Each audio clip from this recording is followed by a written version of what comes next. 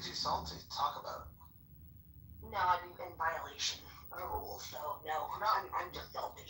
no, I'm giving you permission to just kind of mention it real quick. Maybe we could, send some positive mojo vibrations your way, and maybe you'll feel better about it. Well, if anybody has the television recording from Tuesday, I won a debate against Jacobus, and I said your points are so bad, somebody with a learning disability disproved you. Nathan then spun that around to say that I somehow was telling Jacobus that, trying to make him feel bad because he beat somebody with a learning disability. I don't know how he got that out of that sentiment, but yeah, I'm a little salty. And if anybody has that recording, I would appreciate it because I want to own him and I want proof and I want him to hear the words and then I want him to admit he was wrong. I wouldn't set a goal of proving anything to people in chillism. I think that's probably not the best goal. I think we could set better goals. In fact, I would argue that the more people in chillism that disagree with you or argue with you, that's a better sign that you're on the right track. Oh no, me and Nathan had a screaming match this morning. And he called me a dumbass and then I told him to shut his dumbass up and yeah, it became a whole thing. Yeah. You're aware that he knows that he's painting this narrative that's opposite of what really happened, and he's doing that on purpose. Yep, and he's aware of that as well, and that's why with the recordings, he even makes speaks for fire and prove how big the liar is.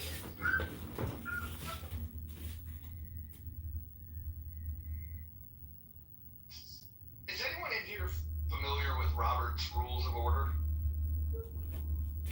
Anyone?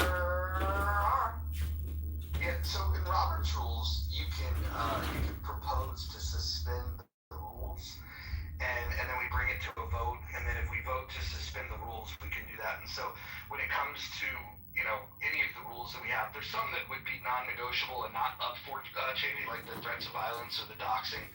But when it comes to, the mentioning things from other rooms, I think some of them are, like, even an exclusion for non-English speakers could make sense if we're, like, let's say, quoting something from a foreign movie or something of that nature. But I think that we should use Robert's Rules allowing people to request for a suspension of the rules.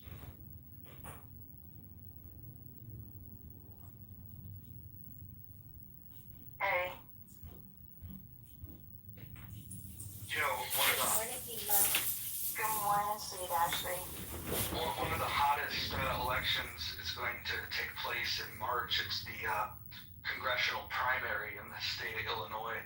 And in the 12th district, there's a real showdown brewing between Darren LaHood and John Kitover. And once John is ready to speak, what we'll do is we'll maybe put up a link where people can donate. They say that some elections matter more than others. I would say this is the most important election of our lifetime.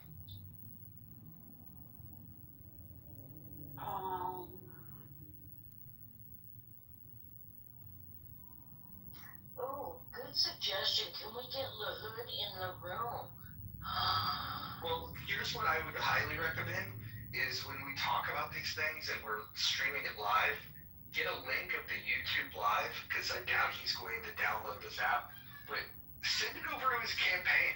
I'm sure you could reach out to, or he's got an operative right here. You could reach out to, if you look in the goo, you could see where it says Darren LaHood, U.S. Congress. Just go ahead and click on that person's profile and send them a back channel message with a link to the YouTube video, and maybe he can get it in the hands of the greater LaHood team. And we welcome discussion, a debate. We will platform LaHood simply because we want to be fair and balanced in here. And while the creators of this house are unapologetic unapologetically in support of John Kitover. We also believe in democracy, and so we want to hear from Darren LaHood. So if we can get Darren LaHood here, he would have a place here. Absolutely. I might even give him a mod badge.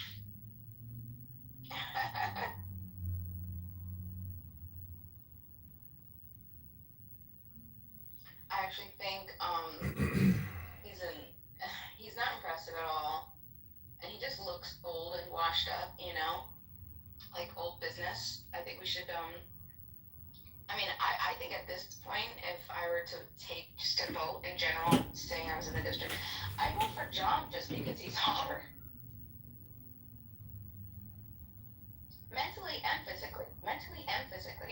So Bima, I'm glad you're bringing up the aesthetics because it's important in these elections. Has that drawn you? Have your begonias moved you to supporting with the cash donation to the campaign?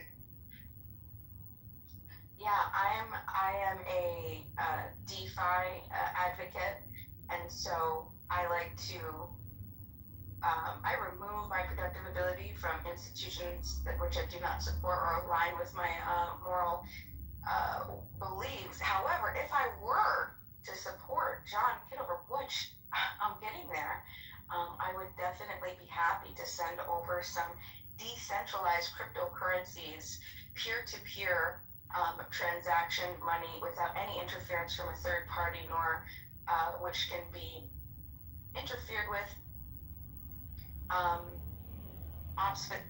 What is it when? Oh wait, not obfuscated. What is it when you like take something from somebody? What is that word? Well, anyway, the point is it's immutable. Wrong timing, Big Red.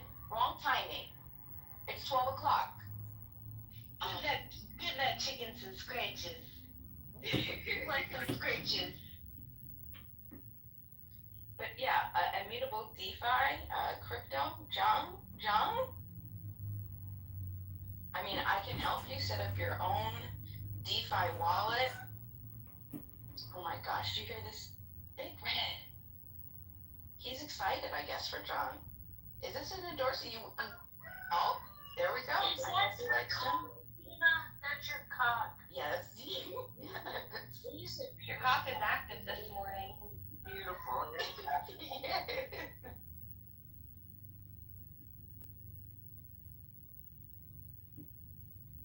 They're always active in the morning. Oh.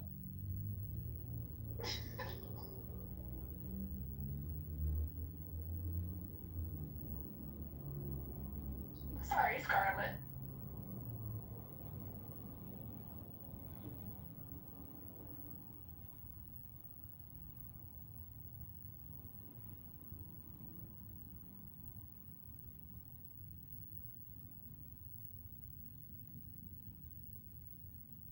No, not obtain, Cindy. Is it obfuscate? It's not obfuscate. I can't say it. It's just say no. What is it? That's probably not a thing, but it's the word when you take something from somebody, and it starts with an O. Not obstruct. Jeez. I agree, Cindy. Any points? Yeah. Any suggestions? Cindy's very passionate about my existence on the app, and I'm very flattered.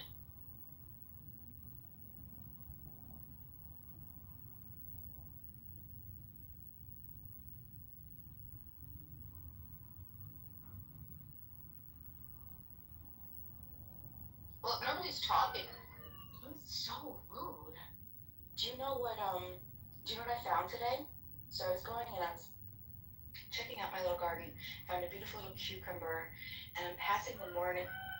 Well, he doesn't want me to talk either. He apparently thinks that silence is better than me speaking too. That's really mean. Big Red. But I was walking past the morning glories, and I like delusion a little bit. I think I have, I engage in fantasy and like my own little sci-fi world. So I pretend like I'm a fairy, and so I like pick this beautiful flower, this morning glory, and I like stick it behind my ear, and I'm just like, skirting through my little property, get up on the deck, and I'm looking at this flower, and I see it looks like there's like a piece of dirt on like the outside of the petal, so I try to like flick it off, and it started to move, and I'm like, wait a second, that definitely is not, that's a piece of dirt, and it's moving. Well, I took my iPhone, by the way, if you ever need to like really look at something, magnify the iPhone 16s, I mean, I don't know what yours is, but I have an iPhone 16. I'm proud of that because it's my second iPhone ever. And anyway, I magnify and I see legs on this thing. And I'm like, what the heck? But there's no structure. It's weird. And then just legs. And then it fanned out the tail. Look at my PTR. I ended up looking this thing up. It's called, I'm explaining when I found Dr. Adams, calm down. I found what's called a golden tortoise beetle, and I found it in the larvae stage on the morning glory, and apparently it uses, this is a little intense, trigger warning, it uses its feces to create like this shield, so it looks like nothing, and so predators don't get it, and then it like covers itself like an umbrella with the shield of feces to protect itself. And anyway, but this is the cool thing. Go look up the stages of the golden tortoise beetle, and you're gonna see a crazy golden beetle. I've not seen them yet in person, but I can't wait. I'm hoping there's more of them over there.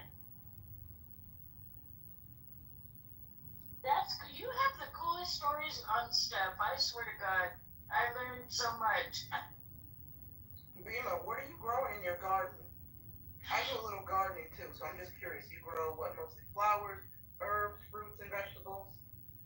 Yes, all the things. Right now, I only have tomatoes, cucumbers, green beans, pumpkin, garlic, corn. That's it for that. Right. I like how you said only. Girl, that sounds nice. Pumpkins too? Nice. Peppers, very nice. And yeah, I'm also starting to do edible landscaping. If anyone has any recommendations, like echinacea, yarrow, all things burdock root, things that I can use, please send me these recommendations. Where do you buy your seeds from? If you don't mind me asking. Is there a website you can recommend? I do have a website, but I also I am under the tutelage of one of the most amazing anthropologists and organic farmers in the world right now, and he has a movement known as the food justice movement, and he has his own seed bank, which I'm talking, these are heirloom and organic. Heirloom meaning these seeds have not been changed in any way, and sometimes for hundreds or even thousands of years. So they're very expensive seeds, very, very expensive. And he has the seed bank. And that's usually where I source my chef, Jaffe Kabuli, is where I get my seeds. And if Mojo and the team would like, we could probably get Chef Kabuli to come on in and give a little lecture, one of his lectures. If you check out my bio, and you guys could ask him questions and engage yourself. But if you check out my bio, there's a website there. Right now, he's doing a tour. He just spoke at the UN conference. He's invited to the UN food conference, food summit. He spoke there, honorary guest. And he's on Foodies Without Borders right now, a tour. And you can check out their website too. Bima, can you drop a link for people interested, and maybe even talk about the replay that I got to visit you on that you did talking about food justice? Oh yeah, I ended up deleting that because that was. Bima.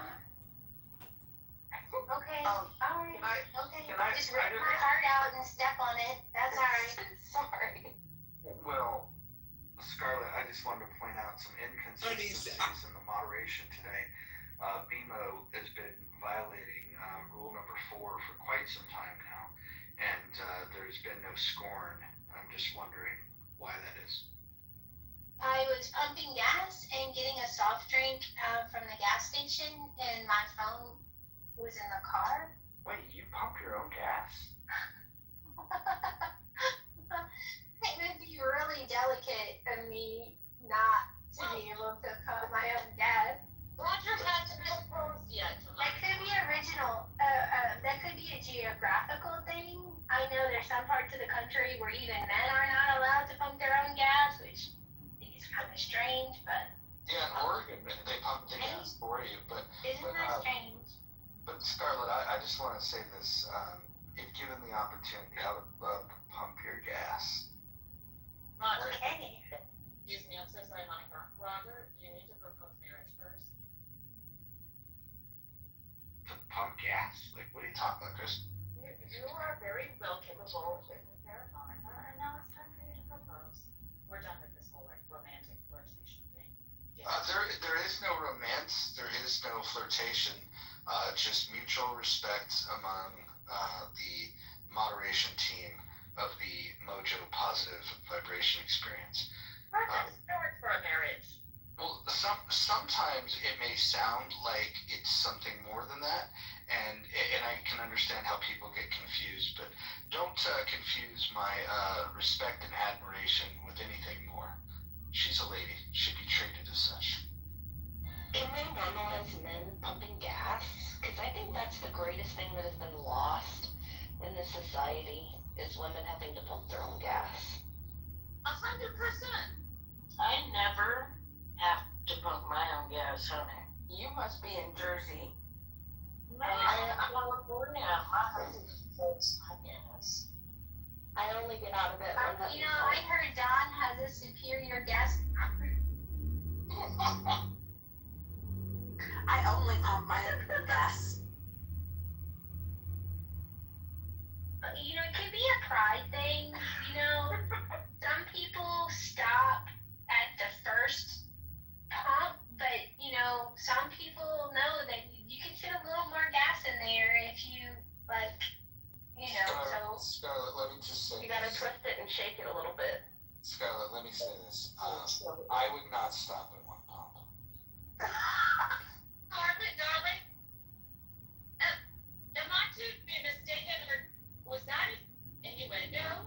not for me. I don't do those things. No, we were talking about pumping gas. For those of you that have your minds in the gutter, you guys need to.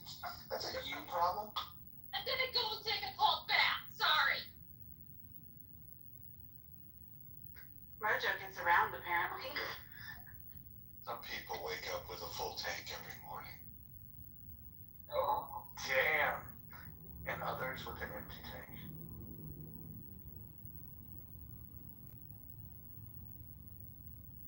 And some people just have dreams.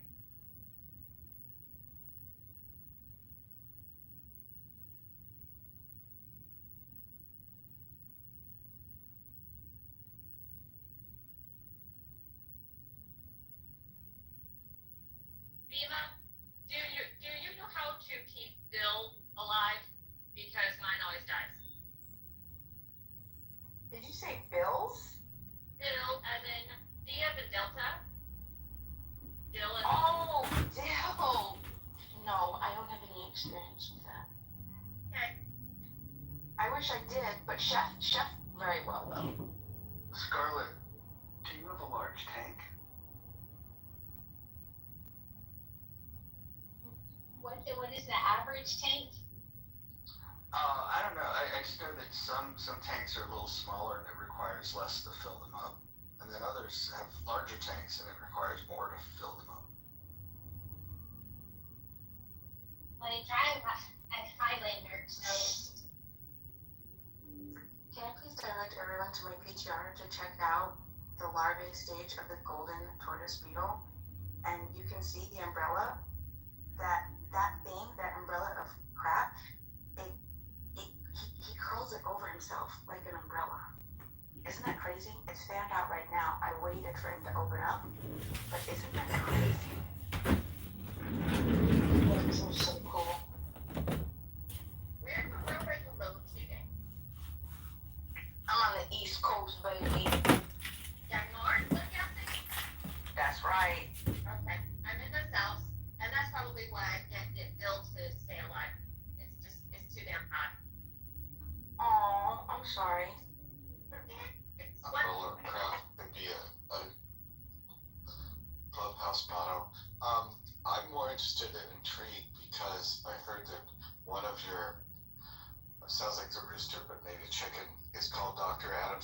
other names for the other ones that come from Clubhouse? No, I definitely have not eaten any of my chicken sandwiches. It was Big Red McGraw. I'm mistaken. I thought you were talking directly to Chicken Dr. Adams. So you have a big red cock in your backyard? Oh yes, it's actually a big red black cock.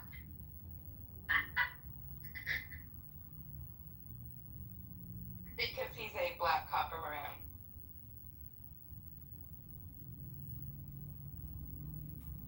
You know what they say?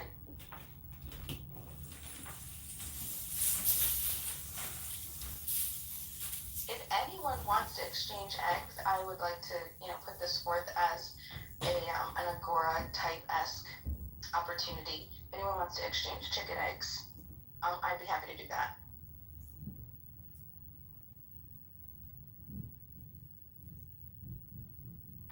Hey, it's Italian Rick. What's going on, Rick? What are you doing? Oh, God. Hey, what's up? What's up with you? Bada bing, bada boom. Everything's fine today. It's Fed I go to Sturma. Then it's all, nobody's working, not even the hospitals. How did this happen? Why are we here? What's going on? What's the matter? Why are you complaining? Explain. Am I complaining? No, not you. We got a mojo up there that's complaining because we're welcoming the Rick. I'm so sorry. Mojo, oh my God. I've been waiting all day to talk to you. I have missed you so much. Stroke.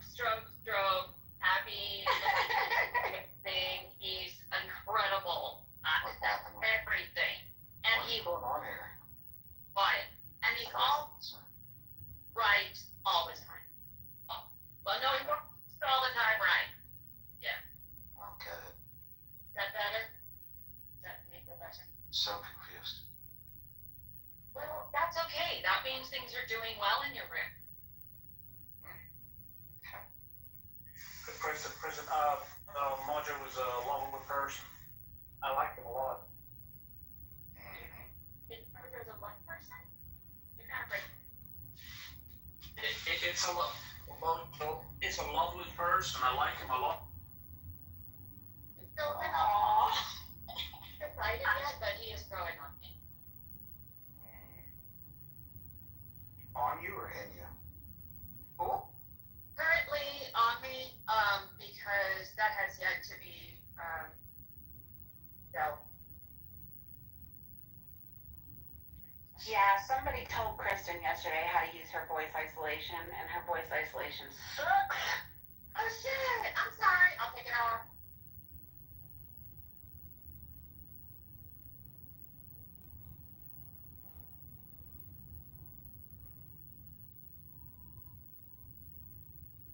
I like how we woke up to a really chill room, and then others woke up and joined the room, and it was less chill, and now we're back to chill. There's like this up and down vibe that we have here. Do you like the old up and down? I do like the up and down Deputy, is this any better? so much better. Alright, cool. So back to flirting with Mojo because he needs some today, and it is Friday, and so he needs more. Oh my God, that scarf is amazing. Where did you get it? I want to touch it. Man, I don't do compliments well. Well, practice. I would like to bring attention to the 31 votes for the poll that we have above. Brought us to a grand total of 103%. So, way to go. You guys are overachieving in these polls. I like being part of the gay ones.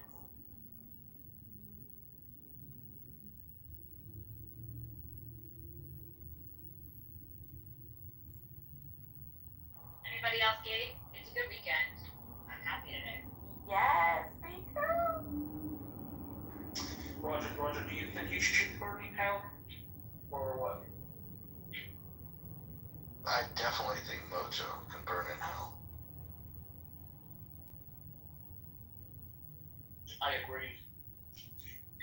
The guy's a dick. He's very hard on himself. He can be hard on you too. Pause. I mean, that's cool. That sounds interesting. Yeah. I mean, you kind of have a competitor. I may be visiting Bima in her backyard. You gonna visit her backyard? Yeah, she's got a big black cock back there. Thought it was red. I think it's multi-colored. Yes, see, she knows. She pays attention. Kristen, Yeah. Kristen, you're a racist. Why is that, darling? Because you see color. Oh, okay. What color are you, dear? I think I exist outside of this construct of colors. It's more like a vibration. So you're mixed. You're biracial. Okay. I kind of consider myself more peachish pink on that kind of color scale, but people usually categorize me into white.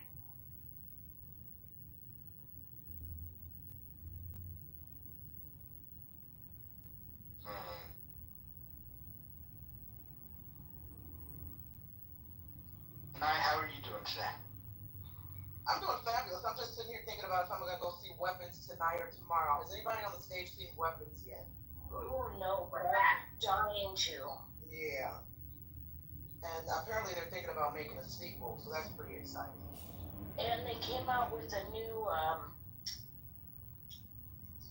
what's the horror movie that starts with an I? They came out with a new one also. Anyway, go ahead, Nye. So what's Weapons about, Nye?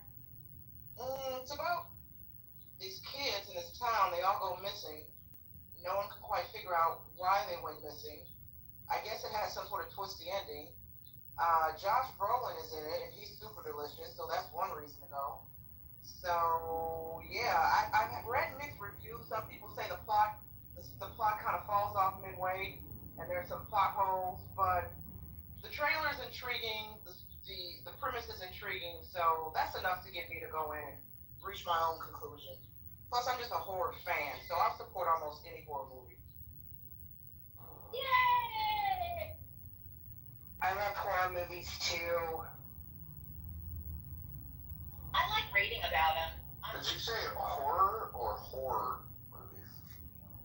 Both. I like horror movies too. I was wondering if somebody was going to comment, but I'm glad you did, Mojo. Your mind is exactly where it needs to be. On Monica. Absolutely. So will you guys come visit me in Italy or not? Absolutely not. No way. Where you at in Italy? Modena. Modena is next to Bologna, is where they make Ferraris and Lamborghinis. I drove both of them yesterday. How far away is that from Ravenna? From where? Ravenna. Oh, so close. So close. Really? Of course, yeah. I woke up in a new Bugatti. I'll go to Italy and live there if it's where they grow the bergamot. That's where I'll be. Oh, take me with you. So are you going to be in Calabria? Yes, that's exactly where I'll be.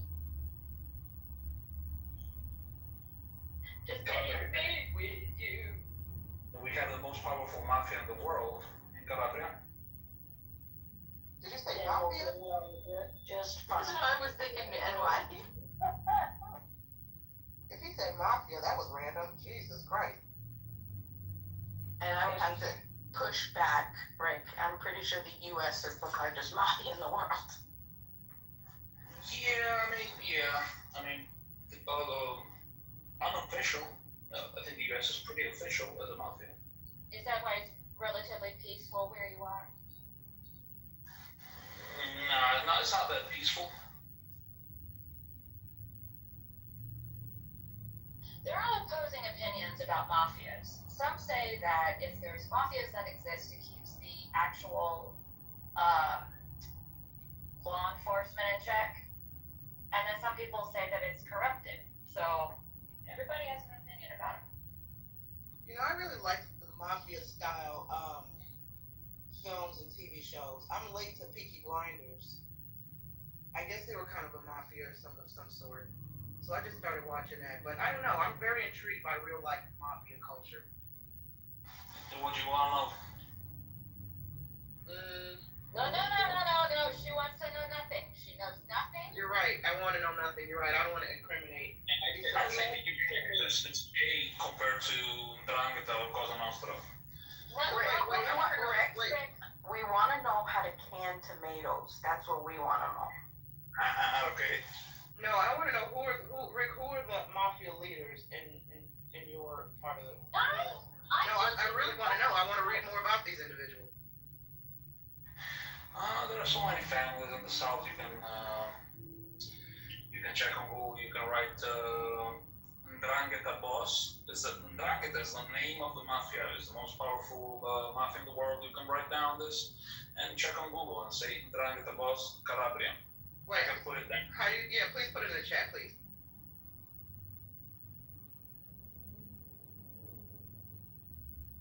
That's where I'll be.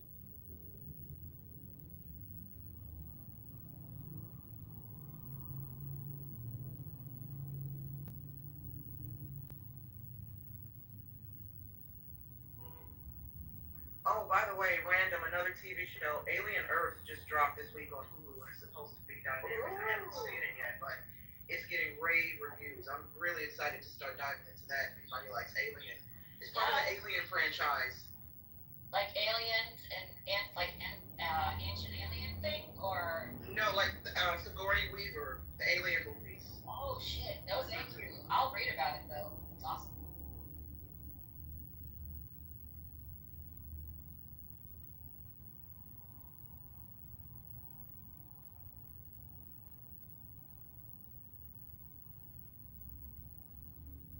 I'm just curious because it triggered when somebody said "Take Me With You," it triggered the Prince song, and then it kind of because you guys are a little feisty today and hilarious, it triggered a little like for me when I heard that song by Prince, it was kind of like my sexual awakening, and I was like, okay, what's happening?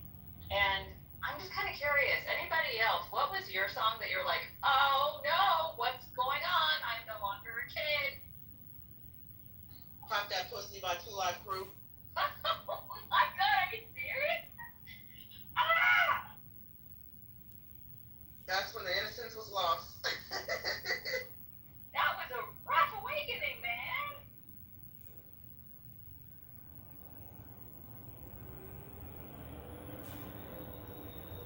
Wait. Oh, go ahead. I was going to say really quick, speaking of Prince, his estate has shelved the documentary. So there was a documentary made by Prince. The filmmaker has done some interviews this year about, his frustration with getting the documentary released. Because apparently in the documentary, several of Prince's colleagues and fellow artists and friends and family members spoke about how abusive he was towards women. Apparently Prince had a dark side. He beat up women.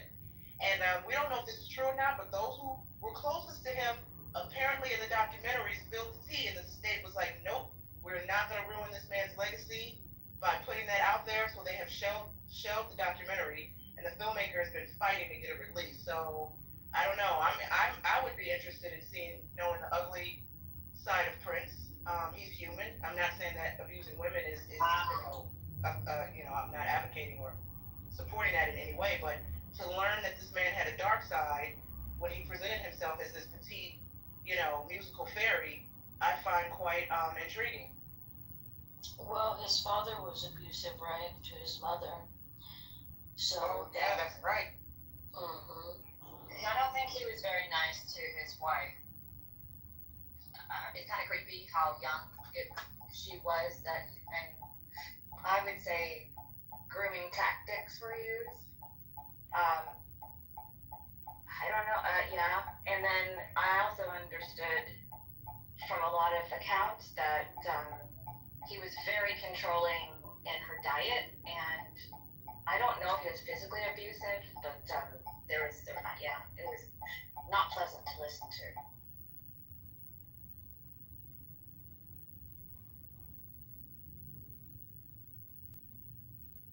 Rick, thanks for that link, Rick. So my nephew is my nephew's uncle on the other side is dating Apollonia. So we'll have to ask Apollonia. We'll ask her.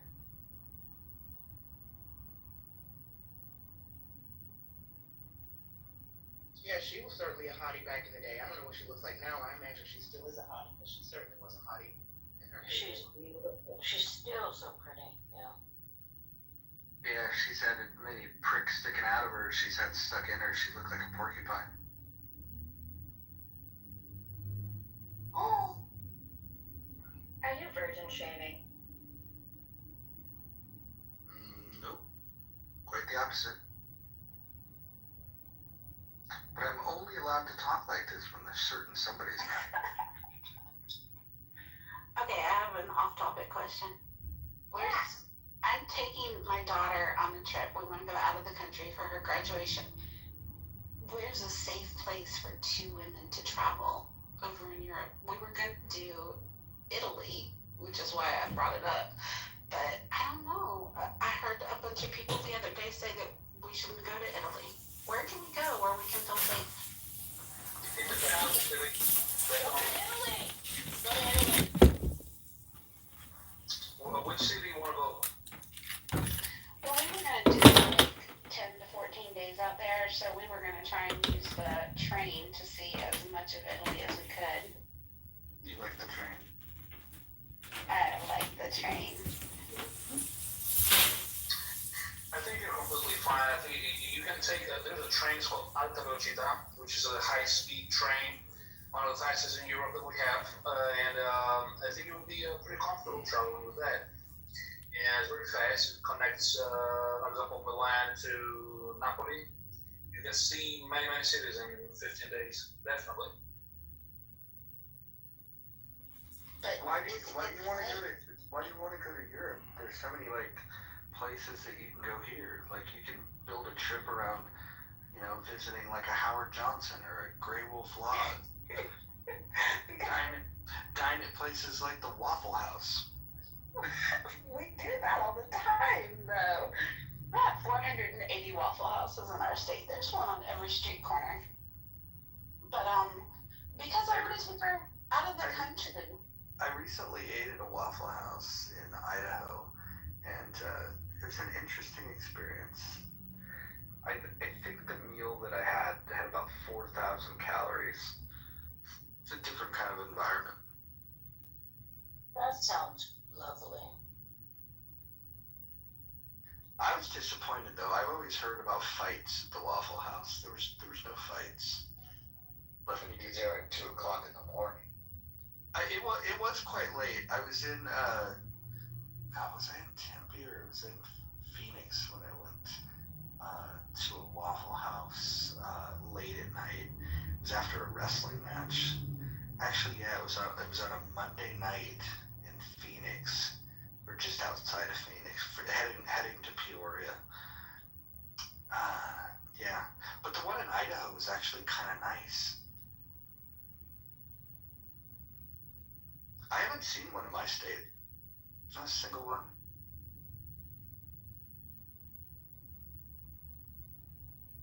David, where's there a Waffle House around here?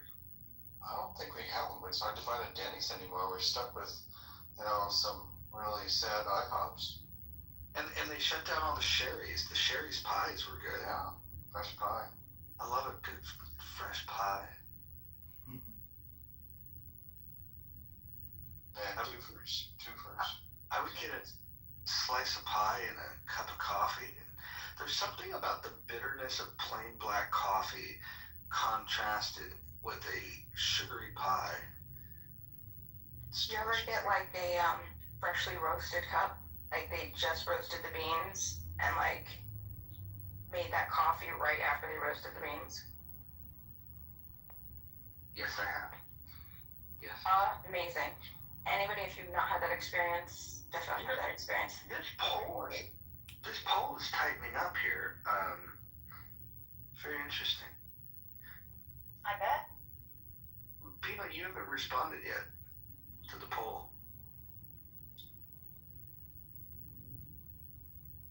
Pima. I'm withholding some of my judgments because I am in a state of neutrality for now. Because if you asked me like a week ago, I would have definitely reviewed and put my answer. But at this point, I think I'm gonna hold it. It's a good thing. It's a good thing. Just be gonna like me. It's fine.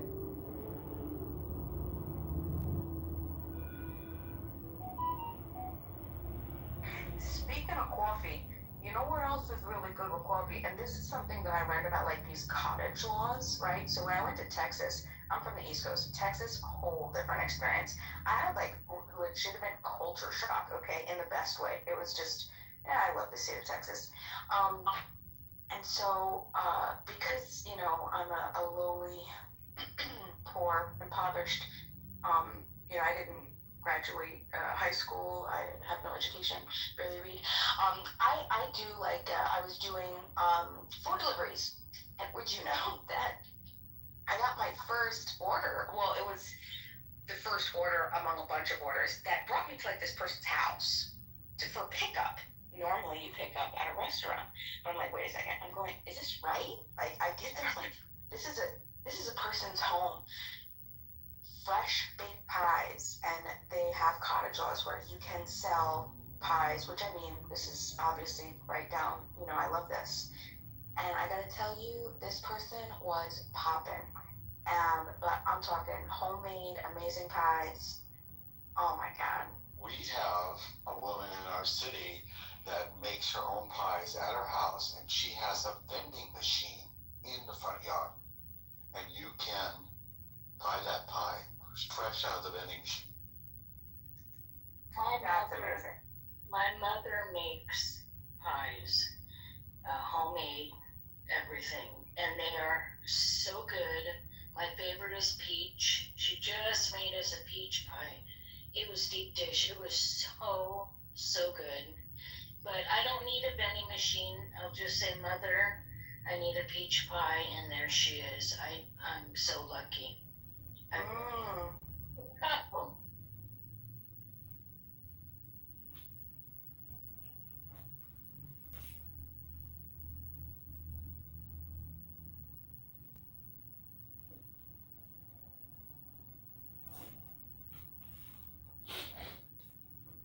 Now you guys are making me want to go get the stuff to make a pie. I've never made my pie. I cook. That's my thing. She's a baker. I'm the cook, Bakers are different. I like to bake. Baking is great. It's the first cooking I learned. The closest Waffle House is in the Southwest to us. I have one pretty close to me, at least if it didn't shut down. What would you say your favorite pie is? If you could right now snap your fingers, have a slice, what would it be? Strawberry or Mixed berry. if it magically didn't have pumpkin. I love pumpkin pie. I know, basic white girl, but I love pumpkin pie. Pumpkin's good. I like key lime pie a lot. Is this good? Oh, so good. Is cheesecake itself there? Would you consider it a pie? No, a cheesecake is a cake. It's okay. Cheesecake so bad right now. Good New York cheesecake. It's You guys are making it very hard to stick to a diet. I've been very strict lately.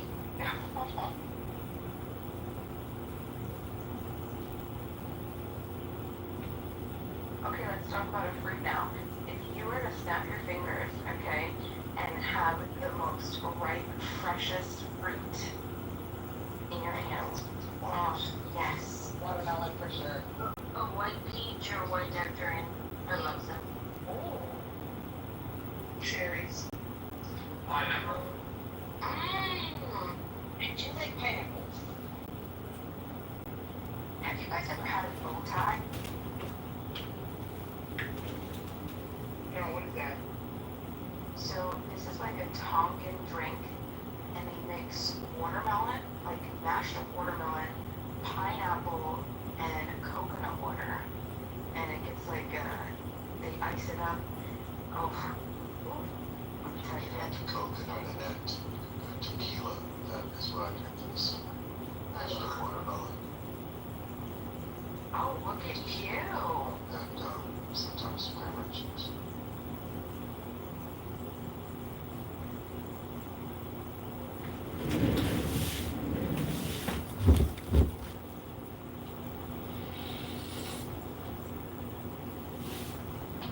I don't want to deviate from the subject, I'm just curious, if I don't ask now, I'll forget. Friday, ADHD brain, more coffee. Does anybody know of a device that you put on your car door so that it doesn't leave a dent into somebody else's car when you open it, parking lot? Is this the parking spot you want? Yeah. Ever died in a garage? Yeah, I'm parked in the garage and it's pretty good, but most of the Atlanta's parking lots just suck. Maybe they're dumping. Again, the space is smaller too. There's everything from boat bumpers to just Google it. There's a million products you can find. Yeah, I know, but I can also do my shopping, that's why I'm asking. I just choose a parking place. That's why I asked if it was for. Yeah, I can't do that, David, but I'm a piece of shit. Everybody knows already. When I was younger, I was even a worse piece of shit. And I had bought this car, and I was so obsessed with this car. And I hated when people would park next to me. So I took a corner parking spot, and I would park at an angle. I was that horrible individual because I was so tired of people disrespecting my space. And I never got any dents. I got a lot of shit for it, but never got any dents. I'm in a class joint, so I can't do nothing nefarious.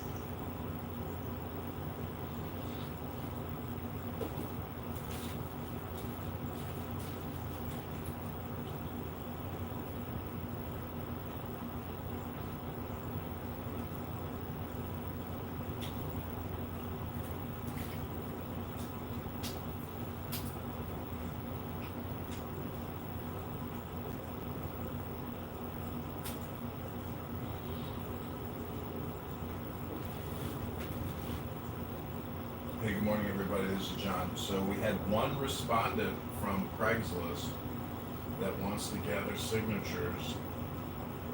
And he asked, hello, regarding your Craigslist ad, my name is Ed Matthews. How many signatures do you need, and what are you paying for sig/board? I told him 15 an hour, which is not a lot. A lot of people want $15 a signature, but we'll see what we can organize and convince them to work as you know. Experience with this matters. When I ran for committee person, I met a professional signature gatherer who for 20 years has been getting judges on the bench. He charges $15 to $35 a signature. But we are live, and we're live on X, we're live on Clubhouse. Welcome to the Mojo Experience, a super positive vibration. And we're live.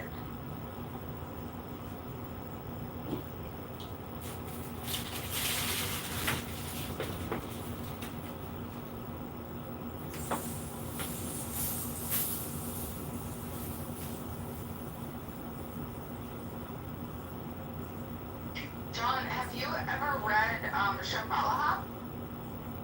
No. I love you so much. What is John?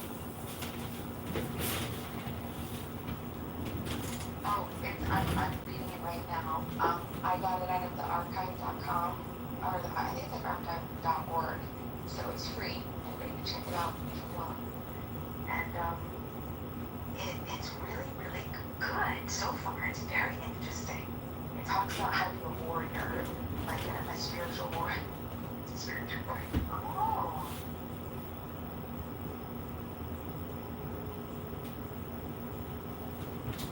I feel like this campaign needs more strength, so I just want to quickly read something about strength if everybody can concur or agree that they want to hear something about strength.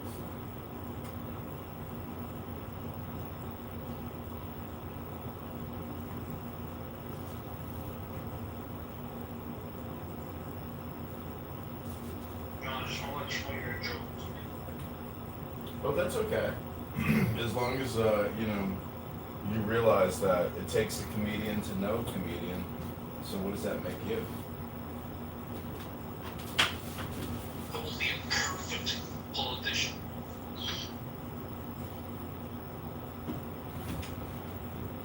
Rick, are you ready to give $10 to the campaign to elect John Kitover today? Because your valuable input and money is needed.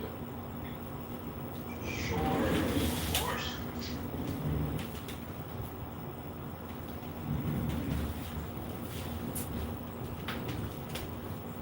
Well, thanks, Rick. I hope together we can change the world and make it a more peaceful place for everyone, with no terrorism, no hate speech, and absolutely no trolling on the internet. John, how can you even think that you can scam an Italian? That's our job. God, how can you think that?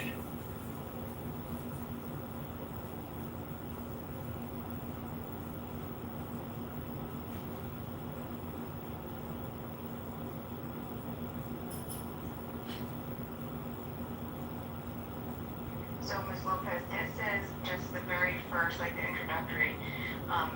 So the index, so you could get an idea. Let's see. The index has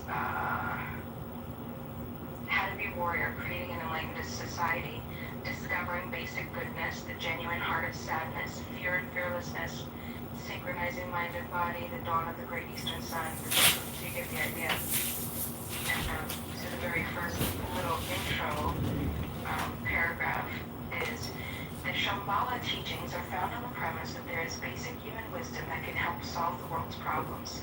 This wisdom does not belong to any one culture or religion, nor does it come only from the West or the East. Rather, it is a tradition of human warriorship that has existed in many cultures, many times throughout history. So exciting.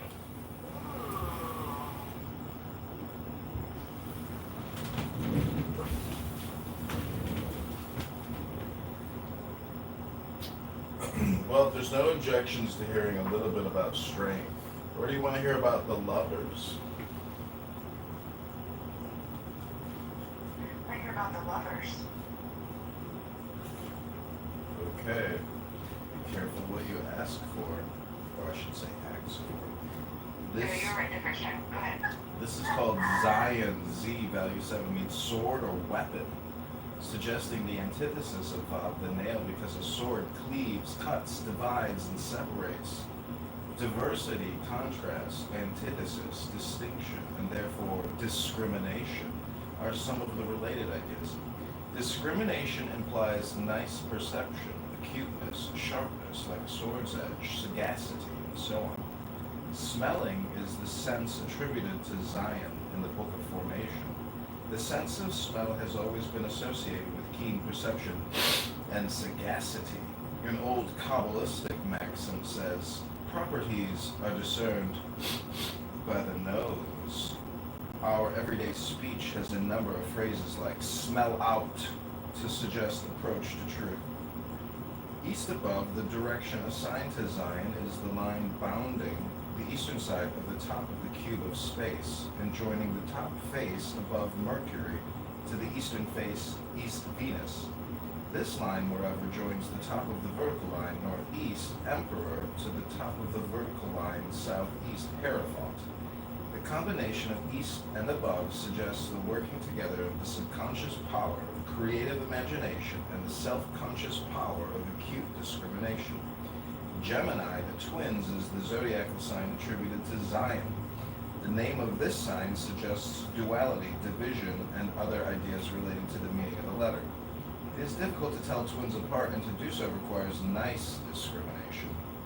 Gemini is ruled by Mercury, He-1 the magician, sometimes personified in Egyptian mythology as the jackal-headed Anubis, representing discernment and sagacity because the jackal's keen smell of smell. Gemini governs the lungs, collarbones, shoulders, arms, and hands, all in pairs. Gemini people are said to be given to inquiry, investigation, and experimentation. They often engage in mental pursuits. In our color scale, Gemini is represented by orange. The corresponding musical tone is D natural. Gemini is a common sign of the airy triplicity. Disposing intelligence is the mode of consciousness assigned to the letter Zion. To dispose is literally to place apart, to arrange, to distribute, to apportion, to divide. Thus, analysis implied by the meanings of the letter name, sort, classification, organization, preparation, and adjustment are all related to this mode of consciousness. This it is which shows itself in our disposition, and one's disposition can be modified by right discrimination. Okay, there's more, but there's always more. But I want to thank you all for being here. This is how to make friends and influence people on Clown House. The best way to win friends and influence people is to treat people the way that you want to be treated. Hopefully with kindness, love, compassion, friendliness. And threats of bodily harm. Perhaps, but I think that a lot of people who don't want to listen to the playback or replay, maybe they're ashamed and they know it, but they just can't show it. But I say, don't bring drama into new rooms. Let that old drama simmer in old rooms, because the now is all important. And I think that every day is like Groundhog Day, and you are reincarnated in a way. And if you're intelligent, you're not reincarnated into yesterday. You are reincarnated into the now. And in the now is a great silence of peace. And anyone who breaks that silence of peace is guilty of violating the power and the beauty of the now. So if you are in the now, you are in the month. How did you know I was a Gemini? Jackal-headed Anubis?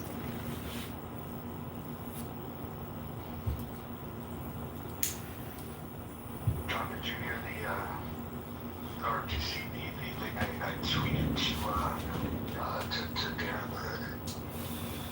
No, let me check. If everybody is not on X, now is the time. This campaign has to move very quickly, and today could be a quick day for the campaign.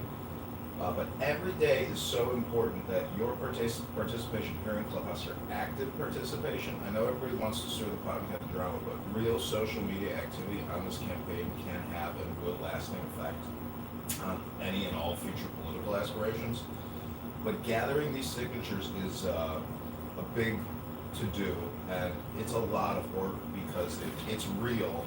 And I don't know if anyone here has ever gathered signatures, but to get someone to even put their name, their address, and sign is very difficult. Most people literally scribble, and when you go to the challenges, you realize very quickly how horrible people's mark is and their signature, and therefore, it's a time-consuming task to actually capture a valid signature that doesn't get rejected by a challenge. So there's a huge time component to getting these signatures.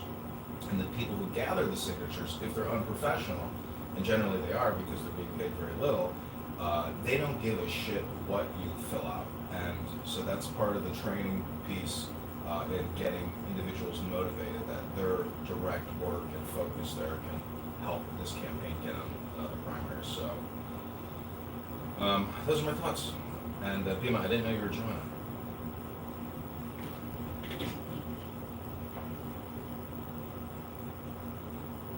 Yeah, you taught me my color is orange and D. What What was it?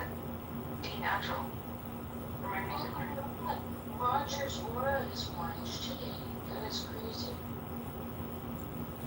What is it usually? I don't know usually. I just see orange today. Yeah, that's great. If everybody could go to Mojo X Experience right now, and you can go to his replies tab.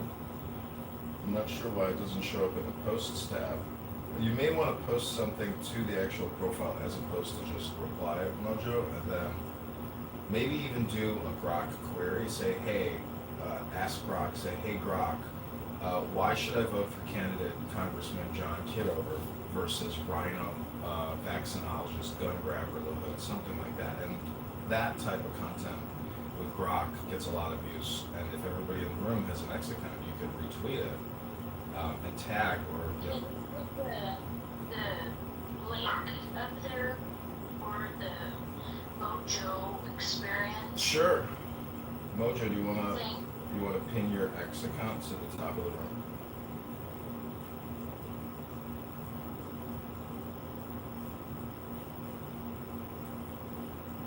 Dr. Adams, we really need your positive vibrations at this moment right now and in the future, but now is most important. And Dr. Adams, we want you and we need you and we love you.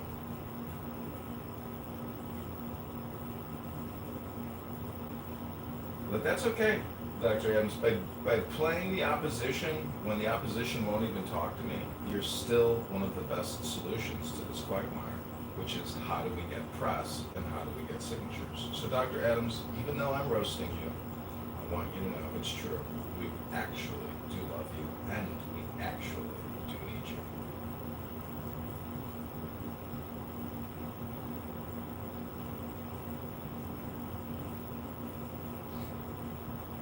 So this is what Thomas Massey's going through. 4 hours ago, he posted the next 3 billionaires posing as MAGA Kentucky just released a poll to claim their smear campaign against me is eroding my job approval rating. The pollster is notoriously inaccurate, but this helps them advance a false narrative. Will you help fight back? Secure.thomasmassey.com/donate.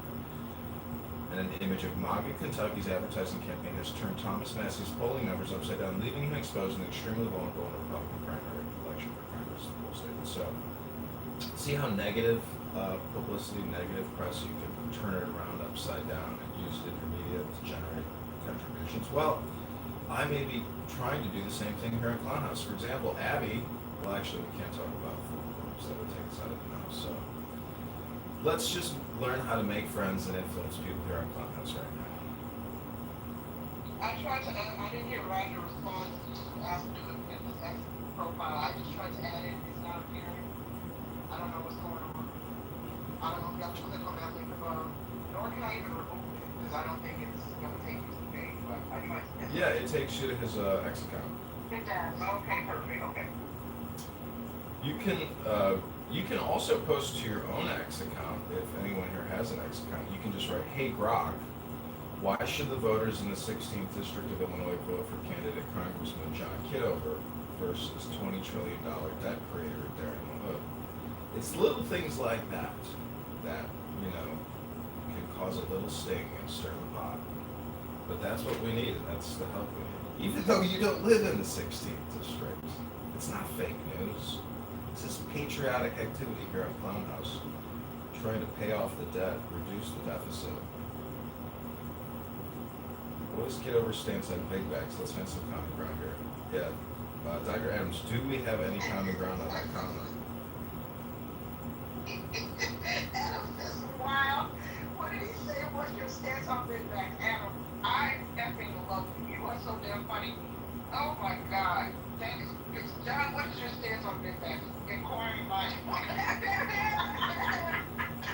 There are big bags everywhere. I walked through the park last night and there was a big bag just laying on the grass, like, with the head up off the ground and just looking at like some little kids walking by. And I was like, that is a beached whale at the park. How did that beached whale? But it wasn't a woman, FYI. This was a man, and he was huge. It was impressive to just see the head lifting off the ground, but the body kind of lying on the side, he was huge, and there's homeless people at the park. They live at the park. Um, I can't believe the police let them, just set up tent. But I think that everyone needs to go to the gym, get some sunshine, have a, and eat less. I think eating less is one of the bigger components because I find myself personally when I, pack on the pounds, it's because I'm eating a lot, having huge meals or eating all day long. I mean, fasting, and intermittent fasting and eating less is more. And they say that in these monkey experiments that they can prolong monkey lives like 60%, 80% by doing a caloric restriction diet. So overeating, I think, is the poison, the primary poison. So basically, you want to eat, very healthy foods as little as possible, and maximize your eating efforts. So that's how I would address the big bag crisis in America and in the world today. And I just for clarification, it wasn't Adams. I just assumed that was Adams. I went into the channels. Mike, who said that? Not Adams. Yeah, Mike. So sorry, Adams. I just assumed because Adams is the one who talks about big bags. But it's Mike. Okay, no problem. Still funny.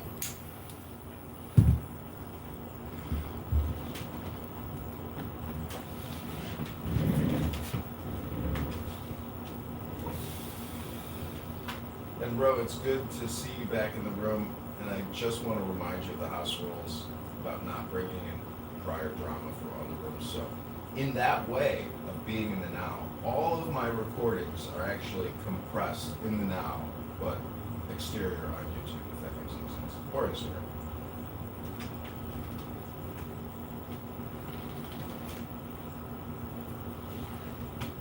Bro might be sleeping. Is it like late? Yeah, he's asleep. Oh, I didn't see him in the room earlier. So Bima, I would consider you the anarchist liberal contingent of this campaign to elect candidate Congressman John Kitover. You are far out on the spectrum. I'm just wondering, you couldn't offer solid explanations on many of your neo-anarchian positions. So I'm just wondering, what would your priorities be, if your government was to take root? Well, first of all, I'm Jet, anarchist liberal, and okay, it's a voluntarist, which is very different, and that is free exchange and voluntary association of like minds coming together without the use of coercion or violent back force. And the answer to your question is, I'm not, everybody knows I'm the smartest person in the world. I do know that I don't like, you said, how to win friends and influence people. How do I like to be treated? I like to consent, like explicitly, to things outside of my private property. And I like to be able to exchange peacefully. I'm a peaceful human being. I've never harmed another peaceful person in my life. So, that being said, that's what I leave. That's what this particular government would be. It would be leading up to a bunch of other amazing individuals who are much smarter than me to bring like minds together and build competing institutions to be able to innovate and really expand and really tap into the creativity that's been harnessed, forgotten, exploited, destroyed through the public education system, the Prussian-led and influenced public education system, stripping us and creating these little sheep boxed in perfectly to become just meat machines for the meat grinder. So yeah, somebody that's smart, that's the type of person that has a particular passion for something in society, whatever it might be. Yeah, we're gonna look to that person. We're gonna say, hey, Mark.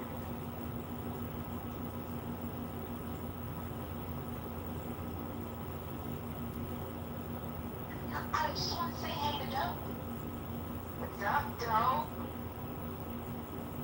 Hey y'all, how's it going? Nice to be back on this godforsaken hellhole.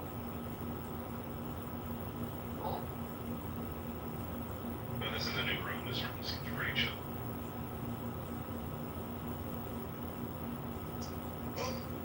It is sometimes. What's the topic of discussion? We're trying to figure out how to make friends and influence people on Clownhouse.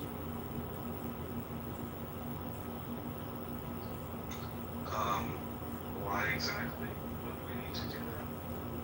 Because I'm running for Congress and we need as much social media digital support as possible, from campaign strategists to AI strategists like Dr. Adams there posing as an aide to the Darren the Hood campaign.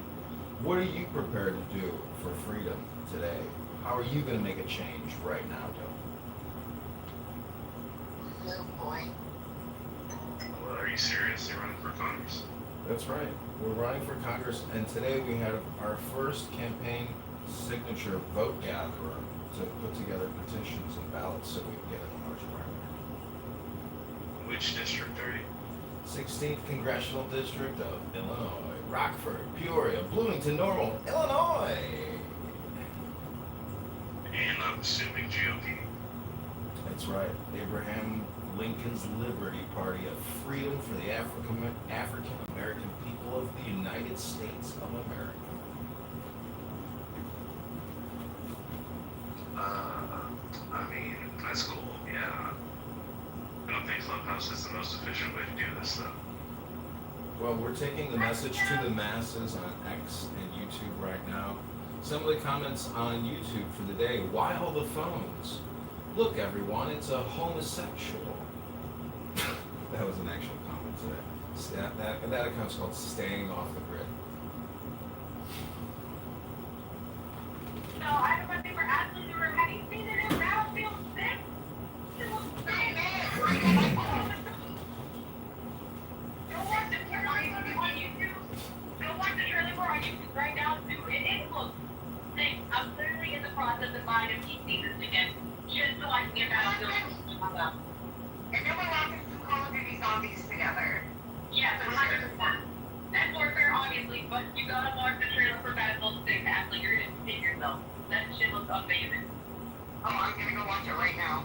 Yeah, right now. You know, Pockets, yesterday you thanked me for my service, and I said, don't thank me, thank all the dead soldiers who died in Iraq and Afghanistan to give you that liberty to get that video game and get that PC so you can make a salary from Medicare and Medicaid so you can buy the latest technology out of South Korea, Taiwan, and China. So all I'm asking to you, Pockets, is if you want to increase the economy, it's inversely related to cutting, borrowing, and spending. And therefore, you need to stop the spending, Pockets. We're in a state of austerity. This is Americans for Austerity. We've got a super PAC going, Pockets, called Americans for Austerity. Are you ready to donate to the super PAC today, or are you ready to donate to the campaign elect candidate Congressman John Kitover? Thanks, Pockets. I will when you get rid of that iPhone. 100%. I'm gonna sign up for the free beta right now. Yeah, do it. I'll stream it in the Discord even though I'm not supporting chillism because Nathan's a liar. I will be watching. It's literally gonna ruin camping for all campers. You can blow up all villages. Also, if any of you know any great Discords from people here on Clownhouse, if you could put the antidote link in my profile, or I'll put it in the chat, or we can pin it to the room. But if you can spam chillism, or with messaging on behalf of the campaign to elect John Kitover, I'd appreciate it. Or if we're going to do a chatter rollout, if you don't have chatter, download the app now. Live stream this room onto Chatter. Live stream this room onto X. Live stream this room onto YouTube. I do all the heavy lifting, but we need your digital media support more now than ever, unless you're willing to give $1 to $10, 10 not 11, 10 not 9 to the campaign to elect candidate Congressman John Kitover.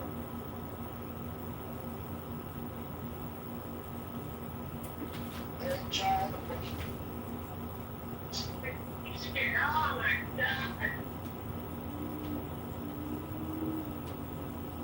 John.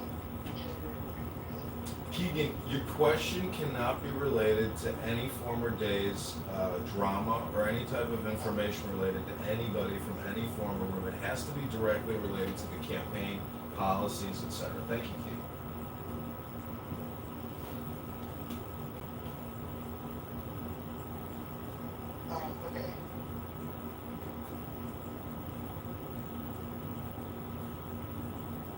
Hot Pockets, by the way, it's on Xbox as well, or PlayStation. Or Microsoft as well. Yes. Okay. I'm glad I brought you to the smart side of gaming. PC Master Race all the way. The only Master Race I believe in is PC. Well, I was gonna get just like a gaming laptop. I don't want to do like a whole setup. You sit in my room. I like a lot of things in my room. You know, take up all the shit. So I think I'm getting a gaming laptop. Thinking about it, I'm gonna go stop. I have one, and honestly, they're not as good. They're really not as good. Like, just get an actual desktop, it's a lot better. And you can hook it into your TV. Oh, I see. That's nice. Yeah, and I know the graphics are obviously probably better on it into the storage or the gigabyte. So I don't know. I'm thinking about it. Unless they've improved, the little lag is pretty bad. Like, Yeah, I heard that. Yeah, I heard that even when you have even on like a gaming laptop, that you're super slow. You're fucking expensive. oh yeah, I'm happy to hear it's very fun to hear that. How old are you? I'm 26. I'm 29. Relax. Whoa. Still. John, my question for you is, do you support state funding to LGBTQ programs? This is before I can be publicly an advocate towards your campaign.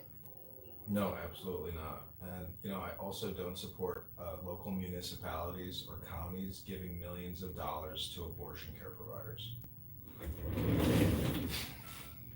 Period.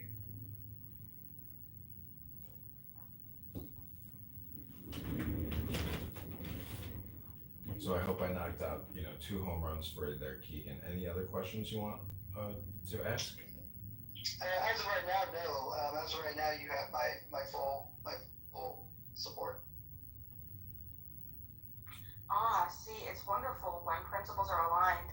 So Keegan just let us know his particular position. See, what's unfortunate is sometimes the state and politicians will take your tax dollars and then put it towards things that are against your moral compass. And that's not nice, and that's not fair. So if we just go with John Kitover, just take the funding and bring it back and put it in the hands, the direct agency of individuals, how can you fight with that? Your moral principles will stay intact, and you'll be able to wake up and live a great life every day. Thank you for that, Bima. Okay, so we're gonna transition this show, this morning retinue. We are apparently not repeating the same cycle as the past 3 to 4 days. The tornado has blown out of Oklahoma City, and it looks like we have clear skies in the campaign to elect candidate Congressman John Kitover. I'm looking at a beautiful blue sky right now at the beach with the Lady Hawk, and we have a surprise guest here on the Lady Hawk at Montrose Beach. Give it up for Hakima. Hakima, come on over here. I got the clubhouse room going. Where you at? Hakima, come on over. Put that margarita down. Come on over here, Hakima. Yes, I got an extra bathing suit for you, Hakima. What happened? I said the tornado blew through while you were sleeping, John.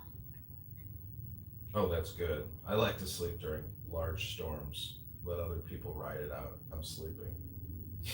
Well, I'm a spectator. I love watching that chaos. We need a topic. Definitely needed a topic, yes. Can I ask some questions for John, actually? Can I ask some questions for John? Yeah. So, John, I'm looking at your website. So, what would you say you describe yourself as in terms of the current Republican Party, which I think it's bifurcating in certain senses? Not even bifurcating, there's 4 separate categories. But would you describe yourself as more aligned with Trump and MAGA? Is that how you identify? Well, I do not identify fiscally or economically with the big beautiful bill supporters, but I do support Trump's strength, his courage, his mercurial political, capabilities. He is, to me, an American hero, and he resisted what I would consider like a deep state Democrat attack, which is contradictory, to essentially our good sensibilities, our American way of doing things, fair, truthfully, transparently. So, but to me, the biggest issue that I have with the Republicans having, trying to get into Congress now and working in, trying to become a committee person, is it's definitely the debt, borrowing and spending, and especially the 100 trillion in unfunded liabilities, but the 37 trillion of funded liabilities and spending 2 trillion more a year that we don't collect if we're collecting 5 trillion. If the Republicans aren't actually trying to set up a way to permanently cut our spending and our borrowing by having a balanced budget and that amendment or act, we won't just keep kicking the can down the road, and it doesn't matter who's in charge, whether it's Republicans or Democrats, because the debt is what's all important. But from a cultural perspective, the liberals and the Democrats and transgender mutilation and abortions and vaccines at large for a Wuhan virus made and funded by Dr. Fauci, we are living in clown world. And I gotta say, if you want to continue living in clown world, that's up to you. But in the campaign to elect candidate Congressman John Kitover, we are letting all the constituents in the 16th district know that Darren LaHood is a rhino vaccinologist, super debt creator, who poses as a Republican, but he's not a Republican. His daddy's a Democrat, and he's a Democrat. And if you want to say the swamp or the deep state, he has a lot of seniority in Congress, and he supervises a lot of spending. And you can just do a comparison on Grok. If everybody here wants to do an exercise on how to determine how people vote, just ask Grok to do a comparison of Darren LaHood's open secrets and the HR acts and determine what percentage of his votes are attributable to his donors at Open Secrets. So we need you to take direct action today. And this is the hardest, most unbelievable thing is people will sit here and listen to me for hours, but like 1% of people will actually do any digital physical footprint, activity. So follow Darren LaHood on X right now. Follow John Kitover IL on X right now, and please help do some digital marketing operations for the campaign today. I hope that answers your question. Thanks, Doug. Cool, yeah, that kind of gives them perspective. Just one more. Would you say you're more like economic protectionist in terms of like foreign economies? Like, are you in support of Trump's tariffs? I think the following election with the GOP will be interesting because there's still the economic protection side that's been, kind of originated with Trump. And I think JD Vance would probably be the type of person to carry that on the GOP when 10 years ago this would not be the norm at all. So would you say that's what you align with, or you're more, you're not as strict on that? It's just it's a very simple answer. It's a variable solution or a smart contract. If it's smart to do it. If it's reciprocal and strategic to get new business markets open for U.S. corporations, we'll do it. But we don't want to get taken advantage of, and if we can't compete in their marketplace and they're dominating our marketplace, well then maybe it makes sense to use some strategic, smart contracts to force an issue and come to some type of solution with, foreign governments and foreign manufacturers. I mean, but you do everything smartly and in a business way. Does that make sense? I get it. So you're just more pragmatic about it. That's what I got from that, at least. Yeah. Okay, that's cool. I don't know. I don't know who I do it for. I'm not even in your district, but this upcoming midterm should be interesting. So yeah, I guess good luck to you.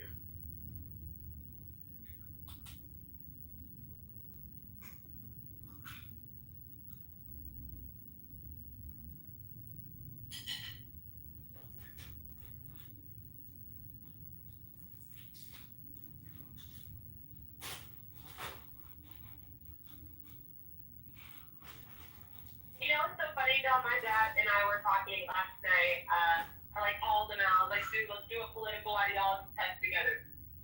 And we're like literally almost 96% saying like a political ideology. But I asked him, one of the questions was, what is a good attribute that you want to have in a president? And my dad literally said, I want our president to be feared.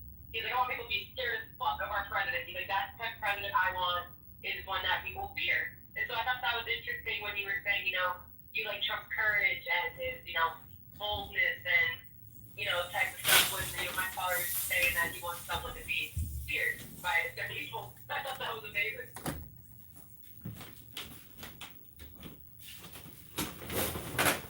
A little Machiavellian.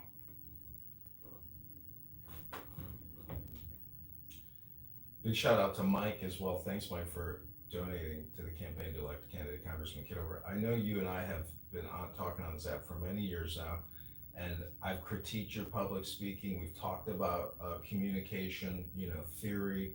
I'm just wondering, Mike, why did you decide to give to the campaign to elect candidate Congressman John Kitover when you voted for Kamala Harris and J.D. Vance? How did I melt your heart, Mike? Oh gosh, I like you on a personal level. I think that you're a human. I think you're smart, and I don't necessarily have to agree with everything that you think that you believe. I don't have to agree with every platform that you support in order to want to see you succeed, and in order to believe that generally speaking, we'd be better off if people like you were in charge rather than the host of people that we have currently. So, in short, I just don't need to fully agree with you on everything to want you to be successful. So, I donated to that for that reason.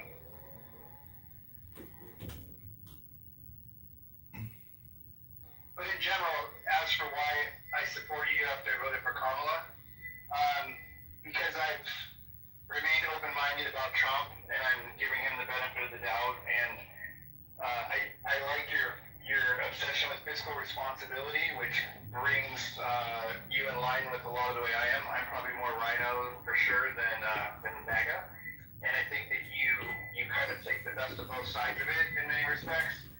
And I appreciate the fiscal responsibility and the focus on that. So that brings you more to the rhino side for me, which makes me like you more.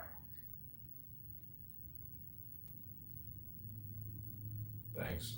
I think obsession with fiscal responsibility is what everybody does in their own personal life, and I hear that, I hear that sentiment in you and your life, and talking about taxation and income and mortgages and all these things with you over these years. So the way you live your life, the way I live my life, the way everybody here lives their life, fiscally responsible, trying to maximize their investment opportunities, save, protect your assets.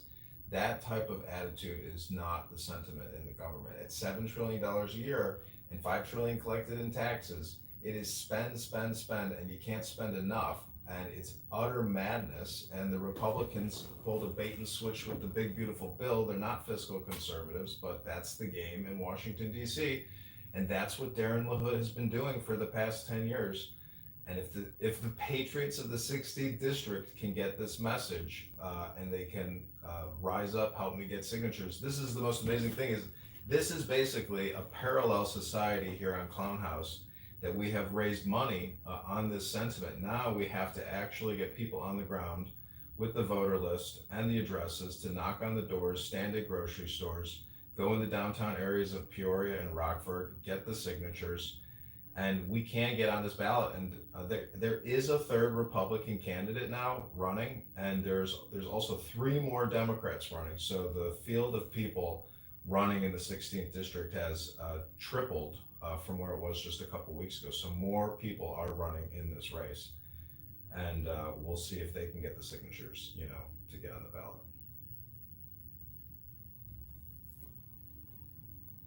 The big beautiful bill, I never spent a long time looking at it.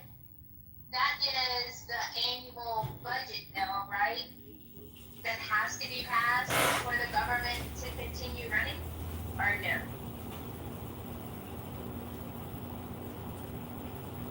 I have no idea. So I'm going to ask Grok give us the top 10 line item expenditures of the Big Beautiful Bill, and I will tell you shortly. No one's gonna say yes or no for me?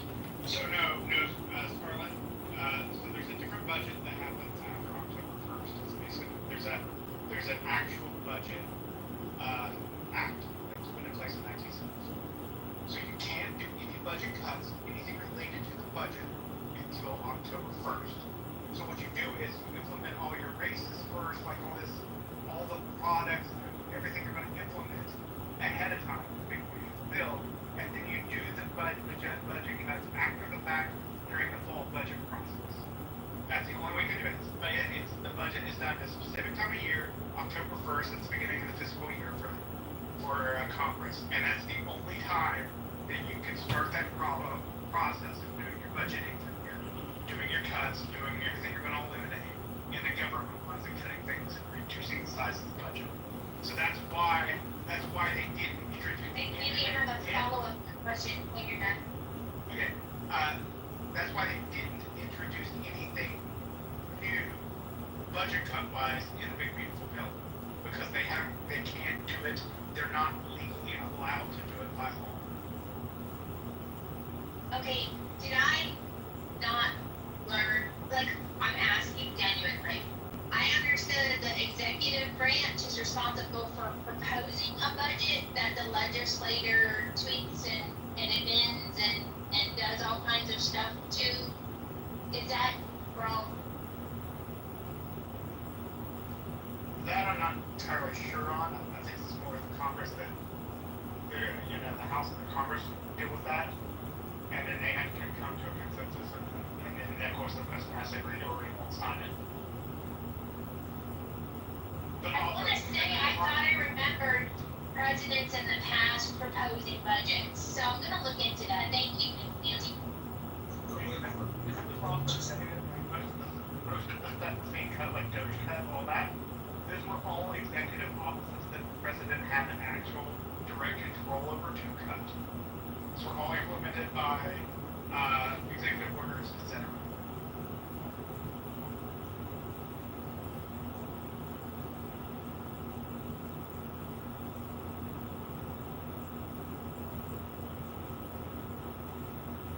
I'm gonna be honest, I couldn't pay attention to district stuff.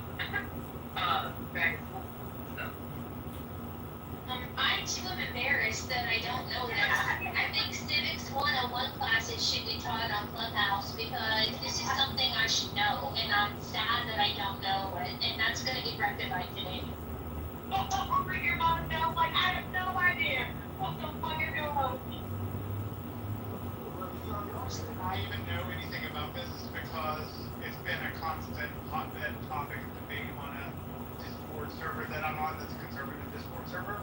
And so that's been a thing that's been. Neely, can you share the link to is it open to the public, the Discord server, or no? Yeah, it's the largest Discord server, conservative Discord Is it server. called politics? No, it's called conservative. It's Can you drop a link for it for anyone interested? sure.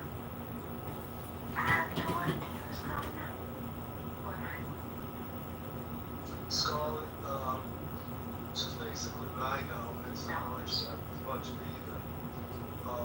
Congress proposes the budget. The House starts and they figure out what they want in the budget, and it goes to the Senate. And the Senate tweaks it, sends it back to the House approves it, then it goes back to the Senate, and it's tweaked a little more, till they come meeting of the minds, and then it goes to the president. And if the president likes it, he'll sign it. And a lot of times presidents sign bills they're not crazy about certain aspects of it because they can't touch certain areas. Or if the president disapproves and sends it back, they're gonna fight again. So a lot of times, everybody's not happy with the budget. There are things that people don't like, even in government, because they have to compromise. When you have the majority in the House, you have some strength, and you have the majority in the Senate, you also have strength. but there has to be a compromise, most of the time. So, as for the big beautiful bill, I'm not crazy about it. There are things I don't like about it, but for instance, we go further in debt. But really, we're so far in debt, we can't have a balanced budget, which I think is really the goal of the whole thing, to balance the budget. Kudos to the president. He's bringing in a lot of money in tariffs, and the talk of it being inflationary has not come to the air yet. And I hope we get a rate cut by the Fed, and that'll save us a whole lot of money, because when those come due, the Treasury has to pay it, and if they have to pay it at a low rate, it's going to save billions of dollars. So we're headed in the right direction, is what I'm trying to say. And So it reminds of. Go ahead. I get the bar too. You're in the matrix. You know when you go gambling? Yeah, I know. It's terrible. I'm driving. How you grab instead of driving? Is it any better now? The area that I'm in is a little friendly. It's a courthouse. Yeah. So when you're at the casino and you put your $5 in, and it says that you won $2, it just really means you lost 3, but they're softening the blow of losing by allowing you to keep a little bit of your money. It's kind of how I feel a little bit about the big beautiful bill, and I still think we're in a better position than we would be if Kamala was president. There's no doubt about that. But I don't see how you could make an analogy with the casino. Casinos out to make money. We as citizens have a responsibility, I guess, to pay our taxes. And, that people rise up and don't want to pay taxes. Everybody's looking for loopholes. The rich in this country pay most of the taxes, no matter what they tell you, but there's never enough because they want to spend. The system, we just heard somebody running for Congress, where it's John who runs for Congress. The system was created for the person running for office to tell the people that you want their vote because they're going to give them something, and they need tax money to give them something. So you can't say, I'm taking away from you and expect to win an election. So whether they lie and say they're going to give them something, or they tell the truth and say that they're going to give them something, they're going to give them something. So, this is the way politics is today. But you have to, and it's very hard to analyze a big, beautiful budget because it is big. I don't think so beautiful, but it's big. There's some good features in it. And, and I'm just talking because I look at certain things that affect me. And, a lot of things don't affect me per se, but so I look at what affects me and analyze whether it's big and beautiful. That's all I gotta say.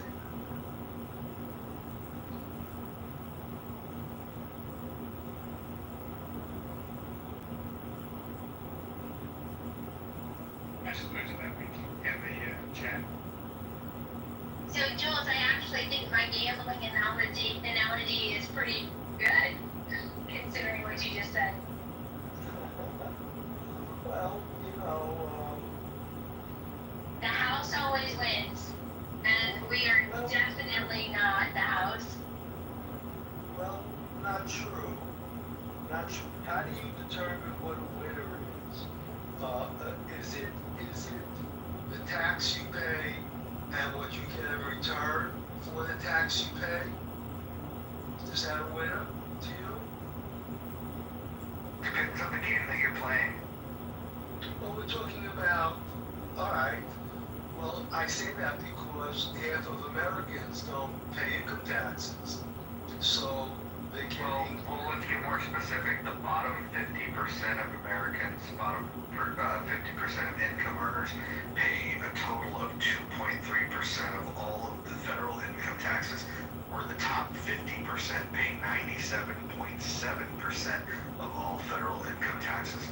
I would say that we need to stop saying that that we need to tax the rich more, and we need to open up an honest dialogue about taxing the poor more. We've gone through this before, and what I agree with you is that everybody should have some skin in the game, and that's why I agree with you. I think I prefer having my skin in the game, for sure. Right. So I think everybody should pay taxes, or maybe, like you said, the bottom 50%, make it the bottom 10% should pay no taxes. What's the argument for paying no taxes? Well, you gotta live. Well, here's the thing, right? If you're putting in tax dollars and putting in a minimal amount and then taking out a maximum benefit, I don't see how that's equitable. I think what we need to realize is that the wealthiest people, they do pay a large number in tax, but it becomes a smaller portion of their wealth, which I'm totally okay with that. I'm pro wealth inequality. I'm absolutely in favor of wealth inequality because where you have wealth inequality is where you have large concentrations of wealth. And so if you wanted to shrink the gap between the wealthy and those that are not as well off, then typically you find that in societies where there's not a huge accumulation of wealth.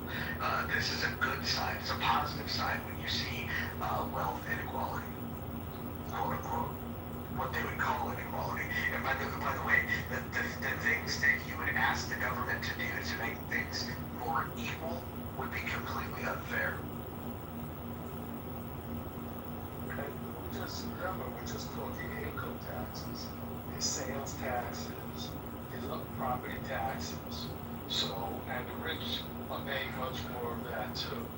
So, I kind of agree with you on income taxes. We've gone through this before. I like your analysis. Having skin in the game. Nobody likes to pay taxes. So there's. Oh, I'm sorry, Jules. Go ahead. Go ahead. The people that earn less than like the poverty line, people underneath the poverty line, you still think they should pay taxes? Well, the answer should be yes, because they're receiving benefits regardless.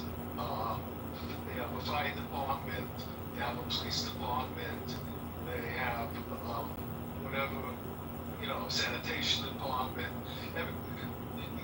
They should chip in for that. They're getting the benefits for that too.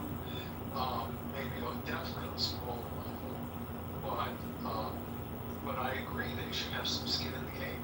They're gonna vote, and when people vote out in a lower income bracket, they're gonna vote for someone who says, no, you don't have to pay taxes. In fact, we're refundable credit.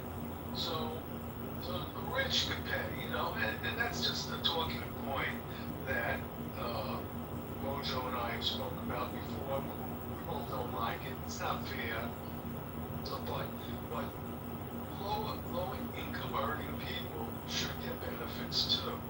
And of course the benefits are going to exceed what taxes they do pay, but they should pay taxes. Does that make sense? I mean, this is a society that's benefiting from monies the government spends that we contribute to. So everybody should pay their fair share of taxes. Okay. I'd like to see us implement Milton Friedman's negative income tax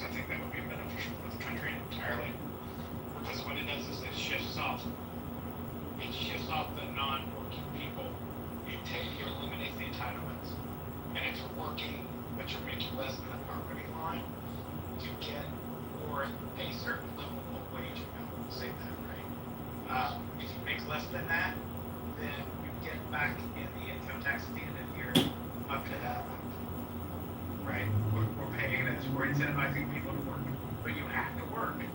You have to do 40 hours, and if your job is paying you too little to make up to that point, the government subsidizes that, but no entitlements. They're all gone, right?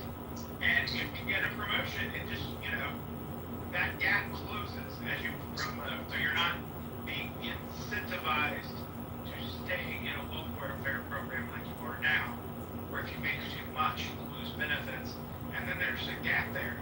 It just slowly phases out until you make over that amount, and then you're just slowly moving up the food chain as you normally would. It incentivizes people to work.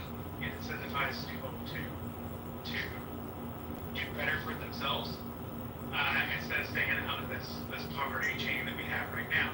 Now, there's one downside to it that needs to be worked out.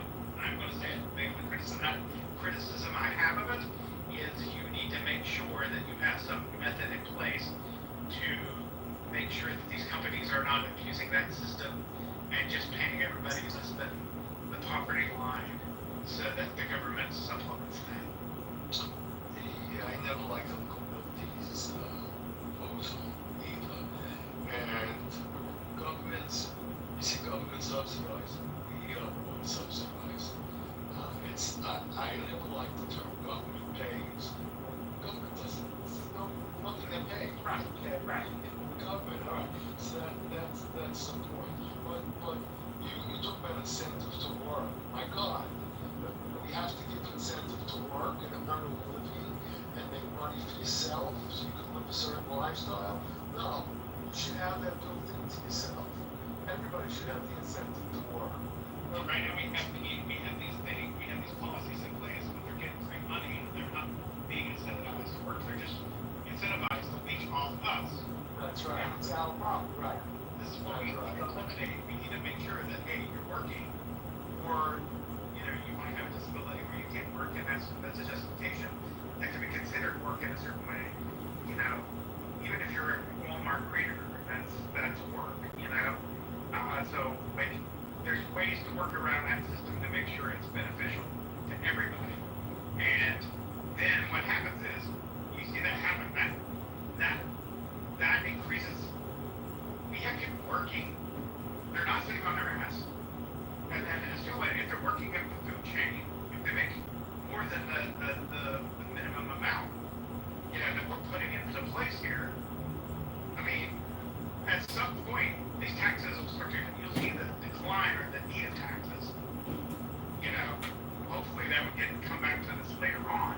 But you're seeing your money is now being spent for more things that you want it to be spent for, and less of these individuals that are being lazy asses.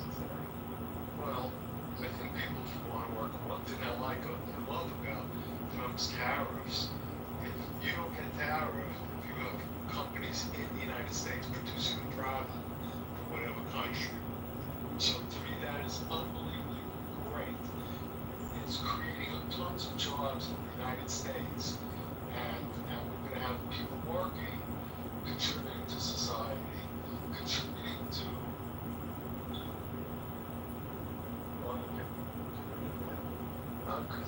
society, and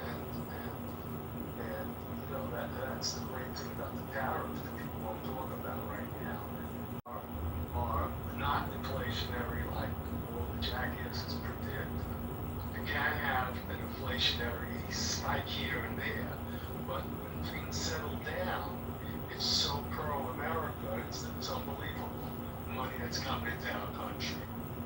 And so far I like it, and it's gonna bring jobs, it's gonna allow us to compete in other countries, it's gonna benefit, it's really gonna benefit the world.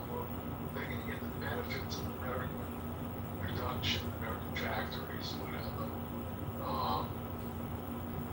trust Trump. I mean, the way he looks at things economically, and today, I think if Trump's going to try to pull off. I'm surprised you guys aren't talking about today what Trump's trying to pull off. He will become one of the greatest presidents in our history, undeniable, if he can get a peace agreement between these two crazy countries, these two crazy people who favor war, and well, maybe it's just one. But if Trump could get an agreement there, and he's so smart, his agreement is not going to only be stop fighting. It's going to be how to divvy up the profits. That's what Trump does. He's gonna give a sweetener to Putin, which in a way I'm not crazy about, but I want peace because that's like rewarding the person who's a maniac. But in the long run, it's going to have to stop. He can't keep this up. So Trump, in short, I know I'm talking a lot. He's really an economic president. He has economic genius in him. He's a brilliant guy. People who hate him will say he's not. But, I was involved in international taxes. There were some very complex areas I dealt in. I'm not going to get into it. But I heard Trump making a speech about it one day. I'm going, how the fuck did he know this? How did he, he just knew certain things that nobody knows. Certainly Biden did. Obama had intelligence, but he didn't. And the Bushes. Trump is really an unbelievable economic genius. And when you get involved globally, he looks for deals that other people come out saying, hey, we gained also. And, getting peace, getting economic prosperity in the world, not only in the United States, is what he's shooting for. And I don't think there's anybody on the planet that can do what he's doing. And I hope he just broke his peace. All right, I think I spoke enough. Hey Marshall, how you doing, buddy? Good, Jules. Good to see you, man. Good to see you too. What do you say? Signs an agreement or agrees with the ceasefire today? Or what do you think? I think Putin is going to tell everyone he's going to continue to take the Donbass. I don't think he can do that up, so we'll see. So that means he's not going to agree to a ceasefire right now. Yeah, I don't think he's going to agree now. Yeah, I think Putin called for this meeting, so he has to call for the meeting and has to give something when you call for a meeting. I don't know if it's going to be enough, but there's some sweetness in it that Trump, like I said, that Trump's going to give him economically, and Russia needs it right now. They're a one-product country, and with Trump's third-party tariffs, that's going to kill him. That's going to really hurt. So he has to come to the table and realize he got to get what he can get, and then his economy could flourish. But you got to realize this. I know he's a maniac, so I don't know if he's going to. I think I'm 50-50 on this. I don't know. I would love the ceasefire for starters, and then get into the nitty-gritty. But that's step one.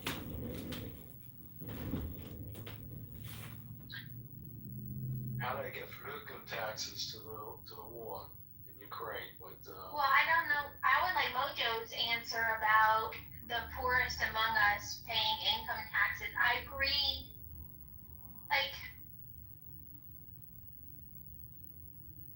I really did like the item in the Big Beautiful Bill that able-bodied adults from this age to this age who didn't have children should have 80 hours a month of some kind of work, charity work, volunteer work. I liked that. I thought that was good. Can someone tell me why an able-bodied person couldn't or shouldn't be required to do that? They should work, you're right, but isn't it preferable for them to work on their own, that they want to work? I don't like the government forcing someone to work, but then again, I don't like the government paying someone not to work. So I have to lean on the side that you're saying that they should work if they're capable, yes. They're not saying they have to work in a coal mine. They're not saying they have to work picking up trash or cleaning out sewers. They're not they have incredible flexibility about where and when they work during the month. So I'm struggling to find a downside, and I haven't heard an argument yet where able-bodied adults who are living on government assistance can't give back to the community in some form or function. The way you put it, you're 100% right. You can't be wrong the way you put it. Oh, that's scary, Jules. I'm sure there's a hole somewhere. No, you're asking for where the hole is, but I love the way you put it. You not only have a good voice, you have a common sense good voice. You're right. You contribute to society. We are a society. People are taxed too much now. We're giving more than we should be giving from our taxes, and we're not getting the benefits that we should be getting. I'm not gonna lie though, Jules. I have, some girlfriends who have multiple kids, right? Not multiple baby daddies. They're actually I know women who are, two parents are in a household, 4 or 5 kids, right? And these moms, man, the shit they do throughout the day blows my mind. I don't think I saw her sit down once from when she dropped her kids off at school, because she also has I think a 6-month-old baby, my little nephew. And I think, for some it's very hard to volunteer those extra 5 hours throughout the day. When your kids are at school, you're cleaning the house, you're making dinner, you're doing the laundry. So sometimes it is a little difficult for, both people in the household to give those hours. Because, the dad's working and she's at home taking care of the house. So I feel like, it'll be a little hard when it comes to, people with bigger families or more kids. Wait, I'm going to ask Monica something really quickly. Sorry, Jules, I'll make this really quick. Monica, Okay, are you asking about able-bodied Americans who collect benefits from the government? Yeah, that's what I understood. People were saying, oh, they cut Medicaid, they cut Medicare, they cut. And from what I understood is they added requirements for those. And look, now I didn't do a deep dive. I was busy. I was distracted with a myriad of other things, likely Sydney Sweeney and blue jeans, but so irrelevant, fluffy things. But but here's my thing though, really quick, just to kind of, vibe with you on this. Here's my take on it. If they're able-bodied, meaning they're able to work, right? They have no medical reason or disability that prevents them from working. So they're able to work, yet they're collecting benefits from the government. And you're asking, why don't they give back to the community? And I'm thinking to myself, if these people don't even want, if they're unwilling to do for themselves, meaning just go out and get a job, right, without depending on government assistance, why would they help the community? They can't even do for themselves. That's how I look at it. I should say they can't. They're unwilling to do for themselves. They would rather have somebody take care of them, i.e. daddy government. And so I'm not sure that these people have the mindset to be motivated or inspired to give back or help their community. You see what I'm saying? I feel like there might be a little selfishness there. Like they feel they're entitled entitled That to the should change, government. I think. Yeah. Let me just jump in quickly. Pockets was talking about a married woman with children or a woman working with children.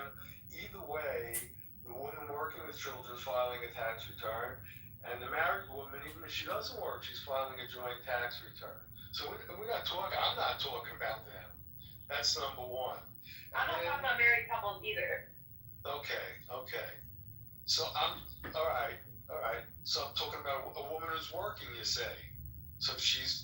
No, I'm talking about a woman with Medicaid. They're gonna, the requirements they have for Medicaid now is that you have to put in 20 hours of work or volunteer work throughout the week to qualify for Medicaid if you're willing and able bodied.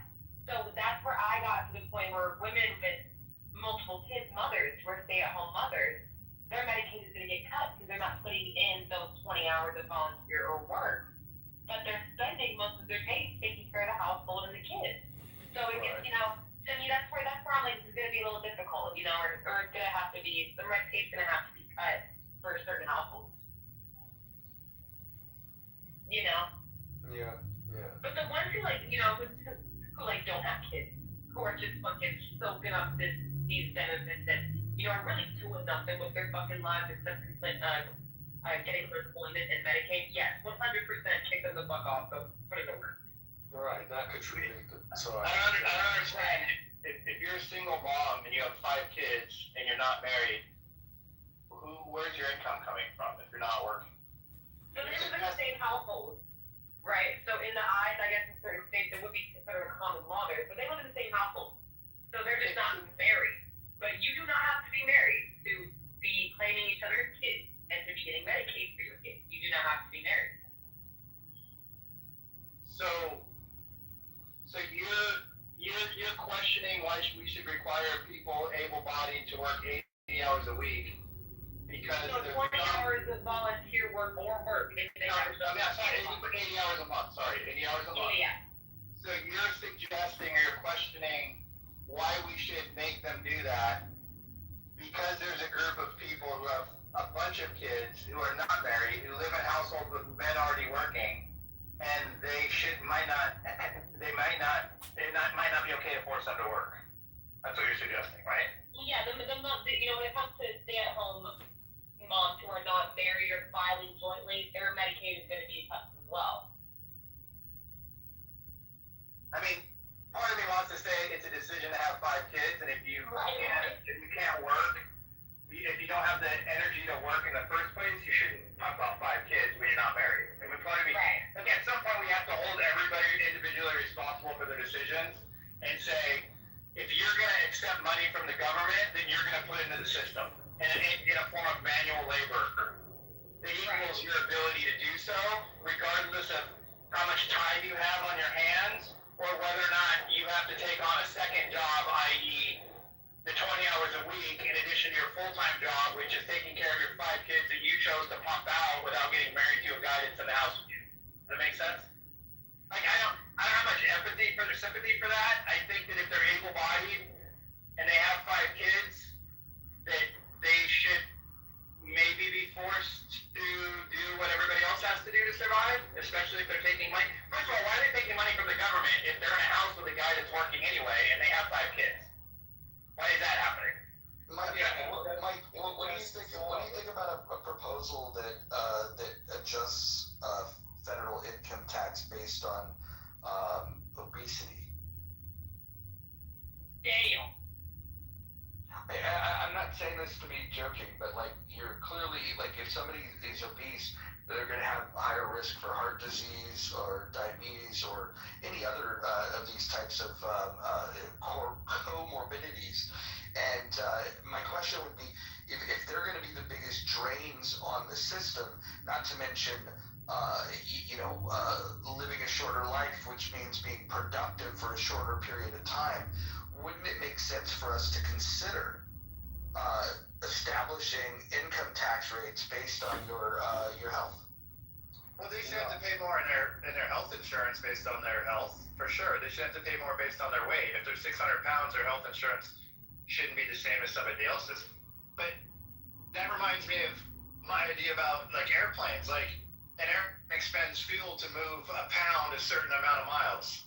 So if you weigh 600 pounds, you instead of buying 2 seats, you should just get charged by the pound. So you just step on a scale, and they see how much you weigh, and then they calculate that based on the fuel, and then that's what you pay for your flight. I mean, let's put them up against that too. Like realistically, yeah. I mean, I thought about that a long time ago. And I'm like, nobody would want to do it, but I don't really give a fuck. They weigh my luggage. Why does 10 pounds make a difference on my luggage if the chick next to me weighs 360 pounds? So what should happen is you and your luggage should get on the scale, yes. And then the total is how they should do it. 100%. That way, if I want an 80-pound bag, I can pay the 30 pounds for that, but I don't have to pay for my weight. This way, what if they just said, okay, you've got a 250-pound limit, right? And let's say you weigh 250 pounds, and let's say you have a 30-pound bag. Well, then you got to pay for the 30-pound bag. But if you weighed 150, right? If you weighed 150, you could bring a 100-pound bag and still meet the 250. 100%. Yep, and then you don't have to worry about making them buy 2 seats. Like if they pay twice or 3 times as much as a normal person, they get the amount of seats they need to fit their fat ass in. Say, like, if it's 2, then it's 2, but it's not 2 because a fat person buys 2. It's 2 because the person weighs enough. And because the shape of the person requires the 2, but they're going to pay for it anyway because they're being charged what they weigh. You know what I would do? I would come out of retirement and work at the airport and just be the person at the line that, like, where you could just make a visual observation, where you could just say, okay, you guys are fine, you could go in through this entrance, and then if the people that look like them and their bag might be more than 250, then you put them through the scale line. Exactly, yeah. Like, it's basically it'll basically be a fat line and a regular line, but we won't call it that. We'll just base it on the 250 pounds. And then some people, their weight is distributed differently, so I think we should weigh all women. Well, I think it would be great that I think it would be fair to weigh everybody, because usually men who are tall and have a lot of muscle mass walking around the world have a lot more privilege. You just do. Have you ever noticed women with big titties, that they're just heavier than women with small titties? So would you be offended if you had to pay more money than the lady who's sitting next to you? No, look, if I flew to a toy convention and then I flew back and my bags were filled with toys that I purchased, I should have to pay for that. I agree. Yeah, I mean, there's nothing inherently unfair about getting on a scale with your luggage and paying based on what you weigh. That seems completely fair. To be honest. Yeah, and the reason, Mike, you already said it, the reason is because the airline itself has to adjust fuel costs based on the weight, which is the reason they charge you for the bags. Right, but they try to, yes, exactly. And there's this whole, and they've already tried to make 2 fat people buy 2 seats, and that always becomes an issue. They always resist, or they say it's prejudice or whatever. This would solve it. It's like, yeah, I mean, you're wide, you need 2 seats, but you also weigh 600 pounds, and your ticket is 3 times more than the 200-pound guy. So you get 2 seats. Not 3.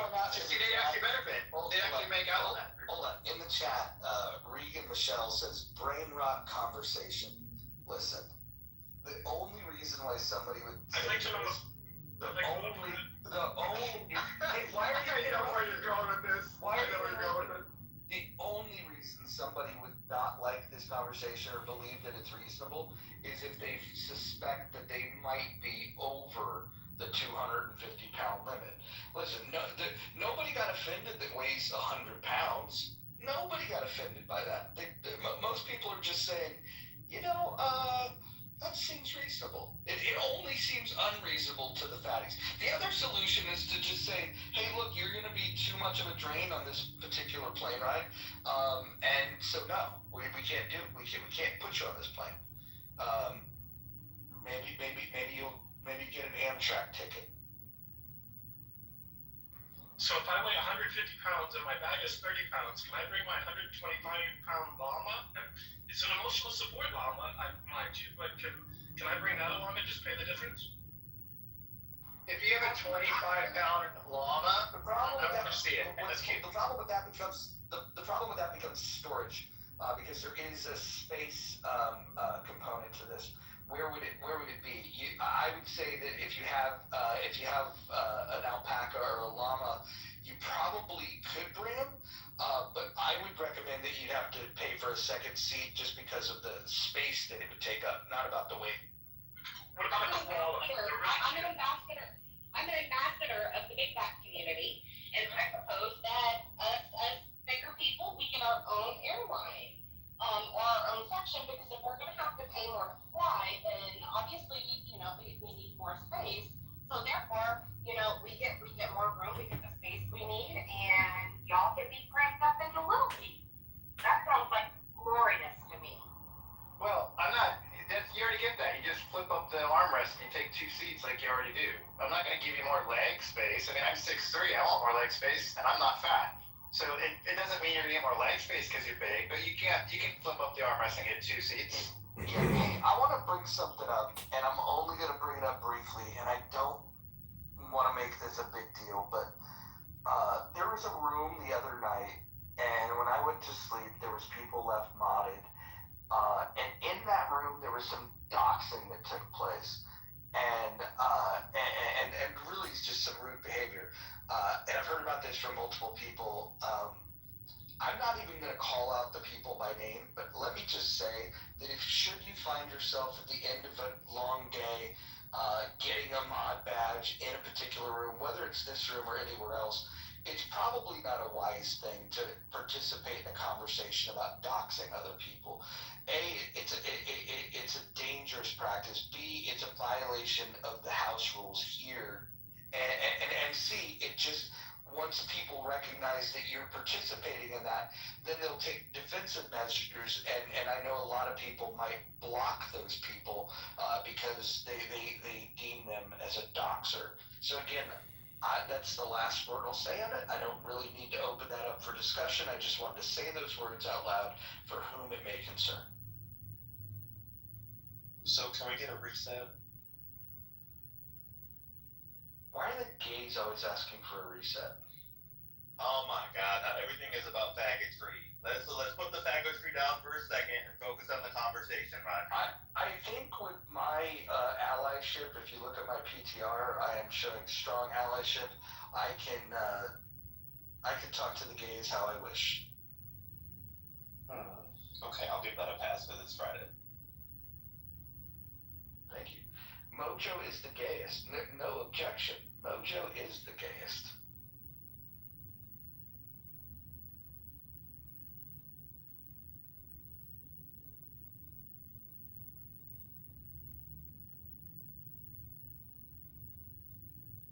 So I got a little campaign update. This is kind of an interesting exercise. If you ask Grok to identify the top 25 profiles in, say, Rockford and Peoria, Illinois, that are politically conservative or active or might be interested in supporting the campaign to elect candidate Congressman John Kitover, so it identifies all the profiles. Now I'm following up in the Grok reply, tagging them and asking all these individuals who are geographically located if they'd be interested in signing a petition to elect fiscal conservative John Kitover. So this is one quick way how to find voters in the 16th district.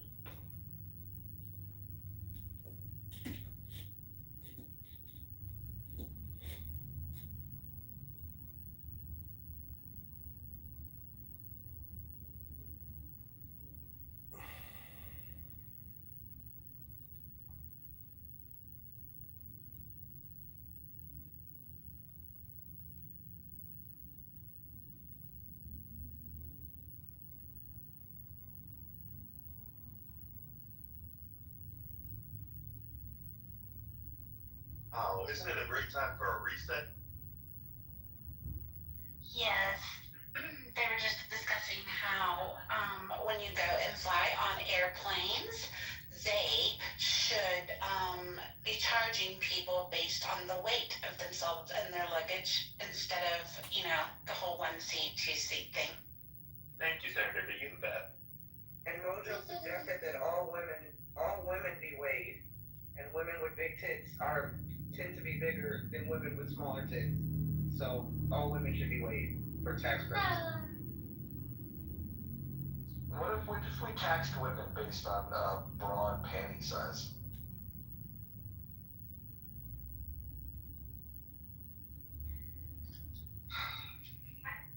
I would definitely get those puppies cut off.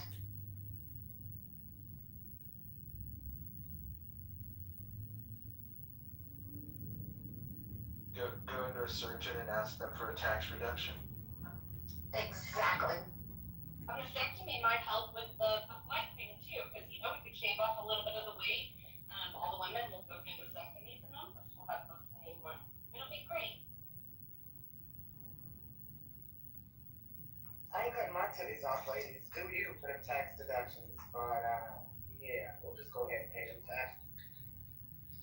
Well, maybe you could get a tax sponsor if you think that you could get with a guy that likes them big old titties and just have him sponsor your tax. I was thinking that, but I didn't want to say it to sound whorish, but that's exactly what I was thinking. Mm-hmm. Maybe I cut out, but I like how everyone assumes smaller titties means less tax. I think it should be more. Well, no, we're trying to tax by the pound, and I think the easiest way to assess that would be on boob size. I mean, it's unnecessary fat kept in the upper region. Anything more than a mouthful is a waste.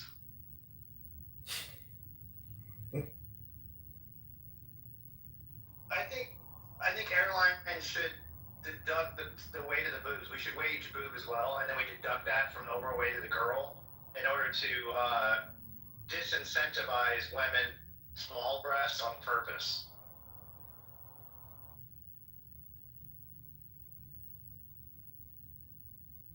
Like, we don't want women getting breast reductions just so they get cheap fights.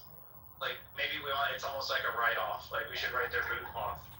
Or what if you're a big girl and you get a special where you can bring your flat-chested friend and flat-chested women fly free, kind of like the bags. Yes, yeah, I like that. You know what? Coming from the chairman of the itty bitty titty committee, I support everything you guys said. I think might be cultural, because I feel like men of color want some titties in their life. And no disrespect to the white dudes, but yeah, y'all tend to like them real slim and no titties, no ass, no thighs. So yeah, I guess it makes sense. So now don't go into a room with some black dudes. They would disagree. But now here's the thing: the people that like big titties and small, tight little pussies, it's because they have big mouths and tiny penises. Like if you have a big penis, you probably don't want that. Yeah, I was gonna say something, but it's kind of foul and explicit. So yeah. It's Friday. We'll allow it. Yeah, I can't even say it because it's okay. The guys packing, generally not all, they want some titties, because then you can do things with them titties. You can motorboat, you can titty fuck. You know what I'm saying? So yeah, shout out to the guys that like titties.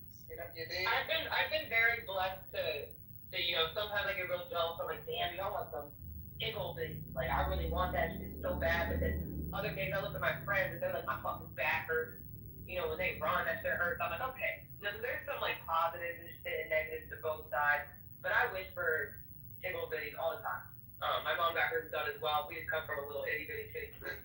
Well, what about us mid-tier cocks? Like, where do we fit into this whole thing? Like, we're not like, like Asian deficient cock size, and we don't have the brother man tubu-coo problems. Like, what about those that are just, we're like the Goldilocks of cocks. We're just right. Listen, as long as a man knows what to do with his cock, it's all good. The size really doesn't matter. As long as he just knows how to work it out, and he's creative with it, yeah, that's all that really matters. But if some titties, if a little extra titty meat scares him, I don't know. That sounds like, he might have to work on that. And I would encourage that guy to stay with the itty bitty titty committee. Don't deal with the big titty girls. So we need to have this conversation, right? So, because there's fat girls and then there's thick girls, and some people get confused on what a fat girl and what a thick girl are. And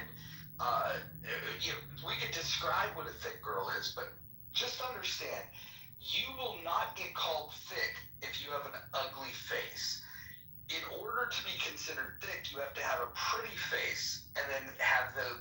dimensions that people might say is thick. But if you're ugly and you have that same frame, same exact frame, people are just going to say you're fat. And so the line oftentimes between thick and fat has to do with how pretty their face is. I don't think I'll argue that. I hadn't really thought about that. That's something to think about, things that make you go, But I suppose so. From a man's point of view. And if I were a lesbian, I suppose I would look for pretty face girls if she was a little bit on the chunkier side. Yeah, she would have to have a cute face. Yeah, I think I agree with that. I think I know a lot of big ugly people, so I would disagree. Yeah, but you got, but honestly, I think thickness makes girls prettier. Wait, hold on. And Kima, your vote really doesn't matter here because you are not very picky when it comes to women. You've went and had 11 children with 17 women. Like this is like it's a feat that nobody would math. Yeah, how does that mean I'm not picky? I'm confused. You'll fuck anything. Is my point.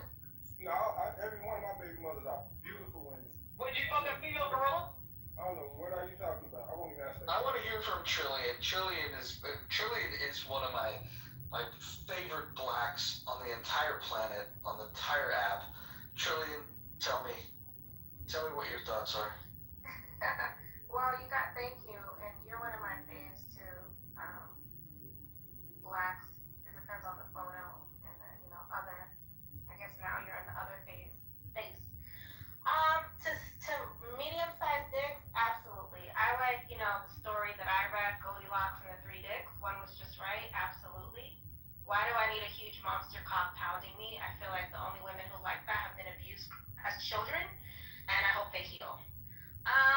As far as being thick, I'll be honest, I don't like being thick. PTR a picture of my body for reference, because I notice it attracts a lot of poor black men, and I don't care how that sounds. I don't want poor black men looking at me, because they think I have snacks and food, and I'm cooking home-cooked meals. Can't make this shit up. It's so funny. But hold on. Yeah. Somebody read rule number 7 to Trillian. No use of the N or K word. I don't know what the K one is, but there's still time for me to figure it out. That's fine. But anyway, I've been working out though, I will say. So I've lost 30 pounds. I feel like I want to lose 60 more. Get it, girl. One of the best ways to lose weight is to shake that thing. So I also second Trillian. I think that there is a certain point in penis size where it's just too much. Like I had this guy come over, he had a 10-inch dick, and I was trying to suck his 10-inch dick, and my jaw for 3 days hurt like a bitch. Like that was not a fun experience for me. I'm never doing that shit again. If I see another 10-inch dick, I'm sending it home because this not going anywhere near me.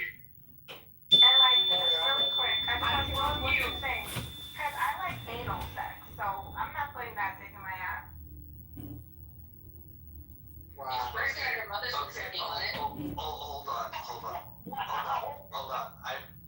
I'm gonna unfollow you just so I can refollow you for that comment.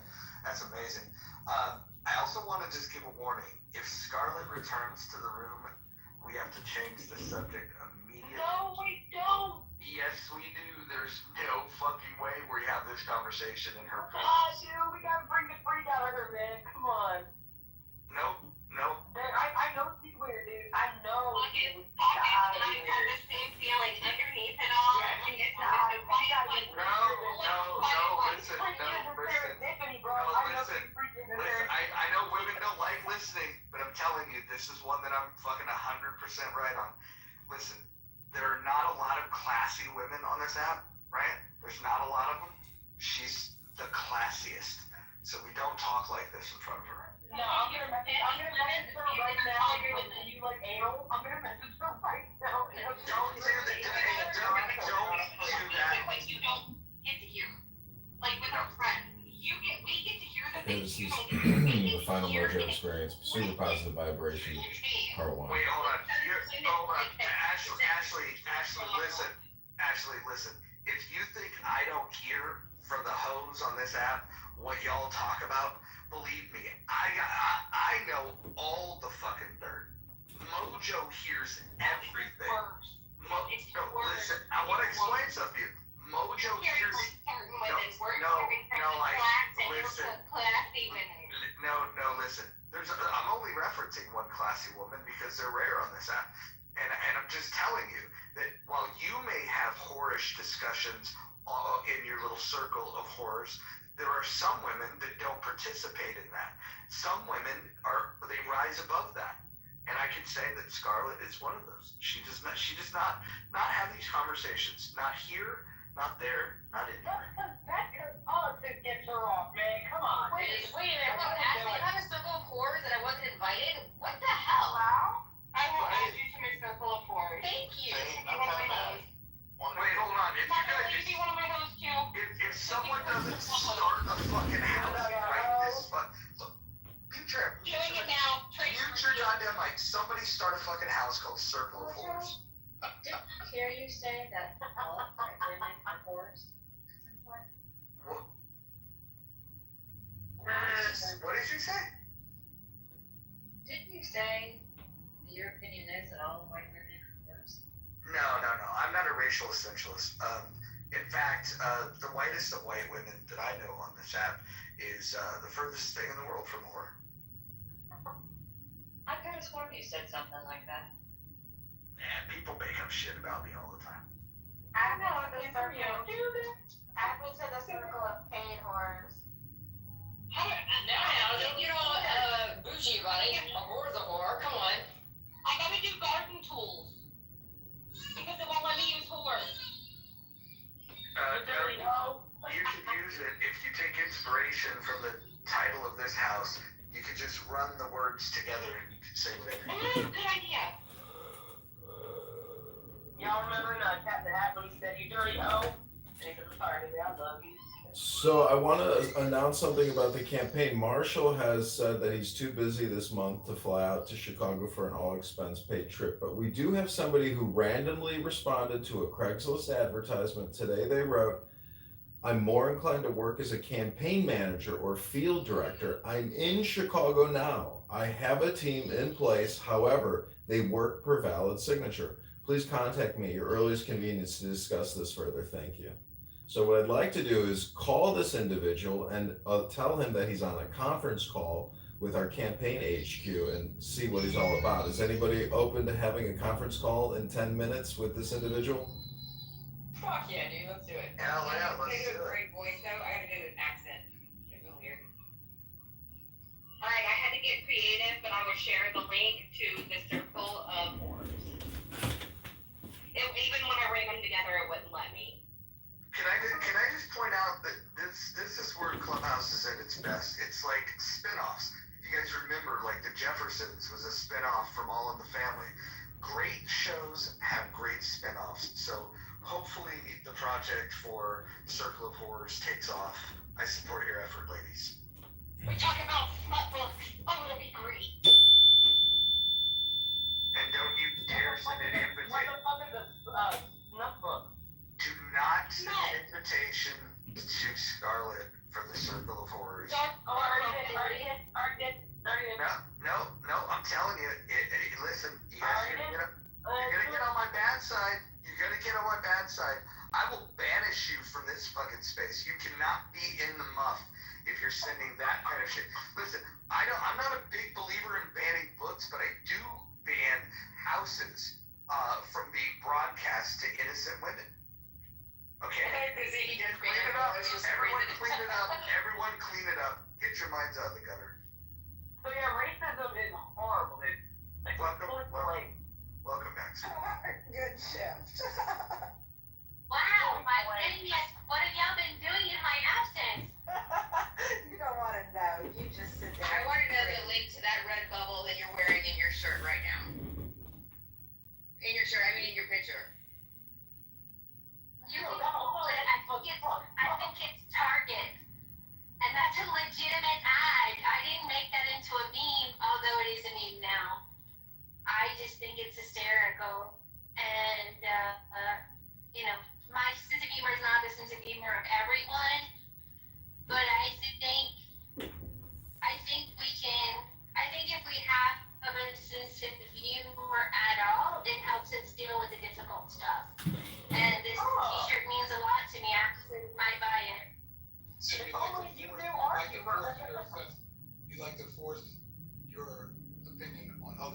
would you like to do?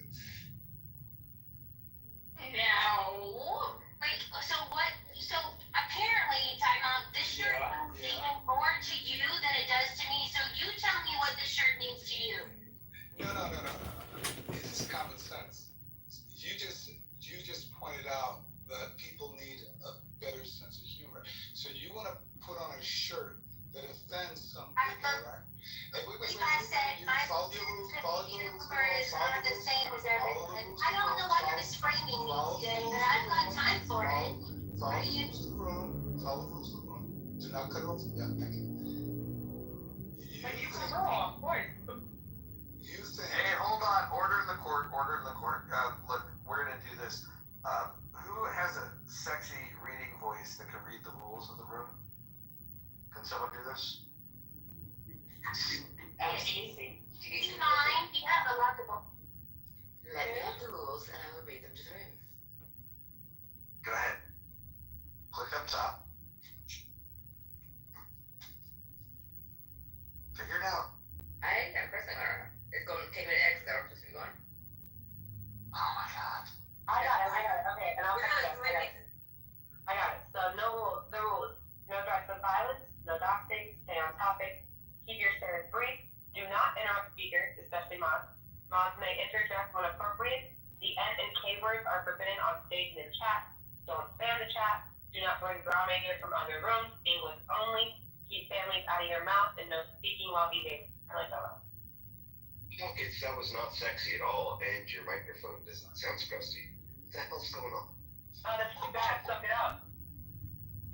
You used to have like a really clean microphone. What happened to it? Yeah, I dropped it and it broke, so you gotta deal with it. Put your cash app on it, maybe. Sean, you don't have a fucking speaking role here. Pockets, would you consider doing us the favor? Would you consider Pockets doing the favor of singing the rules to us in a recording that we could play? Because your singing voice is so lovely too. That I think would be awesome. Personally, I don't know how Mojo would feel about it, but I think it would be lovely. Now I see why people don't like you, Scarlett. Well, hold on. If Scarlett thinks it would be lovely, then I think it would be lovely. I'd like to get back to a Timeout's question about her shirt and the ad, and what's the message behind that ad? That the model loves being a black woman. What's the matter with that? Does she look black to you? Are you gonna judge her lived experience, sir? Yeah. Like, what's Okay. your problem? So you're just gonna be disingenuous and sarcastic? Got it. Done. It's very small of you, Scarlett, to find joy in, well, a lot of people do that, right? But most of the people who do that are very small, tiny people. And if that's okay, Just say you hate black women. That's all. You hate black women. That's fine. You can hate black women if you want. If you want to hate black women, you can. I won't. I told her she's passive aggressive racist. She's a very strange girl. And Mo, that's your figure of affection. It means you're very strange too, Mo. Well, hopefully opposites attract, right? So that means Mo actually is a little bit more mentally well balanced. Hopefully opposites. No, that's his blind spot. Wait, hold on. Listen. I think this is probably uncomfortable for certain people in this room, and I don't want anyone to feel uncomfortable, especially the purest women on this entire app. So, can we just move on with the conversation? Let's center this conversation around ideas and not around people. How about that? Well, let me just say this. I enjoy interacting in the room. I enjoy your humor. But like Pepe, Scarlett really thrives on attention because she's insecure, right? So I disagree, but go ahead. You can disagree all you like. I'm talking about the way I think. And she's your lover. She's the person that is this. Nope. She's not my lover. You're in love. It's a friendship based on respect and admiration. Okay, so I'm not coming to the room anymore because I'm not. So this is the offer that I'm gonna make to Mojo and only Mojo. Mojo, in the spirit of winning friends and influencing people, I, for now, will offer to change my, oh my gosh, so nasty, foul, and racist that I love being a black woman shirt. No. Don't change it. Just for you, sir. No. Do not change that shirt, sweetheart. I don't force any of my opinions on anybody. Like you. I don't think you understand that I'm not doing it for you. I would do it for the room and Mojo only. No, I don't care what you think, little person. I don't care. He's not processing, is he? He's not connecting the dots. No, he feels attacked, and it's hilarious, Brenda. Like, he feels oppressed. It's just amazing. So, Mo, it's been I nice. think it's pathetic, Hawkins, if you think it's hilarious, but go ahead, Tom, I'm sorry. Here's the thing, I don't think, I fail to see why Mo, a man of color, I don't understand why a man Mo, it's been would fun. feel some way. It's It's very, been very fun. strange. How you don't understand that? Nah, you want to say something because I'm racist. No, don't leave, Tom. I'm serious. No, I'm never coming back to the fucking room. Never. And when I say never. Wait, hold on, one mic, time off, don't leave yet, hold on. Hakima, what'd you say? Hakima, what I said was, Go ahead, I'm sorry. I don't know if your comment was directed towards me, but what I was saying is, I don't understand why there might be some confusion among anyone in the room or on the stage, why a man of color would feel some way about the shirt. Oh, okay. That's what I said. I thought you was questioning like you still something. So now the reason being is she particularly does this so she can do her passive aggressive racism and her passive aggressive bullshit, and it's an ongoing pattern with Monica. It's an ongoing pattern with cunts like that, and so if people have the ability to call it out, and it's fine, and then she's the victim immediately, and she gets people like that think they want to cover for her, and in reality, Monica's not a decent person. The world would be better off with. I have an ISO with Nye after Brad. So I again, like you see how she gets. Brad's gonna set like an ISO. Brad, I'm leaving. Mo, it's been lovely. Nye, I'll talk to you. It's great to see you. Please keep it up. I hate that he left, I really hate it. He's really one of the nicest people in his app. I mean, that's So Nye, can I have an ISO with you? Shout out to Hillary. What's up, girl? I'm asking you for an ISO conversation with Nye. Do y'all know the clubhouse lingo what ISO means? I don't. So I was like listening to it. At first they said eyesore. So maybe if you mute up, I could explain it and then if she's interested or not. Hey, the next person that interrupts when Scarlett's talking is gonna get moved to the audience. This is getting ridiculous. Read the fucking rules. Alright, Nye, do you consent? Okay, thank you, because this is very important to me. Nye, when you see my PTR, what are your first thoughts and your first emotion? Well, my first thoughts are it's Monica, so she's likely trolling. Number two, I think it's a bad marketing ad because they put a white woman in the shirt. So maybe the company is trolling us as well. And number three, where's the link so I can buy the shirt? Point out. Yeah, so I love and appreciate all of that. All of it. So if you're not offended, and you're like, to be clear, and I want you to be totally honest with me, are you offended that I have this shirt as my PTR? I don't know that I'm offended, but I honestly think that you're just being a troll. So I've come to understand that Monica trolls a lot. She does things for attention, for conversation, so I'm used to the show that is Monica. So I don't know that I'm offended.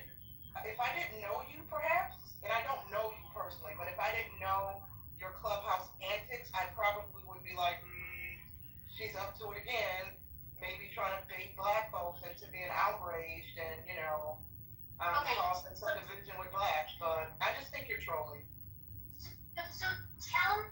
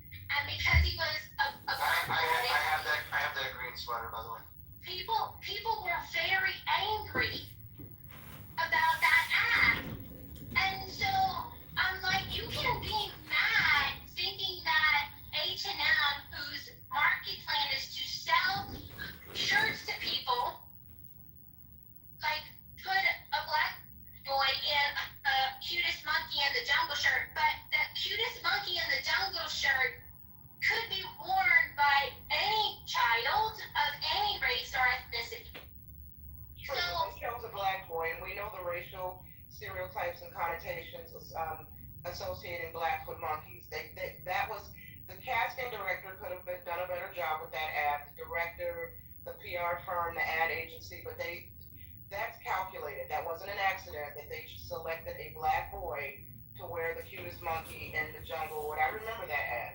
And so yeah, they don't get a pass for that.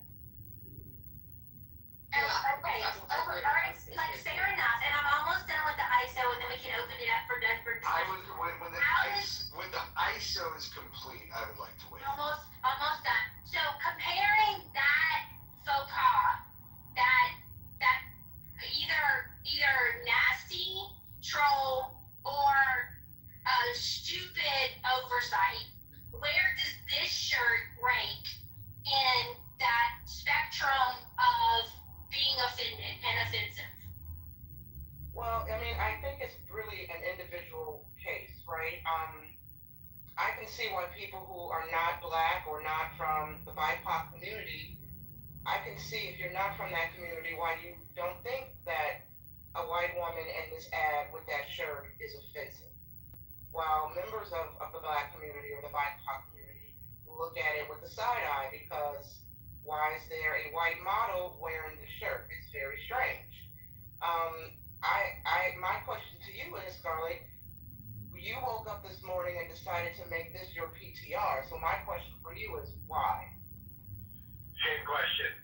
Yeah, sure. And then we can open it up for discussion because I am trying to get somewhere and I probably should be talking less while I'm doing it.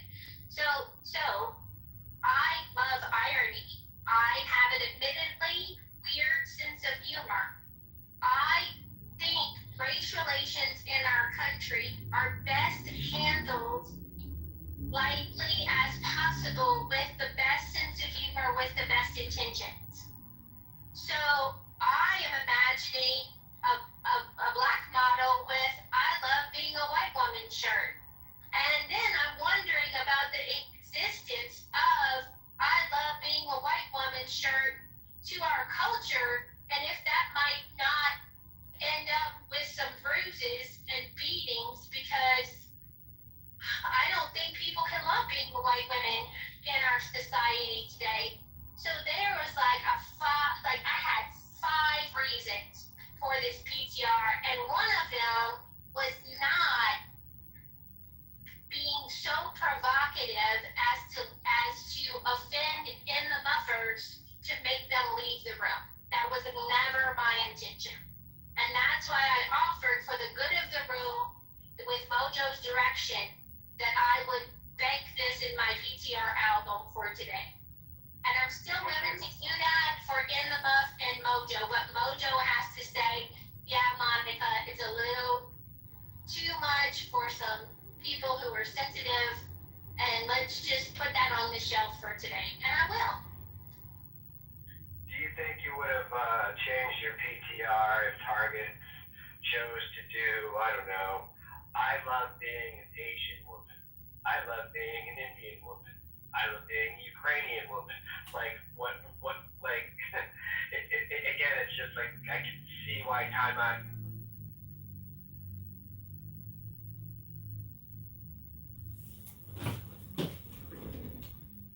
Did he go into the Matrix? Because honestly, Sounds like it. you know, I can't hear him. I just want to say that at some point, There goes crazy Monica. She's just trolling again. Oh, what a nut. She's so nutty. But yet, when you walk out, like, Monica, are you walking around, like, are you gonna, like, in real life, are you gonna walk into a black community and put on that shirt? Well, in this age of you can identify as whatever you want to identify as. You know, she has that right to walk into the black community with that shirt on and say, "I identify as a black woman." And you just shared one of the 5 reasons. Thank you, Nani. Thank you, Nani.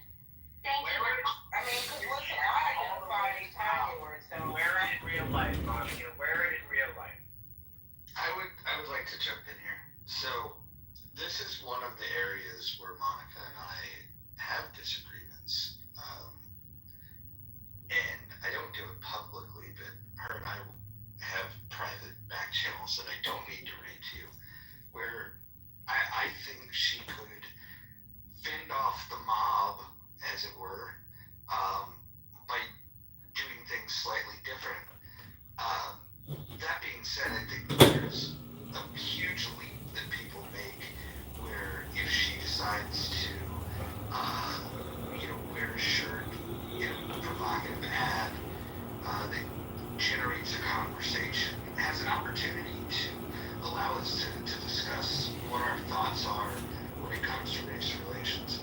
I would love to get to a point where anybody could wear that shirt and it wouldn't, inspire the thought that oh, this must be hateful, we should fight about it. That being said, I don't think we're there. I think racial tensions are still in a place where people are overly sensitive, in my opinion. And but my guidance to Monica, and she can tell you this is true, it's always been to my advice to her is to do less discussions about race because of the perception that people have that somehow she is racist. And I will put my entire reputation on the line to say that I do not believe that Monica is a racist. I don't believe that anybody has ever made that case. I also think it's fair when people say that they think that Monica's a troll, because as I've told her many times before, I think she's a benevolent troll. I don't believe that she means to harm anybody. That being said, her intentions to not harm people doesn't necessarily mean that overly sensitive people won't get offended. That will happen. And as soon as I Scott, welcome to the campaign to elect Kitover. We're here listening to Mojo pontificate about Monica. You haven't helped the campaign yet, Scott. I'm asking you, please take an active effort to help. Do an interview, do a repost, do anything. What can you do for the campaign, Scott? It's not her wearing the shirt. She thought it was funny. Sorry, Scott, what was that? Not too late. You know I live and die in here. I personally.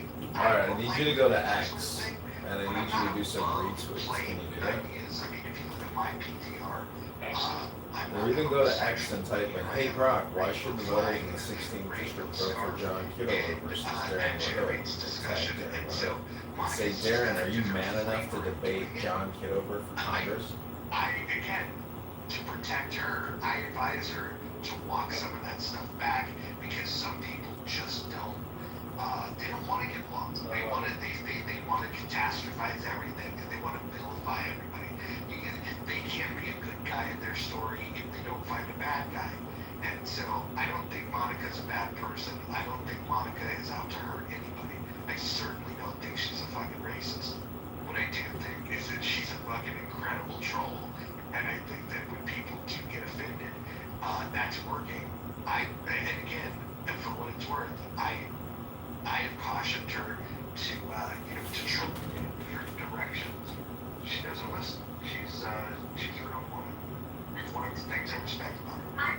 I'm sorry. So just to be an example of the double standards on Her how PTR is now women a are treated with chimpanzee greater in a red scrutiny ski than any cap other with a red population. flannel Darnell drinking a coffee. had this PTR and another one of an obese ape on his profile, and he had a little discussion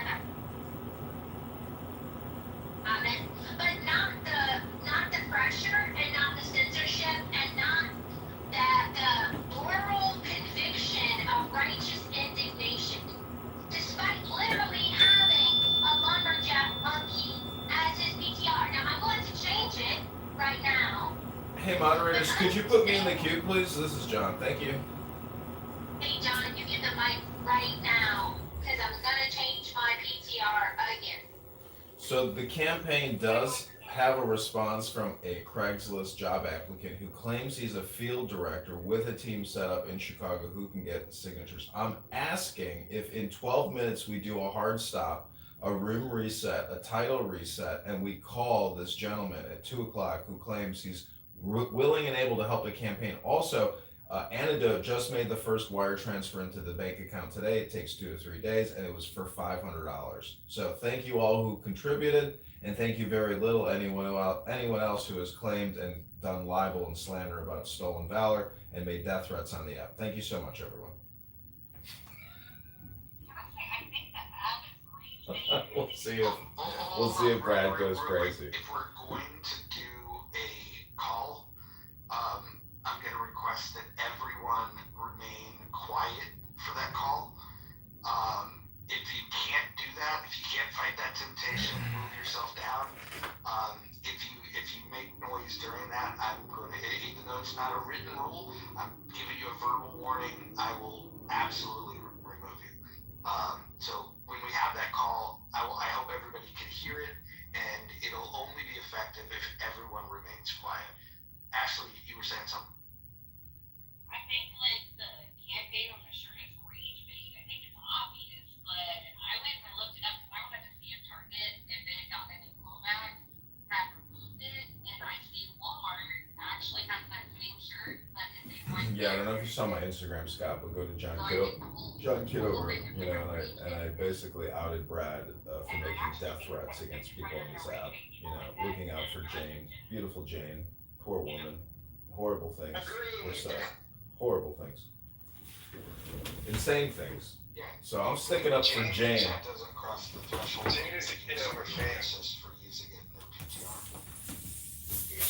I wouldn't go as far as saying it makes them a racist for using that PTR, but it's hard to ignore the bizarre magnetism and feeling so compelled, feeling so called to immediately, hours after the ad comes out, to rock that PTR. Because if Target says it's okay, then I'm not a racist. Look, just an observation, and again, for what it's worth, and the last comment I'll make.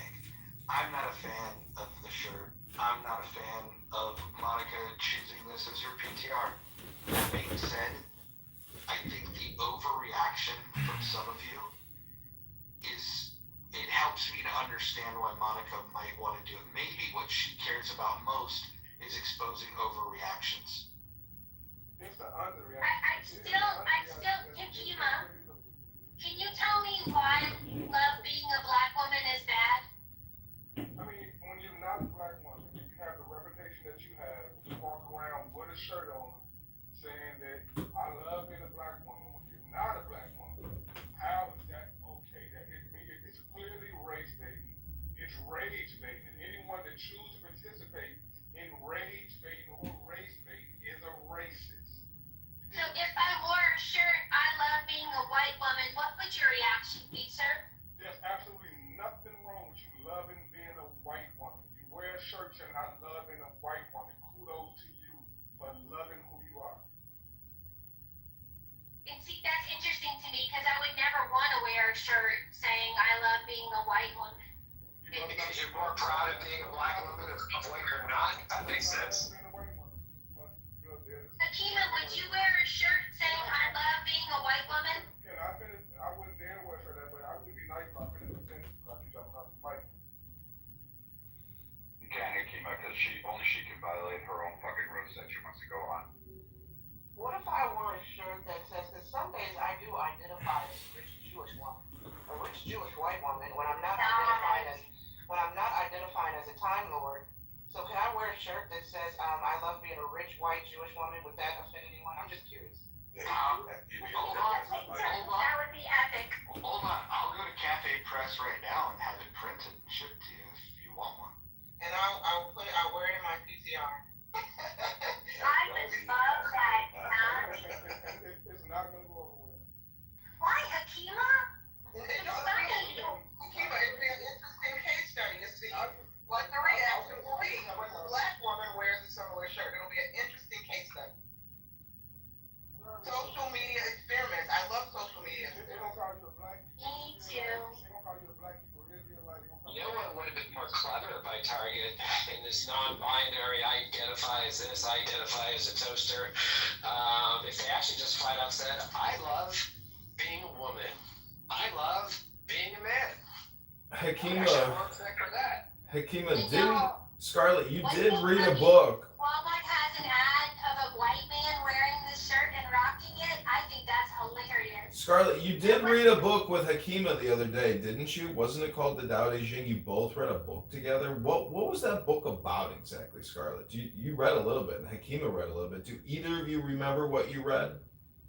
There's a phrase in there that caught my attention about that good men being models for bad men and bad men being the work of good men. Did I get that right? Scarlett, I have a better idea. Why don't I wear a shirt that says, I love being Monica? What the hell? Could I have one? I love being nice. Oh man, I want to grow up to be nice. Hey, Monica, why did you relate that phrase to race?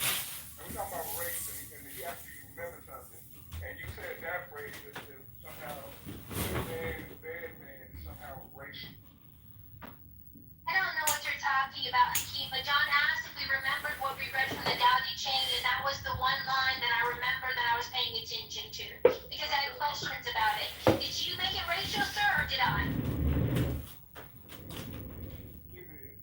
Okay, we No, got. I don't think I did, Hakeem. Ladies and gentlemen, let me interrupt your discourse here, because in 5 minutes we're going to call our field director, and I'm going to inform him that he is on our HQ conference call, and there's about 30 people listening. But you have to remember, if anybody comes off mic, he probably will not be able to hear you, and it will just sound garbled to him. So anything you think he can hear, he's not going to hear, so don't waste your time trying to interrupt a quick and short, pleasant conversation. So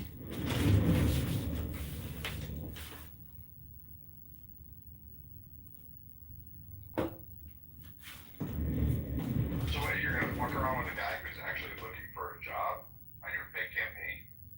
See, it's that kind of comment, Brad, that I'm worried about, that this gentleman who has responded to a Craigslist campaign, who needs money, and we have money to give him, and he wants to get signatures, you might discourage him from doing work for the campaign. So as Mojo said, if anybody interrupts, and I'm going to tell him he's on a conference call, if anybody interrupts or, causes a rude outbreak, they're going to be put to the goo, because you will be stopping the flow and, forward progress of this campaign to elect myself, John Kitover. And Brad, you can go to my Instagram account. I'm not going to bring up former drama, but I did make a post about you. I think you blocked me on Instagram. I hope you unblock me and we become friends. But you can go to John Kitover on Instagram to see some legal information involving yourself. Thank you very much. Yeah, probably not. Hey, we'll never be friends in any legal action. You can go ahead and try. I really don't care. And I've got time and attorneys to deal with shit like that. And as far as I'm concerned, some whack job on Clubhouse is not going to do very much. Again, what I have, you really are stretching. You're gonna fuck with a guy who's actually looking for a job, trying to find something, not trying to scam you. He's going out there for a job. And you're gonna fuck around with him. So at the end, are you? We're not effing around with anybody. This guy responded to a job ad. We've got $500 in the bank account, and we need signatures, Brad. Allegedly raised.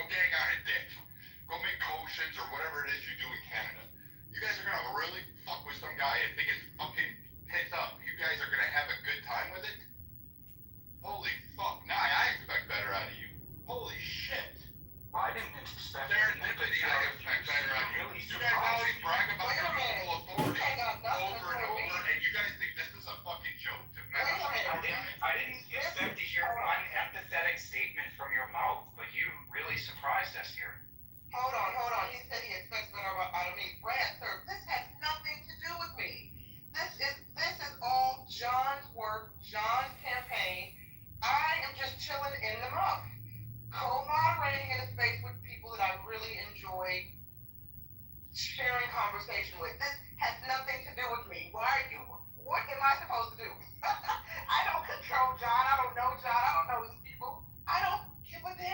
1 minute. All right, everybody, I just updated my PTR. That is Darren LaHood with Speaker Johnson. Mess with some poor guy off of fucking Craigslist who's probably out there job hounding. Because I know this. I got candidates that are lined up that are asking for work, that are sitting out there, and I have like 400 fucking candidates to go through a position that I may have two. Like, I hear their complaints. They're telling me it's rough. Scott, you see how hard it is to organize people? This guy who's fucking out there beating the pavement, who's actually looking for work and trying to find something. This is completely insane. I know, it's like dealing with people in the psych ward who are extremely aggressive. What the fuck? Like, are you like into little fucking kids? Do you want to watch a pedophile fucking do a child? Are you guys like that desperate for fucking contact? That's what you're akin to doing here. Okay, I updated my PTR to Darren LaHood, shaking hands with Speaker Johnson, and Darren LaHood is on the left. That's who we're going to defeat and remove from Congress in the 16th district.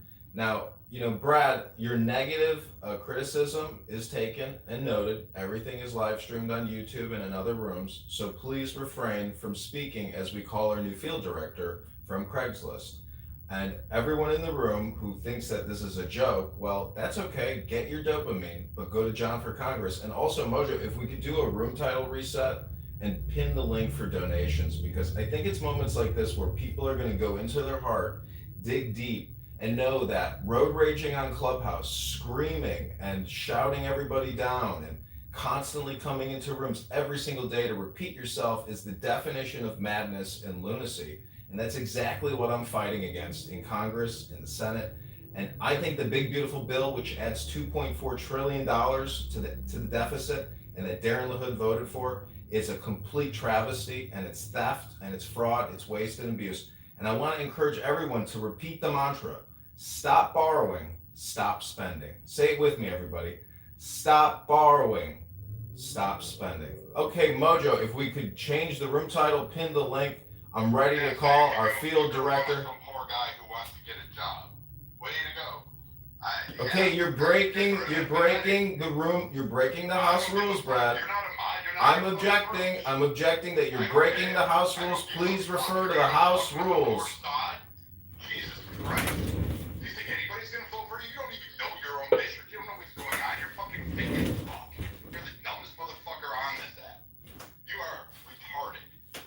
Like, shut the fuck up. You're just fucking scamming some poor guy who wants to get a job to feed his family. You don't know what he's going through. You don't know what last leg he might be on. He's answering Craigslist flags, which means he's desperate for fucking anything.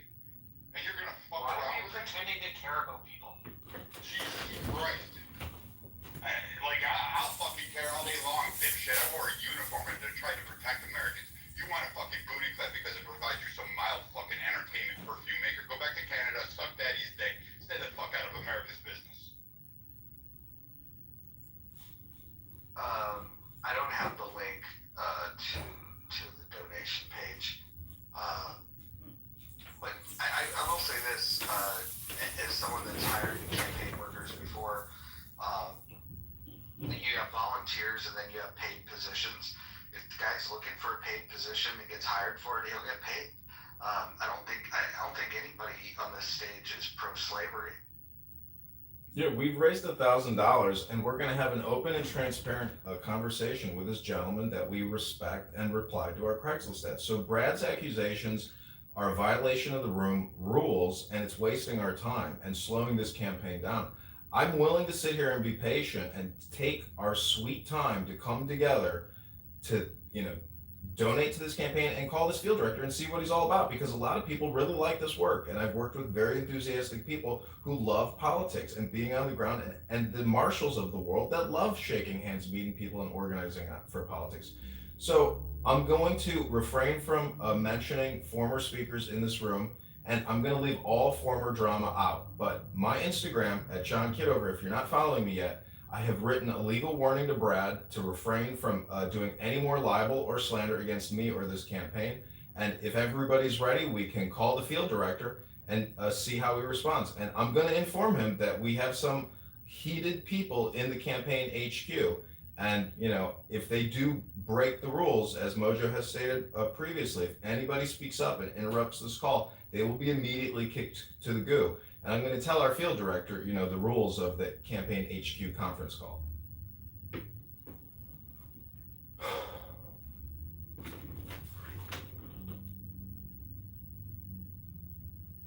Okay, I'm going to let the room simmer for just about 5 minutes, and then we're going to call the field director.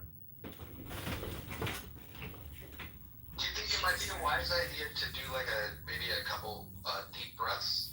If somebody can lead us to a breathing exercise, I think that might help.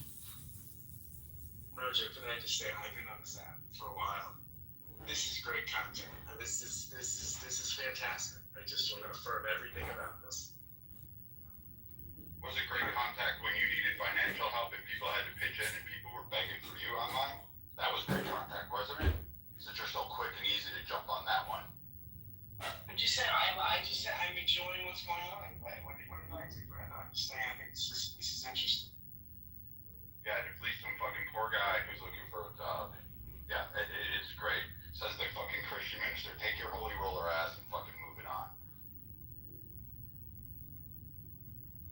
Right, what did I do?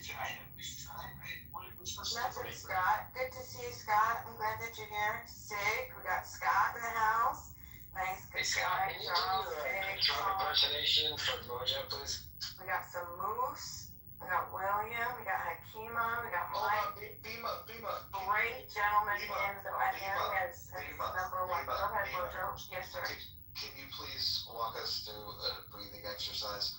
Just instruct people to take a deep breath and breathe in, breathe out. Can you do that for us? Can someone just stop her when she's breathing in and we can just see how long it takes before her evaporation? Yes, let's close our eyes. Closing eyes and take a deep breath in. Hold. And a deep breath out. Two more. Deep breath in. Hold. Deep breath out. Wrap the plastic bag around your head and then we can just be done with this and hearing your voice. And the last. Deep breath in. Hold. Deep breath out.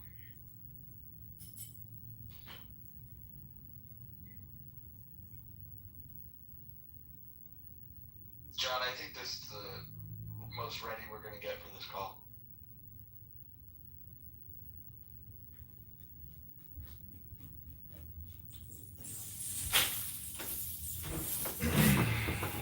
Okay, let's do the call. Remember that since nobody's so fucking happy about it, the next time you guys want fundraisers, the next time your kid needs fucking surgery or you can't pay the lights, you need mechanics, you come to me, you ask for money, you've asked for kidney transplants, you've asked for wheelchairs, you've asked for fundraisers. I'm gonna remember this, literally all of you, because you do this shit.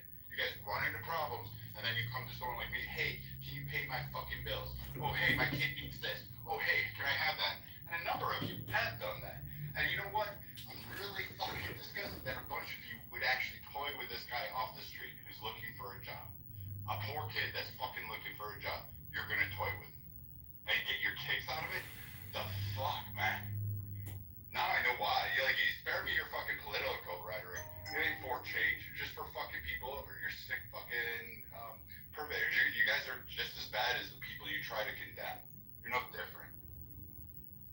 Well, what does the application, what does the job post on Craigslist actually say? Yeah, I'd be happy to share it with you if you'd like. I can put it in the chat. Maybe that's a good idea before we call him. Let me get you the Craigslist link. Please hold. Is he waiting right now for you to call him? No, he said call me at your convenience. I don't even know if he's going to pick up. I'm just saying, we're going to have to get past these road bumps before we can actually successfully conduct a campaign conference call.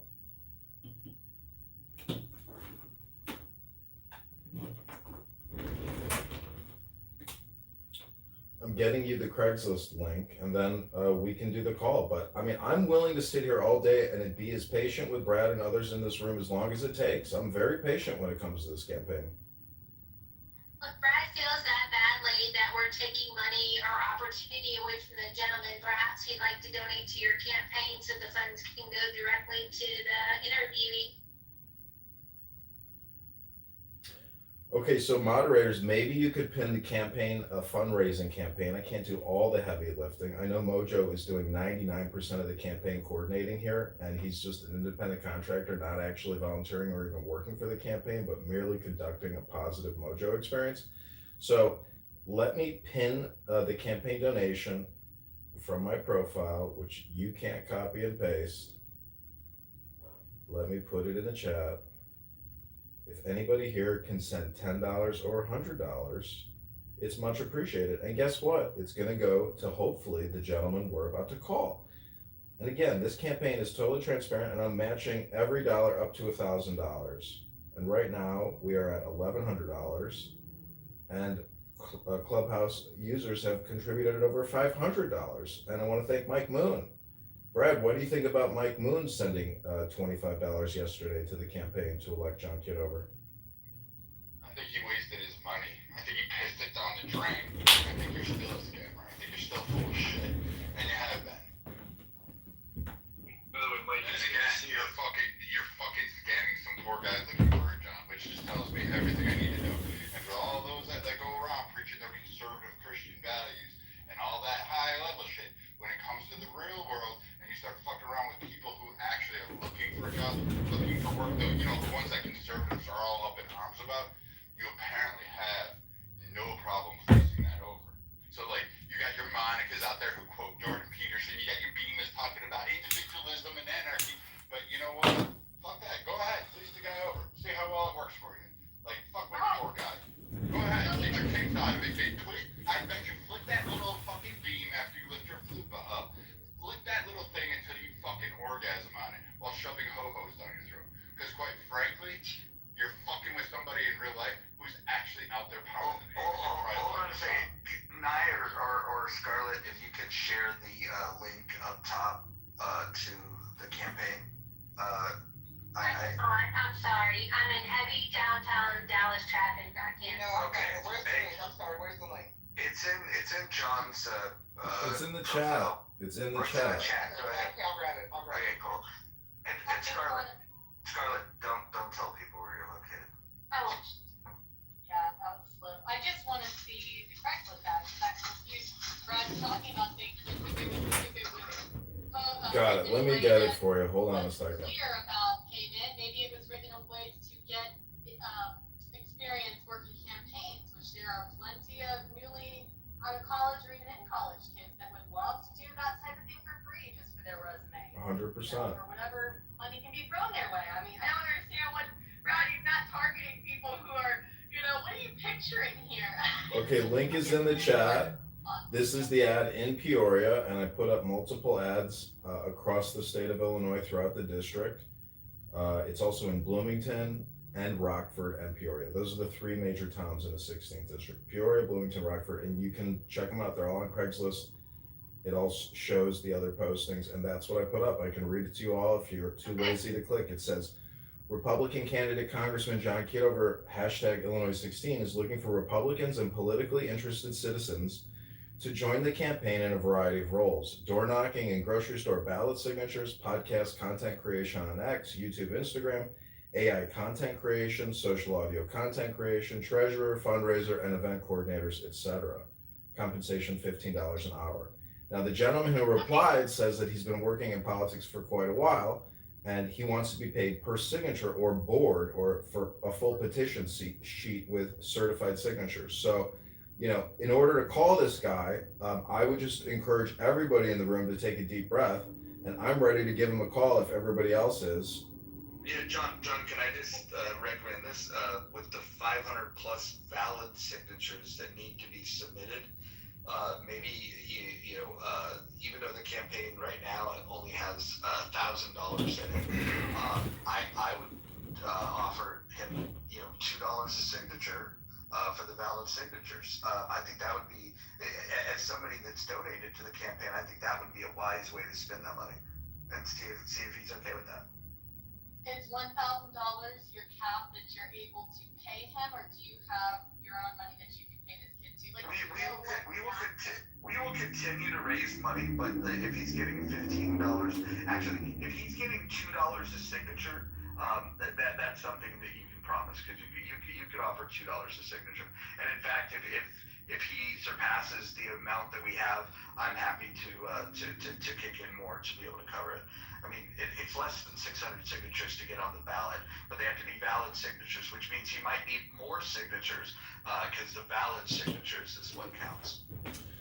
Hold on one second. I just also want, hold on one second. I also just want to address one thing Brad is suggesting or implying, that we are wasting this man's time. I have spent many days here now with Mojo and yourself and other people here, and a lot of people here, their money is tied up in this now, Brad. And I want to be as transparent about this as possible. So you can watch the YouTube live right now. I put the link in the chat. I'm going to inform him prior to the start of the conversation that the conversation is and will be recorded because he lives in the state of Illinois. So I want to make sure that all of this is documented prior to this call because there shouldn't be any legal complexities about this campaign conference call. So Mojo and other moderators, I am asking you to please enforce rules and not waste this gentleman's time because in my opinion, Brad is projecting. He's wasting our time, and if he starts interjecting, he'll be wasting his time. And now, Brad, you'll become the hypocrite. So don't waste his time, don't waste my time, don't waste anybody's time in this room. This is all transparent and fully legit, and I'm wasting a lot of time doing this, but I'm telling you, it's all documented, it's all legit. How about this? I'm going to take it an extra step. I'm just going to remove everyone from the stage until the call is over, and then I'll bring people back up and we can discuss. Is that fair? It's fine by me.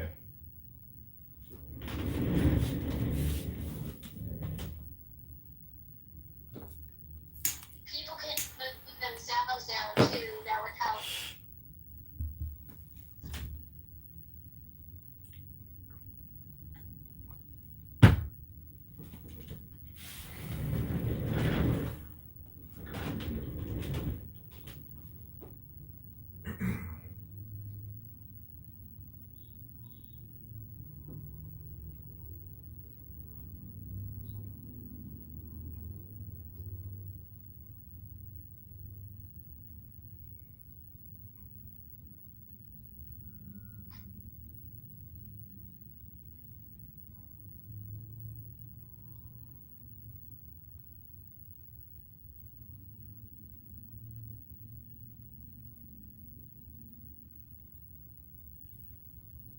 No, there's a possibility that this conference call goes absolutely nowhere because when I inform him that he's on a recorded line, he may decline to want to even continue to speak, just FYI. Anybody also want to tell him, it's a good idea to not share his name? All right, well, I've got his name in the email. I'm not opposed to sharing his name, maybe. But anyways, okay, are you ready to do the call? Let's go.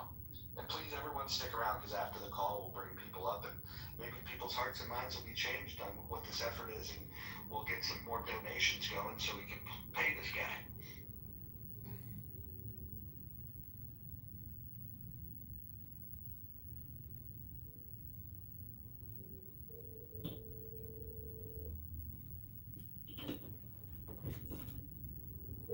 We'll see. He's got a New York number. Hello. Hey, Ed, it's John Kitover in Chicago calling you about the field director campaign manager position. How are you doing? Hello. Hey, can you hear me, Ed? Yeah, I hear you now. How are you, sir? Hey, I'm good. How are you? This is John Kitover in Chicago. I'm calling you back about the field manager position, campaign manager position for vote signatures on petitions. Yes, sir. Hey, so, can you tell me your interest and why you want to work for the campaign, or where do you live, and how we can work together maybe? What are your thoughts? Okay. Yeah, I'm from Memphis, but I'm up here working on some state rep petitions with my group, and finishing up here, and so I'm totally open to working with you. Like I was saying, most of my guys, they work for Proceed, they're pros, and so just want to see like what was your business scale, how to, go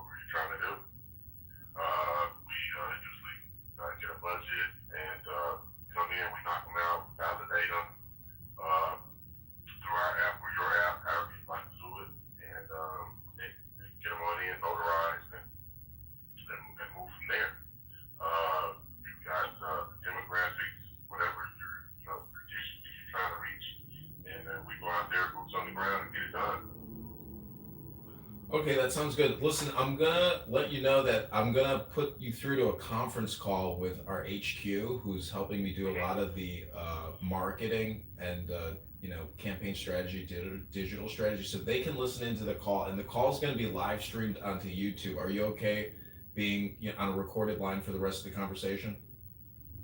No problem. Okay, so Mojo here, is our campaign director, and he can listen and he can speak as well. I just wanted to, see, like, how much are you asking per signature?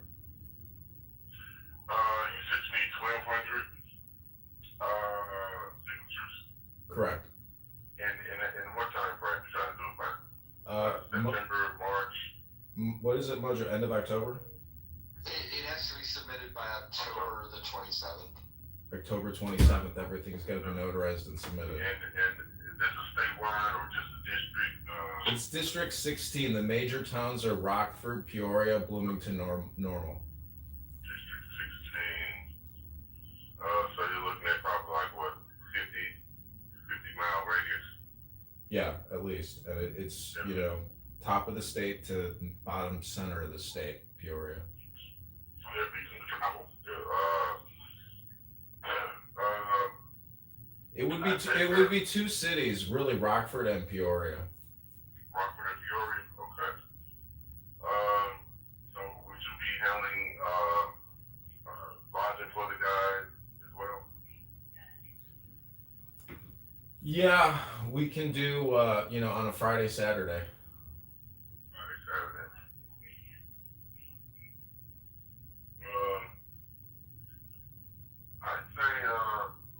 I'd say anywhere from $8 to $10 a gig. Yeah, 8 to 10 a sig. So right now we only have a budget of $2 a sig based on our campaign contributions. We've got $1,100 in our campaign account, but we believe we'll be able to raise more, substantially more over the next, 72 hours. We're doing a lot of new digital marketing and social media stuff on X. And we have other people who are listening in on this call. Just FYI, there's a lot of people listening in on this call that have a lot interested in this campaign. And so everything, yeah. What's the demographic area of Rockford and your district 12 that you're trying to reach? I know it's Republican. Is this a rural area or is it populated? Yeah, it's rural. I mean, these are the two largest towns in the district, and they're pretty substantial in size. So, any major grocery store, there's always going to be enough people on a Friday, Saturday night in Rockford or Peoria to do significant amounts of signature and petition signing. That could be major bars, it could be hotels, it could be grocery stores, it could be restaurants. There's a lot of people out on a Friday, Saturday, and within 2 weeks, I think the signatures could be gathered. It's just a question of, if you want to do it individually or you want to, get 1 to 2 people. But again, I mean, your help is really needed. You are the only person who has responded to our Craigslist ad other than, where do you live, and can you maybe tell some of the people listening who might be contributing to your work? Because everybody listening will most likely donate to you. All this money is going to go to you directly. So what would you want to let the people know who want to give to you? Tell them about yourself and why they should trust you with their money. Well, I'm evergreen because I've worked on several campaigns. I've worked on presidential ballots. So I've been a regional director with Ron DeSantis, Texas. I was on that campaign. I worked with jobs.gov. You name it, Vanguard. I have a track record. I continue a resume as well. But I'm in Chicago right now. Finished up. I'm working on the 42nd district state rep, and just finished up the 98 key one, and got her on the ballot. Nona Parker. So I mean we're killing it, and so I just happened to see this ad. Somebody forwarded it to me, and I was like, hey, let's support and see what's going on. I mean, because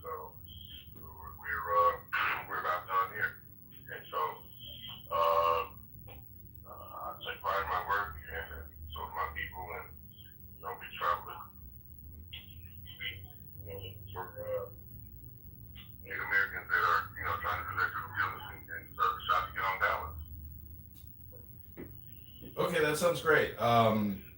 So are you comfortable sharing your name and your telephone number or your social media handles with people in this room that would want to contact you, speak to you directly, follow you, and get to know you before they send you money?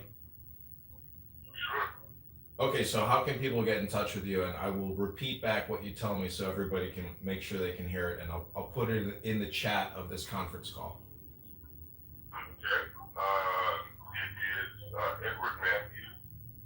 Well, actually, people are saying don't share your number. I'm not sure because so I want to let you know, Edward, that we have people also listening in on this call that are not happy with our campaign, but we still include them in the conference call regardless. So you're gonna get. What do you mean not happy with the campaign? Are they contributors that are not happy with the progress, what's going on, or is it broadcast? It's an open conference call on an app called Clubhouse, and I've been doing. Clubhouse is the app. You can join the can you actually maybe download the app Clubhouse and join the room? I used to have it, but I'm actually in a restaurant having lunch right now, so it probably take a minute. But send me the link. Can you take me the link for your room?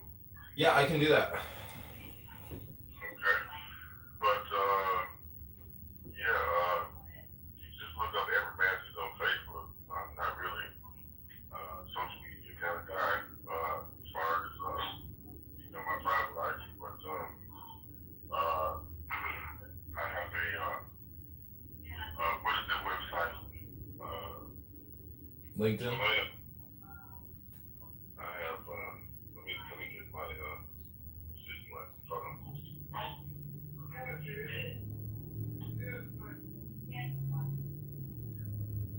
And by the way, do you have a vehicle? Do you have transportation?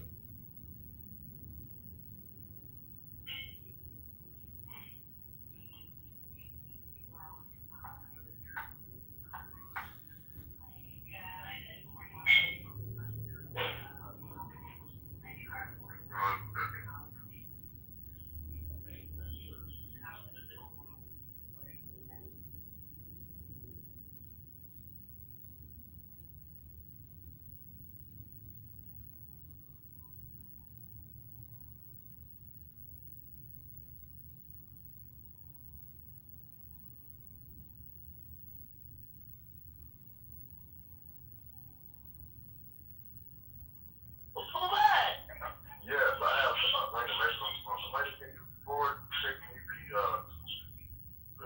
website that you put up the link to my phone number? Can you take the all sorts of the website that you just put up to me? I have this Atlanta Magnet. She does a lot of my web and administrative duties. She works with me. She's on the call. Is that okay? Hello? Yeah, I'm here. Yes. So yes, she's about to take me a link that I'm going to shoot it to. I thought she was already on the phone. I'm just trying to bring her up to speed. Can you introduce yourself to her? Sir? Sure. I'm John. What's your name? Okay, yeah, I put up a Craigslist ad because I'm running for Congress, and this is a conference call where we're discussing Edward's, application to gather petition signatures. So there's a lot of people listening in on this call that will be funding Edward's operations and vote petition signature gathering in Rockford and Peoria. So I think he was asking you if you have his LinkedIn or a resume that you could send. Or post it to a social media profile so people can like it or retweet it. Oh, okay, I got you. Okay. So, Edward, I just sent you the link now.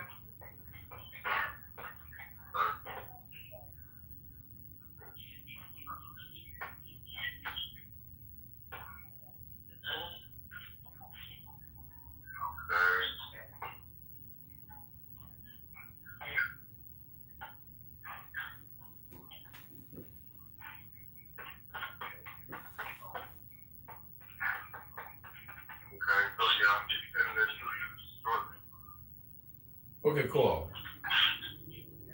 So I wanted to ask you, do you have transportation? Do you have a car? Do you have a car? Oh, yes. Okay. All right. Well, send me that resume, and I'm gonna send you the link to the clubhouse room. And if you download the app, I'll send you the room, and you can come in here and talk to individuals who are going to be contributors to funding your vote petition signature gathering. So again, and you feel you're confident, you're the right man for the job, that you can gather these signatures. You've done this before, and you're motivated to do it. Correct? Yes. I wouldn't have called if I couldn't have did it. That's why I was asking. Yeah, 1,200 signatures is not a lot. But still have to look at the terrain. Everything sounds good until you get out there. You know what I'm saying? Yeah. But so I probably wouldn't need 5 or 6 people. I probably just come out there and bang that out with a couple sides. So when you say $2 a signature, that's like $2,000. And that is the most that you can do. Right now the campaign has $1,100 in it. I would personally bring it up to 900 to the 2,000, but I'm 100% confident that based on the number of people we have listening in on this conversation right now, we will easily surpass the $2,000 mark. And if you really show results, and if you come and join the conference calls and speak with other campaign organizers and donors, I think you'll self-fund yourself, and you could maybe generate thousands of dollars doing this work, and it could be a very profitable experience for you. Okay. Sure. Have you sent me the Clubhouse link? I will in a second. Just go into the App Store. Are you on Android or Apple? Just download the app, Clubhouse, reinstall it on your phone, because if you don't have the app, the room URL won't work anyways. Okay, one second.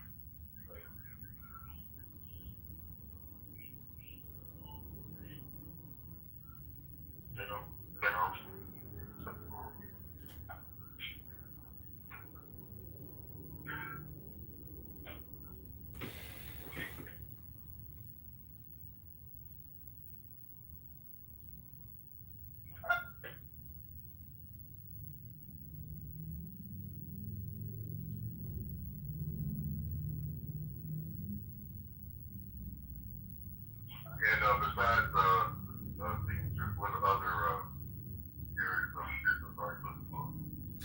Well, it's primarily a digital marketing strategy position where you'd be creating content and having conference calls with constituents and campaign donors, as well as gathering the signatures. So there's a digital marketing component to this, which is all through Clubhouse.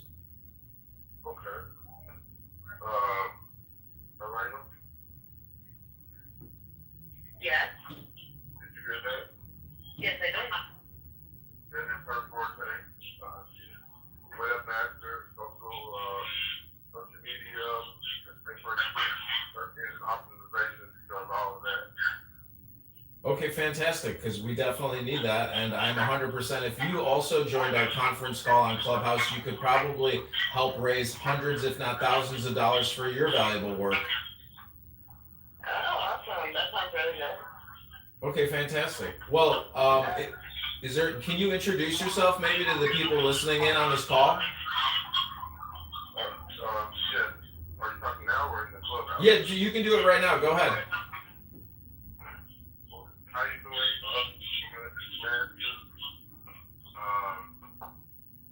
From Memphis, Tennessee.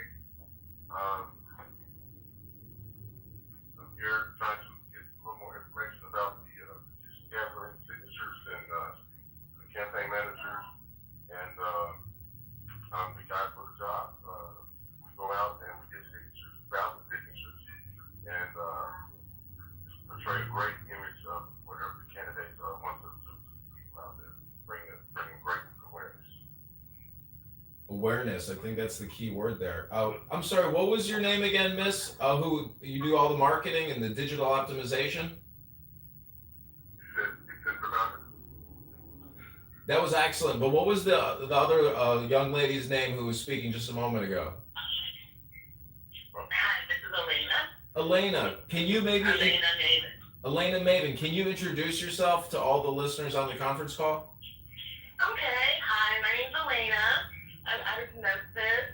I've had a lot of experience on various campaigns, petition gathering, information gathering, strategic. I also, well, one of my main things is digital internet marketing as well. I've built quite a few websites for lead generation. I've experienced in search words, search engine optimization, some social media background as well. So that's a couple of things that I've been working on. Okay, great. Well, listen, I want to let you both know that you are the only two legitimate respondees to the Craigslist ads that we put up. I shared the Craigslist ad link with everybody in the conference call. The conference call has generated over 1,000 chats, and right now there's about 50 people listening in, and many of these people have donated to the campaign, and we're at over $1,000 in donations. And I want to let you know that all of the money we have raised as of now will be going towards you two if you both decide to join and help work on the campaign. And the number one priority is getting the signatures, verifying the signatures, and getting it all in by October 27th. That is the other goals, but that is the primary goal. So if we can get those signatures, we can get on the ballot box in March. And if you two are key, a lot of people are listening to this and they're excited that you've done this conference call, and hopefully you'll join the campaign. But is there anything else you want to tell people listening in on this conference call? Yeah, I'm really excited. With the information that I have, I'm definitely sure we can definitely get it done. Definitely. Okay, when we end this call, I'm going to send you the link to the clubhouse room. And if both of you can join the clubhouse room, I'd like to introduce you to some other campaign coordinators, and we will tell you the next steps. How does that sound? Sounds great. Okay, thank you guys so much, and I'll send you the clubhouse link, and we'll talk to you soon. All right, perfect. Bye-bye. Okay, take care. Bye-bye. Okay, that's the conference call. Hope you guys enjoyed it. Listen, I'll give my feedback. I think in the future, I would probably not do this. That being said, I'm glad I got a chance to hear from people that actually do the work. This is the dirty part of politics that nobody wants to talk about, where somebody actually is doing real fucking work. We don't think about that. These are the people that do the real work, and I'm enthusiastic about them. It sounds like they have real world experience. This has motivated me. I will be kicking in more to the campaign today. So when we do the money bomb room, I will definitely kick in more. Hopefully, people feel the same way. We do have a poll up above. Should John add these two to the campaign? Heck yeah, they rock, or heck no, they can kick rocks. I'm gonna go ahead and bring people up and we can talk, get everybody's thoughts. I'm sure some of you are gonna have some very strong and interesting opinions about this. I like them, and I just want to hear from everybody else and see what you guys thought. So we'll get those invites out and bring you guys back up here. Feel free to just jump in, just popcorn style, folks. Would you be opposed to make? Sorry, no, go ahead, Ashley. I had a quick thought. Would you be opposed to setting up a separate fund that's just for the two of them, since they're, there for the people on Clubhouse that might donate to them, but they don't want to donate to the campaign? I think that earmarking funds for donations is a good idea. Earmarking funds specifically to make sure that the money goes where you'd like it to go.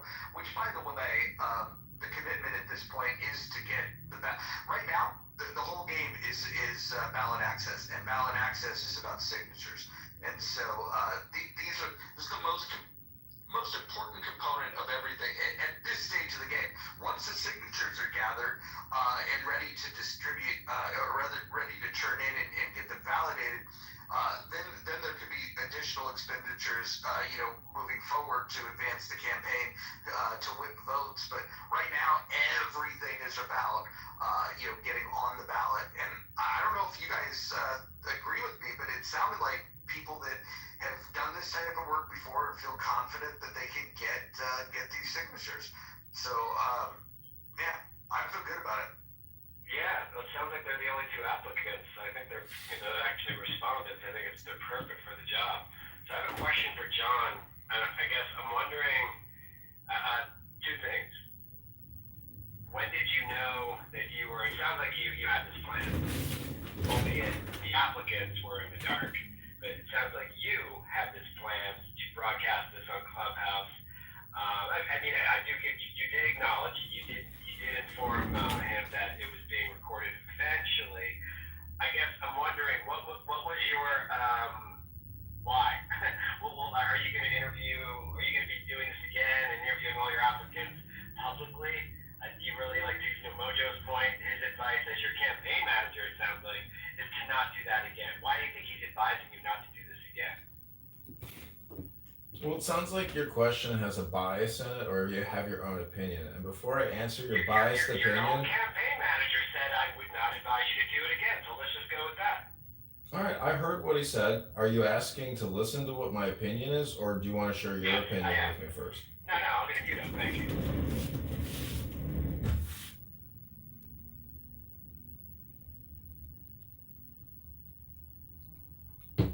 I don't know if you're talking, John, but you're muted.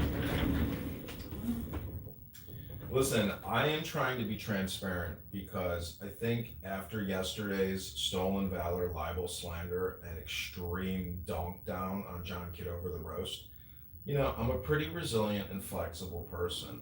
But I just want to say that, politics is not what you think it is. It's pretty insane, nasty, cliquey, despicable, and just it's like an OCD, experiment in anger management.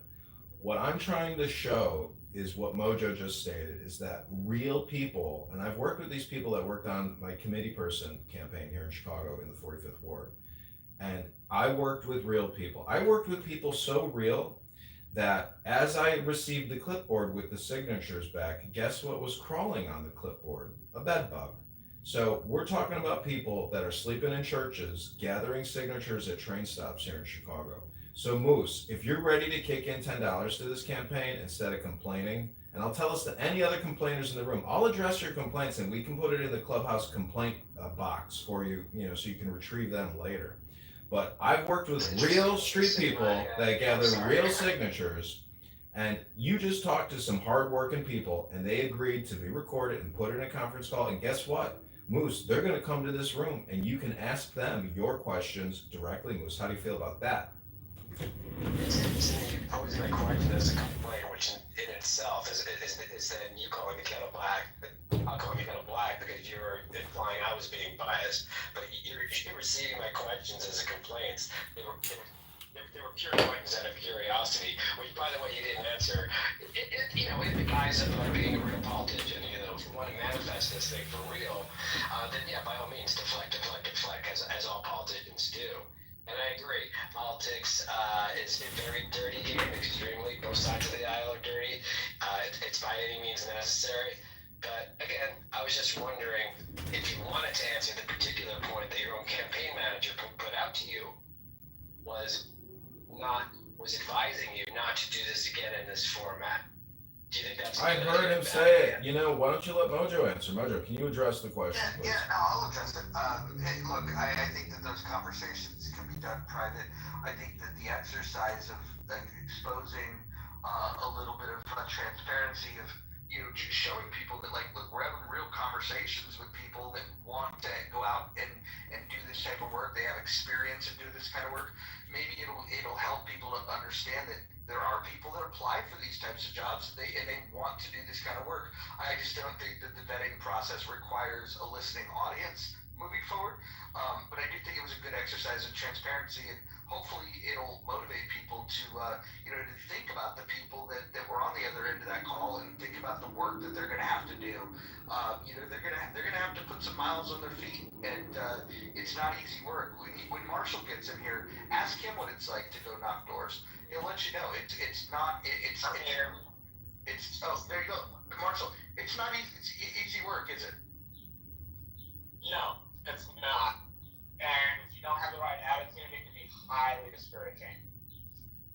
Like, for that job, attitude is everything, as in most jobs anyway.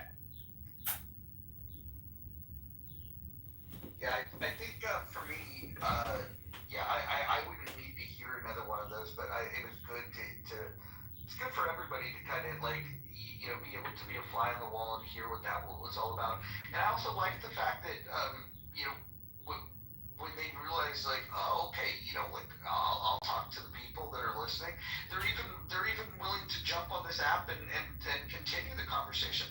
I think these folks are great. I think anybody that's involved in politics should say, okay, this is cool. Maybe I'll have a campaign down the road that I need to tap into a resource like this. And so I'm happy that they're going to be jumping on the app. I think it's a good thing. I would also ask people to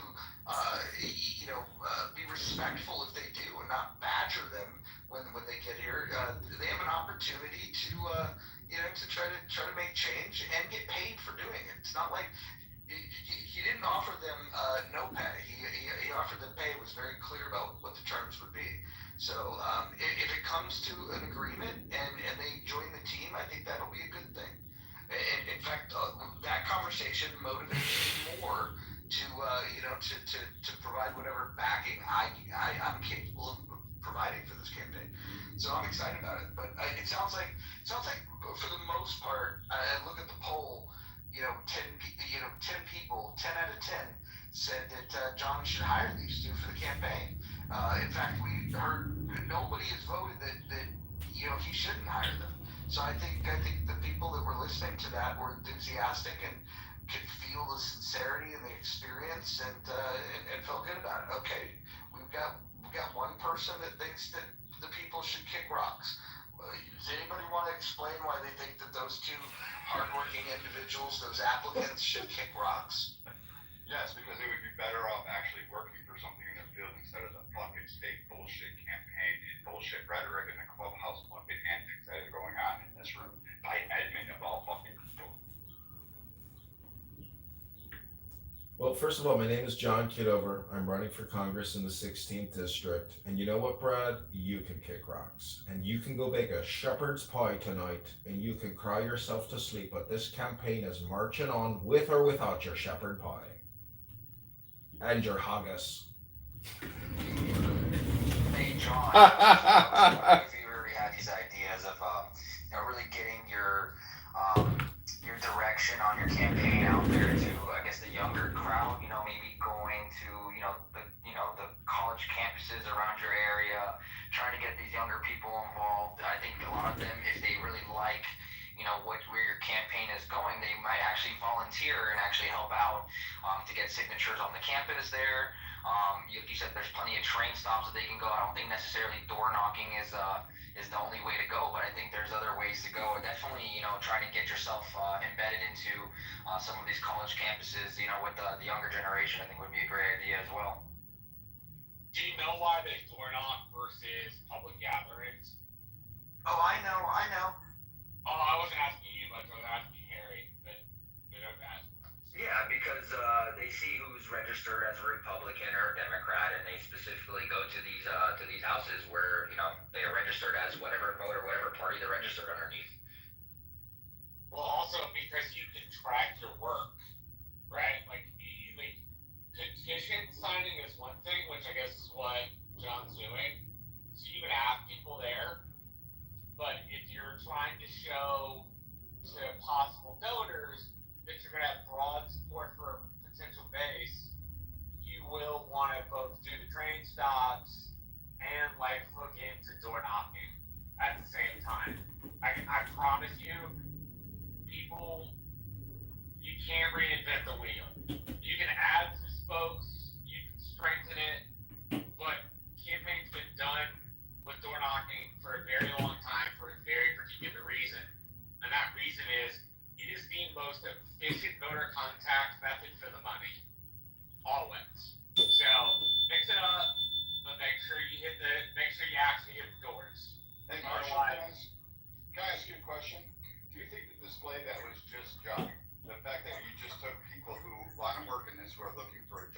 responded to what they believe was an actual job.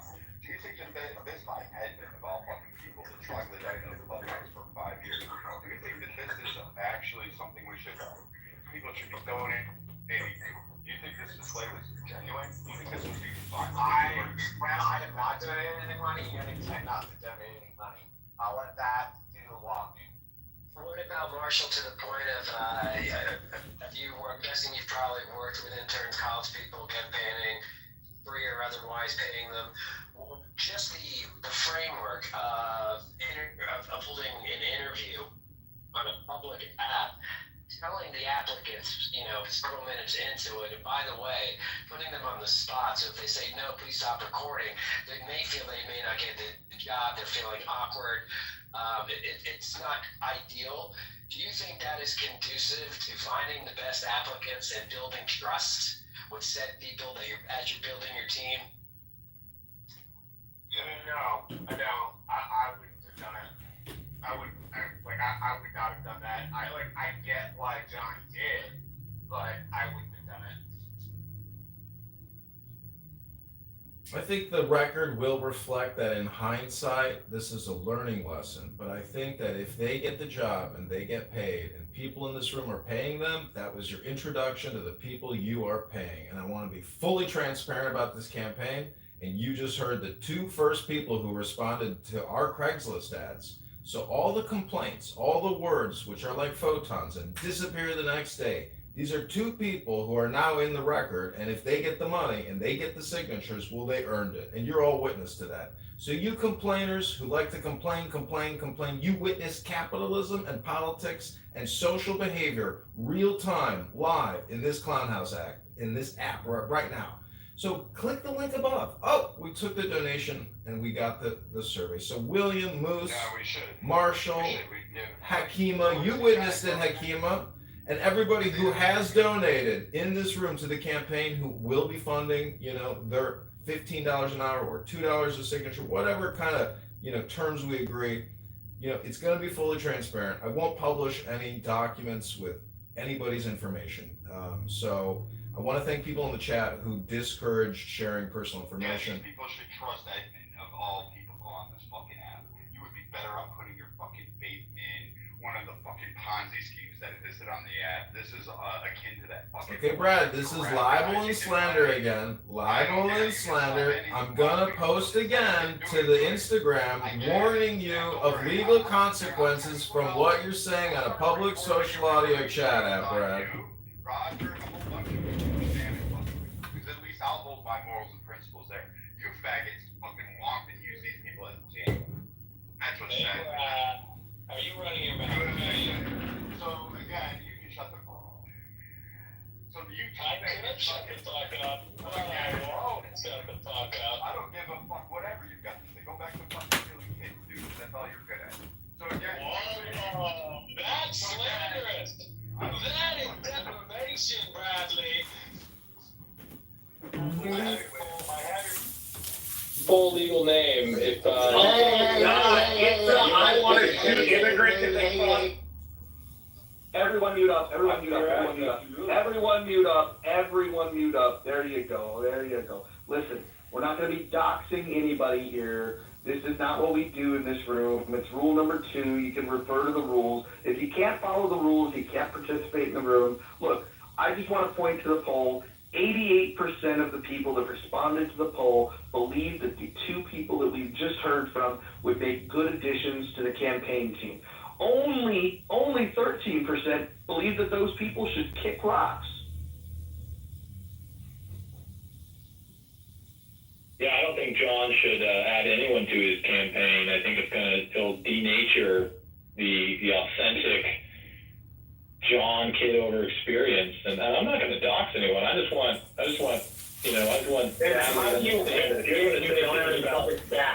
If you're going to touch children, you're going to go children. How do you win a campaign if you don't have any fucking stats? How do you do it? Marshall, it's called force of character, okay? It's called charisma. It's called that shiny, polished, bald head. It's called wit. Hold on. Rule number 5. Don't interrupt people. Thank you. I'm not sure if I interrupted you, Marshall. Go ahead and continue to tell us how you use that. No, all I was saying was people who think they're going to run their campaign on their own and they're going to knock all the doors by themselves, they're going to raise all that money by themselves, are fucking delusional. The people who try this shit lose 100% of the time. You know why? Because you have to have more than yourself to win a fucking campaign. You may not think so, but you've never stuck your fucking hat in the ring for public office. Have you, did you vote for Trump, Marshall? No, I voted for Chuck Norris. It's irrelevant, so. No, it is relevant. I mean, if you... No, it's not fucking relevant. It's not relevant. We are talking about hey, don't interrupt. Hey, Rule 5. Rule 5, Marshall. Rule 5. I'm talking. Rule 5, please. Mods, can I get a Rule 5? Yep, we had a Rule 5 infraction. Thank you. All right, so just to be clear, ultimately, when we're trying to determine whether or not someone should be a part of a campaign, we want to look at their actions. What are their behaviors? What do they believe? How do they act? And if someone voted for Donald Trump, I assure you, the old adage, fool me once, shame on you, fool me twice, shame on me, holds to be true here. If you were stupid enough, and I mean stupid enough, I mean, you know, the literal definition of the word stupid, enough, you've got enough stupidity to vote for Donald Trump not once, not twice, but 3 times, you are not going to add anything relevant to any kind of campaign that I want to be successful. And I want John to be successful. I do think that John is clinically insane, and I hope that that will be a good shakeup for events in Chicago. So I don't want you, Marshall, to pitch your wagon to any star because you're going to hold it down, you're going to bring it back, you're going to be a problem. You are a dyed-in-the-wool, staunch advocate for the status quo, whatever that might be, and whoever else established it. You don't want to break new ground. You better not fucking touch John Kitover's campaign. All right? I land. Thank you. Says a guy who's never done any political work in his fucking life. Yeah, I and everybody in this room am going to take your advice seriously when you've never done the work before. I may not have voted for Trump any of the 3 times that he ran, bro, but I've worked in campaign politics for 10 years. Okay, so you definitely... One of the things I have learned is that you can't win a campaign on your own. And that you shouldn't stick, as you said, clinically insane people next to power. If you think he's clinically insane, then you shouldn't want him near power. Clinically insane people make dumb decisions. Really dumb decisions. But it's okay. You're the same dude who said in order to solve the immigration problem, we needed to establish a wall, put machine guns on it, and shoot women and children as they tried to come across. So yes, you certainly have a decent head on your shoulder. Okay, that's slander, first of all. I didn't come up with the idea of putting machine guns on a wall. That wasn't my idea. If you can't detect the difference between sarcasm and an actual assertion of a policy, that's on you. And I'd like to point out that it's been far more than 10 years since our politics have been fucked. Okay, so whatever you've been doing, you've been participating in that fuck. And I don't want more of that. I think somebody who's clinically insane could provide a pleasant change of pace in the Chicago area. You know, I think really the way to find out what John Kitover is made out of is to give him as much power as possible. And you know, maybe it turns into a circus, but sometimes it's fun to go to the circus. What I don't want to do is go to fucking Chicago as it is now. And so unlike you, jackasses who all voted for fucking Trump believing it would be anything other than a return to the status quo, he's a fucking liberal Democrat who is not going to deport any of the 30 million fucking illegal immigrants who he is going to offer amnesty because they work in the fields and hospitality and we have to protect them and I love immigrants. And all of this was obvious before you elected him. John is legitimately fucking insane. And you know what? I vote for change. I vote for John Kitover. Here, here, John. Fair winds and following seas, brother. Fuck you, Marshall. So you would willingly vote for bad decision making. Again, if you think somebody's clinically saying, they don't belong anywhere near power, which makes me glad that you don't have any power because you don't belong anywhere near it either. And the original machine gun idea may not have been yours, but it's one you promulgated.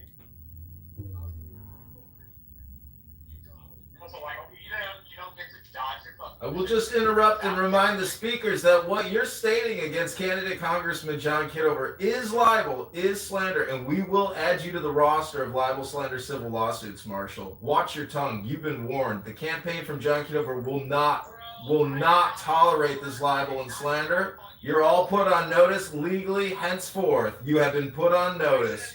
I think he's insane. Put me on the roster. I think he's insane, and I'm going to vote for him because sometimes the thing that we need to deploy is a tactical nuclear strike, and that's John Kitover. You don't like the way political things have been progressing in your city? Okay, vote for John. And I'd like to address these accusations, these allegations made by Marshall, as if it's some kind of shock to anyone on Clubhouse that the idea would come up that a border would be defended with lethal force. Because, see, that's what Marshall is recoiling at. Marshall was shocked to his soft little core, his little pudding cup center, when he heard that Diogenes was hosting rooms where the idea was not only asserted, but confidently seconded that the border should be secured with lethal force, as all borders must be. And again, Marshall doesn't have the imaginative capacity to recognize that the border can be both secured with lethal force and permeable to those who are following the legal processes. Hey, Moo Moo, Momo, whatever the fuck your name is, I'm trying to perform right now. If you could back the fuck off, I'd appreciate it. It's not shocking. It shouldn't be shocking to propose securing a border with lethal force. If that is machine guns on walls, or if that is men with machine guns patrolling the wall. It is performative. Are you not here to be entertained? Are you here to be miserable? Yes, it's performative. You vote for performative. You love performative. You watch Netflix for performative. At least I'm not sucking juke cock. At least I'm not being paid to do it. So it's a lot more authentic. Roll Okay? number 4, keep your chairs, please. Hey, all right, fair enough. Consider it briefly done. Marshall, fuck you. Hey, John, when you're a public figure, the standard of slander is much, much higher. I have an ongoing civil action against someone for defamation by slander, John. If you'd like any advice, I don't know if you're planning on taking people to the magistrates or if you're trying to go to a higher court. At least in Georgia, there are several cases where defamation is per se. You don't even need to prove damages to collect. So, let me know if I can help you. I'd love to take Marshall down. Stupid fucking cocksucker. Why Marshall? I've been in politics for 10 years, and I can tell you how it works. Yeah, it doesn't work. Okay? I never said I thought he was crazy. I was repeating what you said. You said you thought he was crazy. Big fucking difference, Steve. And I'm not some soft little person that thinks defending the border is a bad thing. The thing I drew a line at was your. Oh my God, boy.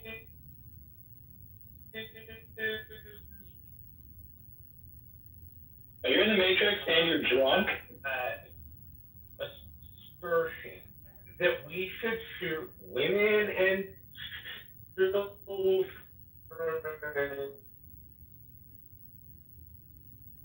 All right, he's in the Matrix. So, in case anyone's wondering what Marshall's going on about, Diogenes was the head of the Deportation Depot short-lived program. You're in the Matrix, Marshall. Don't talk to us. Yeah, Marshall, you're in the Matrix. So Marshall, you're in the Matrix. Yeah, this is God's punishment for your stupidity, okay? And I'd like to clarify, John, I don't think you're clinically insane. I don't think you're crazy. I know you're crazy. I know you're clinically insane. And that's a breath of fresh air. I really, truly appreciate that about you, sir. And again, I wish you fair winds and following seas and promise support to the fullest extent that I can provide it. Anyone curious about Marshall haranguing me about this border thing has to understand, it's never a decision to shoot women and children. It's a decision to secure your border with lethal force. When you secure the border with lethal force, you'll find that the women and the children don't try to cross that border because it is secured with lethal force. When you don't secure your border, when the state creates incentive programs in the hundreds of millions, in the billions of dollars to provide welfare and incentivize, encourage women and children to come across the border and offer them free food and free lodging and protection, then you're going to create a situation where someone is going to have to close the gate. And all I'm saying is the gate needed to be closed. Now the gate is closed. Some of you diehard Trump supporters who consistently refuse to face reality are content that that at least has been accomplished. The border is now significantly more secure. It is extraordinarily secure in consideration of the last administration's action. But what you're not seeing, what you will never see, what Diogenes Spooner told you years ago when he guaranteed you that Donald Trump would be president in 2025, is the deportation of the 25 to 50 million illegal aliens who were allowed, not just allowed, who were encouraged to come into this country to substitute the labor, to drive down wages, to drive up asset prices, and to help Donald Trump preside over the bankruptcy of the United States of America. Thank you, ladies and gentlemen. Vote for John Kitover. I'm just curious, what are your rules of engagement on arming the border? The rules of engagement for the border?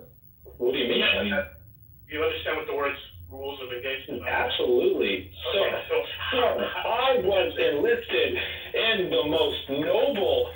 I don't know why you had to ask him a question. I don't know why did you do that? I'll answer that too. That is a valid question. He just doesn't want to hear me talk. With the left woke moralist women who want to police everyone like little school marms in the hall, they hate it when I speak because I say things that make little Marshall quake in his boots and piss his little underwears. The rules of engagement are: you are 100 feet away from the demilitarized zone. You'd better fucking stop. You see the sign? It's in Espanol. And you know what? We'll put the sign in Chinese, Mandarin. We'll put it in Arabic. We'll put it in all the languages, in fact. You get near that wall, things are going to start going boom. And just like the rules of engagement that I had in Afghanistan, you're going to get an escalation. And the closer you get to the wall without responding, the closer you get to bad, bad, bang, bang. Okay? And see, that's not unreasonable. Hey, no interrupting. We have a, hey, this is Diogenes Spooner, page in the pod. We've got a Rule 5 infraction. Alright, so I'm going to mute you so you can hear me. Nobody's yelling at you. You don't have to yell back. You can complete your statement, sir, without screaming at us, please. I'm not screaming at anyone. It's a speech session. You don't have to ramble on forever. Just make your point. You know what the point is. The point is you need to vote for John Kitover. Everything else is just gravy on mashed potatoes, delicious mashed potatoes. Okay, William? Thanks for the question. Next question. Your rules of engagement are somebody gets near the wall and you shoot them. The rules of engagement are that a nation is a sovereign and sacred thing. The most important law in a nation is that which delineates its border. There should not be. You don't have to ramble. It was a pretty straight question. Just answer it. And it's a pretty straightforward answer. If you can't listen to it, don't ask the question. Okay? The answer is absolutely. Lethal force must be deployed to secure the border of the United States and any nation. And where that integrity is at risk, lethal force must be swiftly and efficiently dispatched to address the threat. See, I thought. Okay, so Marshall was not slandered by Marshall. You just reiterated all the things here. No, you're missing the point. If you were confused, I will happily say that. I don't have a problem with building a wall and putting a shield down. I'm talking. I've got another Rule 5 infraction here. You can wait till I stop. I've given several causes. So let's be clear. Can we have one mic? Thank you, Nye. Thank you. So I don't want anyone to be surprised. I don't have a problem saying we should build a physical barrier on the border of our country, and we should put some kind of defensive system with lethal capabilities that would in fact kill men, women, and children, or any other goddamn living thing that threatened that border. Yes, that's right. What I'm telling you is that Marshall... Oh my God! See? Oh, you got me, Marshall! Oh my God, you got me! Oh Jesus! I just fell right into your trap! Oh my! Imagine the pair. It wasn't a fucking trap, bro. That's the point, Marshall. That's the point. You think you're revealing everything to everyone? I lobbed the accusation that you wanted to shoot people. You then skirted around that and pretended like that was not what you wanted until you were asked a series of questions in which the end was, yes, I will shoot men, women, and children. Because wrong. Wrong. I do not want to shoot men, women, and children. I have no intention of getting on that wall, and I have no intention of any men, women, or children dying, as I clearly elucidated for you. I would absolutely put good signage, very, very big words, very easy to read words in several different languages that made it clear. Lethal force will be used. And I think, repetition teaches the donkey. And if you paid any attention to any of the brilliant rooms I did with many brilliant people, you would have heard, and you should know, you probably don't because you don't have children, and no woman would put up with your stupid ass. Wait, hold on. I have to ask you, I don't mean to interrupt, but I need to know something really quick if somebody wants to come up. John, is the gentleman you spoke to earlier, Edward Matthews? Is John there? Probably, because you could know what Clubhouse is all about. Well, maybe he can answer that in the back channel now, unless I tell. Well, the gentleman is trying to come up, is what I'm saying. Is this gentleman that he interviewed on the phone? He's in the room listening to this madness. I clicked on his profile and it says invited by John. So I'm just, just doing a little, let's calm down a little bit if this is the gentleman that John spoke to, because he's in the room right now. If that's him, and if that's not you, sir, I don't mean to call you out, I'm sorry. But I know John, the gentleman that John spoke to over the phone, I know he invited him to the club. I know he sent him a link, and now we have a gentleman raising his hand wanting to come up. I clicked on his profile, said invited by John, so I'm just trying to figure out if that's the guy. He also looked like he had. Well, we're all hurling insults and yelling, and he's coming into the space, right? So it might not be a good look, I don't know. I hardly think we're throwing insults and yelling. I was doing a bit of raised voice, but let's be clear. This wasn't insulting. I think there's something for us to learn from Marshall's position and his estimation of mine on the border. See, the idea isn't that you want to kill women and children because you are willing to secure your border with lethal force. And anyone who spent any time around women and children would tell you that they learn very quickly when you say don't do that thing, and there are lethal consequences for that thing. See, one of the things missing from modern society is corporal punishment, right? Somebody litters in Singapore, they get beat. And they learn, if I litter, I'll get caught and I'll get beat. I shouldn't do that. It's incredible to me that Marshall thinks he can equate being willing to use lethal force with a desire to use lethal force. And that's the kind of stupidity that gets us trapped in this constant political cycle of bullshitter and bigger bullshitter. Evil, lesser evil. And so Marshall shouldn't be anywhere near a voting booth. Anyone that would let him near a voting booth is doing a disservice to their country. But it is what it is. And I don't want to be long-winded. I already have been. But I love the rules, guys. And I hope I'll be able to stop it more often. Hey, Brad. Is he gone? Is Brad gone? Tell Brad to go fuck himself. Tell Marshall to go fuck themselves. Vote for John Kitover. And I'll see you guys next time. Can I do a poll asking who is the most thwarted theater kid on Clubhouse and have Diogenes, a guy who I'm not going to name, and a couple other contestants in the poll? Can I do that poll? Because you guys are exhausting. What he's saying makes sense. But I mean, it's the same strategy we use in Iraq. When you're doing security, you're given an order to secure a perimeter. You have a controlled entry point. That's the only way people can ingress and egress to gain clearance to whatever access point that is. If they try to access that barrier, that perimeter, and any other means, It's a verbal warning, conditional on your weapon, they're in your scope, and give another warning and conditional on, and after that, you take them down, hang two on the chest. It is what it is. That's like an active war zone. See, it only tends to happen once, right? And then the message is delivered maybe before the kids and the women show up.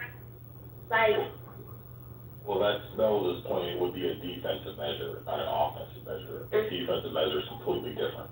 Yeah, if I could just jump in real quick, I just wanted to say that I am more enthusiastic day by day about the campaign, about the mission to defeat Darren LaHood. And right now, this campaign, it kicked off just a couple days ago. We're starting to really kick into doing fundraisers. We really did one fundraiser, and now we're gonna start doing that again today. So the link is up above, and I want people to remember that the money that gets raised here, this is not money that goes into a politician's pocket. This is money that's going to get paid out for very hardworking, intelligent people that are going to do the complicated work, the tedious work of doing the signature gathering, getting people to sign on the line and validating that these signatures are legitimate to make sure that ballot access is possible. You cannot win an election if you're not on the ballot. The idea of winning as a write-in candidate is just not going to happen. If you look high and low, write-in candidates do not win. You have to be on the ballot. The first thing that the money is going to be spent on is gathering the signatures, getting on the ballot. Once the ballot access is secured, which will happen the week between October 27th and November 3rd, then we can kick into new gears where we could say, okay, now that we're on the ballot, how are we going to organize, how are we going to mobilize, and how are we going to defeat this person that is robbed from the people? That is supported over taxation and borrowing in Darren LaHood. John Kitover for Congress is the one person that is going to be running, and that primary is in March. If he defeats Darren LaHood and gets in the general election, he will become congressman. So there's two things we have to do. Few things. We have to raise the money to pay the volunteers, to get the signatures, to get on the ballot. Once on the ballot, we have to drive the vote. If we win the primary, we win the general. Let me repeat. If we win the primary, we win the general. So in order for this to happen, we have to get on the ballot. I just wanted to welcome Edward to the stage. Hopefully you'll find this a hospitable place for you, and just welcome. Welcome.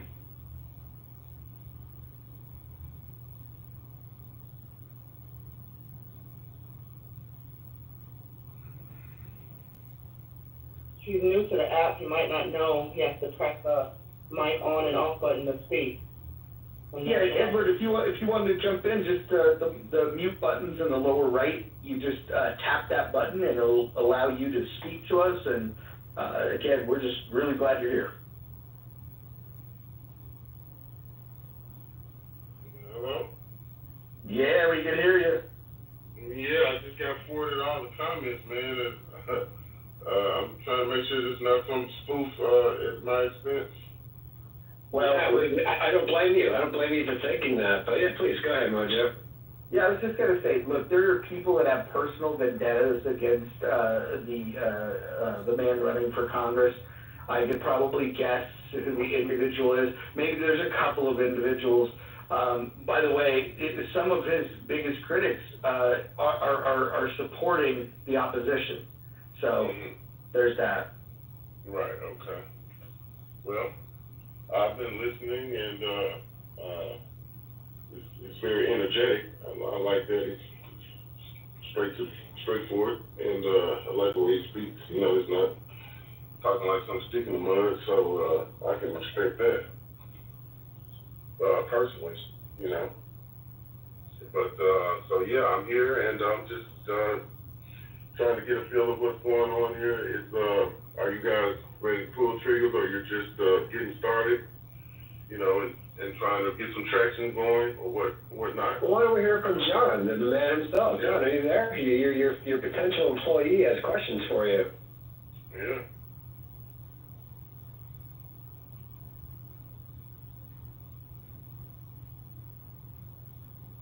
John, if you're there, you can unmute. That'd be great. While John's thinking about unmuting, Ed, what do you see as the 5 main issues facing Americans today?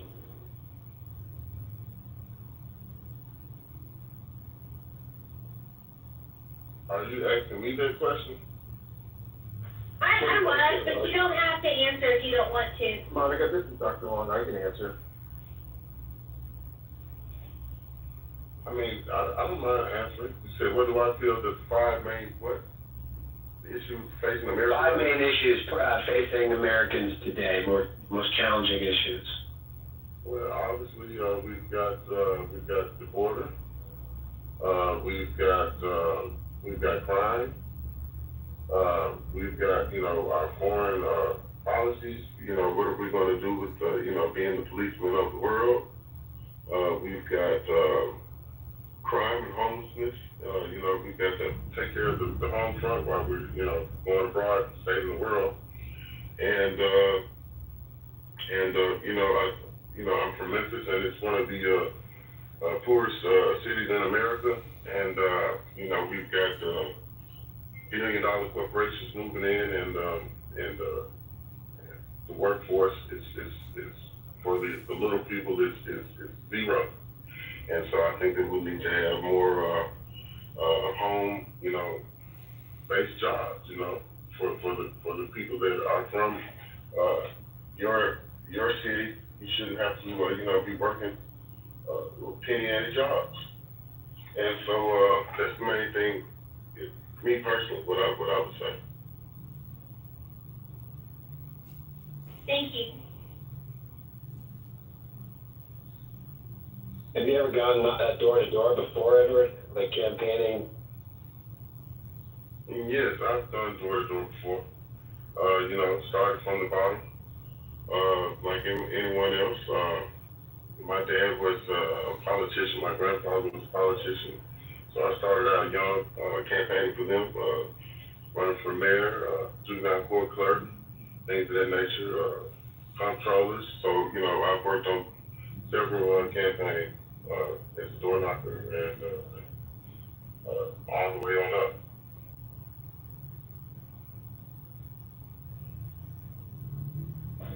What's your policy? One second, I'd like to go ahead and answer. I'm just going to list one thing that's affecting America, and it's inflation, the cost of living, food insecurity. We just need to get business back into America. People want to live their best life, and they want the opportunity to do so. That's why we're here. Let's keep going with the business. Let's keep going with creating new jobs, less regulation. Let's get rid of some of the taxes. We pay too much in taxes. Give us some, let's just keep going in the direction that we can. Build up the infrastructure, build up jobs, build up business, empower people. People want to create their own future. People don't want handouts. People work, let's embrace this capitalistic society. This is Dr. Long, and I'm finished speaking. Hey, Edward, what's your policy on the number of signatures that don't verify? How many are you actually getting for that 1,200 you need? And how does that work as far as the payment goes of your 8 to 10 signature? Well, generally, depending, if it's a client that I've worked with before, we have rapport, they'll set the rate. They know that I do good work. They'll fly me out, fly the team out. They'll have everything set up so that's with expenses is already covered.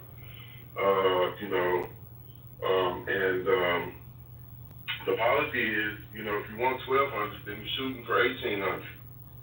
Because, you have no control over what somebody writes on the paper. And, the state of Illinois, I believe, for the district races, you have to petition in the district. Not only does the person have to live in the district, but you have to petition in the district. So, some some states allow where you can be outside of the district and, get signatures. And, there's just, you have people watching, blockers, opponents, whistleblow. So you have to be in the district to get the signature from somebody in the district. The person can live in the district and you be outside the district and get the signature and it's a no-go, depending on who finds out about it. So you shoot for over the top and then you verify them, with the address and the voter registration, the signature matches up, and you run them through the scanner and they match up and you get paid. Generally, with me having my group, we get paid up front. We have the treasure chest there, at least half or 75% up front with the expenses. And then as petitions get validated, you start paying off the petitions. And at the end, once you do the final turn in, then there's the remaining balance is covered. So that's generally how it works. Are you saying there's expenses on top of per signature?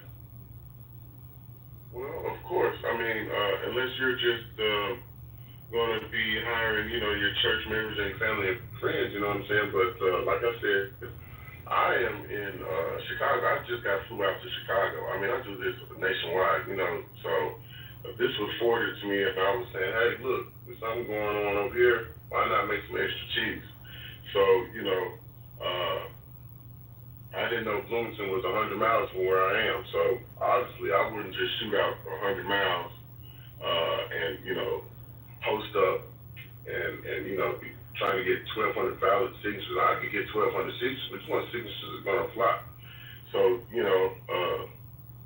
days, it just sounds like that's very unrealistic. If you want quality work, you're going to have to set up, post up, and just standing outside of shopping centers is not the way that you're going to get the best signatures. Some canvassing, one of the churches, finding out his demographics, where his followers are, really doing the research, man, to get the signatures and get them quick, and bring some awareness to find out, where we can get a lot of people at one time that are in the district that want to hear about them. If you want to have an event, things of that nature, and do the petition, barbecues. You got to think outside the box. There's just standing outside Walmart because people are just scribble anything on paper. But you're saying in your experience, 1 out of 3 is not verifiable? 1 out of 3. Well, you're saying if it's 1,200 you want, then you're saying get 1,800. Yes, all the time. I mean, because so you're saying 600 of those. Actually, it's more than 1 out of 3. Wouldn't it be? I mean, this is why it takes a special kind of person to do that. You know what I'm saying? Because it's how many times have you signed a petition, and then you got to put your name and your address on it. So a lot of people will say, yeah, I signed a petition, and then I have to put my address on it, and just put a scribble address on it, or you just can't recognize the signature, and they meant well, they signed their name or whatever. It's just on the algorithm of the computer that match up with the voter registration signature. So and then it depends on how much scrutiny the opponent's going to do. Is he going to challenge the signatures? This person moved or this and that. It's right on the borderline of the district. So you have to plan for all kinds of contingencies and problems. So if you want quality work and you shoot for 12, well, I got my 12, and then 3 days later, hey, we need 300 more, we need 40 more. So you plan for overages, and that's how that goes. So you're gonna have to have a contingency plan. Now you pay for the valid signatures, but you're bringing in more than that. You know what I'm saying? But you're paying for all the signatures, not just the 1,200, right? No, you pay for it depends. It's a case by case scenario. If you got rapport with a person, sometimes they pay for all of them over a certain amount, and some just pay for the valid ones. And so it just depends. You got a lot of shady coordinators out here that get people from all walks of life, and they get try to tip people out of the time and the work. And you've got all kind of trolls that have sham campaigns going on. I'm sure you guys know about this. So, as a petitioner and a campaign manager, and I have to protect the people that trust me. If I tell them, hey, look, we're shooting over here, we're gonna go 300 miles over here, we're gonna go 500 miles over here. You can't be on just somebody's. Yeah, I'm gonna pay you, because that doesn't work. What is the, you don't mind me asking, Edward, sounds like you're pretty experienced. What is the average or normal pay, be it per hour? I mean, I know some folks use volunteers, college kids, and friends, but folks like yourself are looking to be paid for the work as well as you should be. What is the average? Well, the average petitioner is not going to work for an hour. Because it's not worth his time, because you spend a whole day, $15 an hour, $12 an hour, that's, gonna get you some, high school kid, college kid, but even a political science intern, I brought my son up to work with me before he goes to college this freshman year. He's, playing sports or whatnot in college, and told him to come on out. And, but the average professional petitioner is not going to work for an hour. So I couldn't even answer that question. But it's a lucrative, job if you're good at it and you're bringing in good signatures. I've worked petitions for some nonprofits and community organizations that pay $10 a signature for 4 different petition ballots and initiatives, and person can sign all 4 ballots, and you can go turn in thousands of signatures a week. Houston, Dallas, major cities, they have all kind of things going on, so you can make $10,000 in a week. Yeah, that's pretty standard. It's always per signature, and your 8 to 10 is pretty reasonable. California here is much more than that. It's about 12, I think, is the average.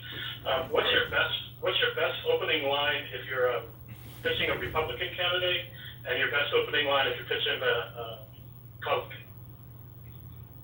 Well, opening line, how are you getting my attention to get me to not walk into the Walmart? Right? What's your hook?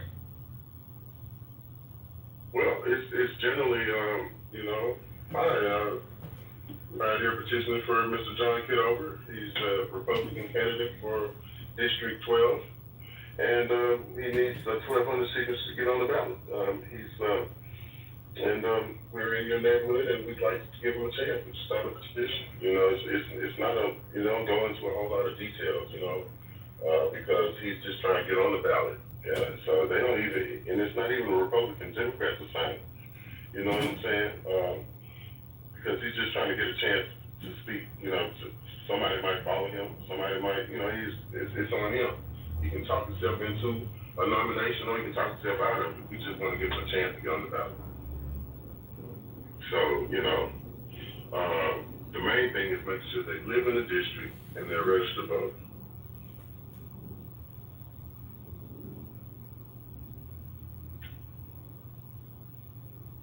There's not a lot to it. People want to talk to you. It's just like Clubhouse in the streets. People want that dopamine, and they want to know what your petition's about, and they want to sign if they like your personality and how friendly you are. It's signature gathering, and right.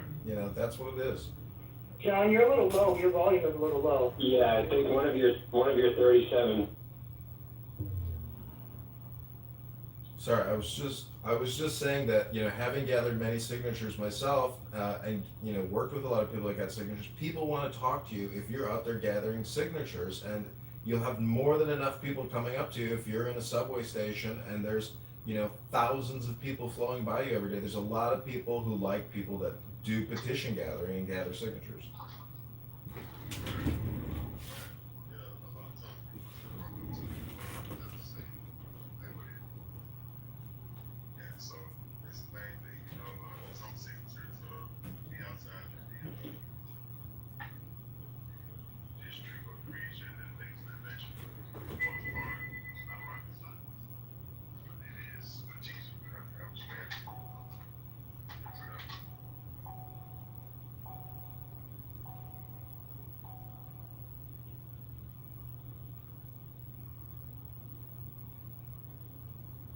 yeah, maybe it's just California. We're a little apathetic here, but I've heard some outrageous hooks. I've heard some reasonable hooks that got my attention. But most of the guys here, they have a hook. They kind of profile you when you walk out. They figure which side of the aisle they think you're on, and they give you this question that kind of leads you to want to respond in one of two ways: either you're all in or you're a little agitated by it. So I was curious what hook she is. That may also be California. Well, I mean, sometimes it just depends on the candidate. If he was an ex-police officer or a firefighter, and you're looking at another guy who's walking up and he looks like he's, you can do that. But sometimes that'll backfire because the person that you think's, because he's got a cowboy hat on and big buckles or a boat, he's a staunch Democrat, and he just lost a signature. So, it's a give and take. Hey, so you never know. So, but you can try that. But the main thing is, you don't want to put yourself in that box because you can lose a signature like that. I know a lot of people that do that. Hey, back to blue. This guy's a ex-police officer, and it just depends. So, reading people's what you think their personality is, that works.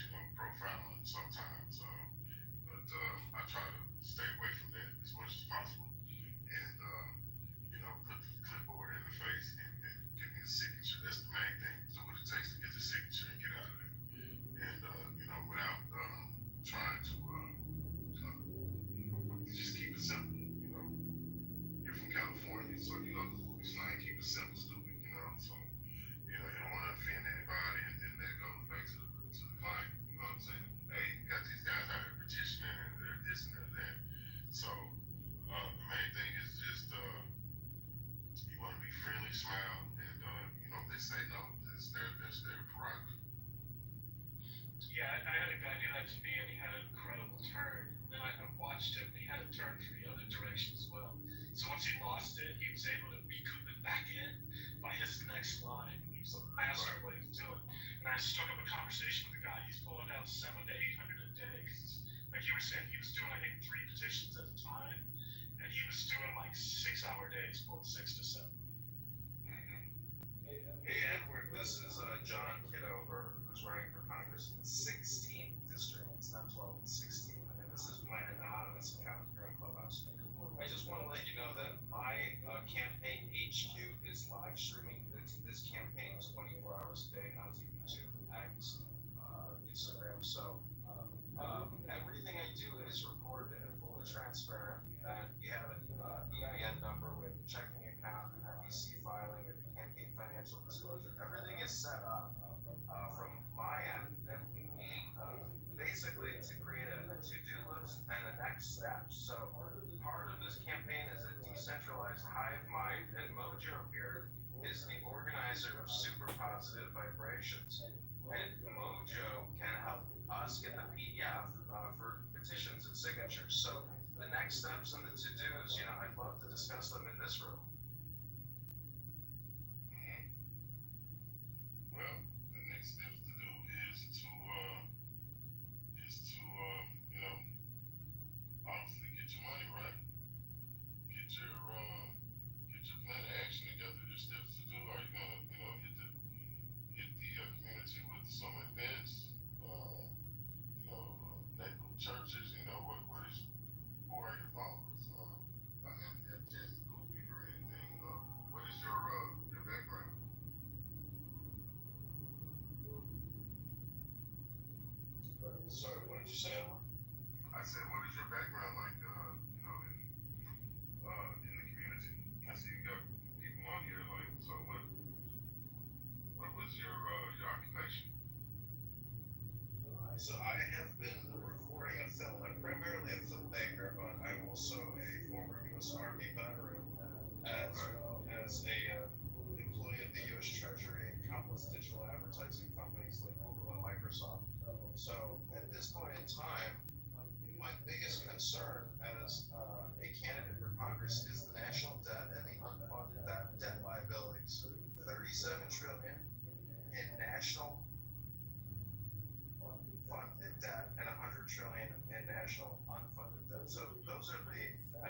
passing over the national debt. That's primarily the focus of the campaign. The national debt. Okay. And so you've got mathematical way to knock it down, I suppose, right? You got economic theorems to help, eliminate the debt and stop borrowing and stop spending. Okay. So you served the country, so that's a great talking point. So work strategy, we work strategy around that. Digital marketing, analytics, work strategy. Get find your algorithm, Facebook marketing. Get you some. Look, let me ask you a question. Does Illinois do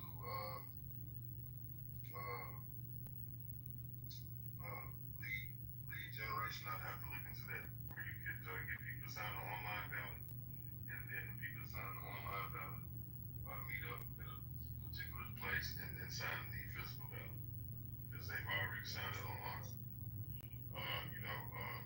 And that one's free. Yeah, 100%.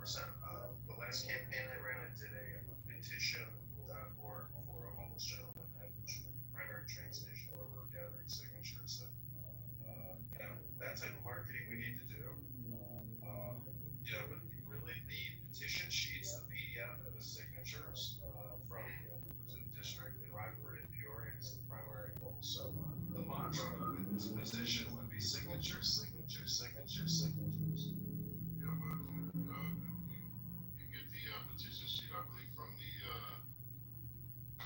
election commission, but it's just either unassigned members and affiliated with the Republican Party, qualified primary elected of the Republican Party of the 16th of Illinois, do hereby petition that the following named person should be a candidate of the Republican Party for nominations of the office hereinafter specified to be voted for at the general primary election to be held on March. When is the election? 17th. And put your name there, and it's 15 lines per name in the box. Voter, print your name, address, city, village, and state. The county. And there you go. But yeah, you should be able to get those off the election commission website. So if everybody here can add Edward as a friend, and also the donation above is to the campaign. Edward, if you do, do the work. I mean, as far as I'm concerned, you got the job, and it's up to you to get the signatures. But I want to crowdsource, funding you and getting you paid and being totally transparent about it. Plus, if you have a cash app and you want to set up donations, you can set that up because even if some of the people on here on this app don't want you doing this work, at least you get something for your time today. So, I can't promise you that this app is going to be friendly to my campaign, but I can promise to you that I'll be respectful and friendly to you if you work for the campaign, and I would love for you to work for the campaign and gather signatures, because that is the mantra of the to-do action list right now, which is signature, signature, signature, signature. Right. Okay. Well, it's $ Workscape Oasis. I don't know how to put the chat is not giving me the option to type. Nye, go ahead if you want to release the chat, or Edward, if you want to put it in your profile, if you have a cash app and people want to make a direct donation to you, not just the campaign, certainly everybody here. Thank Edward for his time, for the conference call today. And Edward, there were some people that were very upset that you were live streamed into this room. So, I apologize if I did disclose that too right in the beginning of the conversation, but I quickly remembered, that I needed to disclose that too. So, people in this house, in this room, were not they did not enjoy our live stream conference call, so I do apologize if you want to let me know. Screenshotted me a whole bunch of pictures of what was going on, and I was like, hey, what's really? But it's okay, and no love lost, man. So definitely keep in touch with me and let me know how it works out. What's the next steps and how you want to proceed. Yeah, thanks for coming in, Edward. And don't get scared off by the diversity of opinion and intensity of emotions that you will find in Clubhouse. Most of us are reasonable people, and whether we disagree or not, we just have questions. You have a great day, and thanks for coming in. All right, thank you. Edward, I would just say that Clubhouse is always going to be where I would prefer to conduct all campaign communications. FYI, some people may not like that, but I am a big Clubhouse enthusiast and believe that this app is meant for this type of work, and some people will not agree. So, I would just encourage you to, utilize this app for all campaign communications. Okay. All right. Sounds good.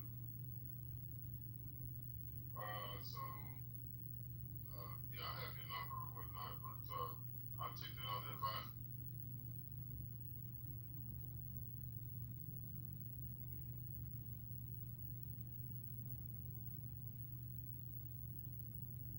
All right, very good. Go ahead, John.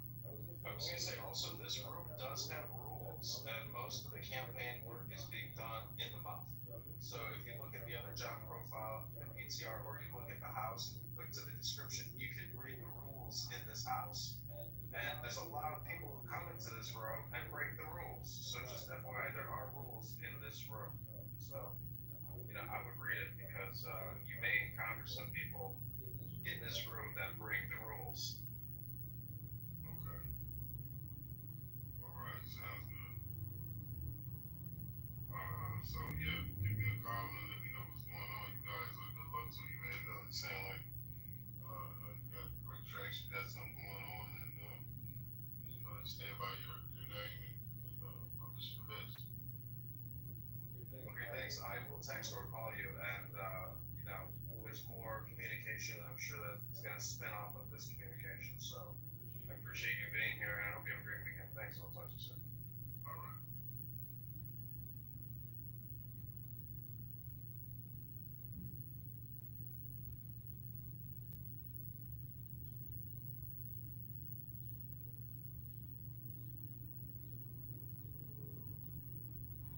Okay, guys.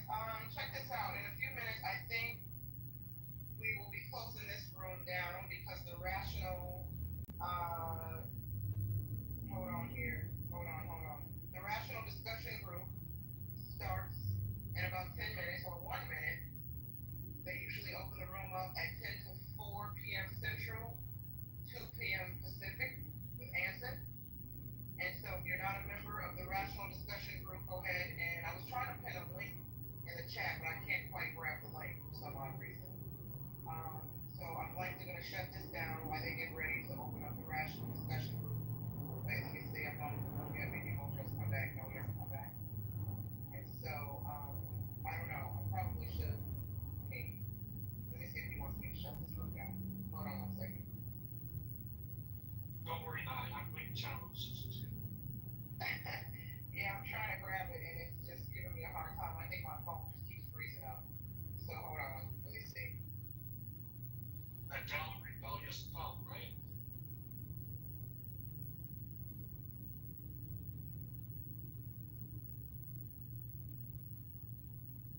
Well, there you go, John. I tried to ask him the questions I would ask if I was on. Yeah, thanks. I mean, I've worked with a lot of people off of Craigslist, and I've never had a bad outcome ever working directly with anybody who has ever replied to a Craigslist ad. Oh my God, dude! I've made conservatively 100 to 200,000 off of jobs Craigslist. I've hired conservatively at least 100 people off of Craigslist. I have had so many problems on Craigslist. Hired a lot of people I would hire again and didn't have no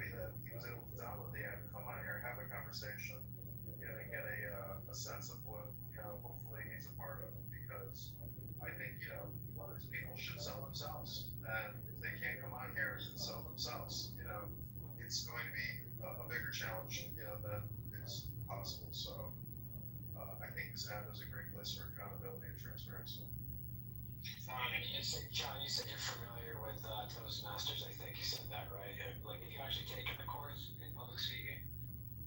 I have, Mr. West. Okay, I'm just curious because, and I only point this out because I had a professor many years ago in a speech communication class pointed out to me where we did an exercise where you pretend you're interviewing someone. And the amount of times that the average person says, you know, which is what you did about, I counted 11 times in 30 seconds, is really, the average person isn't aware of how many times we say, you know. So just feedback for you. They want to be mindful of that when speaking publicly.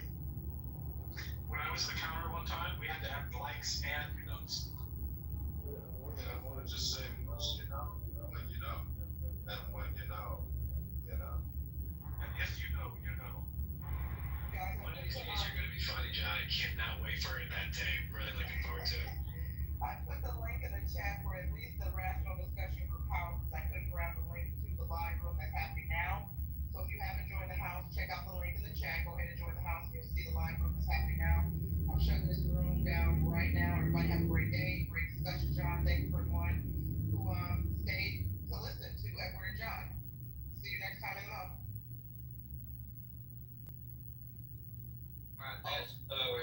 Listen, you find crime in places that are low. Places that are like close to people with wealth. That's what you see. And if you look at how any city is structured, you're gonna go ahead, brother. I'll have you up. So have you accounted for over policing in those areas? Because if you're over police or look for things, right, you're gonna find more. Exactly. Is your statement accounted for over policing as well? You didn't put that in there.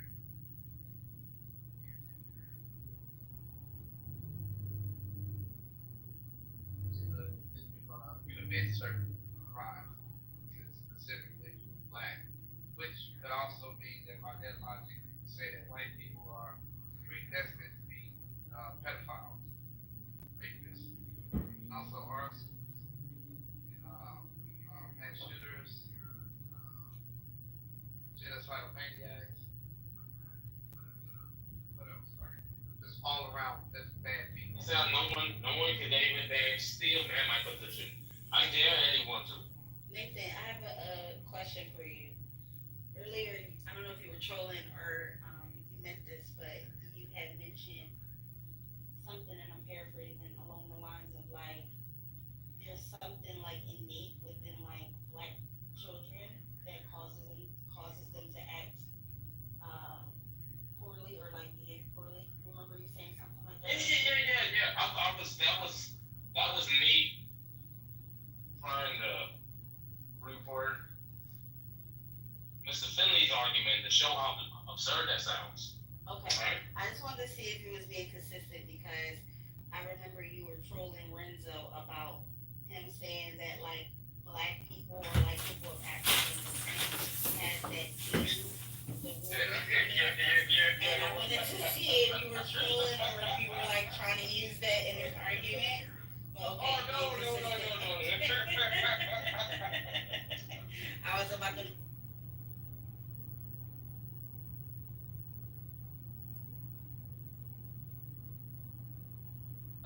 The cult is very quick.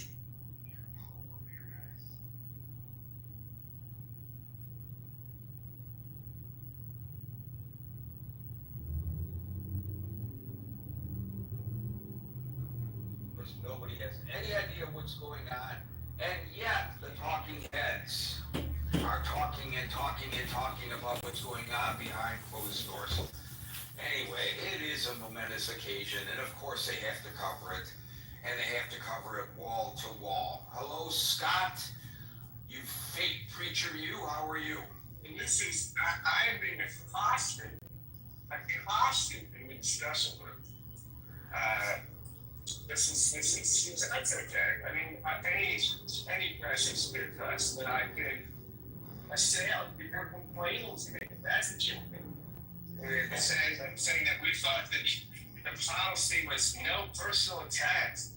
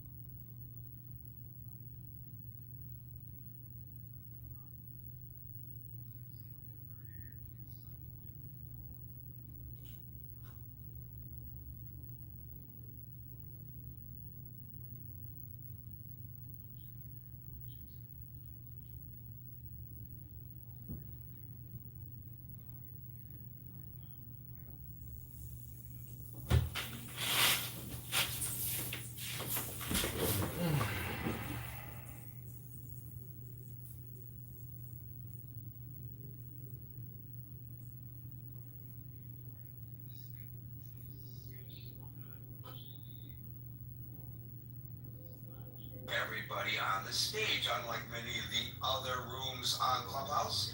In the Critical Thinking Forum, we speak one at a time. We endeavor not to interrupt one another and also take great strides here.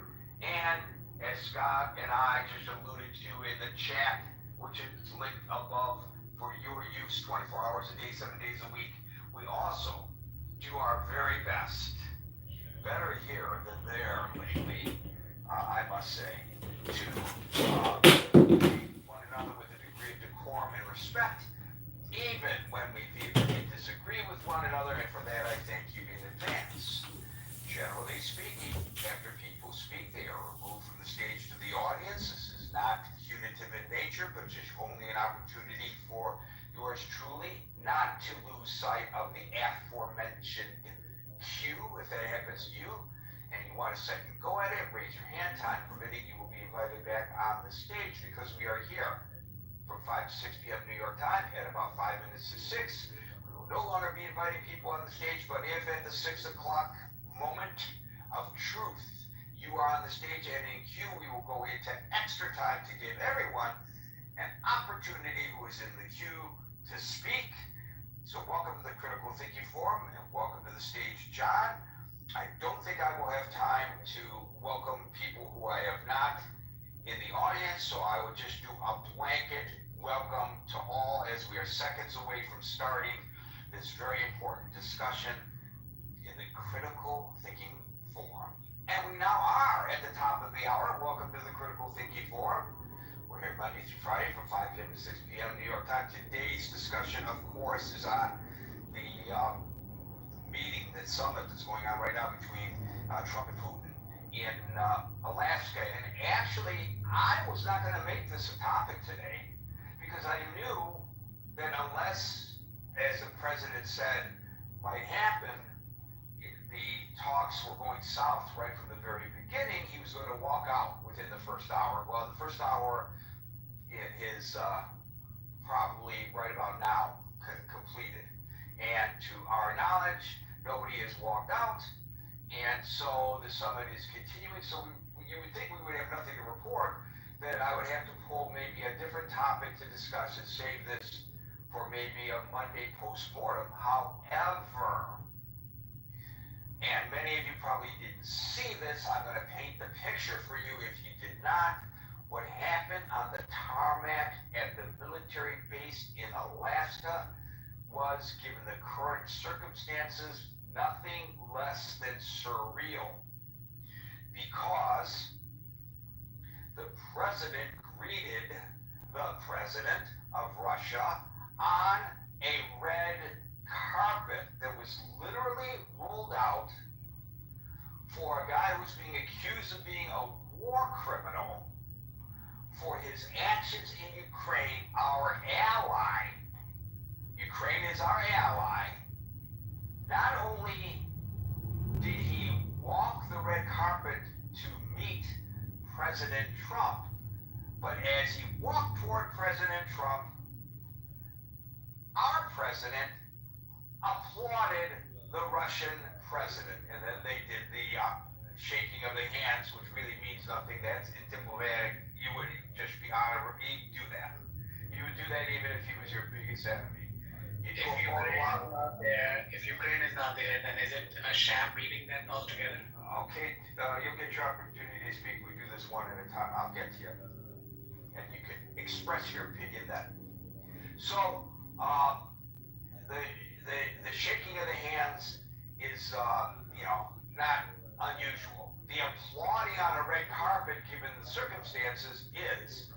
And I am certain, I haven't gotten much feedback on this yet, this is not playing very well in Ukraine, where, although they are meeting at the backdrop of a what do they call those things? I don't even know what they call those backdrops, where they put a saying on the backdrop repeatedly. I used to know what they called it. There's a marketing term for it. Step and repeat. Step and repeats, thank you. This is supposed to be a summit for peace. Well, while this summit for peace is going on, the sirens are going off in Kyiv. the attacks are intensifying in Ukraine. It's almost like disrespectful to President Trump that President Putin would allow this to happen while the two of them are meeting to discuss peace.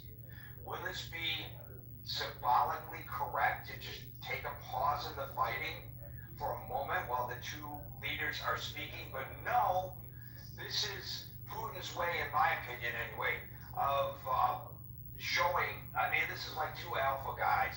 Who's the bigger alpha? And he wants to show that he is the bigger alpha. Now, look, all of this adulation in public toward Putin has nothing to do with what they might be saying behind closed doors. It could be a very, as they say in diplomatic terms, candid discussion. The president may be setting him up like a pool shark for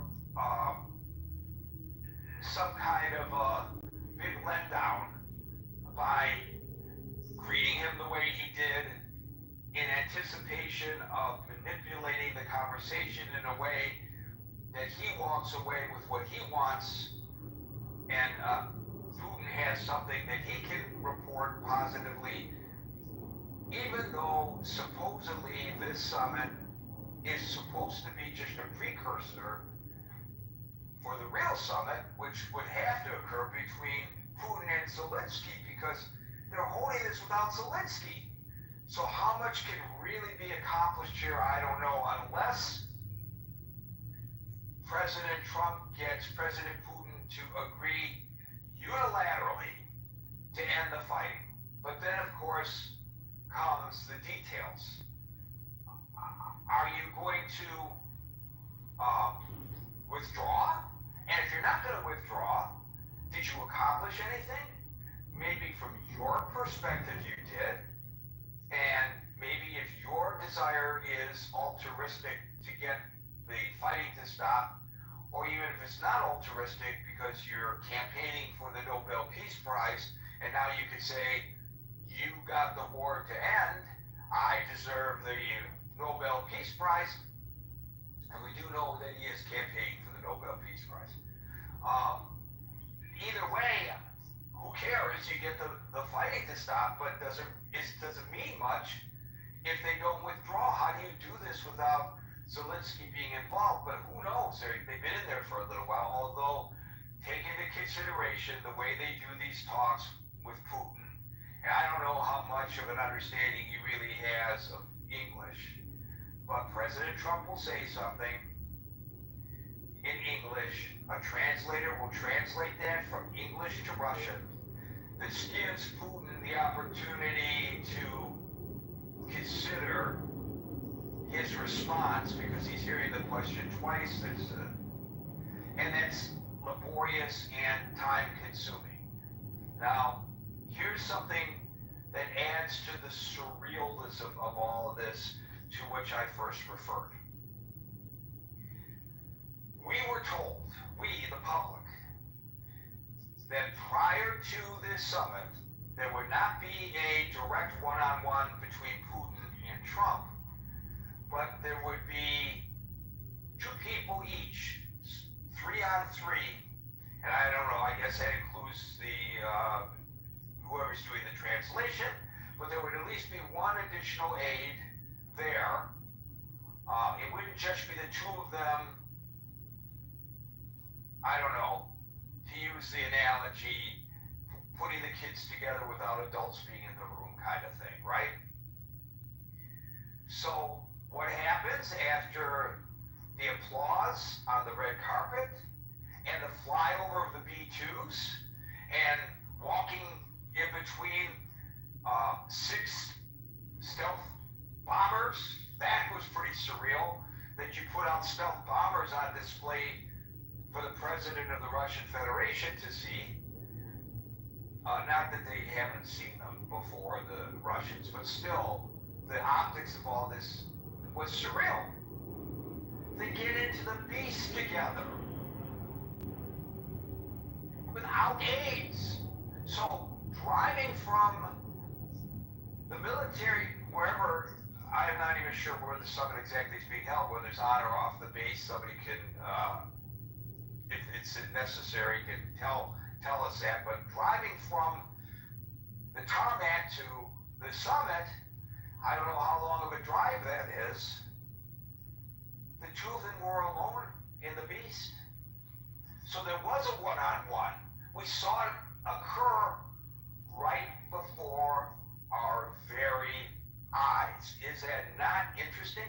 So I don't think there's any way to predict, given that even that little nuanced issue was reported as one thing coming out of the White House and then turned out to be another.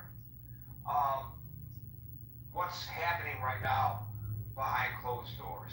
Now, by the way, there is scheduled a joint news conference after the summit, and we'll see if that actually comes off, and if it does, how this will be conducted and what we may or may not learn coming from the mouths of the horses themselves. One other thing to throw out there, Reuters reported, and it's all unnamed sources, but I'm going to tell you what they reported anyway, that there were discussions at the White House that the president would offer to Putin access to natural resources off the coast of Alaska in return for ending the war.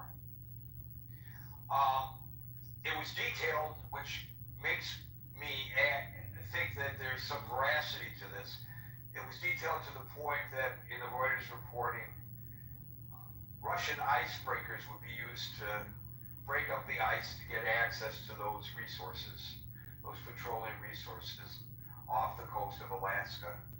Don't know how people feel about that, if in fact that is part of any deal and in fact that gets effectuated.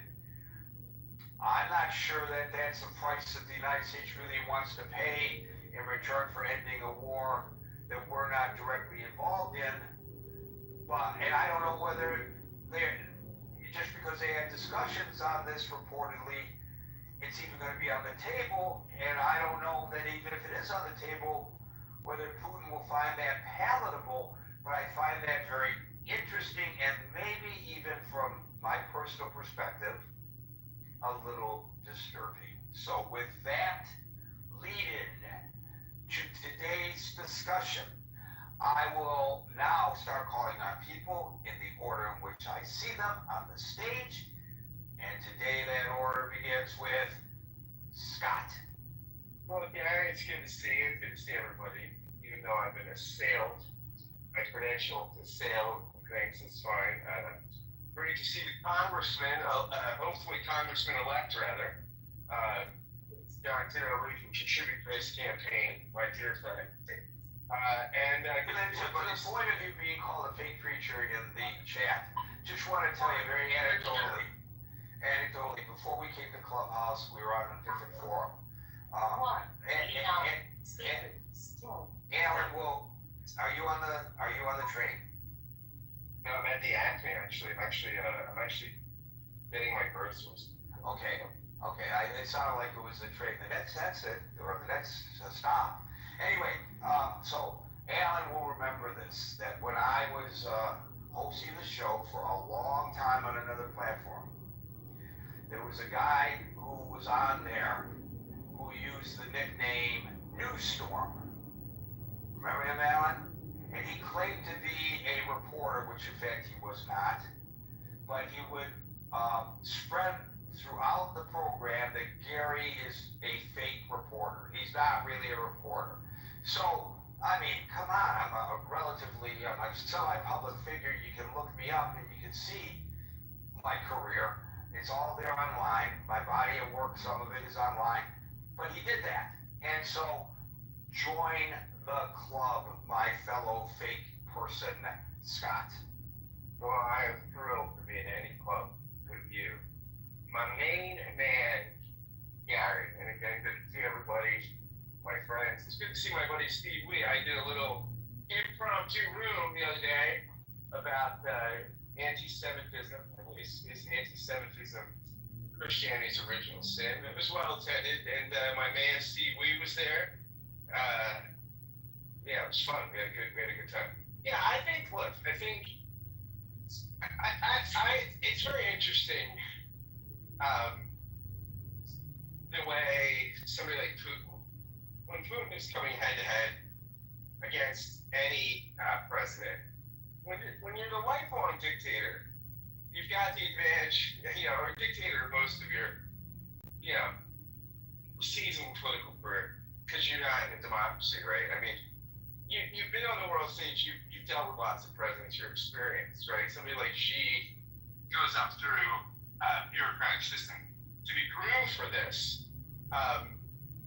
Putin, by the function of the fact that he survived so long, knows the world stage, knows how to deal with leaders. I think if you're a seasoned, if you're somebody that's been prepped well for the presidency, you're still at a disadvantage, right? Because of just the experience of somebody like Putin. I think that's double the case with Trump, who really is not somebody that's got a huge background in international affairs or came into the presidency with extensive with a lot of the kind of background a normal Republican or Democratic candidate would come with. No, there's advantages to that too. I mean, look, we wanted a disruptor. I mean, people wanted someone he was the outsider, and I think one of the reasons he's won twice, 2 times he beat establishment candidates, because people thought, hey, the experienced establishment's not gotten us what we want. So, I mean, there are advantages and disadvantages, but this is one thing where I think this is a disadvantage when he's head to head against somebody like Putin, or if he was head to head with somebody like Xi. I think this it's just interesting, the seeming being just so such a philo-Russite. I don't know what to think. I know you could be a philo-Semite, but I don't know what to be a philo. Such a Russia fan. I mean, I think Trump clearly seems to have a favorite in this fight, and could have a lot of reasons for that. But he seems clearly to be inclined to sort of be on Putin's side, to be deferential to Putin. Compare the red carpet treatment to the absolute shameful treatment of Zelensky, right? Which I mean, we all thought it was notable. I mean, I think Trump has a favor here.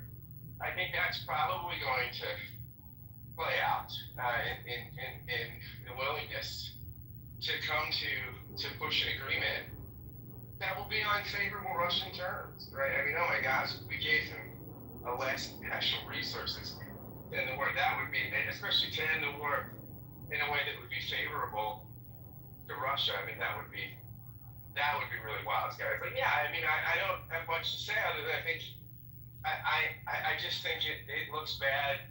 If Trump is the broker, I think that will look bad for Ukraine. I think it will be good for Russia. I'm not saying it couldn't bring an end to I don't know that it'll bring an end to the conflict because I don't think Zelensky will give in. But, by the way, one last thing. Hillary Clinton went on Instagram, I guess, and said that if Trump could end the war without giving any concessions, and without giving land, without giving Putin anything, but if he could convince Putin to cease hostilities, without giving Ukrainian land to Russia, that she would nominate Trump for the Nobel Peace Prize. So there you go. You heard it here, buddy. Thanks, Gary. I've always suggested that it was all an act, lock her up. I've always suggested that they have been and remain good friends, him and Bill and Hillary, and that his daughter and their daughter are buddy-buddy. It's all a game of cards, 3-card Monte. Perhaps a house of cards, Gary. Wouldn't that be? Well, you know what? Let's put together a series of political intrigue and call it House of Cards. We're on fire. I mean, people are already stealing their ideas, Gary. I mean, Yeah, I know. I mean, I've asked these people if they want me to get the title of the room ahead of time so I can direct message it to them so they don't steal it. But yeah, our good friends, our competitors. Well, the next time I have time to talk to Kevin Spacey, I'll ask him how the hell he stole our idea. Thank you, Scott. William. Can I come back in about 20 minutes? Yeah. John.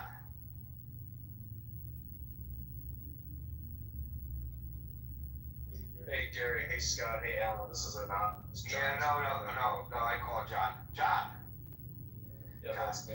Well, no, you're listed here as anonymous, so I would call you anonymous. How would I know that anonymous is John? Because anonymous is anonymous. John, are you there? But I'm John. But I'll wait. Okay, sorry, guys. Yeah, you'll wait. I know you'll wait. John. Okay, well, John is asleep at the switch, so we'll go. He must be in the mosque. And we'll go to Scott and my friend, Steve. Yeah, Gary. I hear the stuff about the red carpet and about Trump clapping. What's the objective here? I thought the objective was to stop a war and keep people from dying. And, the negotiations I've seen with different people, if you're trying to cut a deal, the last thing you want to do is try to insult a guy. What we're going to do, put a brown carpet out there and have Trump give him the finger as he's walking down? I mean, come on. I mean, I don't know. Are we looking at just style and not results? Trump has this little nuance to him that he'll do things like that once in a while when he's trying to get something going. But I don't see that as, come on, buddy, let's go here and see how we can put it to Ukraine. I don't see that at all. I mean, I think the whole thing's convoluted. When Trump went to Saudi Arabia, when they laid out the stuff for him, are we supposed to insult the Saudis? What are you doing? Giving him this role? Can I just ask you a quick I agree with you about this, that you should, if you're attempting to influence a foreign leader, be conciliatory, don't try to humiliate him. Why humiliate Zelensky then on national TV? Why not also be respectful of Scott? I'll tell you why, Scott, because there's a lot of reporting on that, but before they ever got to the Oval Office, they discussed what Zelensky brought up. And it was supposed to be a press session that they is going to keep this thing controlled for messaging. And Zelensky, after he'd been told in a private meeting before they ever went to the Oval Office, brings this up and throws it in Trump's face and tries to twist the press conference. That's why he got what he got. Now, if I'm telling you, hey, dude, look, this is how we're going to message this. I understand your position. Just don't bring it up. We'll handle this behind closed doors. And then we get out in front of a press conference and you throw it in my face. Yeah, I'm not going to be happy with you, Scott. So that might be the reason Zelensky got what he got. That has nothing to do with what we're looking at now, though. I've been around where we've had major corporations trying to cut a deal with each other. Well, they tend to bring out the red carpet. They tend to try and set a mood that's going to make someone agreeable to listening to them. So I don't get this. I mean, what we want to show Putin that what a tough guy we are, instead of trying to set something up where the guy will actually talk to us. We want to be like Biden that just wouldn't talk to him at all while people are just being massacred on the battlefield. I thought the objective was to stop people from getting killed. I bet that soldier in Ukraine sitting on the front line, if the bullets would stop, wouldn't care if Trump clapped or not. I bet it wouldn't matter to him. I bet it'd matter to him more that a bullet's not coming at his head. So I don't get this. I mean, you're not going to negotiate well with people by trying to insult them. And, his idea of setting a mood for a negotiation may not be your mood or your way that that you do it.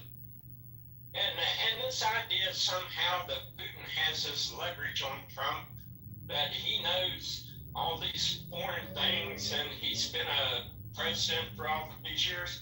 Look, Trump has been cutting deals with people in one of the hardest core markets in the United States, New York real estate. He's dealt with hardcore guys before. He knows how to deal with them. He's cut deals his whole life. So you think he doesn't? Somehow he's lost this idea of how to cut a deal? You're cutting a deal about a war, you're cutting a deal about real estate. The same principles apply. So I don't get any of this. What we want to get Putin to the point that we get him on his knees and insult the guy and send him home, and then he just turns the stuff loose on Ukraine. Well, good job. I bet the boys on the front line in Ukraine would really appreciate that. Or you can say, hey, look, man, I'm going to treat you halfway decent, but let's get in here behind closed doors. Let's talk about this and let's see what we can do. I'd be more concerned with the results than the pomp and circumstance. If the result is that people stop dying, who cares if the guy clapped on the runway? Who cares? The objective is to get people to stop dying. And this idea that somehow Trump is going to give away land, well, let me tell you something. Putin's already got land. And Britain and France was talking about trying to force him out. Yeah, Britain's got a standing army of 70,000. They're going to go in there and push Putin out. How you going to push him out of that land he's conquered? Are we willing to go in there and send troops and push him out? Does Ukraine have the ability to push him out? Are the Europeans going to go in there and push him out? So what are you negotiating for? You gonna say that the guy says, hey, I got this land, I'm not giving it back, but we can stop fighting? Are you going to say no because we're going to push you out? And who's going to do it? And how are they going to do it? Whose son's going to go up there and die in Ukraine to push him out? These are all serious questions, and to act like, well, Putin's going to get over on Trump if he get their land back. Well, tell me how they're going to get that land back, and who's going to force Russia out of that land? Is it going to be the Europeans? They're feckless. Their army couldn't fight Putin. Three or four of the countries combined couldn't fight him and push him out of there. So who's going to push him out? And if you're negotiating a deal and you concede some of that territory, are you willing to concede territory, or you want to send your sons and daughters in there to fight on a European conflict that has nothing to do with our national security? So this whole thing is kind of disingenuous in my book. You're in here, Ukraine's in a compromised position. They don't have the resources, they don't have the manpower to push him out of there. The Europeans aren't going to push him out of there. So what are you negotiating for? And how are you going to negotiate? Oh, we can play tough guy with him, send him down the runway, give him a middle finger and tell him what a punk he is. Yeah, he's going to go in and deal with you then. You're going to insult the Russian people and the Russian country, and then you expect this guy's going to cut a deal with you?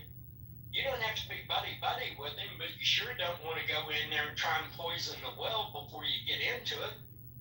And like I say, if the thing falls apart, who's going to go in there and take care of this guy? It's going to be the Europeans, it's going to be us, it's going to be Canada. Canada's sitting there, they talk about Canada, they sit there with their 70,000 man army too. Let Canada go over there and take care of it. They can't. So what are we talking about? Let's get in a real deal. Not some theoretical, well, we're going to play tough guy with Putin. Yeah, play tough guy how? Tell me how you're going to play tough guy with this guy. And who are you going to play it with? And who's going to be involved in this tough guy? And how's this going to be resolved? These are all real questions with blood as an answer at the end of that question. This ain't some theoretical thing. If you're going to play hardball, then whose blood are you going to spill? Where's it going to come from? Whose money are you going to spend? Have people thought about this? So I think this whole thing, the circumstance surrounding, we can make all the hay we want out of it. Thinking Putin is Trump response, buddy? Well, you know, if it gets the war stopped and people stop dying, then I don't have to see some of our sons and daughters go over there and spill their blood on that soil. Yeah, they can be buddies all they want. So that's where I'm at. Steve, I think that was great. I was just thinking that was great. I know it's very articulate, and I think, and passionate. And I think echoing the mid 20th century in Chamberlain, when there was incursion in Czechoslovakia, was largely the approach, and Chamberlain's approach might be the way to go here. No, this ain't Chamberlain. This ain't Hitler going on a spree. This is territory that is predominantly Russian in nature, and this is territory that there's been a long dispute in. And this is a country that we had NGOs in there permitting confrontation with them. So this is hardly the same thing as that.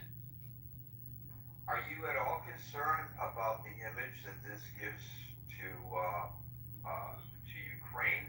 That this is a snub in the face of our stated ally by him greeting Mr. Putin in the manner in which he did? Well, Gary, isn't the substance in the details that come out of this? When the people in Ukraine, if they didn't have bombs raining down on their city every night, they didn't have their soldiers being hauled off to cemeteries, you think they'd care if there's the imagery that comes out? Or do you think someone sitting in a town somewhere would be more concerned with a drone dropping on their house and killing everyone there? I think I'd be more concerned with the substance than anything else. Thank you, Steve. Austin, we've repeatedly tried to invite you up to the stage. For some reason, you're not making the trip. It's not that we're ignoring you, and I know you were on a second ago and you dropped off. I don't know why you're having trouble getting back on the stage. Thank you, Steve. We'll now go to Addie.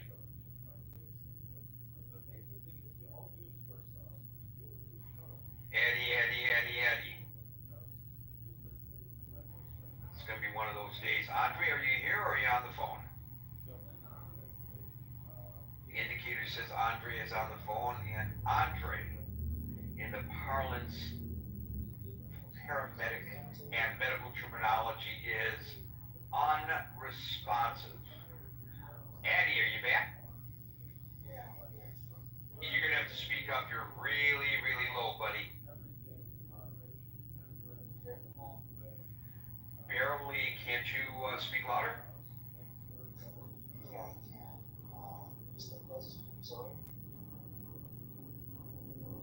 Yeah, I can't let you go on like that because nobody can hear you. It's a waste. And we want to hear what you have to say. See if you can fix that and try again. I'm going to mute you for now and circle back a little later. Circling back on a lot of people, have you noticed that? William asked for a timeout. John didn't answer. Eddie's got microphone problems. Andre's not answering. Let's see if we get a better, and poor Austin is having trouble even getting up on the stage. What the hell is going on today? Let's try Dismal, see if we get a better response. Dismal. First, I should ask, can you hear me? Yes, great success.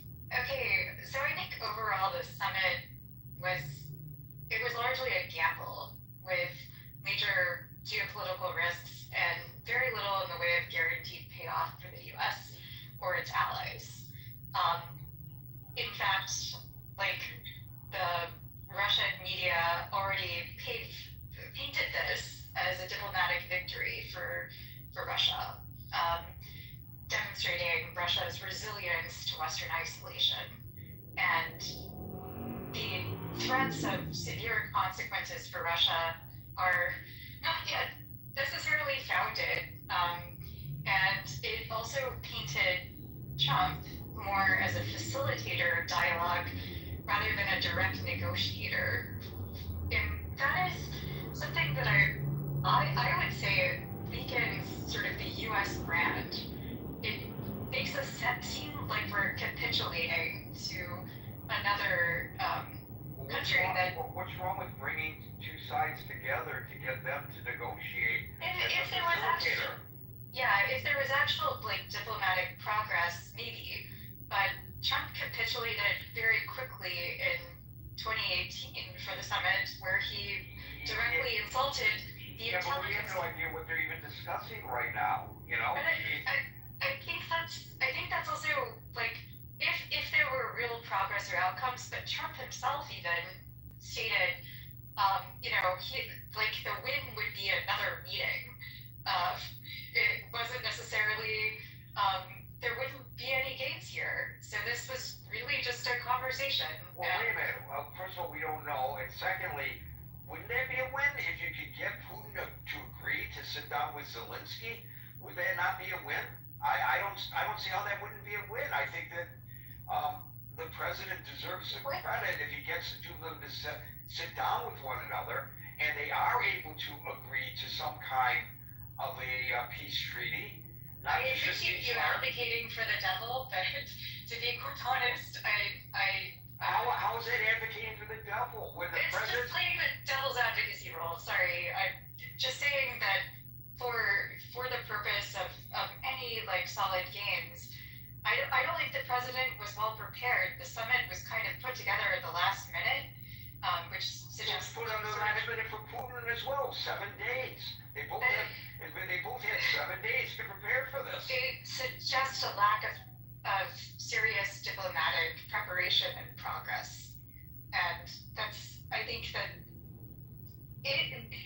maybe I'll be wrong. Maybe I'll be proven wrong, and I'm going to be open-minded if I am, and there is some progress, other than just the scheduling of an additional meeting that also puts Putin on the stage so that he can again paint in the Russian media that, he's now welcome back into Western circles. That to me would feel like a loss for the U.S. But I think you're right about that, and I think that is a perfect response to Steve's suggestion that some of us are overly concerned about the optics, because the optics be damned. He's right. The optics be damned if you are successful in pulling an end to the war. But the optics are very important because this guy is a pariah, and suddenly we have elevated him to red carpet treatment and applause. Netanyahu wasn't treated with red carpet treatment and applause by Obama, and nor was Obama treated with red carpet treatment and applause when he went to China.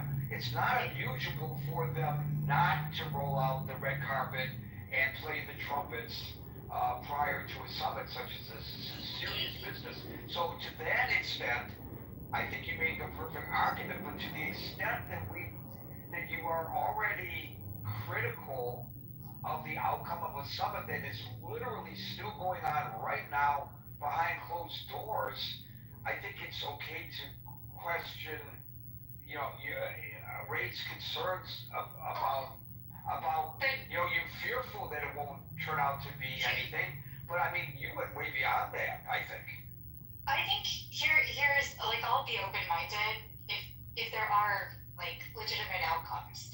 Where I would be fearful of the closed door discussions is that the outcomes previously between Trump and Putin, and then also Zelensky, the "can you do me a favor" type of discussion where he withheld congressionally allocated aid to that country, suggests that we may not have like a good faith facilitator, which is how he's positioning himself. And so I just think if we look at his verbiage and then his actions, we see like a very disparate take of how he's actually behaved. And I find that a fundamental gamble, a risk. I don't think he's well prepared, and I don't think he's necessarily hired the best people to sit opposite of what I would see as, unfortunately, I hate saying this, but a far more intelligent group of individuals that actually understand geopolitics and how governments operate and how the world works. Well,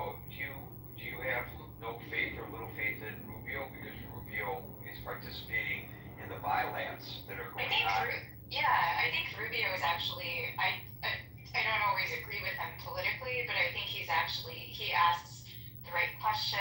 He did or sit on the Intelligence Oversight Committee.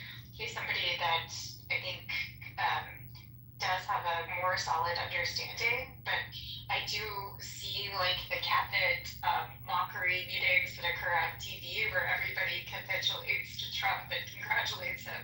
So I think he also understands that he has a short leash, and if he said anything that would contradict Trump, I don't think he would be applauded in that tight circle. Thank you, Dismal. I just would like to suggest that any Secretary of State that speaks with officials of a foreign country in a manner which is contrary to that Secretary of State's president would fall into the same category no matter who the president is. You don't want the president outlining a foreign policy and the Secretary of State contradicting it, like a nod and a wink. This is what we're going to really do, but don't tell the president this is what we're going to really do. That is highly inappropriate. So I would hope that he would fall into disfavor if he presented himself in a manner in the bilaterals that was contrary to what the president's stated goals were, at least his stated goals in his direct conversation with him. Not so much his stated goals on the public stage. That's relatively meaningless. Barbie. I'm free now if you want to put me back in the queue. Alrighty, Barbie. Well, hello there. We find out you turn the chat away. Can you hear me? We can hear you, and I'm happy to hear that in addition to your great insight into religion, which we had a long conversation on in the chat. I'm sorry. It's my fault. I brought the issue of religion up, and that was enough to, release the hounds. But now I am looking forward to your great insight with regard to diplomacy. Oh my God. Well, I don't know that it's going to vary that much because ultimately it's all about the study of human nature. And I was mildly amused to see how much, perhaps it was my comments, I appreciate that it really got under their skin. The reason the clapping is an issue is because, well, the clapping is an issue. It's the fact that he's not at a campaign rally. He couldn't help himself. That was a Freudian slip. There's very few ways that Trump acknowledges other people being, stronger or more powerful than him. That's very rare. But I think it's been very, very clear that there is admiration there.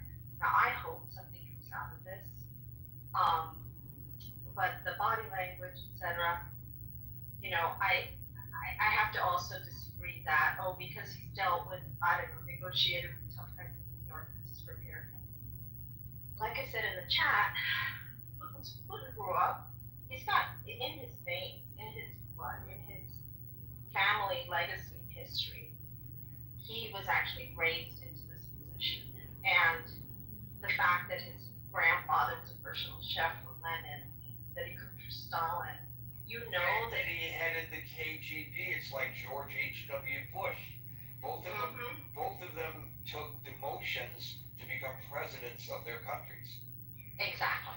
And also, as I've mentioned, the Cold War, the Iron Curtain, the gulags, we've forgotten so much of that. Most people don't even know that history anymore, other than, there were bad communists.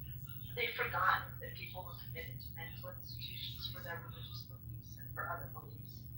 It was horrific, and he was in the middle of that, and he was like the Nazis. It really was. This isn't, an exaggeration. So I think that, we have forgotten that. So he is much more wily.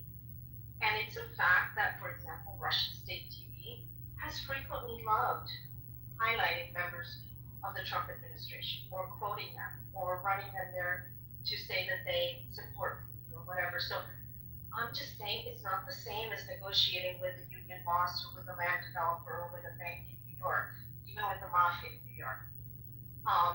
And I do hope that something comes of this. I don't respect the fact that Zelensky is left out of it.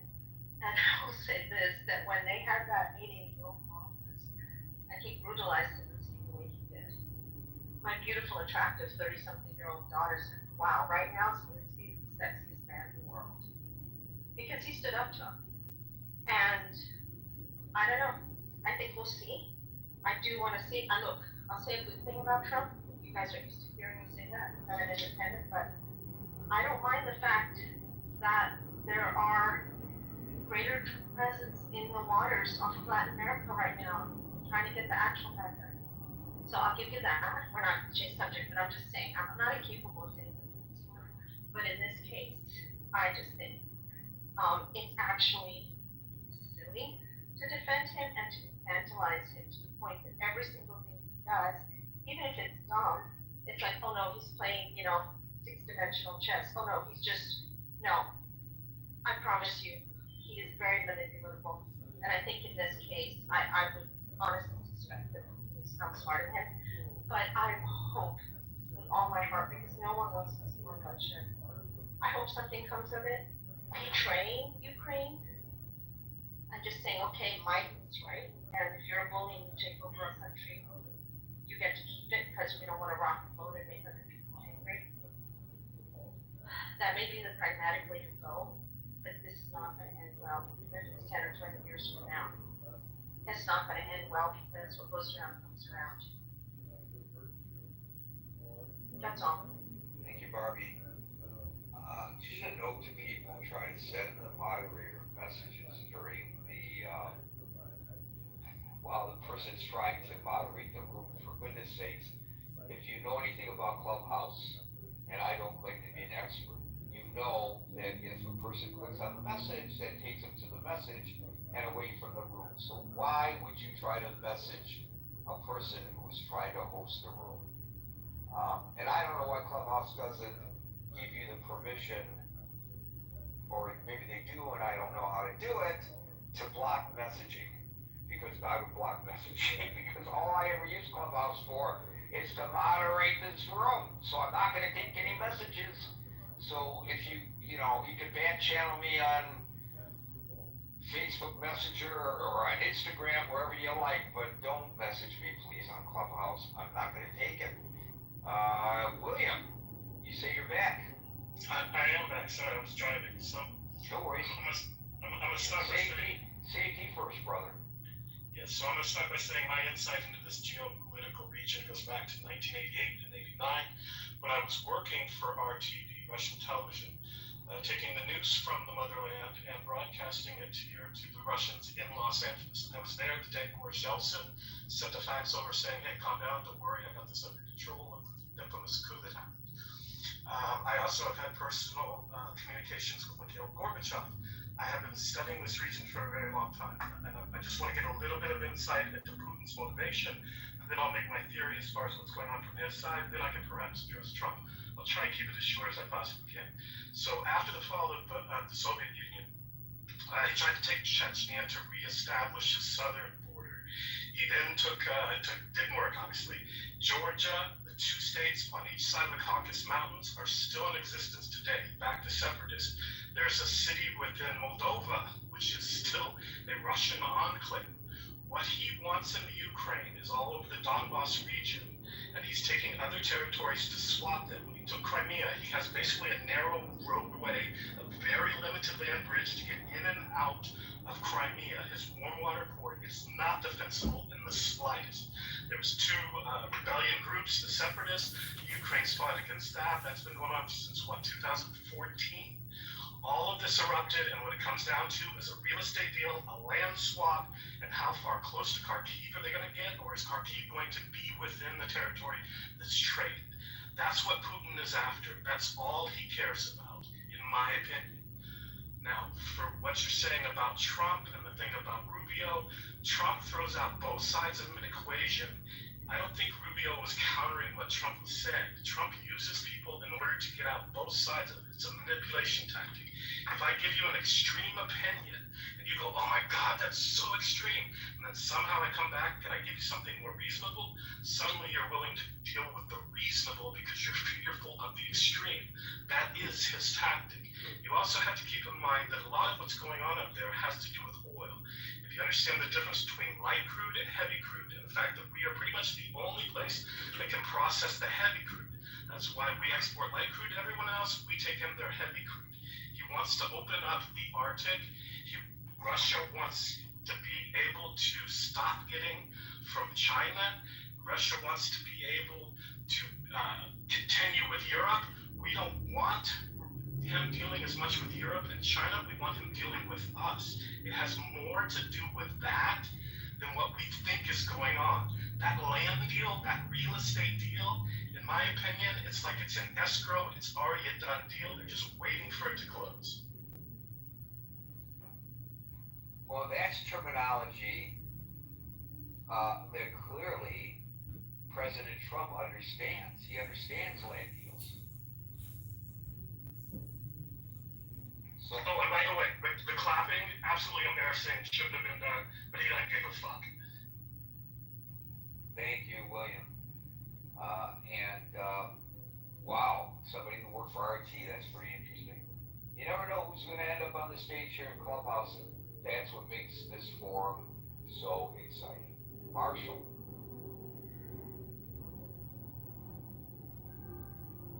I'm here. Can you hear me? Most certainly can. I don't know what to say today. I have been traveling. I'm going to February. And now your audio is muffled. There's a good signal, but the audio is like you're looking into a pillow. No, what it is when I connect to my car's speaker system, the actual audio is low. So I was gonna say was like I'm gonna go ahead and agree with William. The clapping was absolutely embarrassing. I don't think he should have done it. I, however, don't have much to say about the rest because I was unable to watch it. So I'll leave it there. Thank you, Marshall, and please drive safely. David.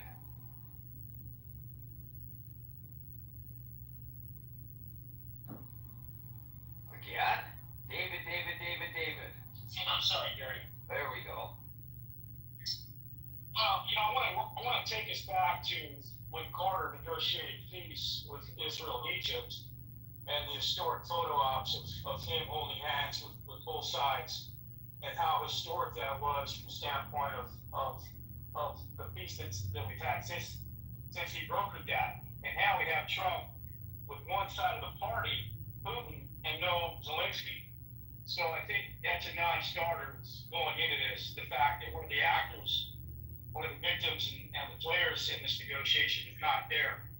So, like, they're going to have to negotiate something, and then they're going to have to go to Zelensky and get him to agree upon it, or they're just going to ram this down his throat and say take it or leave it.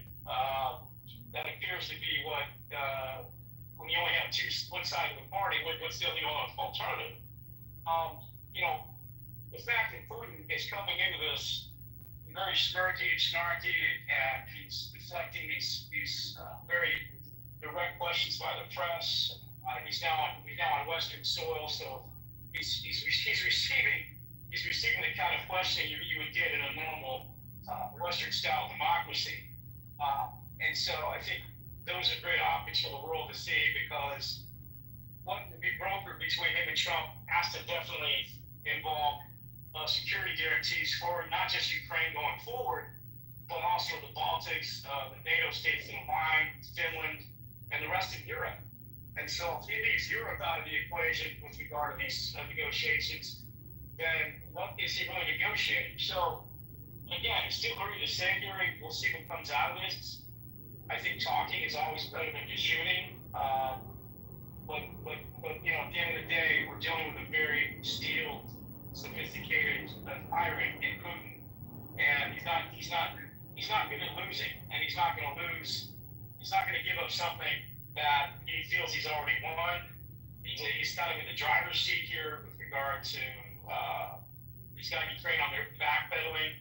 So I think he's got a lot of heavy wind in his sails going into this, and we'll see what Trump decides in terms of how he represents all the important players here. And the red carpet and all that. I know that you gotta you're gonna trap more flies with honey. To use that metaphor, kind of align with some of Steve's comments. But Putin's gonna see through all of that. He's seeing through all of this. He knows Trump's a schmoozer, and he's gonna go right for the jugular. And we'll see how Rubio stands tall in the face of something that isn't right for us, isn't right for the Ukrainian people. Hopefully he grows a conscience. He comes from a family background like mine, where dictatorships and autocracies ran his family out of Cuba. And so he needs to think about what he's dealing with here, and does he want another Fidel Castro raining down on the Ukrainian people going forward? And that's all I've got to say. Now let's just cross our fingers and hope our better angels win here, and the future democracy holds along the legacy of Reagan tearing down this wall in World War II and the architecture of the post-Cold War, and all of that that we enjoyed. I'll stand there. Thank you. This is a complete aside to the main topic, but an observation I'd like to make. I'm looking at the feed coming from the briefing room at the Joint Base in Anchorage, Alaska, where Mr. Putin and Mr. Trump will address the reporters when they are through. And there are various reporters there doing their stand-ups. Of course, they got to fill the time, and it's they're most of them, I'm sure, network people, and I don't know, they're probably from all the world. And there are those there with the traditional big cameras and standing up at the platform, but there are a number of them who are standing in front of the stage, reporting back live to their networks using iPhones. It's remarkable how technology has changed. Holy cow. It's just, to me, having lived my entire life covering, my entire adult life as a journalist, and standing alongside the TV folks at events, and hauling in all the equipment. No equipment, no camera person, just the correspondent and an iPhone. Just amazing how the technology has changed. Thank you, though, for that, David, and we'll go to Tiger. Hey, Gary. I just watched the footage of the two leaders coming up their planes and meeting on the red carpet. And I have to say, the entire thing looks to me highly choreographed. Oh, of course it was choreographed. They timed the arrival of the planes. I don't know if you saw the split screen. The split screen, they were walking down the stairs from their presidential planes at precisely the same time. They both touched terra firma with their first foot at exactly the same time. Of course it was choreographed. Yeah, that's exactly what I'm saying. And Trump even got two of the F-22 jet fighters in front, and as if it's a showing of strength. Like, you could interpret it that way, but I do wonder, like, who the audience is going to be. I think he's primarily putting up a show for his domestic constituents, just like perhaps Putin is also using this as an opportunity to do propaganda within Russia's. He got into the piece alone with the president, and all these cameras zeroed in, and he was like grinning. I mean, this was a big photo op. So Trump had the photo op of greeting Putin, getting him to the table, showing the power of the United States on a land that was once, P.S., part of Russia, So, boy, he got his licks in, but Putin got his licks in using the same photo opportunities. So, it's all optics, and that's why we should not be so dismissive of what, as you correctly point out, is being choreographed. Yeah, so with that said, I think there is a reality that everybody has to reckon, which is that Ukraine has been lost in terms of this war, right? They're not completely out of existence, but as a sovereign state. How do you know that? Because we have, as I said to a previous caller who thinks that she knows what's going on behind the closed doors, you don't know what's going on behind the closed doors either. How do you know that Ukraine is lost? Well, it's because I watched updates on the satellites and the details map on where the battles are being fought and which land are being lost. So I have a very up-to-date understanding of how the war is developing in eastern part of Ukraine. So yeah, it wouldn't be an understatement to say that the front line from Ukraine's perspective is being collapsed right now. The last fortress in the Donetsk region they have, which is Pokrovsk, is being surrounded on three sides. There's a single road that can be used to carry troops in and out, and that's already being covered by Russian.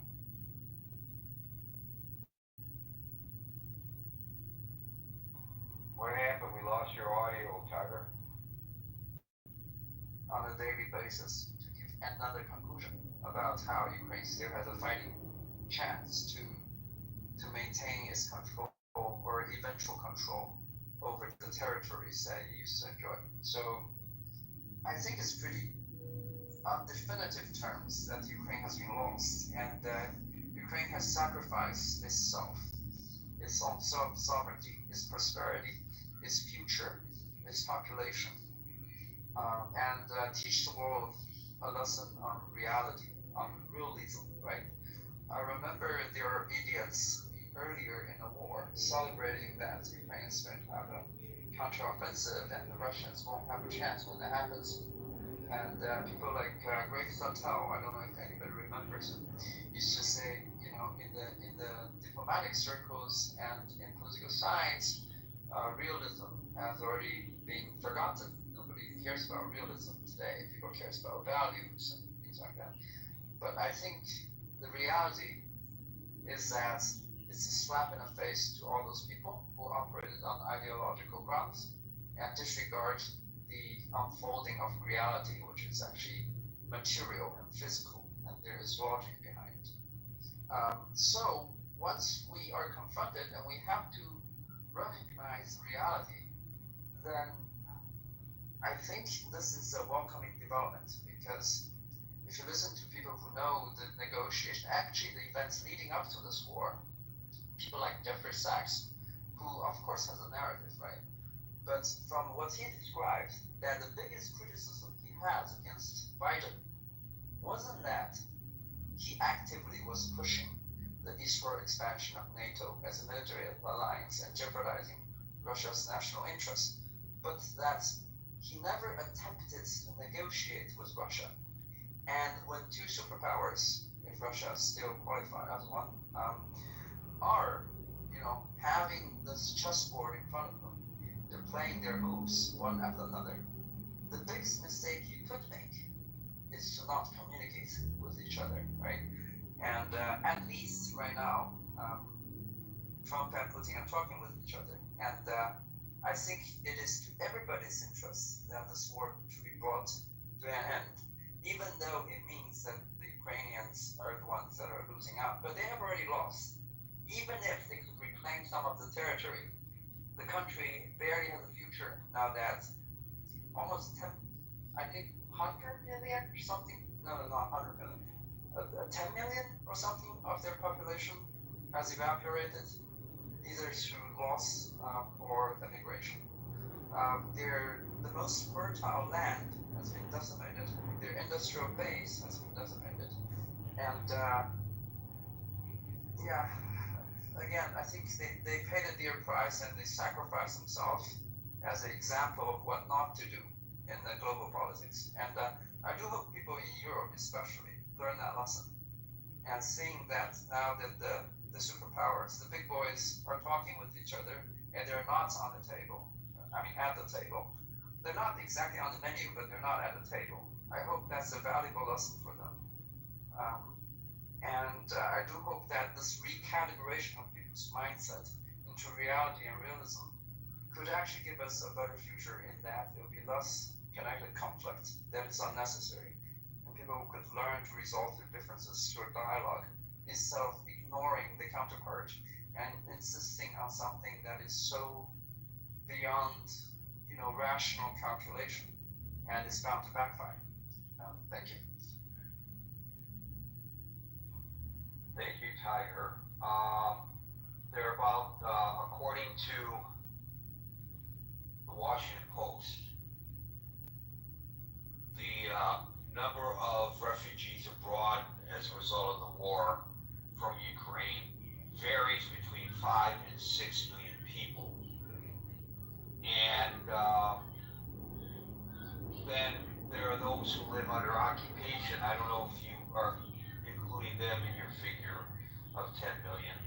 But under occupation, also according to the Washington Post, around 5 million people. So they're in Russia hands, not Ukrainian hands, although they are within the borders of what the international community views as Ukraine.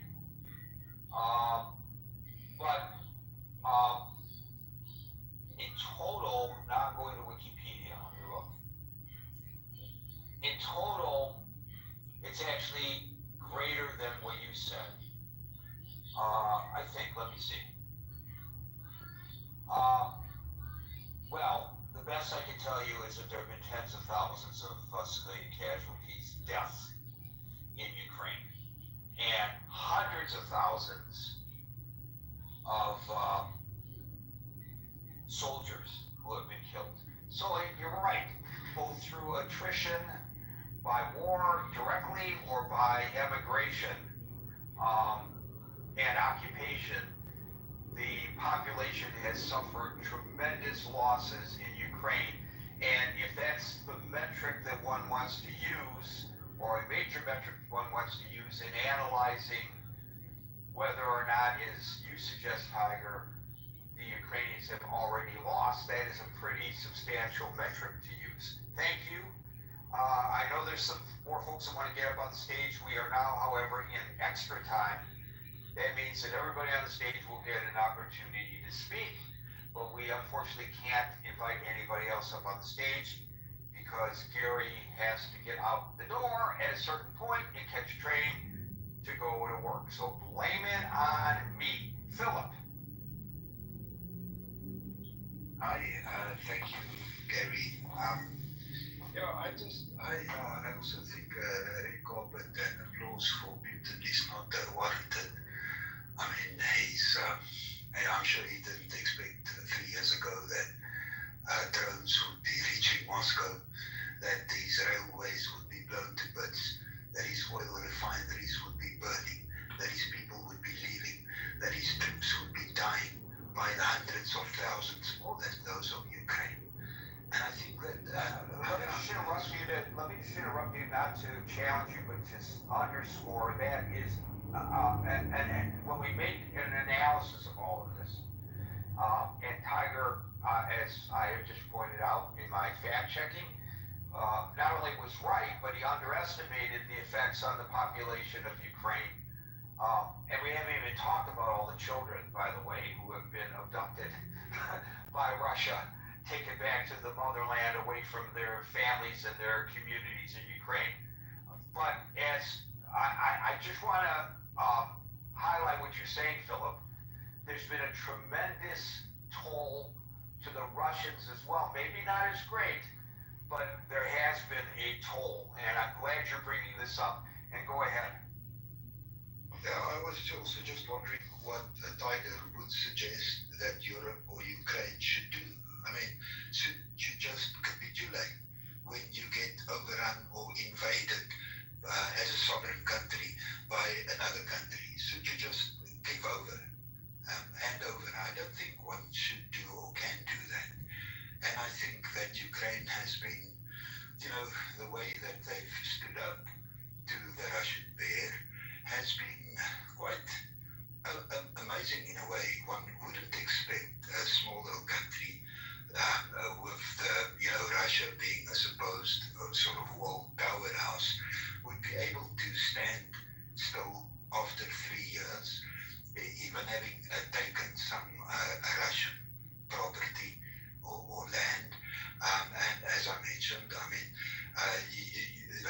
doesn't have air superiority over Ukraine.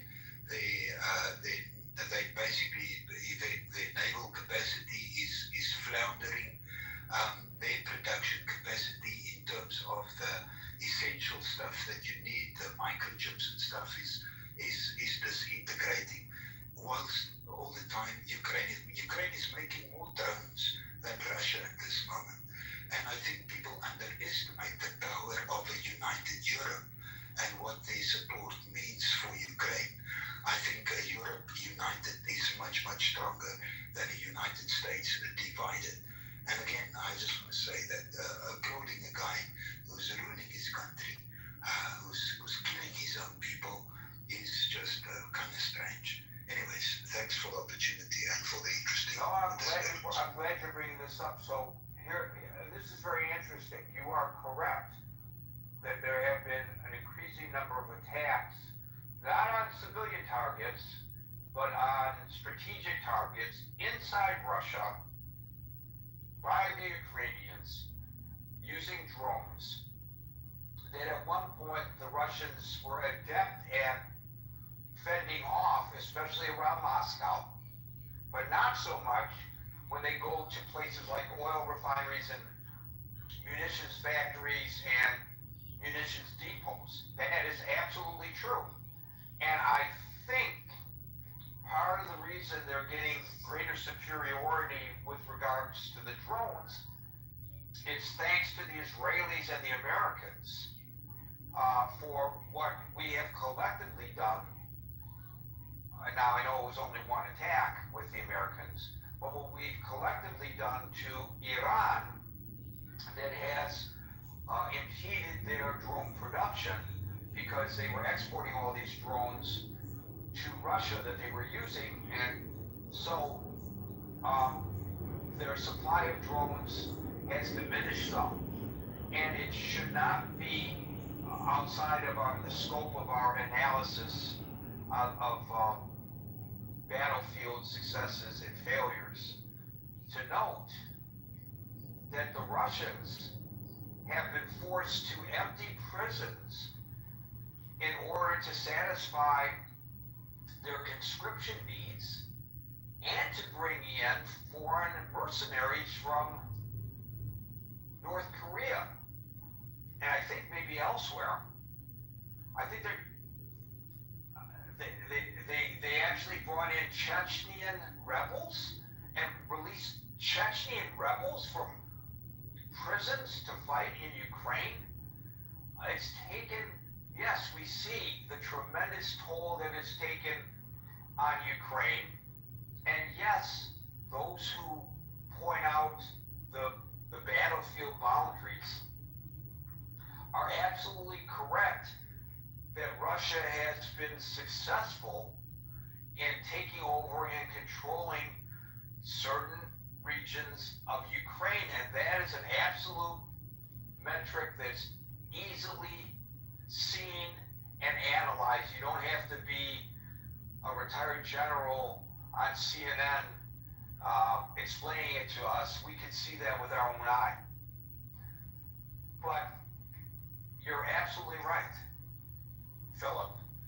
We should not lose sight of the fact that Ukraine, against so many odds, with the help of the Europeans and of course with the help of the United States, has stood in there. If it's a knockout, as Tiger suggests, it's a technical knockout.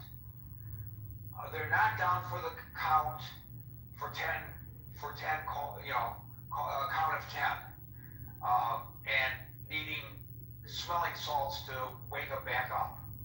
That's not where they're at right now. And the renewed commitment of NATO, and what I've said before is a brilliant move on the part of the president. Getting the NATO nations to buy the munitions from the United States rather than the United States just providing the munitions to Ukraine, well, that's a win-win. Win. It's a win for everybody on the side of righteousness. And Philip made a very important another point that we all know, but it deserves repeating when we have this discussion, and that is Russia invaded a sovereign nation without provocation. I also just want to mention that Europe, of course, is ramping up its own production capacity. So, buying weapons from the United States is not going to be the permanent thing. Yes, but see, here's the thing that Americans fail to realize sometimes, and that is that Europeans are immensely concerned about Russia. And Steve made the suggestion, and he may be right, that the Chamberlain-Hitler analogy doesn't apply. But I think a lot of people there in Europe, Philip, and you can correct me if I'm wrong about this, feel that that exactly applies because they fear, rightly or wrongly, that Putin has expansionist desires that fall beyond Ukraine. Am I correct in that analysis? Well, I just don't think that any European or Western European nation who's sort of used to democracy and democratic values would just capitulate. But I'm here on the southern tip of Africa. So just an opinion. Oh yeah, that's true. I forgot where you were. Don't know much about geography. Thank you, Philip. I think I'm right about that, though. But if somebody has something to indicate to the contrary, but every time we've had somebody from the European nations come on here, they've, especially those European nations that are closer to the border of Russia, they see Russia as a clear and present danger to them. Now, there are some Americans. What, Marshall? I said they were genuinely worried about it. I know a woman from talk Switzerland and talk Denmark. It's one of the countries. It's one of the Nordic countries. Yes, I'm thinking of Jenny or I'm forgetting her name. Yeah, Finland. She's been a long time. And Jenny is Sweden, and Tina is from Finland, perhaps. Yeah, okay. I couldn't remember where she was from. Her, and then we of course have our other lovely European friends that I'm forgetting right now, who we have not seen in a while. But Tom, I think your audio is going in and out. Genuinely concerned. It's not.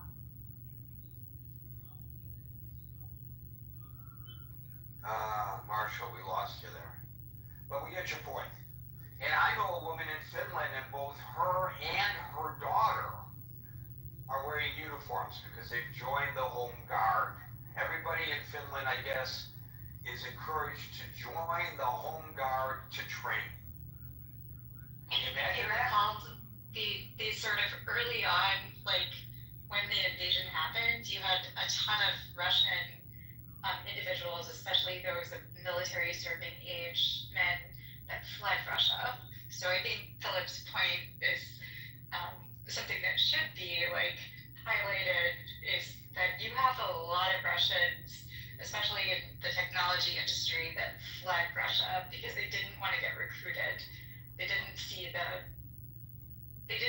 need. That's a great addition to what Philip had to say, but I want to try to maintain the order as best as possible. Thank you, Philip, and we'll now go to Catalyst. Greetings. I'm a former Cold War military vet, came in during Reagan and saw this whole thing play out, studied conflict for a very long time. This is very akin to to Vietnam and China sending their troops down to buttress their forces while fighting the Americans in the 60s.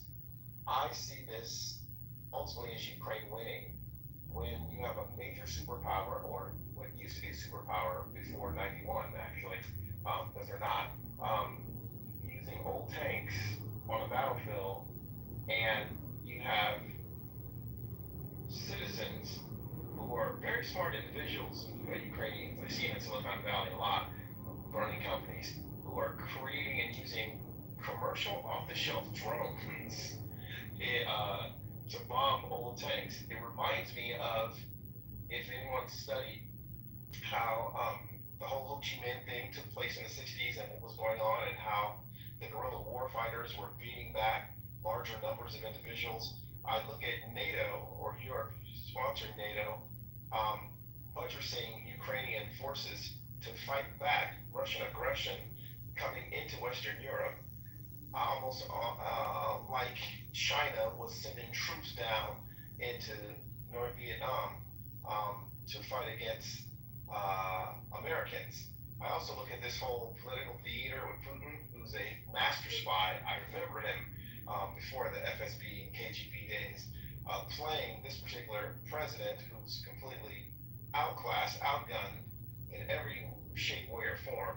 And it reminds me of, at the same time, when China was sending down troops to North Vietnam to fight Americans after the French had left.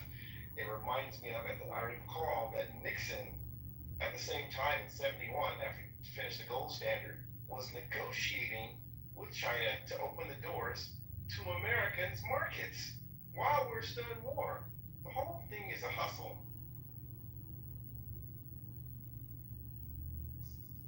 So, the one thing, and I love your commentary on this,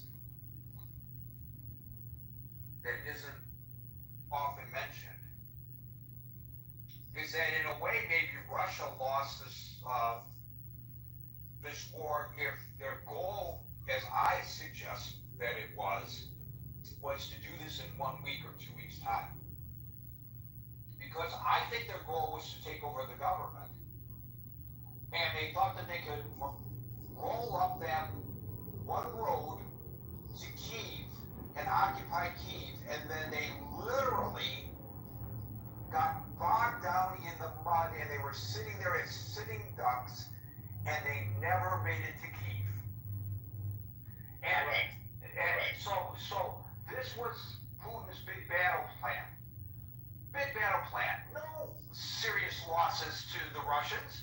We'll just toss a couple of battalions up the road, overtake Kyiv, declare that we're running the government, and we've got the entire nation.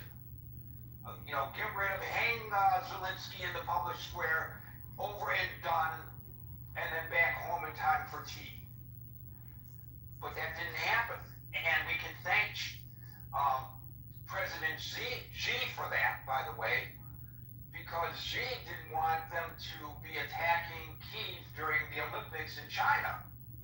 And so they delayed the attack, and then the rainy season came, and the rainy season caused for the muddy roads and caused for all that heavy artillery to which you just referred to bog down. And you're absolutely right. They were hitting and running, and they couldn't be chased, just like we couldn't chase the Vietnamese people in the fight with North Korea, because we didn't know our way through the rice paddies and the tunnels. And they blended back into the community anyway. They weren't wearing uniforms, and it's the same thing with how this whole thing. So they lost the war based on their intent in the first 2 weeks, or at least the first month. And so then it turned into something completely other than they had anticipated, and that's why we are where we are today. Is that a fair analysis, Catalyst? That was very accurate, sir. Ukraine will win because they are more committed, because they're backed to the wall. Europe will help them, Western Europe, because they see them as the stoppage coming further west. So you have individuals that have the will to fight and not lose, using the current modern 21st century guerrilla warfare of commercial off-the-shelf drones, and then being buttressed maybe with Israeli arms, but a lot of Turkish arms for their drones, and attacking strategically. They will wear down Russia through attrition, because they will not stop. Russia will stop. People will get tired of it. They're keeping their president, getting conscription people, Chechen rebels, who would have thought, into the fold. And now you have Ukraine's not stopping. They're not stopping.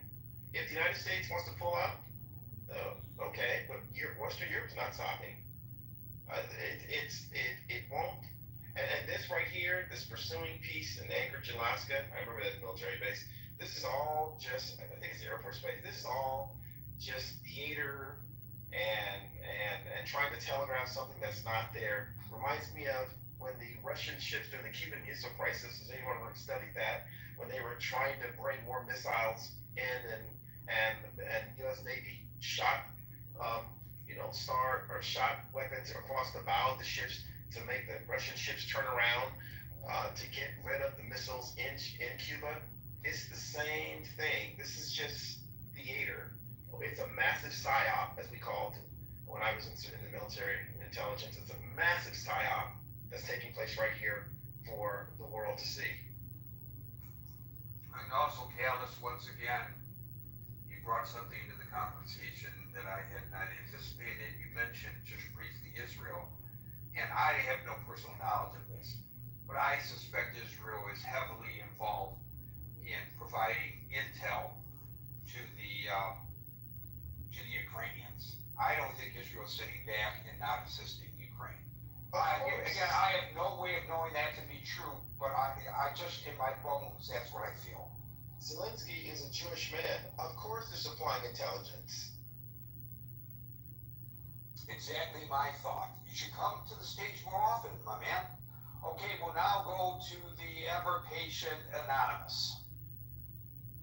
Hello, Gary. This is Anonymous, and I'd like to remain anonymous. So That's funny. That is funny. This is Edmund. Hey, Edmund. What's that? I'm not sure what is talking about. This is Anonymous. I'd like to say my I want to piece. know whether, let's take a vote. Is Scott's Trump or Anonymous's Putin better? We need to take a vote. Scott's Trump is like way better. Okay, Anonymous, go ahead and make your point, and then we got to wrap it up here pretty soon, so go ahead.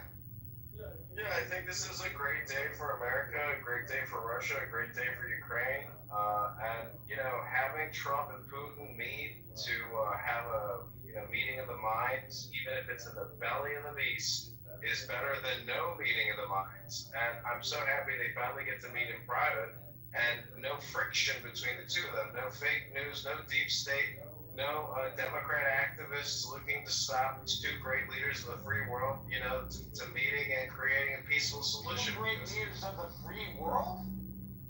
Yeah, they're great leaders because Putin and, it's a lot of nuclear weapons. Well, he's a fascist, but, every 4 years we elect a fascist in this country. We're $37 trillion in debt. That's fascist. That's a fascist economy to me. That's not a balanced budget act. So what I'm saying is, if Zelensky steps down and they have fair elections, and Zelensky goes away and stops playing this role of a coalition, that's dancing propaganda. That's enough of that propaganda. If Zelensky steps down and have fair elections, because Zelensky's to blame for the invasion. John. Gary, that's what happens when you have Edmund on your stages. He's never serious. I know. The It's entertaining, though. It's entertaining. But you know what, though, Gary? His lack of seriousness makes him a perfect candidate for the United States Congress, especially in the era of Trump. It really. Well, wait a minute. If I were running for Congress, and once again I have to give this guy campaign advice, because every time he speaks, I have to help him. If he's serious about running for Congress, does he want to be quoted in the media in his congressional district as saying that, as he just did, we all heard it, that Mr. Putin is a great leader of the free world? I don't think that's going to win you many votes. But But that's just me. What do I know? John. I think John is actually out for the count. Steve, you get the last word. No, I'm here, Gary. If I can go real quick, thanks, Gary.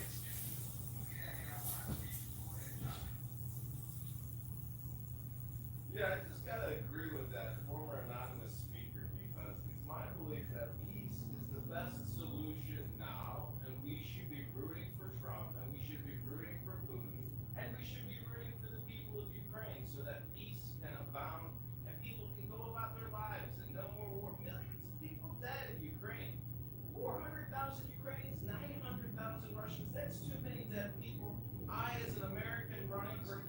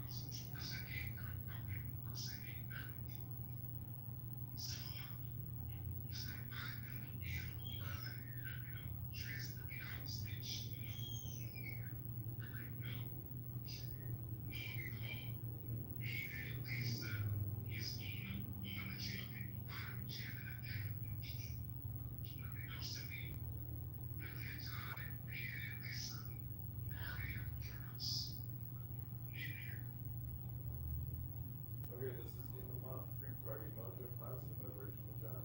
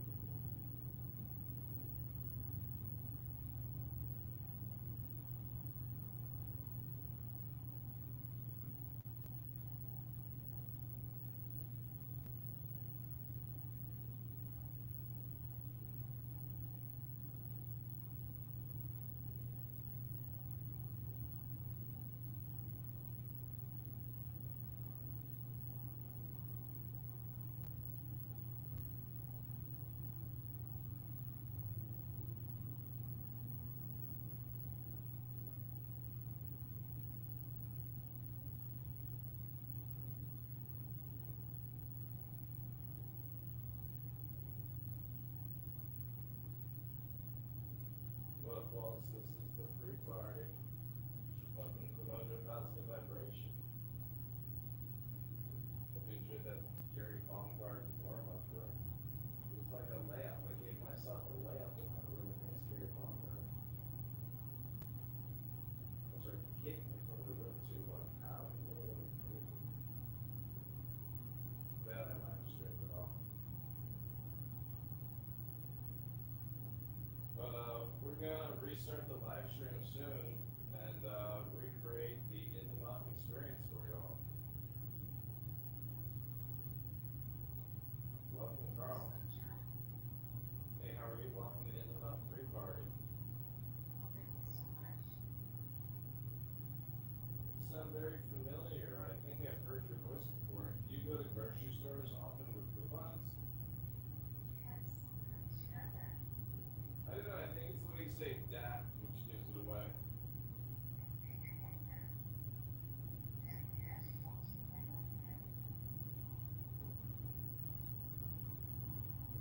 I think you support the campaign to let the candidate John Kitover, so you get a nod.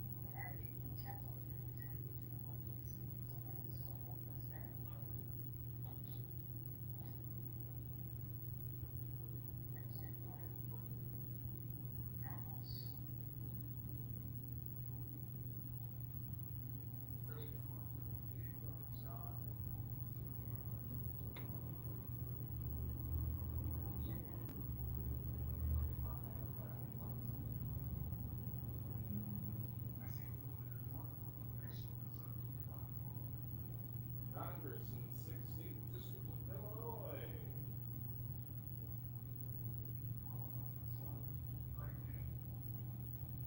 I like all men who enjoy being a gentleman. Are you a gentleman, sir?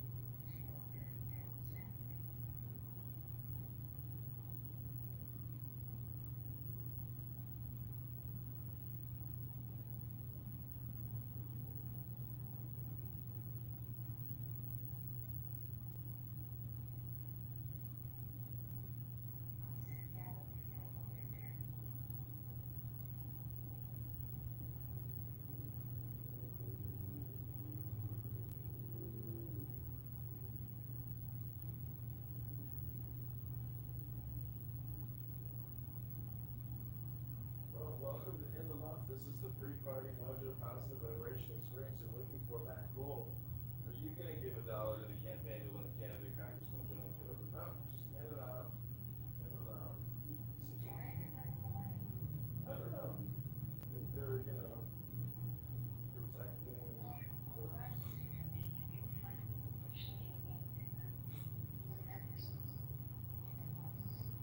Yeah, thanks. Things are going pretty well with the campaign now that we've got Mojo's positive vibration guiding us. How did I get positive Mojo vibrations?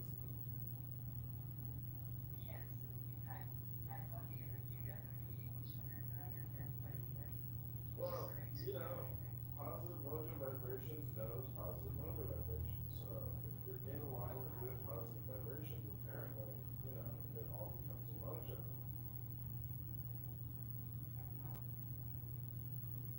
It's like keep encouraging you to get to the gym.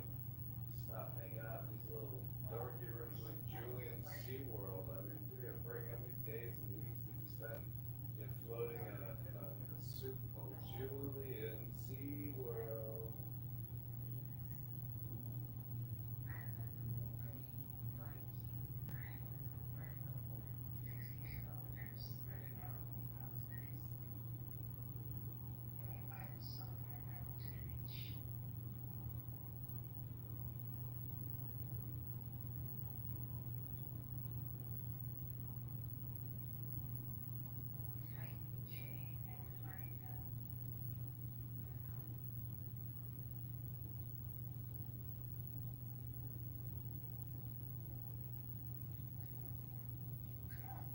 Well, thanks for coming here. I'm so glad you're all here. Yeah, I'm here, Cindy. I'm sitting here in the sun tanning, having a great afternoon. I'm wondering,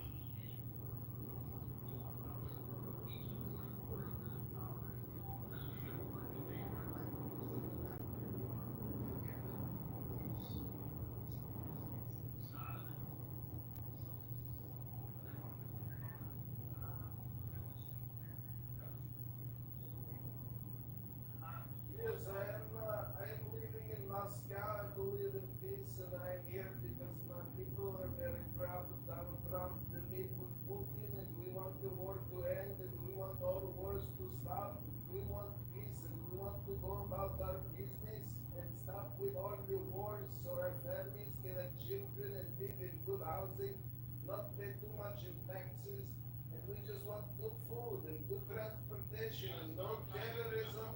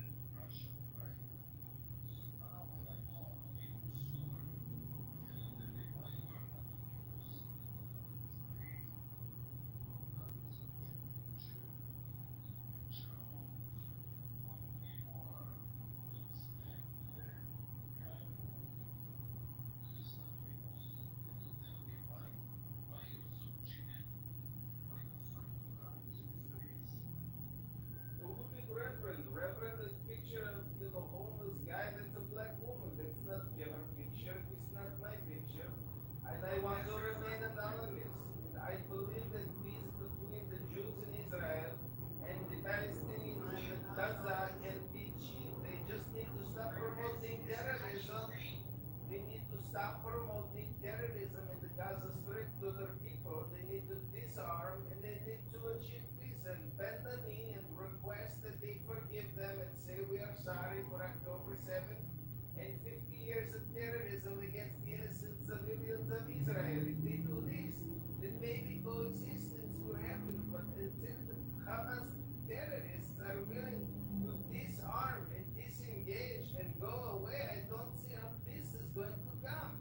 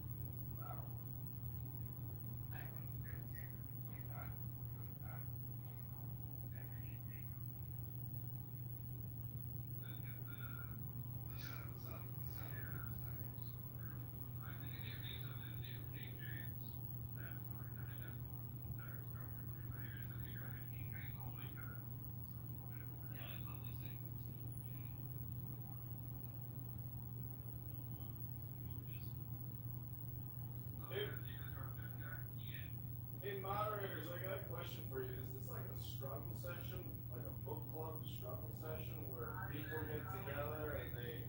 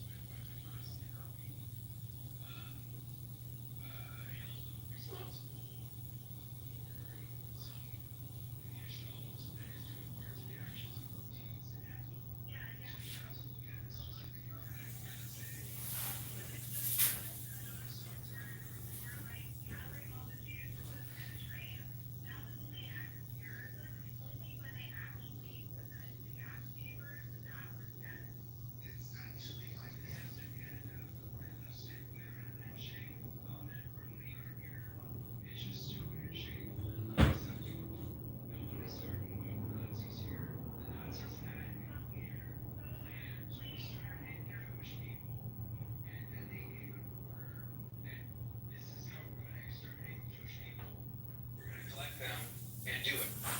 Jay, you're confusing me, man, because you stated your contention is that you have to prove a direct link between the intent and the act before calling a genocide, right? But that's exactly You have to prove the intent of the act, as demonstrated by the orders. They also have a plan to eradicate the Jews. Intent of the question is whether the operation is part of the plan or not. And clearly, in the case of the Nazis, the operation is part of this plan. So the intent of the act is proven. Go ahead. They're literally saying it all the time. This was the plan. This is their charter. This is in every speech that they do. But that's not what I mean, Daniel. I mean the plan of the operation, not their general intent. Yes. The plan of the operation. And the plan of the operation is very clear in the case of the Nazis. They undertook an operation, right? And that is not comparable here and not relevant. Yes, I'm trying to answer your question. I'm trying to answer your question. So I didn't ask a question.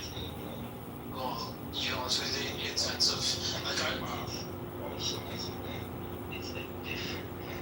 The actions that the Nazis took were different than the one that Hamas did. It's obvious to you because you read it retroactively in the history. This is happening in real time, but they took it, they stay and they execute it, and all their actions are for the greater vision. That's the mistake you're making there. All their actions are. That's not something you can bring to the ICC and convict someone of genocide. I'm talking to Jason, and Jason is here on the ICC. I'm talking to you about the crime of genocide, Daniel. Yes. And that's why I'm objecting to these things that Yaakov and Rina are saying. They're unacceptable things to say about the crime of genocide. She's completely accurate. Yeah, I'm trying to explain that to him. I'm saying to him, but you guys gotta stop. Daniel, I'm saying to him, okay, I explained Daniel, and you guys don't understand anything I say. No, I understand everything you're saying. I'm saying to you the intent of the act is proven by who and what they are targeting and by the That's not.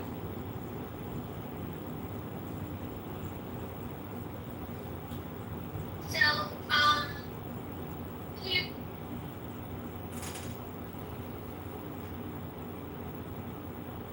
today, do we have any, was the meeting today? Yeah, it's over. It finally ended. How many hours did it go? 4 hours, 5 hours?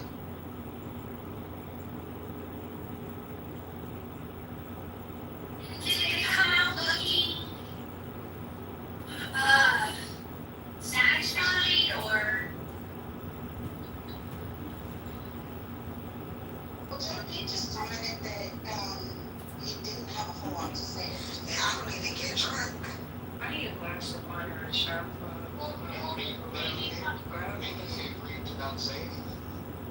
Maybe he's waiting for Putin to announce it to give some, I don't know. President ago, he said it was extremely productive, and the fact that Trump doesn't talk leads me to curiosity. I have no expectations or understanding right now.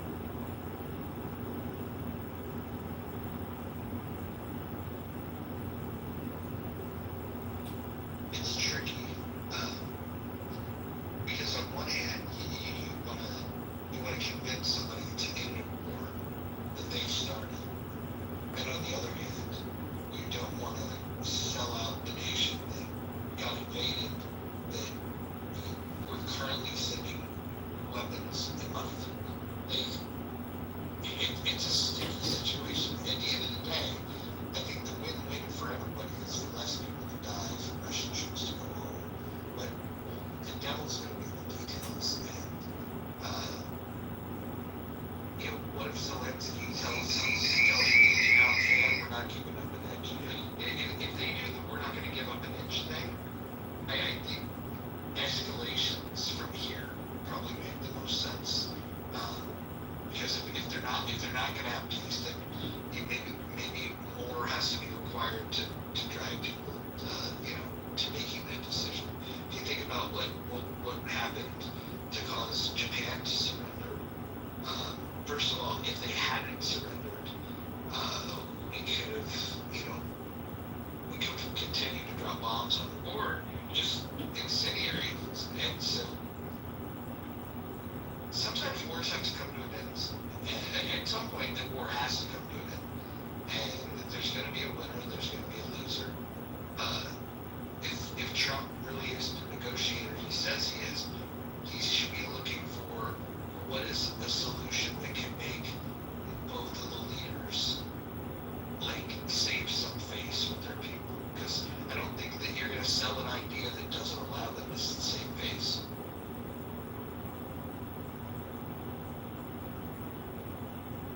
I think that's probably the first thing on the agenda too. Because if the people that you lead don't respect your decisions, you're not going to be a leader for long unless you use one.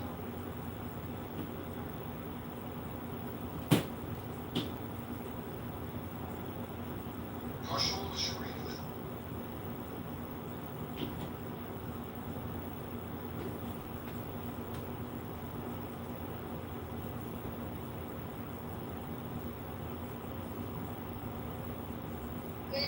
Good point, Marshall. Appreciate that insight. Thanks,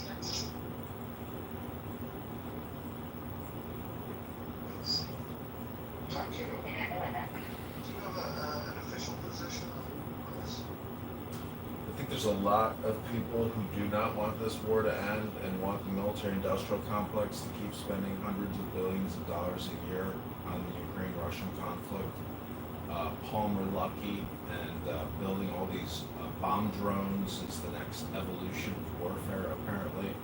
And, I vote for peace, and I think that there's a lot of paranoid Americans who think that Trump is somehow compromised by Putin. And I think that those types of people are the ones expressing dangerous rhetoric, not me, who's advocating for peace and meeting in the mind between President Trump and Vladimir Putin.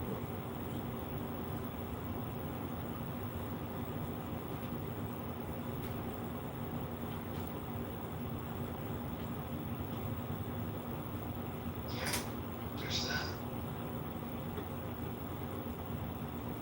I don't know what can come from it though. Okay, so they met. That's a big step, right? Putin coming to the U.S., talking to Trump. Major step.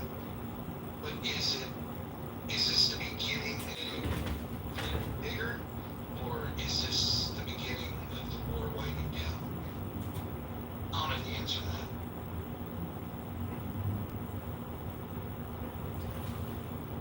It's a wind down.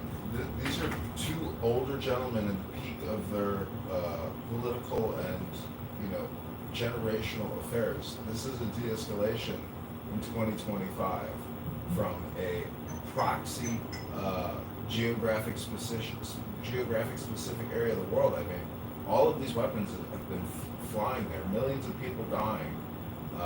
And when an American president and the Russian leader can get together, it's not to expand the war, it's to de-escalate the war.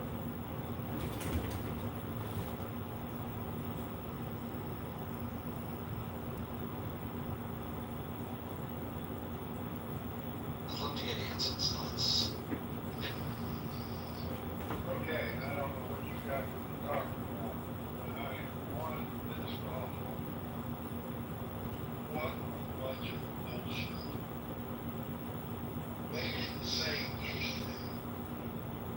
They said of substance. There was all this crap from Putin about Russian American, Alaska, blah, blah, blah, and then some more fluff. And absolutely nothing of substance. Trump said we agree on a lot of things, but some things we still are working on. Well, obviously, there's no fucking ceasefire, or they would have been dragging their ass off about that. So forget a ceasefire. Trump says he's going to talk more with Zelensky and NATO. Well, of course he is. But this whole thing that happened right now leaves wide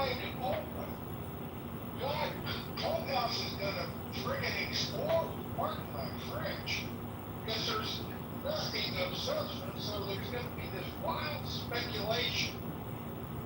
Like, Marshall, correct me if I'm wrong, but somebody told me the substantial part of the critical thinking forum today was, again, a slam dunk on Trump for red carpet, letting him in his car and all that crap, peripheral crap. But I'm not trying to criticize that brother. But Jesus Christ, they should have said something of substance. They didn't. The world still wonders. And social media, the press, and everybody else is going to go apeshit this weekend. And I don't know who the hell's going to stand up and say, wait a minute, we really did make progress here, here, and here. We're still debating here. And we don't know what the fuck we're going to do about this, that, and the other thing. I mean, why don't we have a press conference that tells the goddamn truth?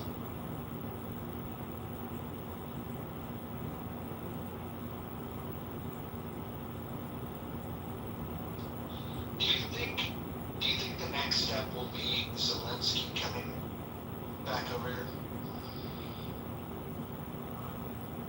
Roger, I don't know what the fuck is going to happen. That's based on the press conference. We're all going to speculate. And somebody, we're going to argue over the fucking speculation. But nobody knows what the hell's going on. Well, somebody knows what the hell's going on. Rubio, Wynkoff, Trump, the Russian foreign minister, certainly Putin and Trump. But we're just going to be left hanging. And, I think I'm going to go crawl in the hole, not read the newspaper, not get on Clubhouse, and wait for a week to see what the hell's going to come out of this.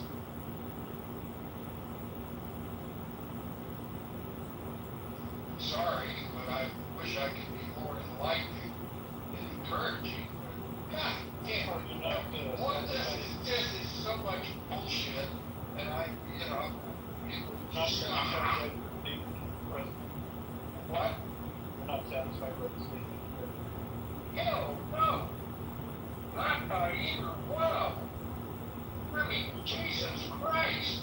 They didn't say anything of substance, of progress or lack of progress. They were in agreement on some issues. But what fucking issues were they in agreement on?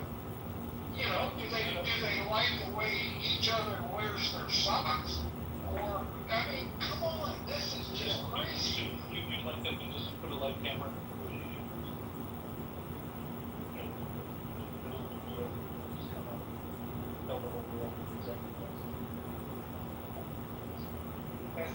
As I was sitting here on my crap couch with my opinion, and she gave Fox News when I turned into Fox News, so I really want to see this press conference and hear the reaction. And I told her, I said, this may be historic. Well, it was. It was a historic dump. And no substance, no reason to do anything except guess what the hell's going on, and I'm sick of it. Putin said the words we have, quote unquote, agreement. So I don't know what you're concerned about. Well, agreement on what? He likes Trump's hairdo? No, if it was about their shirt tie necklace where we not discussed at the press conference. If they're in agreement with substantive enough items that he's telling you that he's in agreement with Trump. We have an agreement for what he said 3 times. And you don't think that's going to lead to everybody saying Putin is now bamboozled Trump yet again? That's going to be the left side of the clubhouse, the press,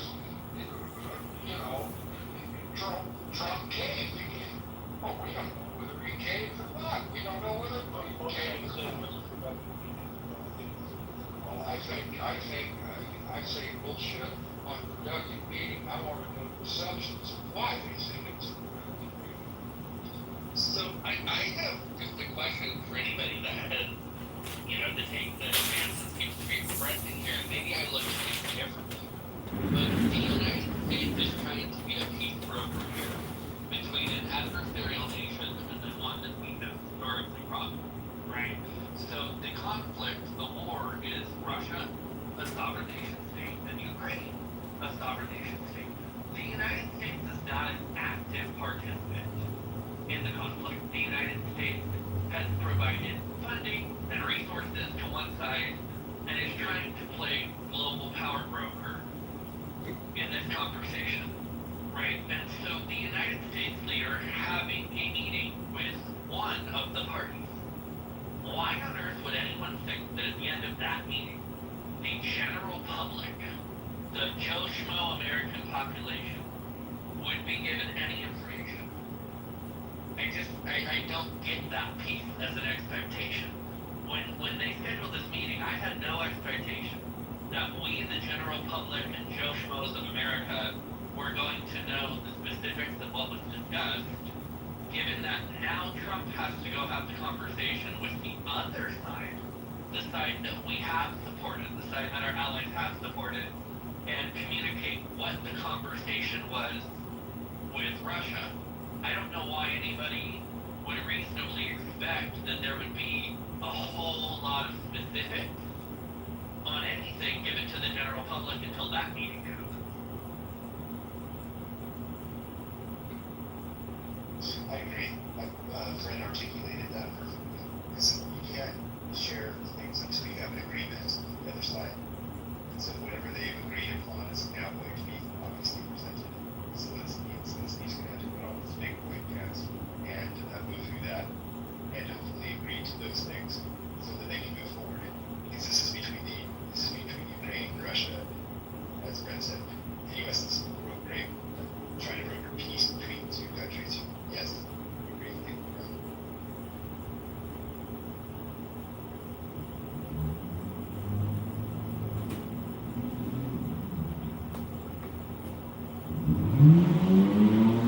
This is really the perfect room title because Trump and Putin get all or nothing accusations and all or nothing complaints all the time on this app. So, in my opinion, this is going to be one really spicy in the month.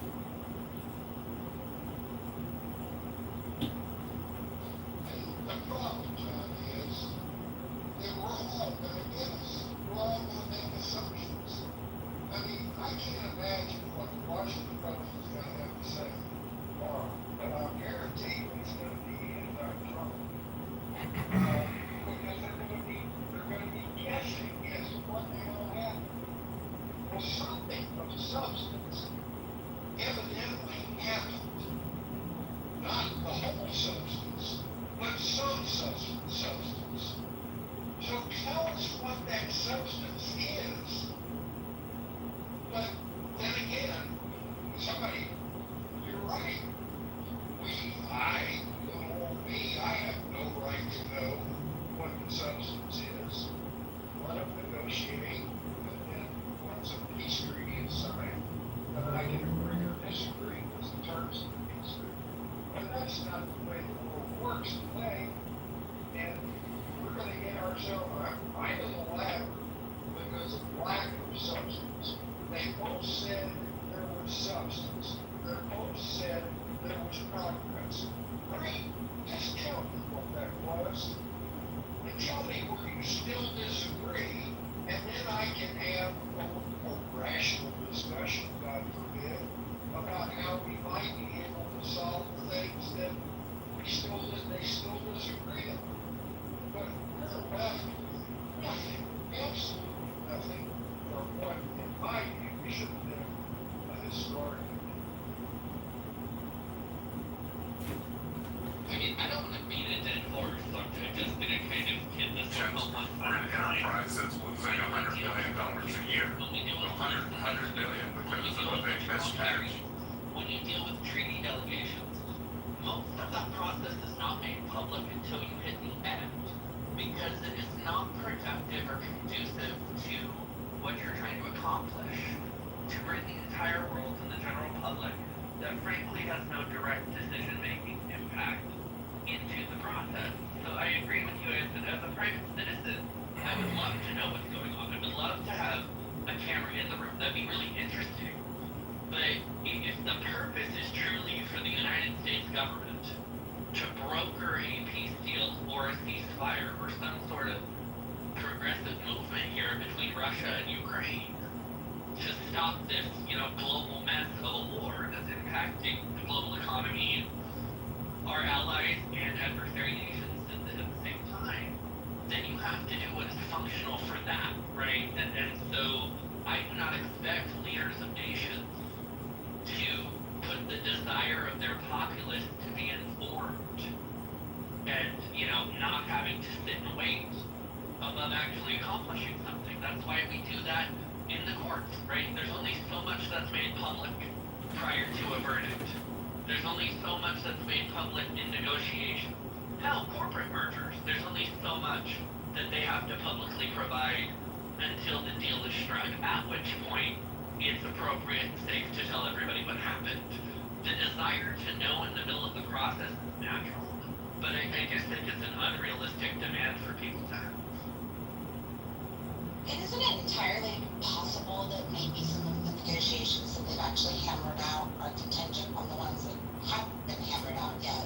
And so it may be that they don't want to too early, because if that second contingent isn't ironed out, perhaps Russia's like, no, I don't want the world to know that we agreed to X, Y, or Z. Well, while we were having a totally unrelated discussion, rational discussion,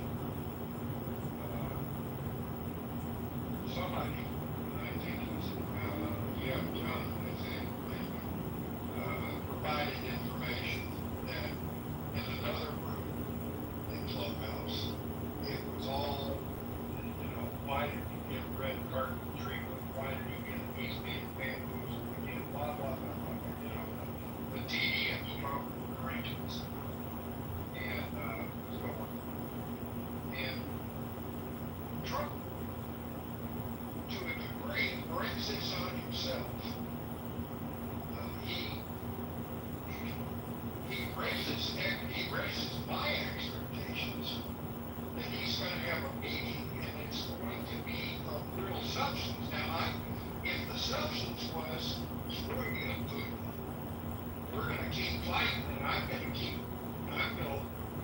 knock your ass off with reparations or whatever, tariffs or whatever, fine, But Trump raises these expectations that he's going to get a Nobel Peace Prize, that Hillary Clinton now says she's going to endorse if he brings peace to it. So these expectations of greatness are raised, and we get nothing. We get nothing of substance. All we get is bullshit. I guess what I'm saying is, I'm tired of bullshit. I want substance. Okay, I have to be patient. I have to just wait and see and quit yakking. But I'm tired of bullshit, and I want to hear some substance. I'm considering the peace agreement, so they're in agreement, the words came out. Peace agreement? Are you kidding me? Stop that. Stop. It's time for you to be honest with yourself and everybody when you speak.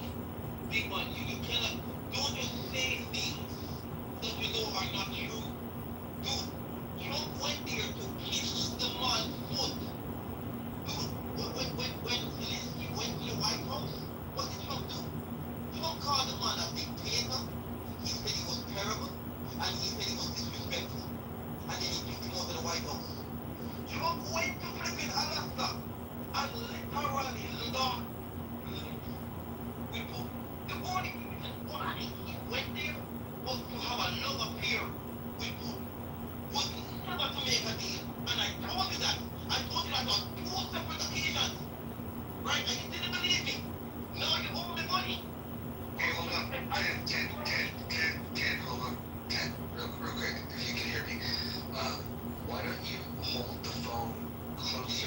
mouth, but speak into it very quietly, almost like a whisper.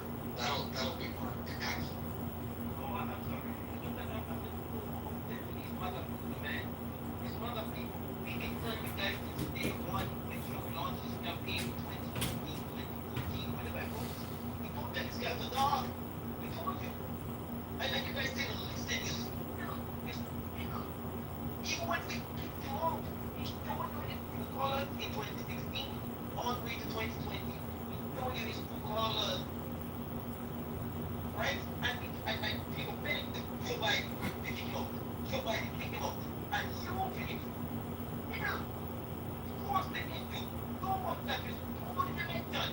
You went back to legislators and you picked electors to support Trump into office, right? And now, Trump is joining two colors.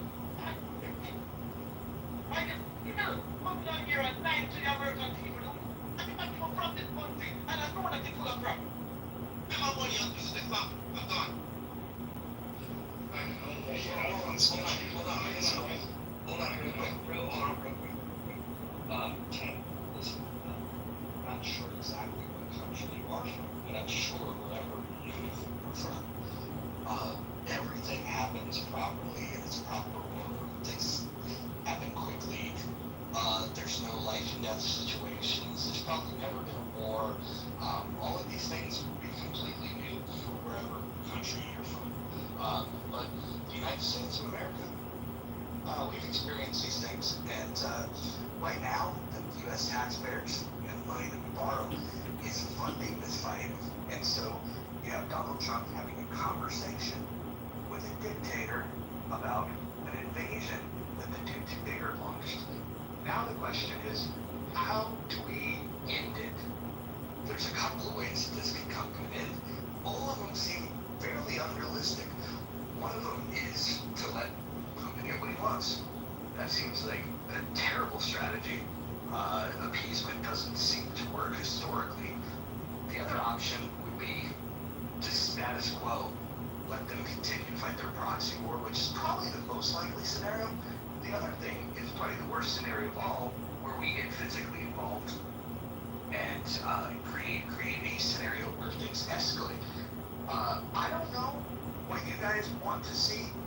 All I'm saying is that there is a lot of people dying.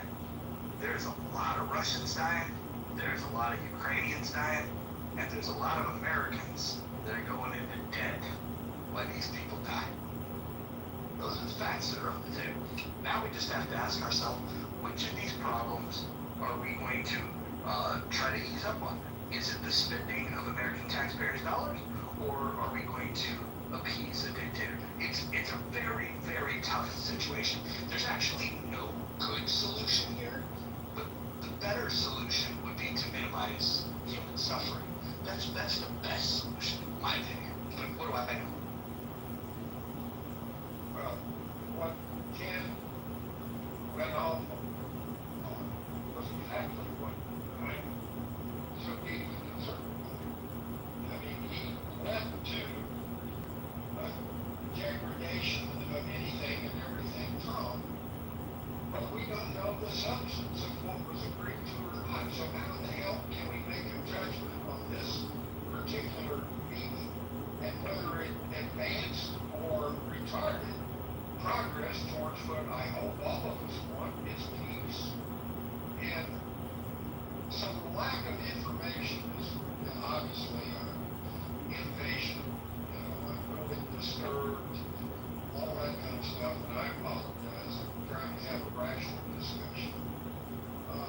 But this obfuscation, this bullshit that we are being fed, when there is substance, I'm sure there is real substance, some good, some bad. But what is the substance? And until we have that substance, then how the hell can we have a legitimate, rational discussion about the pros and cons of what the hell's really going on in the Ukraine war?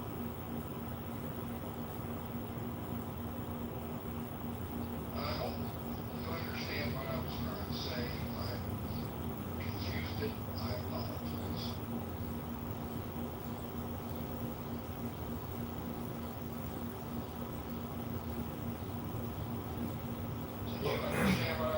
listen, it's the fog of war. It's the fog of war. And as what Mojo just said, both Putin and Trump are presiding over a death toll. This is a funeral procession service, and you know what? The American people are tired of paying for the funeral. Wrap it up.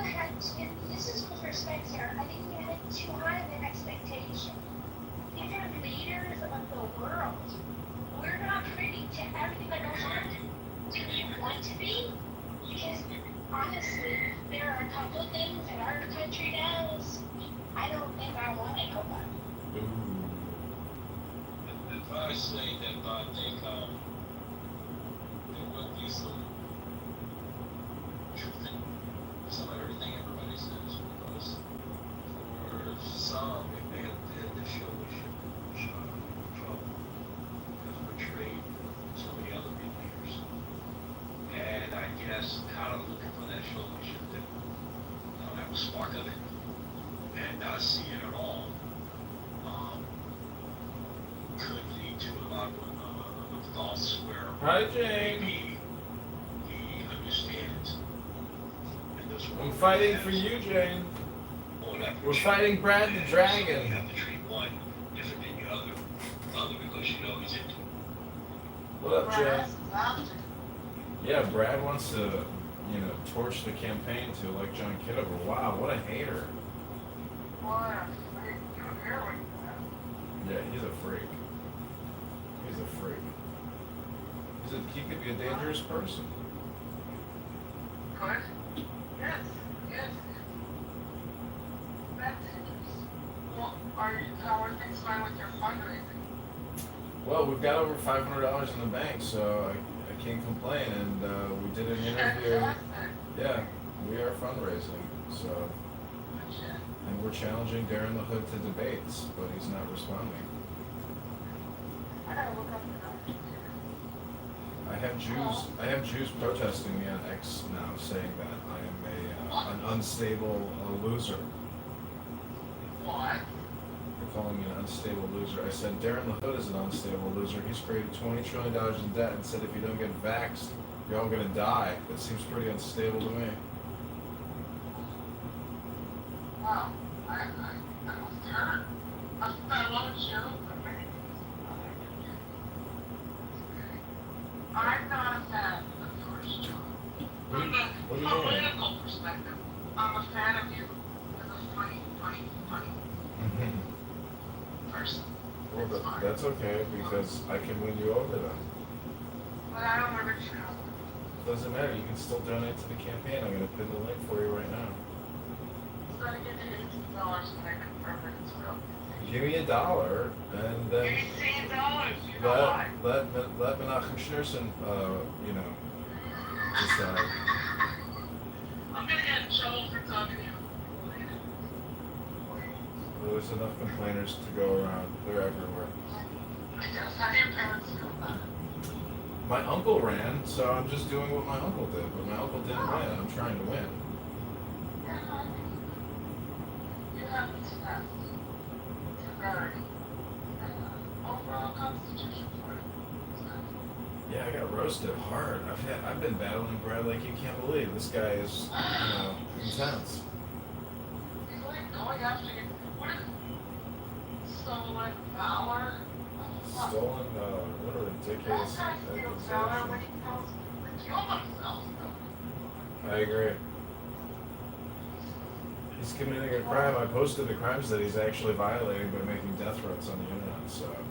Oh, jeez, I think I got enough from Elena. What am I talking to you? Well, Elena, I'll explain. tell her I'm I an don't care. unstable loser and you're trying to help out a guy running for Congress, fighting other unstable losers in Congress. See, it's okay. I love Elena. All Jews, they're better. But, it's the streaming, John. A lot of us freak out. Well, put yourself in my shoes. I have to listen to all your stupid shit and record all your stupid shit. I barely fucking talk. I'm a listener. I'm more of a listener. Oh, I see.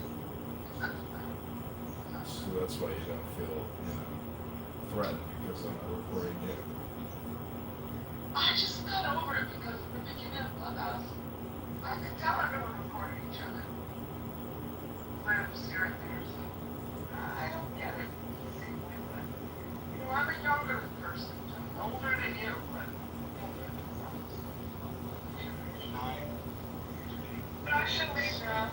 I don't know if I wish you luck in your future. It's not a topic on Joe, but you know what? A lot of topics are automatic.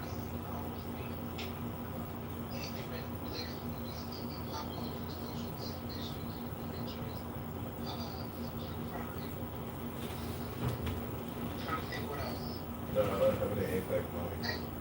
That's all I can come up with right now. Ass sex. I'm sorry, I'm shopping and I can't tell you where.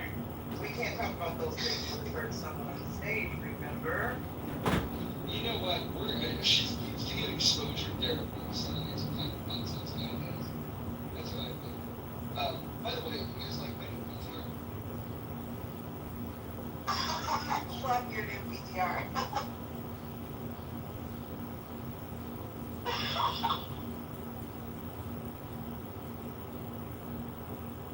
That's That's a striking PTR. It's going to annoy all the right people. I have no criticism. Except for the fact that it is. But you know what? Also, if I have to complain about AI image generators, it's like you kind of cut the scarf off. It just looks weird. And it looks a little more pixelated than the last photo. So I'm not really, but I like the idea of being in a cafe press just to make sure.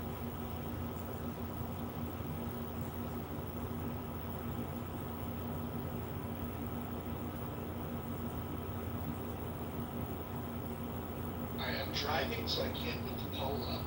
But if one of you ladies can handle the poll, I'll do it. all right. I do. Alright.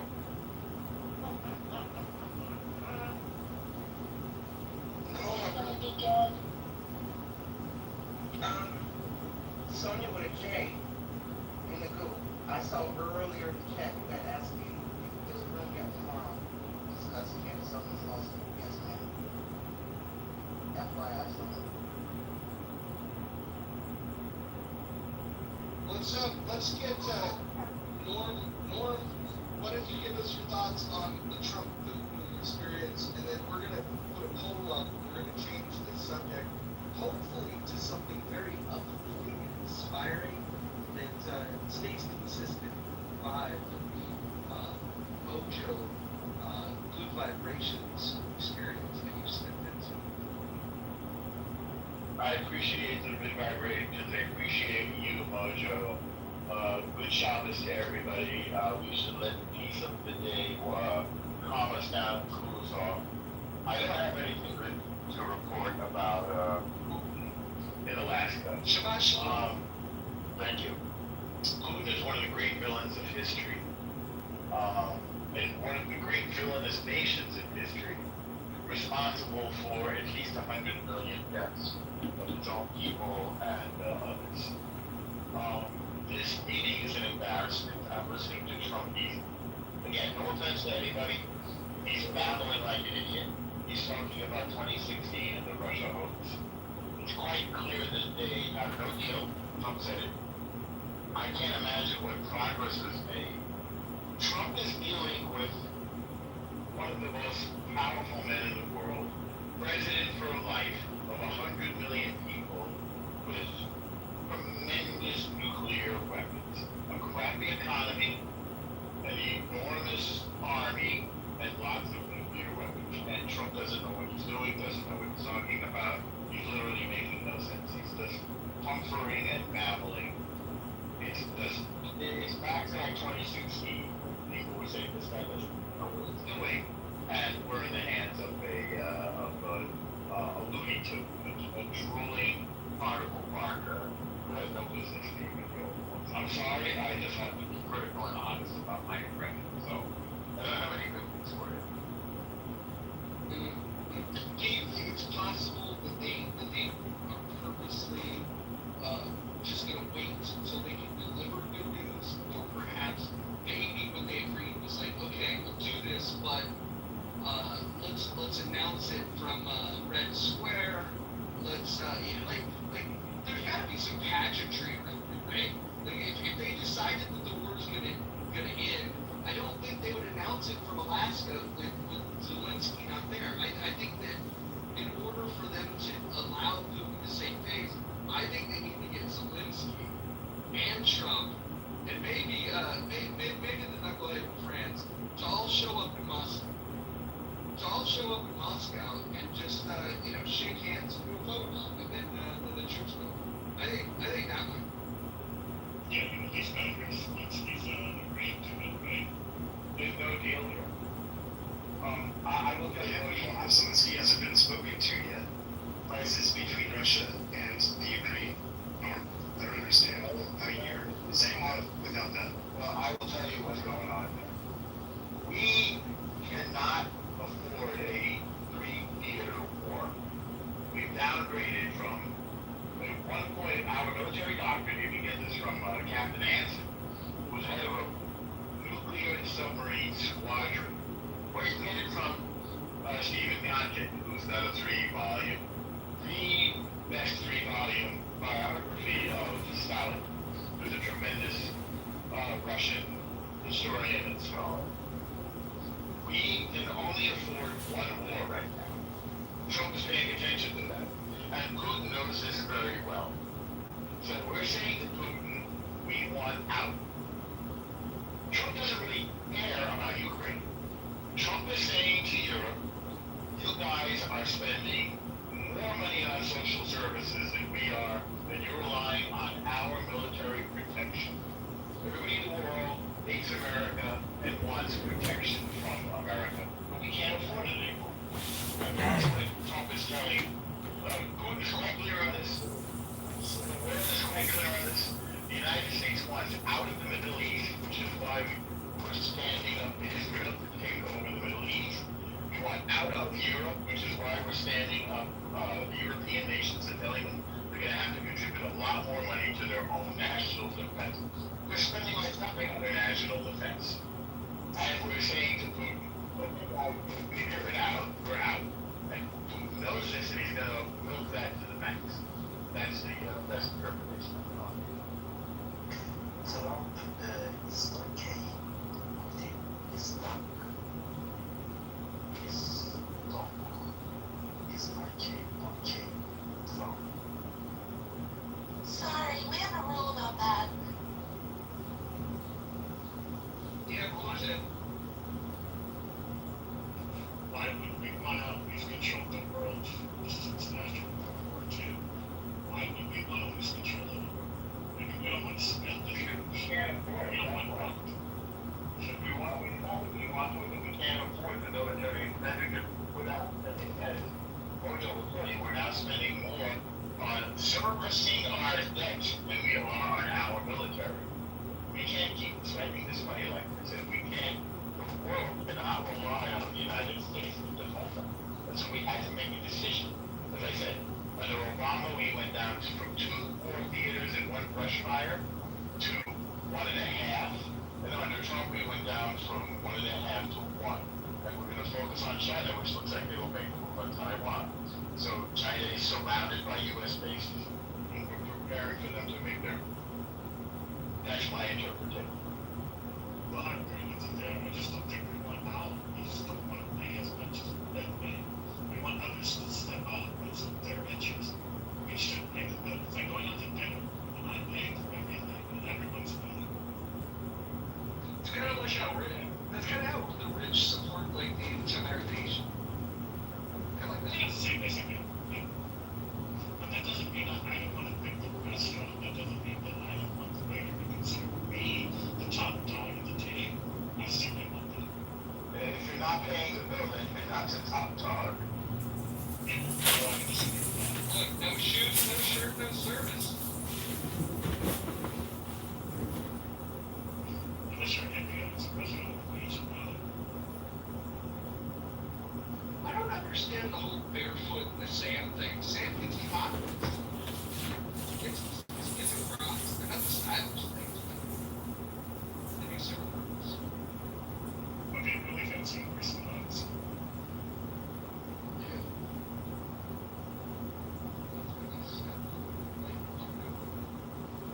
Ew. Alright, I want to bring everybody's attention in the room to the poll. If we could get everybody that's in here, as long as you have updated your app and can see it, to vote on what your topic pleasure would be, we would greatly appreciate it. It looks like free speech is, well, actually it's not winning by landslide anymore, but it's still winning. You guys have a chance to determine what we talk about in the month. Sometimes people don't talk at all in the month. Sometimes people are quite quiet. Then there's people like El Normo that are quite vocal. You get an opportunity to pick the topic in the month.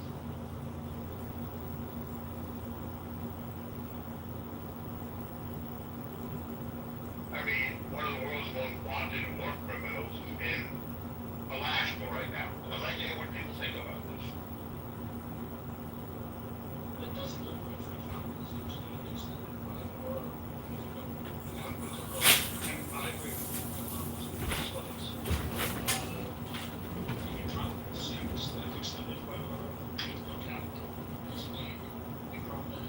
Sanctions.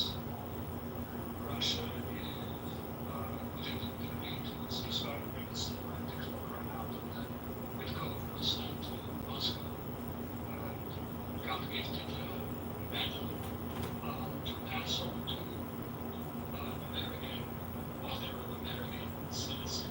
Mostly the CIA or intelligence community some was fighting for Russia, provide information. And sanctions were not imposed. Instead, we got this lots of money, which was hyped up again to be our government, which was the agreement to at least the ceasefire, right? And that was the precondition for how much we put the sanctions and get Muslim. And he seems kind of happy. Again, it's nothing. If I'm in the middle of a negotiation, I'm not telling you war, I'm talking shit. Holding all my cards ready for this until I basically both sides of the equation. Well, hold on. By the way, in a negotiation, it's familiar with negotiating tactics, and specifically, if you read Court of Appeal, the person that speaks first in terms of what they would want is typically the one that's going to get the short end of the stick when it comes to the negotiation. So if you declare what you want, you put your cards on the table, and what's going to happen is there's a natural negotiation that will take place in the long road of that position. And so the only thing you can really do if you declare first is you can vote for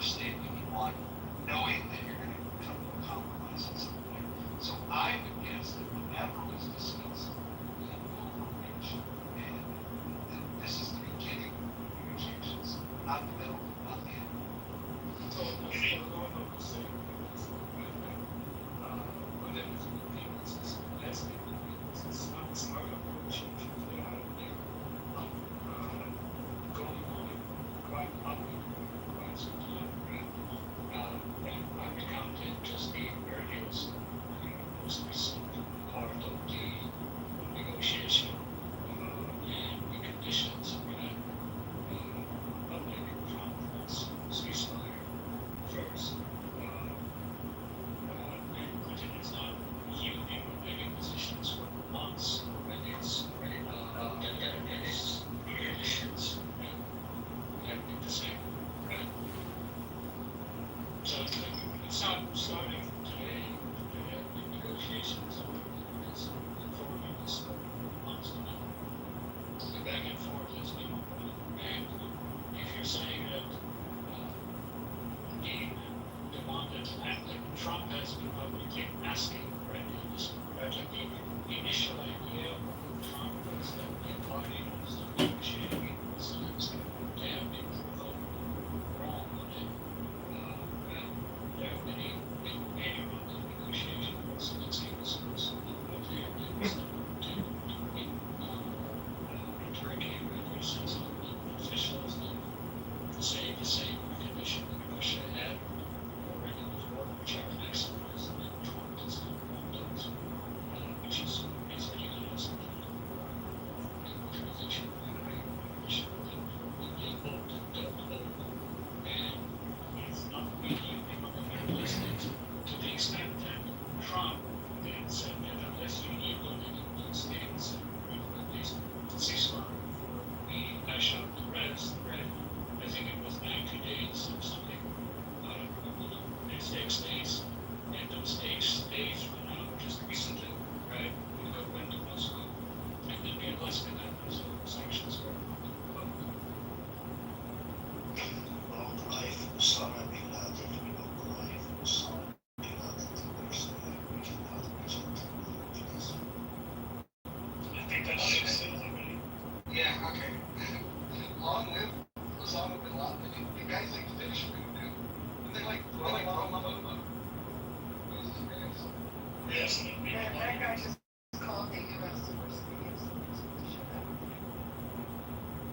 I don't know. There's worse things we go.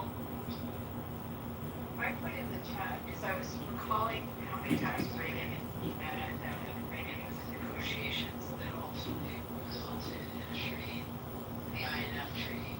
But there were many meetings, and the Reagan summit had walked away thinking they did not have anything.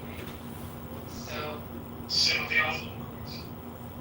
I mean, you have to look at the steps, as Roger was saying, the steps along the way in a negotiation process and in view. You know, it's just not happening overnight. There's so much posturing going on. But historically, our discussions with the Russians, I mean, I said this to someone else, George Bush W. met with Putin 28 times. You know, like it's just not one meeting and all of a sudden proof you have an agreement. The only problem with that is that Trump ran on that. He literally said he can end the war with one phone call. So now we have incremental steps. And one thing that we can cover is at some point you gotta do this. You just lying on this long, very hyperbolic like I don't think it's lying. I didn't think don't think he's lying when it was a lie. Like, that is crazy to say you don't think it was he was lying when he literally lied. I got a phone call. I'll get back to the screen. I would just say that he was campaigning, and when you campaign, that's what they do. And yes, that is a lie. I think he just miscalculated how long it would take. You know, I can't just say we're lies, but you know, so it didn't take one phone call, so it's going to take several meetings. So what? He's doing the meetings. He's brokering it. He's working towards it.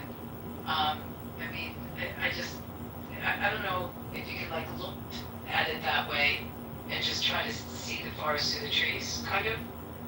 that that's the direction he's going?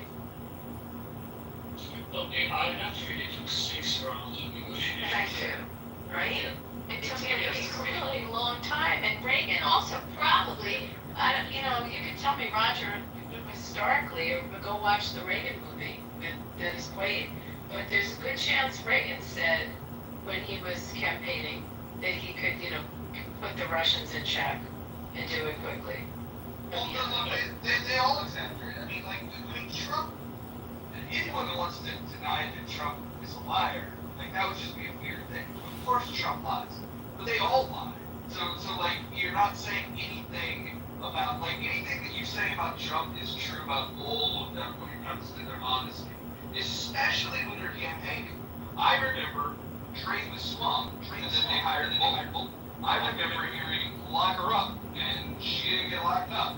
I mean, there's a lot of things that build a wall, okay, you should get a partial wall. I never had sex with that woman. Sorry. Right. They all lie. They all lie. We should be able to agree on that. Whether you love Trump, hate Trump, or whatever. When somebody says that, hey, Trump lied about something, without even knowing what the topic is, I'm probably yeah, there's probably a good chance that that's true. Politicians live in movies, probably lie.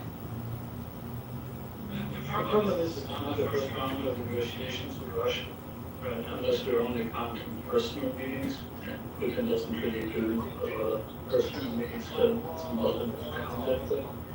Yeah, I understood this was the first time in many years that Putin met with someone and that he requested the meeting. That's not accurate.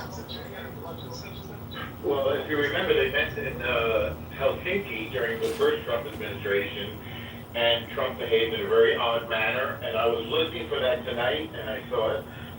That said, I hope I'm completely wrong, but your historical perspective does change my understanding. I think it's great to remember that this stuff evolves over time. I hope I'm wrong, and I hope you're right. The only thing I want to add, though, is I think at the time, oh my God, was it who did Reagan meet with? Was it Gorby? He met with Gorbachev. He also, Brezhnev was in there during that time. Remember they kept going? They went to premieres. Andreev, I'm trying to remember. Oh yeah, I know. A bunch of them. Was it Brezhnev? Is it Andrei Brezhnev? Yeah, but then he wasn't in that long. Where there was another one that got killed or died. But here's the only thing I want to say. It seems that with many, but Norm, he met with many, and my point on Bush was Bush met with them 28 times. And the fact that Biden couldn't meet with them, and Obama did not meet during Obama's time. Forget how many, maybe 9 times he met with the Russians during his 2 terms. I remember. So glad that I'll be able to deal with them after the election. Yeah, I mean, to me, the fact that he sits down with the premier of Russia and of China, in Alaska, it's a little weird. Yes, but again, the fact that he's meeting with them, the fact that in his first term with North Korea, that he could reach out to a crazy lunatic like that, and I see a positive in that. That's everyone's perspective on it. So I'm hoping you're right as I say it, I'm wrong. I would be very happy. I'll buy dinner if I'm wrong for us. But the only difference in this case is McDonald's for everybody.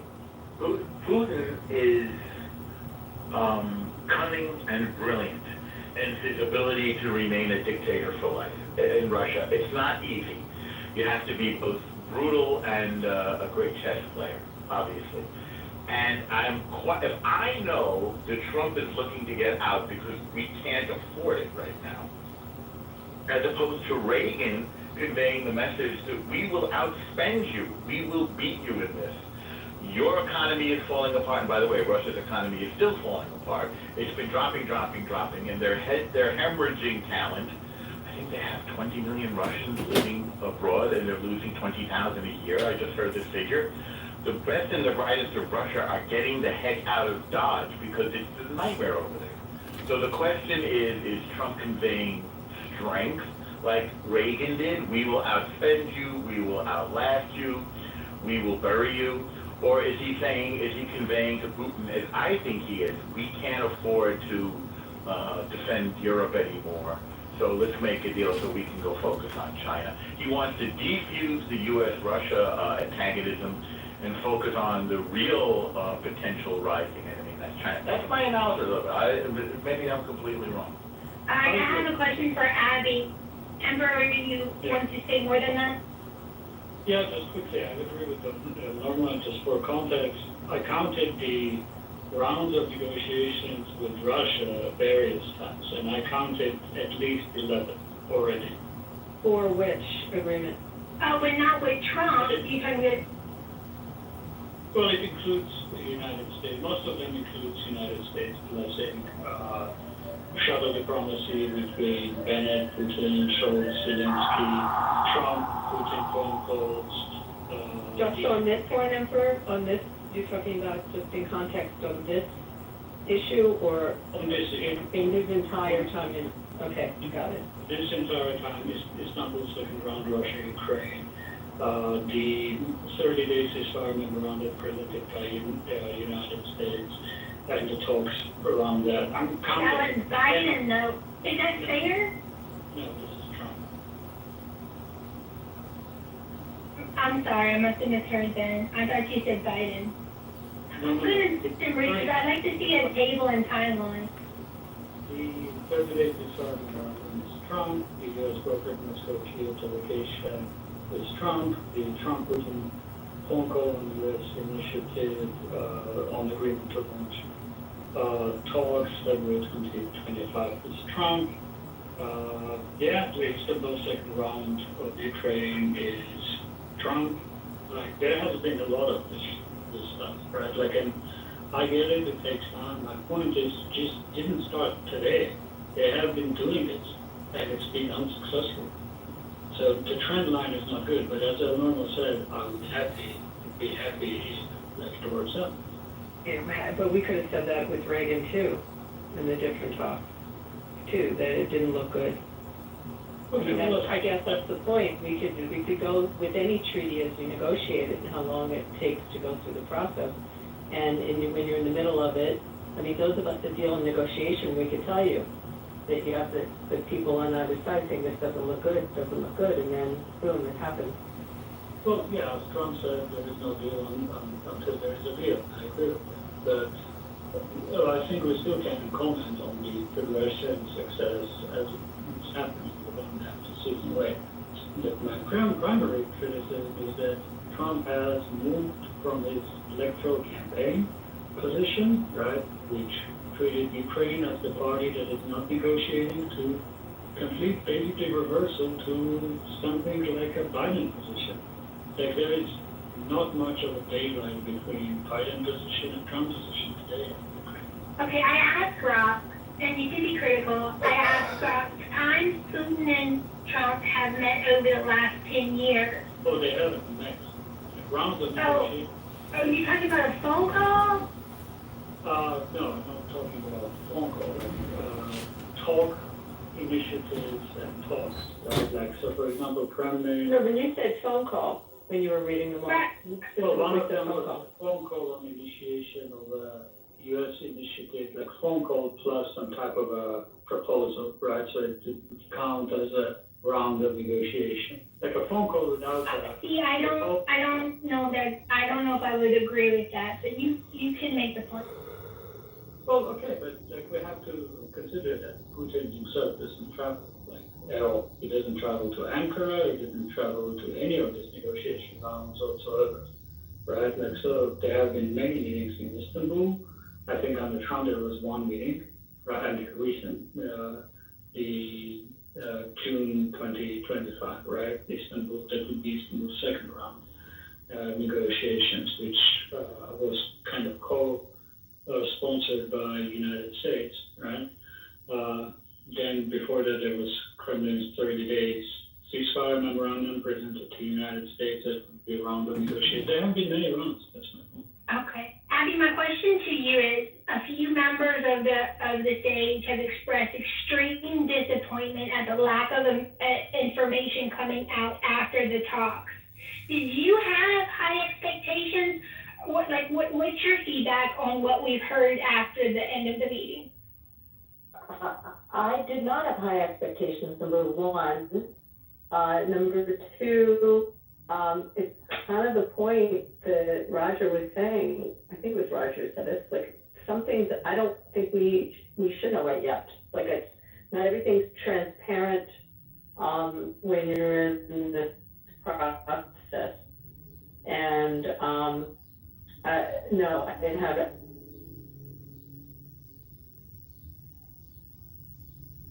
Abby, you went into the matrix.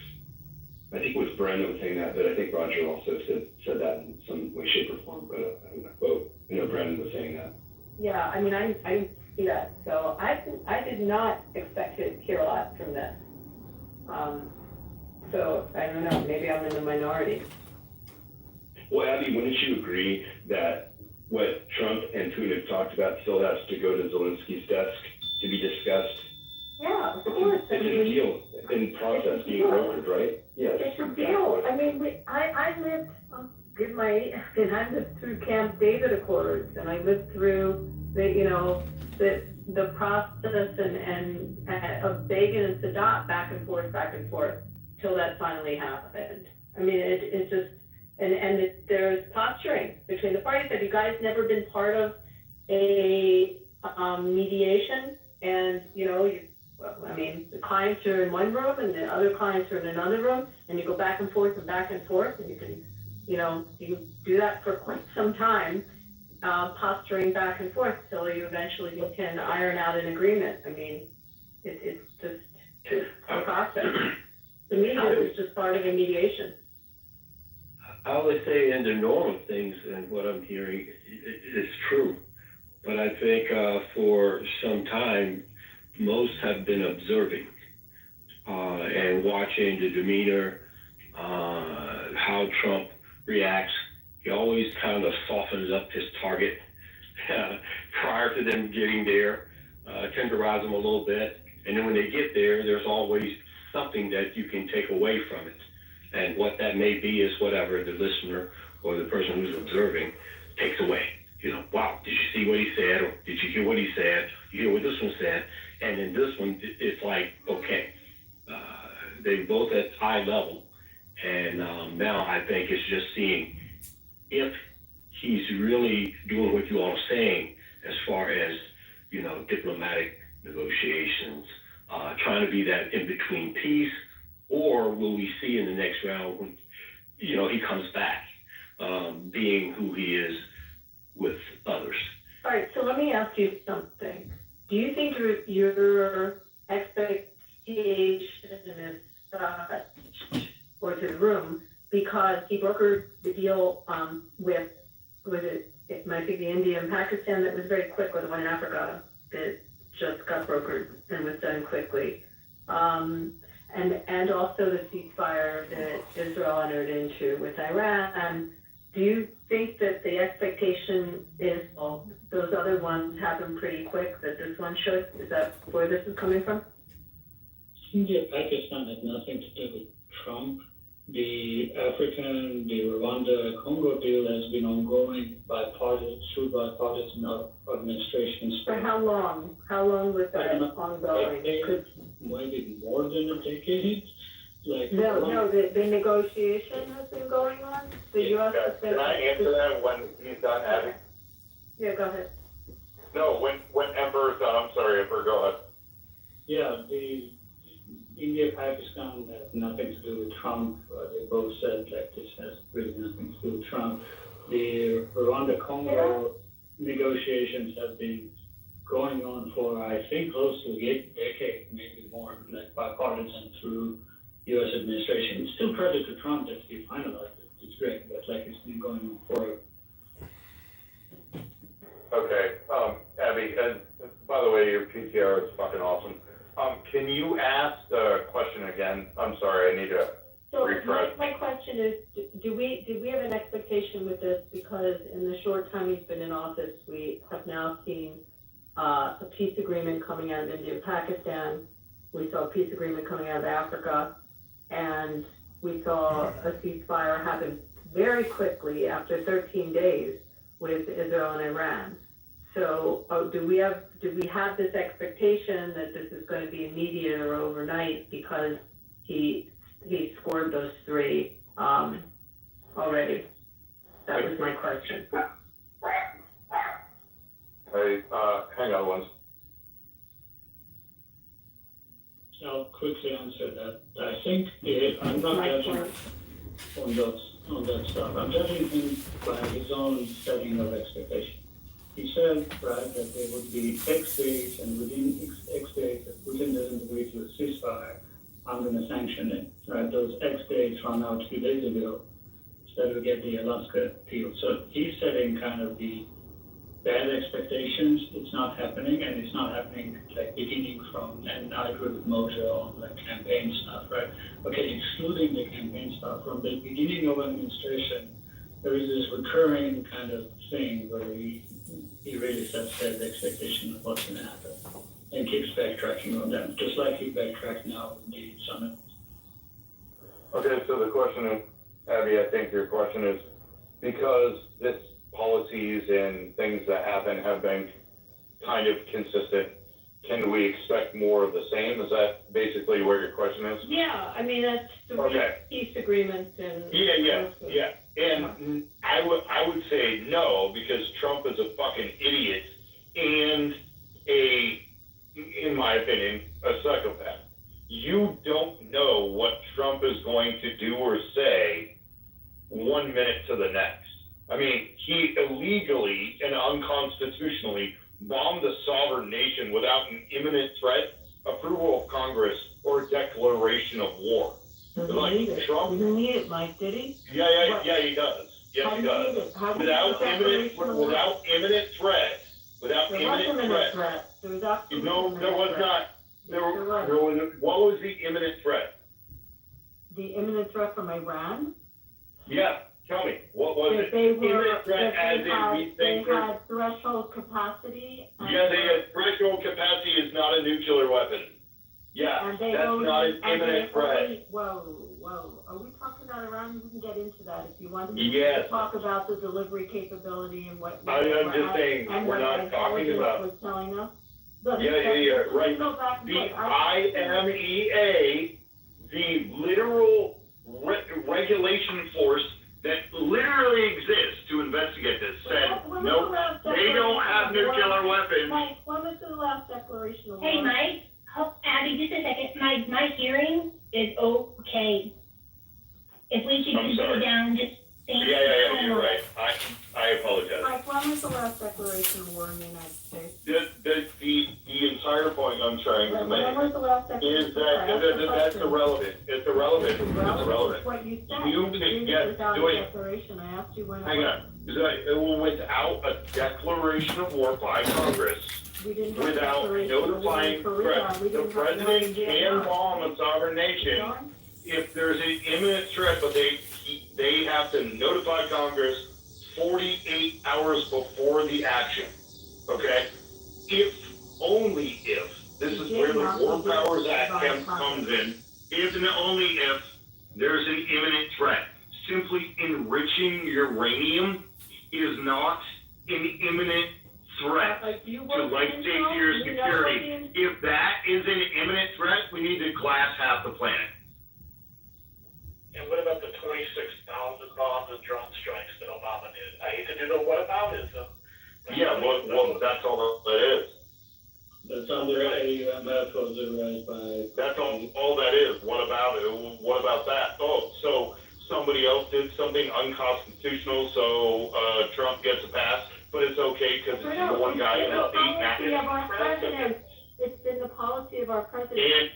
From Clinton. This guy is wrong, Abby. This guy's wrong. All the president has to do is notify Congress 48 hours after the action. He doesn't necessarily have to go through, and he has to just put it to the Gang of 8. He doesn't have to notify full of Congress. the AMF has a lot of carve-outs. You've been watching too many movies, So this bro. guy is a blowhard and a bullshit. You've been watching too many movies, you don't know political at all. No, I don't. Really, I don't, but I'm in it, I work in it, it sounds like you don't actually know what you're fucking talking about. I sat with my member of Congress who's a Democrat who agreed with what he did. So, you know, you're just mischaracterizing this. And it's been our policy with our president.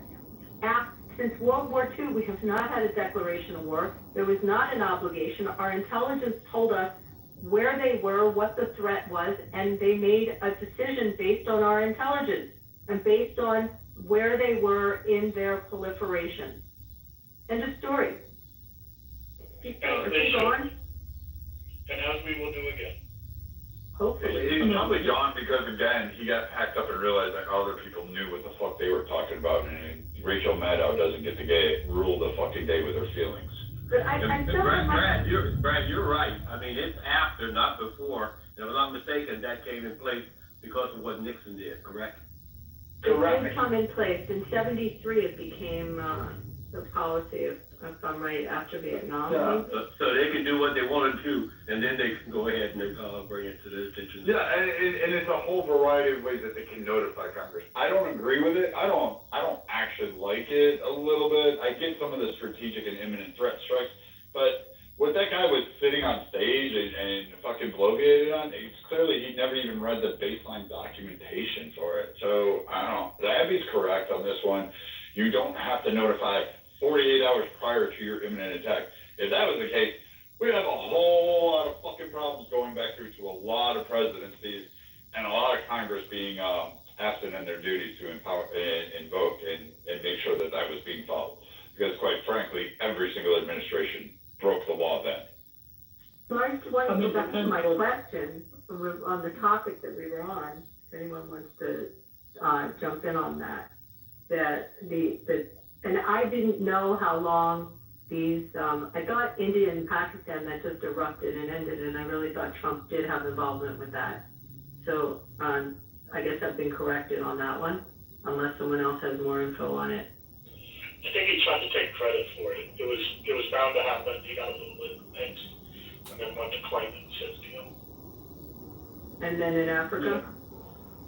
The Congo Rwanda has been going on for a lot of long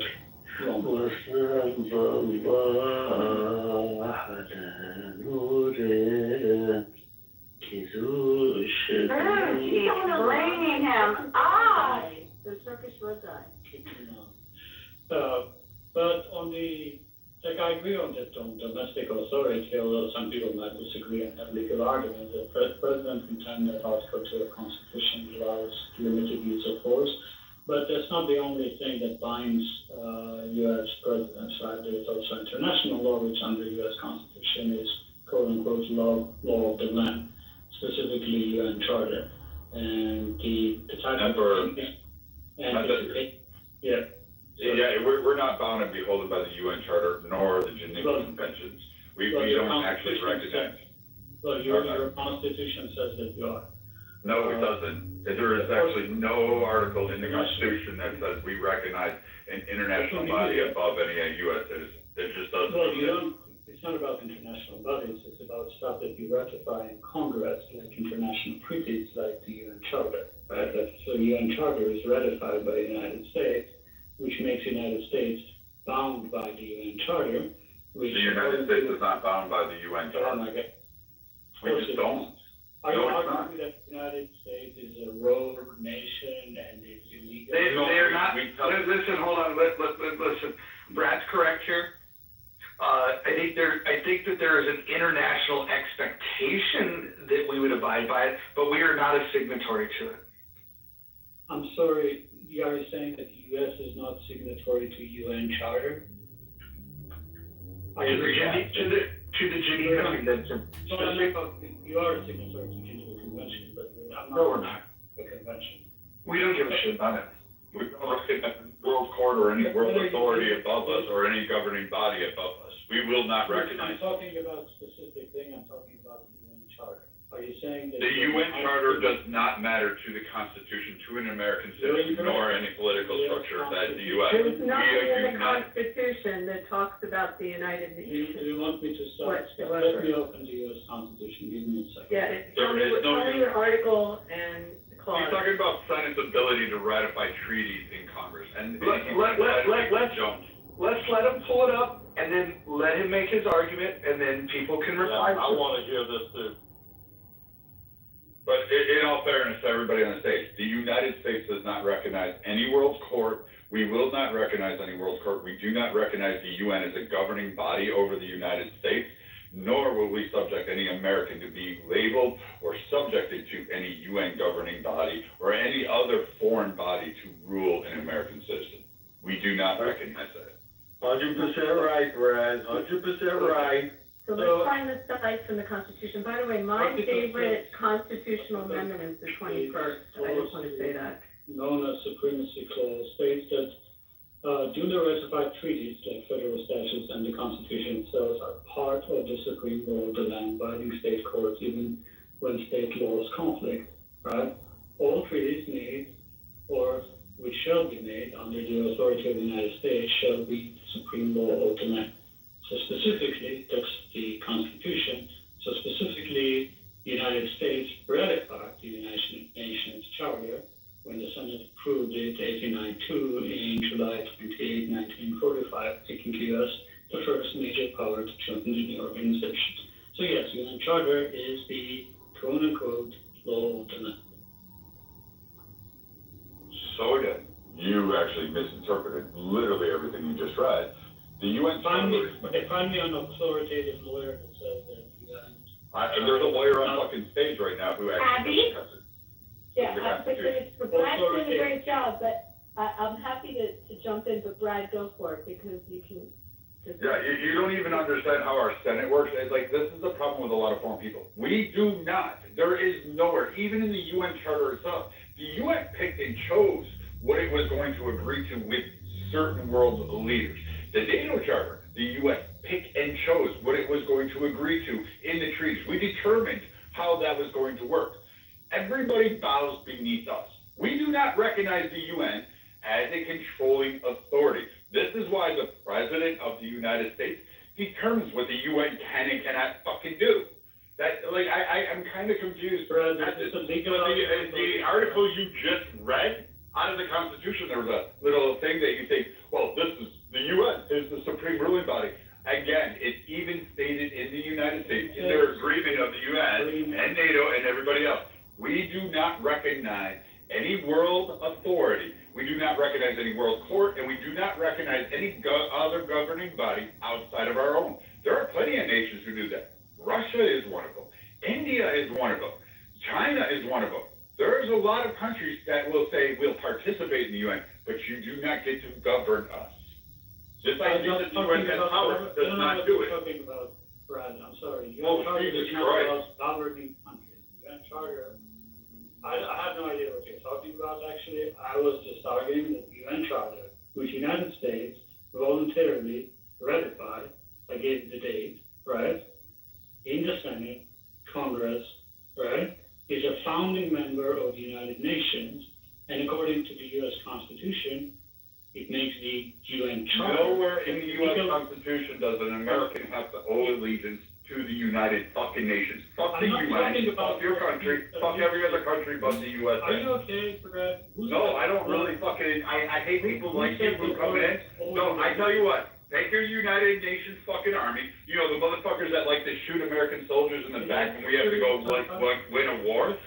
No, yeah, I am. You know how, like, blue attacks happen? You get the blue little fucking UN fuckers who like to shoot American men and women in the back, like this fucking cock monkey, who like to shoot us and then take pot shots and then say, oh, you gotta listen to us. Fuck your UN. We would destroy your UN in a heartbeat. And this is why I advocate for separating from the UN, because of idiots like you. Okay, you prove my point. You're currently not separated, which makes the UN Charter supreme law of the land. No, it's not. No, it's not. Oh, come on, man. find me Go ahead, I've got authoritative proposals here, which is lawyer. great, go Find ahead. me a consensus opinion of United States lawyers that say that the UN Charter is not law of the land. Give me an authoritative consensus opinion on this. Let me just say something. You show me where in the Constitution, which is the law of the land, it relinquishes you show me where in the Constitution it says we relinquish the law of the land to a foreign body. Show me where it says that. That you have relinquished anything to the UN. I'm arguing that the United This is why we should just like basically bomb these fucking Middle Eastern guys until the turbans fucking disappear and that people can actually live in peace. Like fuck this Muhammad prophet. Alright guys, hold on, listen. We could do this a couple of ways. One of the ways that I would love to do it is, let's do three things. And these are all supported with the rules of the House. Number one, let's stay on topic. Number two, let's keep our shares short. And number four, let's go ahead, actually, I'm saying them wrong. It's 3, 4, and 5. Stay on topic, keep your shares short, and don't interrupt. If we do those three things, I think we could be good with the other rules as well, but let's try to keep those in mind. Shares short, no interruptions, stay on topic. Thank you. Okay, thank you. I will restate my position because I think people are hearing something else from what I'm saying. I didn't say that the United States relinquished its land to the United Nations.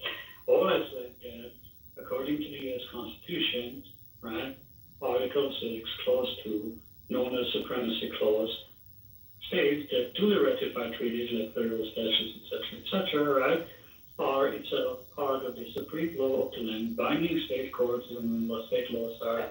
But what is the treaty? I'll say it.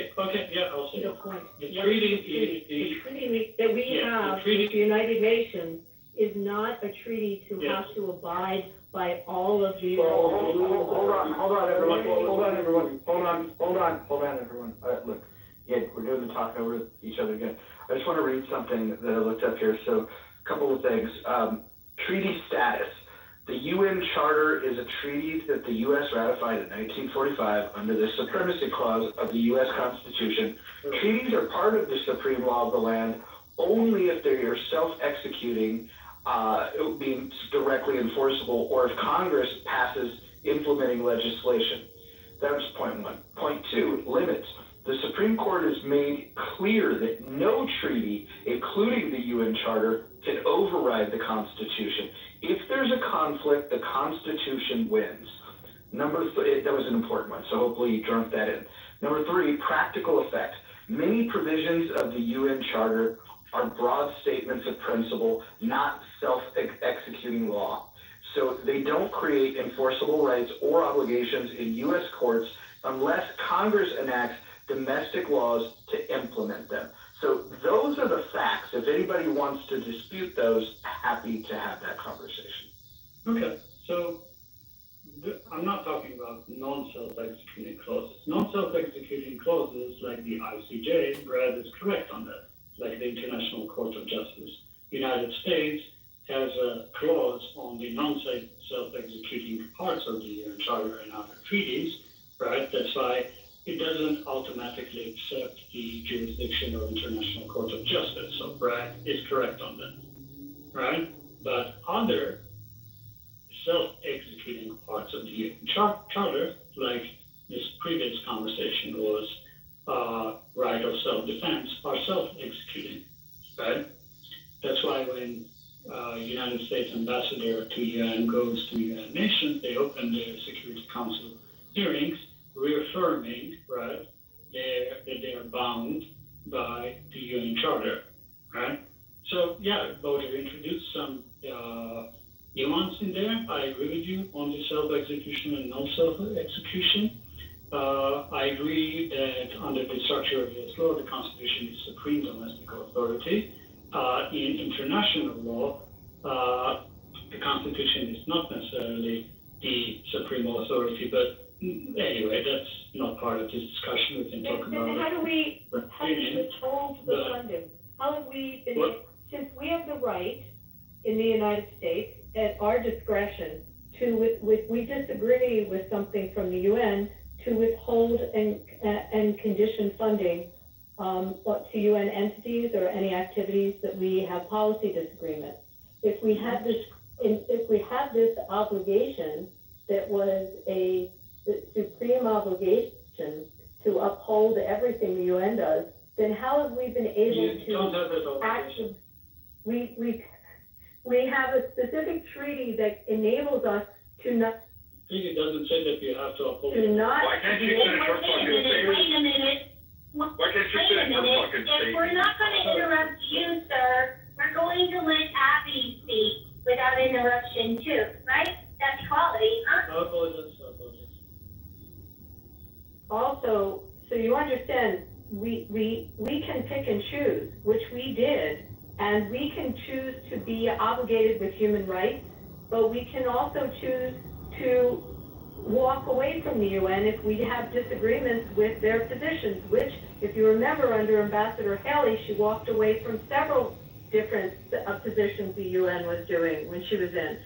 Also, we have Congress that is very significant in how we deal with the UN, and Congress can limit or withhold the same funding that I'm talking about if the members of Congress think that the UN is doing something inappropriate, which is what we're seeing when the UN troops, the UN was supporting UNRWA, and it had Hamas operatives working for the UN and working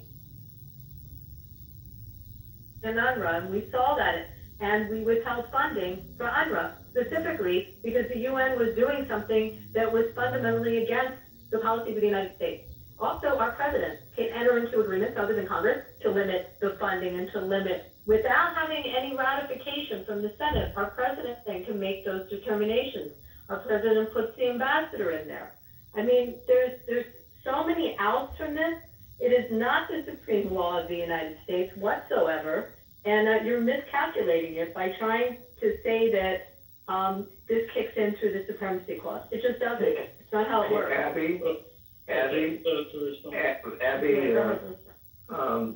and I don't know if I just got here, but I don't know if it's material to the conversation, but the U.S. is not a party to the ICC. This is not material to the conversation. That's correct. We're not. Yeah, ICC has nothing to do with UN. So, Abby, the UN requires members to pay the dues. The expenses of the organization shall be borne by the members as portioned by the General Assembly. This does not include, this is just for the functioning of the UN, right? Functioning of the UN does not include UNICEF, UNDP, UNRWA, and all of those things that the United States has withhold funding, etc. Those things are voluntary. UN Charter has nothing to do with UNRWA. Nothing whatsoever. You're saying the UN, who has under the UN banner UNRWA, you're now saying that they don't, because I just told you that they were supporting Hamas and that they had UN operatives in Hamas, or Hamas operatives in the UN. So now all of a sudden the UN doesn't have a connection. Are we having a legal argument or not? Legally, right? Legally, we don't have a legal obligation to have to comply with what the UN votes on. We can choose not to. We have that discretion. That's how we entered into our UN doesn't. We can also stop funding it, which is a big push that's happening now. Abby, I'm sorry, there are many votes in the UN, right? Like there are 10,000 commissions and voters now. What do you mean? If you're saying they don't matter to the U.S. It does not matter. Can we have one mic on info? You're saying that the United Nations Security Council, on which the winners of the World War II sits, that according to the UN Charter, right, creates binding legislation, if they so choose to, does not have any authority in international law, and the United States is not bound by it, you'll be wrong. If you're saying that about... That's incorrect again. I'm speaking. If you're talking about that, about General Assembly, then you would be correct. If you're talking about Human Rights Council votes, you would be correct. There are many votes in the UN. Some of those things are binding, like the Security Council resolutions, right? Security Council resolutions create binding law. According to the charter, that is not false. It is absolutely false. This is like basics of international. No, it's not. It's false. Okay. You're fucking lying. You can yell about it. If it was so binding, why is Russia still trading oil despite the sanctions? How is North Korea doing it? How about all the fucking sanctions from the Security Council on Pakistan not getting fucking nuclear weapons? Guess what? That was fucking violated. What about the developments in Iran? How about the funding for terrorists you're surrounding organizations texting? How about your fucking camel junkie, fucking terrorist bombing fucking people, getting fucking all sorts of Security Council measures against it, and still fucking violating them? Again, they're not binding laws by countries. The UN has absolutely no power. It is feckless, spineless, and filled with a bunch of fucking pussies, if ever I've met one. Like, it is literally the dumbest organization in the world, because guess what? It contradicts itself, and all the countries don't fucking follow through. Israel doesn't have to follow the same way Saudi Arabia has been ruled upon, didn't have to follow. Fucking Europe doesn't even follow its own fucking edict when it tries to fucking impose those binding things there. Fuck the UN.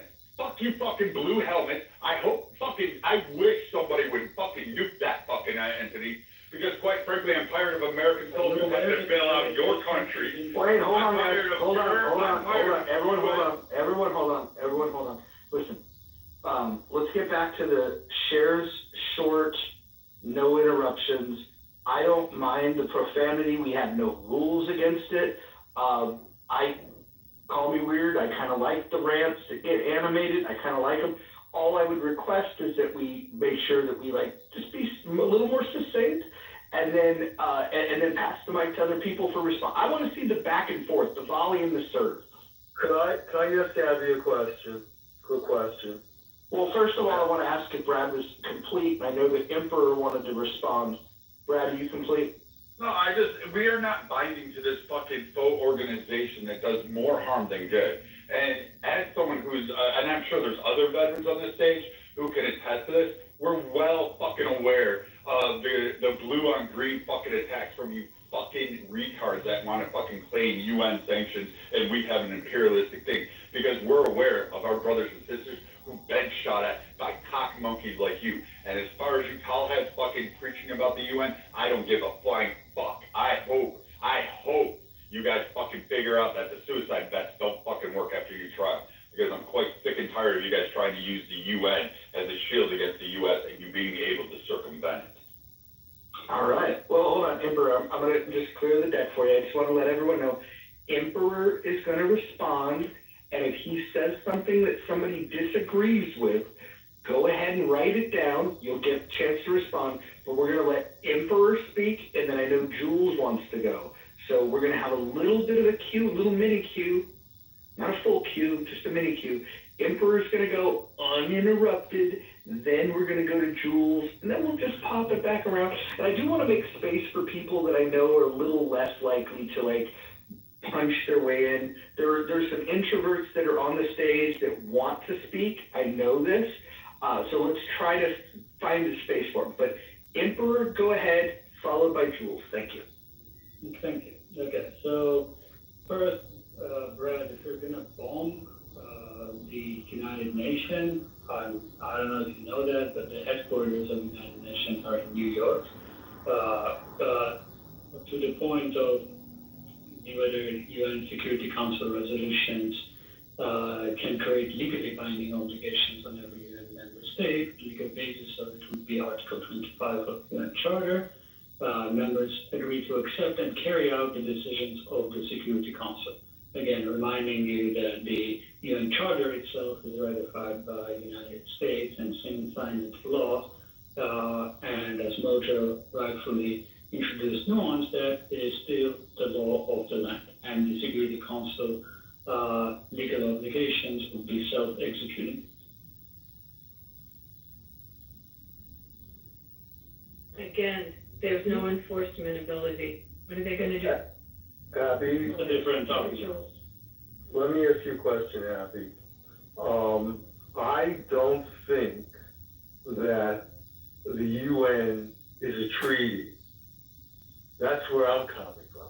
I was in the tax field, I was an international tax examiner. We had treaties with certain countries. When we had a treaty with a certain country, the treaty took over our laws. We had to abide by the treaty. But that was a treaty with a specific country, not a United Nations. Like we had a treaty with the UK, for example, that interest expense would be done under certain formula with the US-UK treaty. Okay? Not under normal circumstances. The interest expense you pay is what you deduct. We have to follow the treaty. Now, of course, when there's a treaty, there could be disagreements within the treaty. I mean, we could be fighting with another country. I don't want to use the term fighting. We have a disagreement, and we have to take it to court, so go up to higher authority, and it can go on forever, which is the right way to do something. Now, my question to you, Abby, is the United Nations, I think he's wrong that the United Nations is a treaty. What do you say, Abby? As what I was trying to say before, we entered into a treaty, and it is on certain provisions of the United Nations. There are certain treaties that, like, let me give you an example. We entered into the civil. It's a covenant. Let me try the initials. The Covenant on Civil and Political Rights, and we're bound to that because we entered into that particular aspect of what the UN treaty was. But still, there's no enforcement ability of the UN. It's an outline. I put this in the chat. Framework for the international community to cooperate, but the UN doesn't create laws at all. I mean, that's right. So you have to look at it that way. We have made an agreement with certain aspects of what they do, but we specifically carved out that they don't have supreme power over our legal system.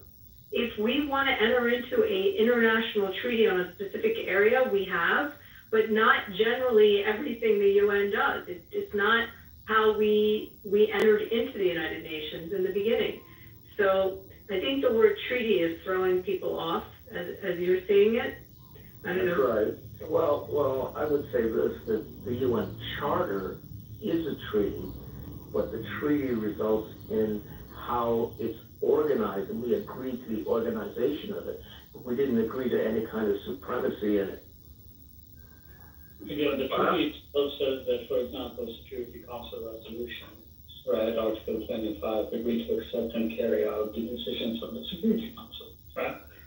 Now, the U.S. has a veto on the Security Council, so it can guard against any action that are aimed against U.S. interests, right? But it doesn't mean that legally Security Council resolutions, if they're awarded in a legally binding manner, are not binding on the United States if that resolution came to pass.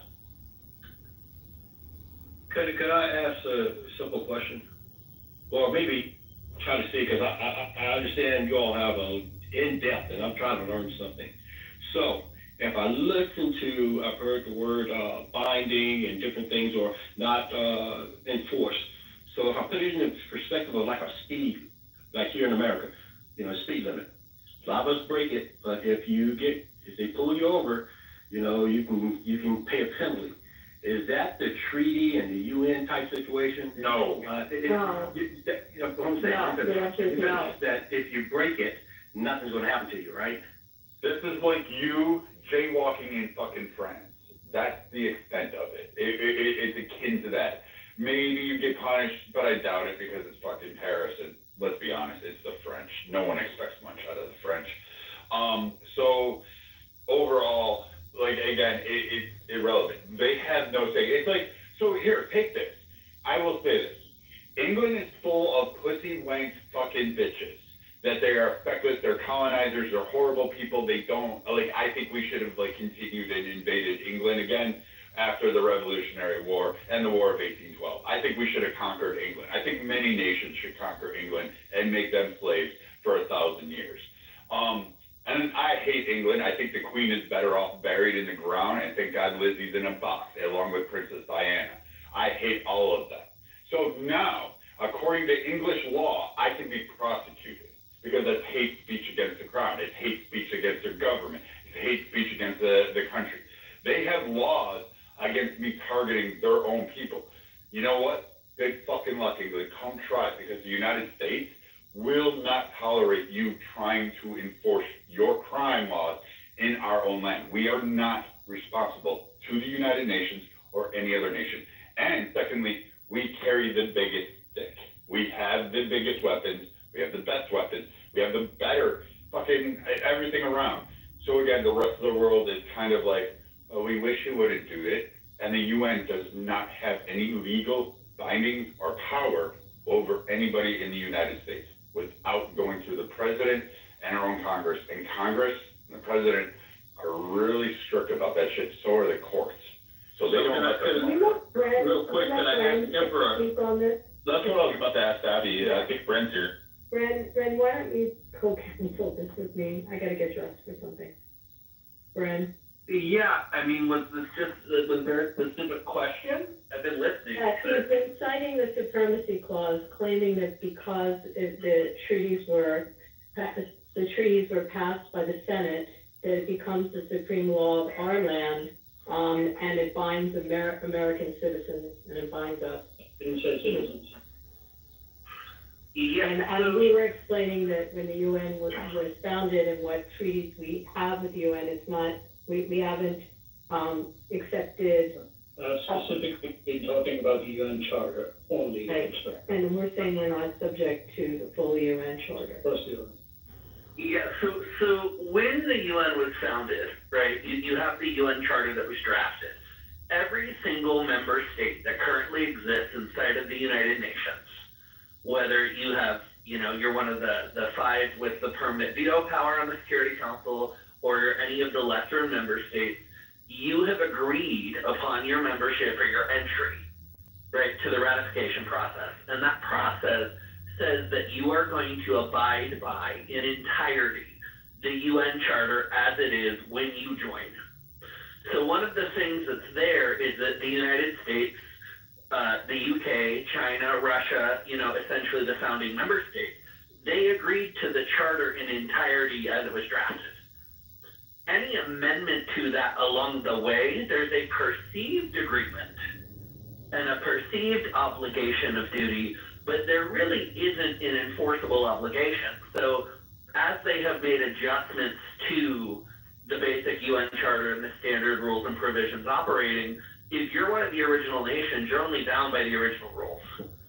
Now, when it comes to different decisions that the UN passes, right, the General Assembly passing a resolution means absolutely nothing for enforcement. It has no enforcement action, right? That resolution can then be pushed to the Security Council, and the Security Council is the enforcement end of the UN, right, which is the permanent members, including the US, including Russia, including China, including the UK, including France, that have veto power, right?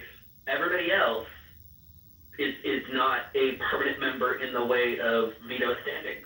And so if a measure is passed in the General Assembly, it's a recommendation at best, right? It's an advisory of the opinion of the majority of the nations that are member states.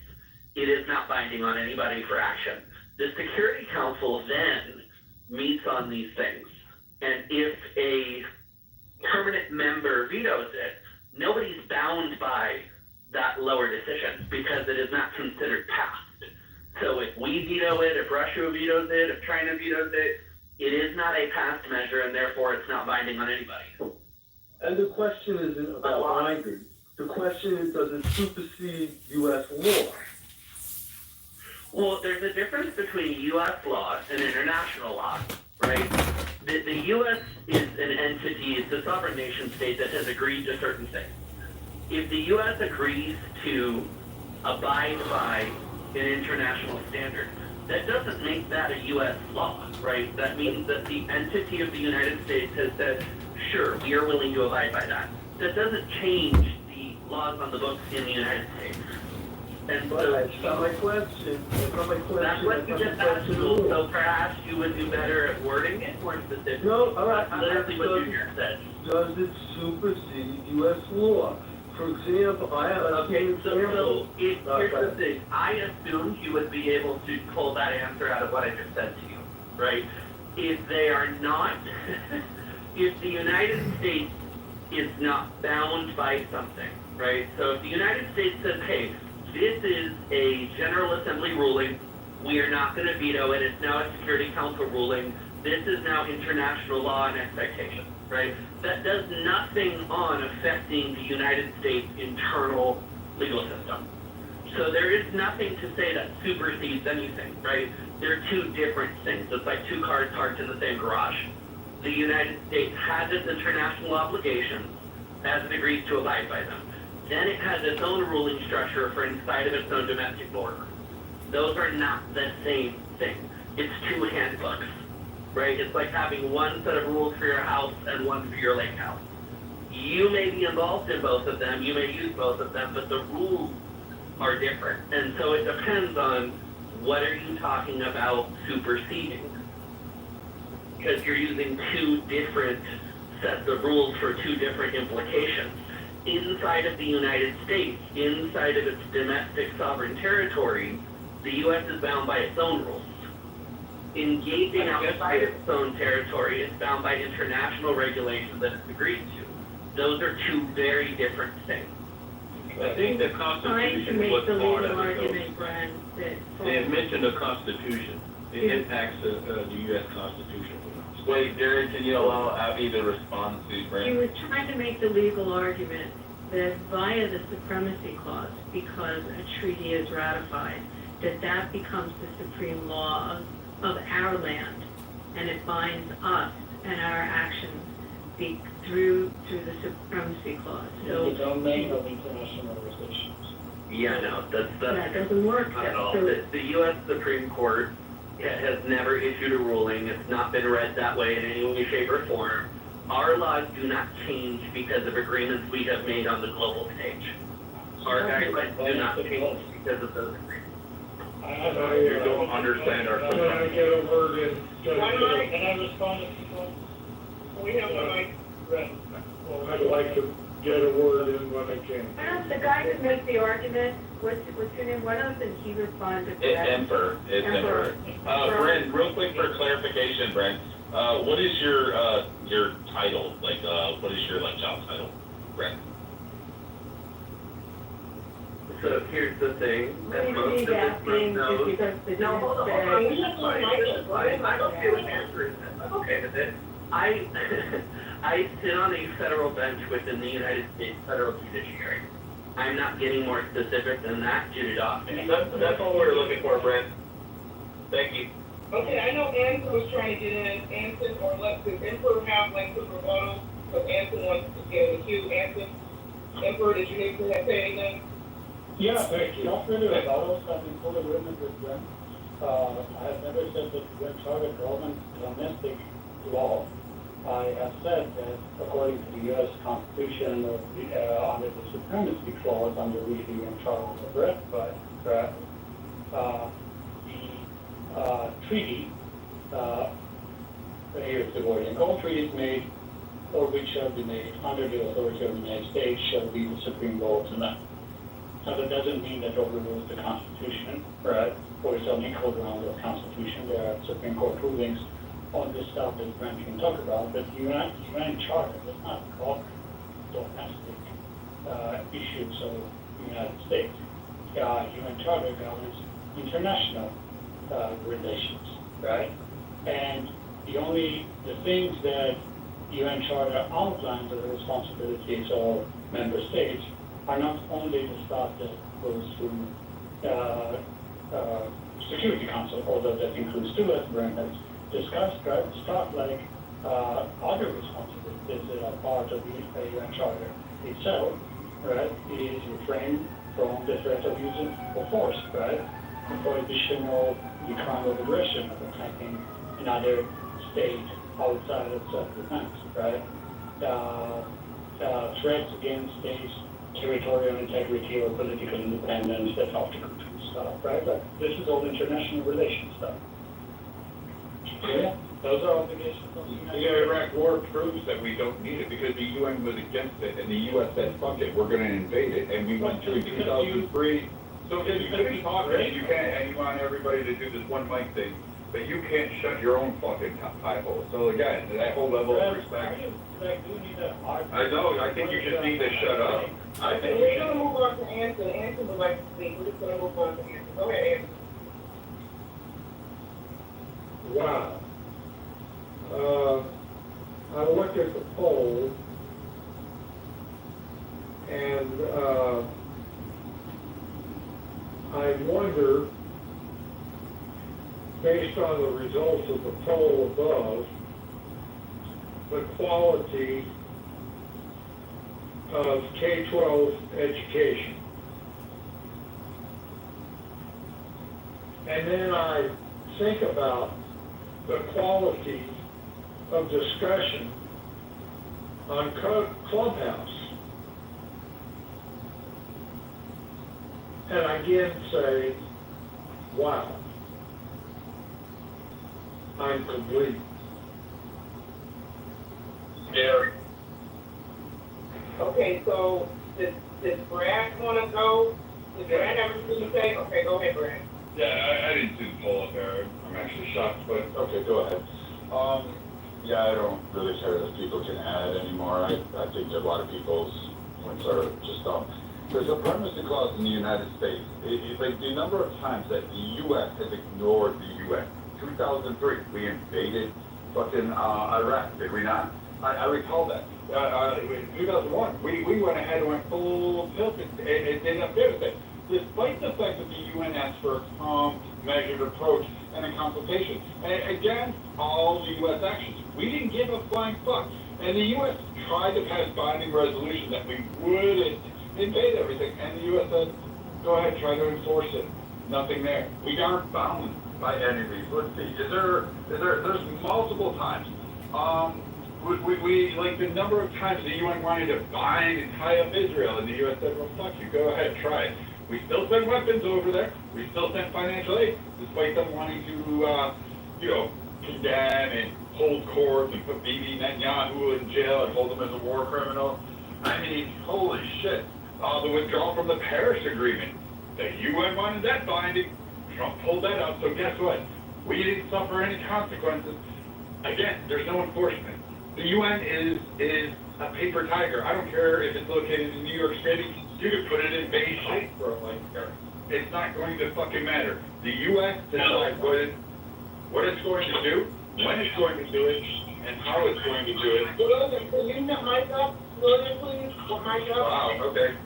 Again, we are not bound to anything with the UN, and at any point in time, we will and have multiple times ignored whatever the hell they want to, regardless of their wishes. If that was the case, the number of times we would have been in trouble, holy shit. Like, I can't believe people really think the UN is our governing body internationally. It's not. I land on it. Can I get in the lineup? There are murderers that evade law and are not prosecuted. That does not mean that law doesn't exist. I guess this is asking too much from Clubhouse, but there's a difference between normative conversation, right, and legal conversation, more specifically, and the actual existence and enforcement. If you ask me, enforcement powers of the UN is a strong, I would say no, but that doesn't mean anything for the purposes of these conversations. But it does, Emperor. The concept of enforcement in the law, we can get into just the anatomy of law. Go ahead. Let me finish, please. Yeah, there's also a lot of this confusion that the UN, I guess, the UN, the Paris Agreement has something to do with the UN, but not really. Like it's only the UN is just like the conference thing. And that's all, right? Like the ICC that under which you mentioned Israel, etc., is very little to do with the UN. They have some reporting requirement to the UN. That's the extent that they have to do with the UN. That's like a different body.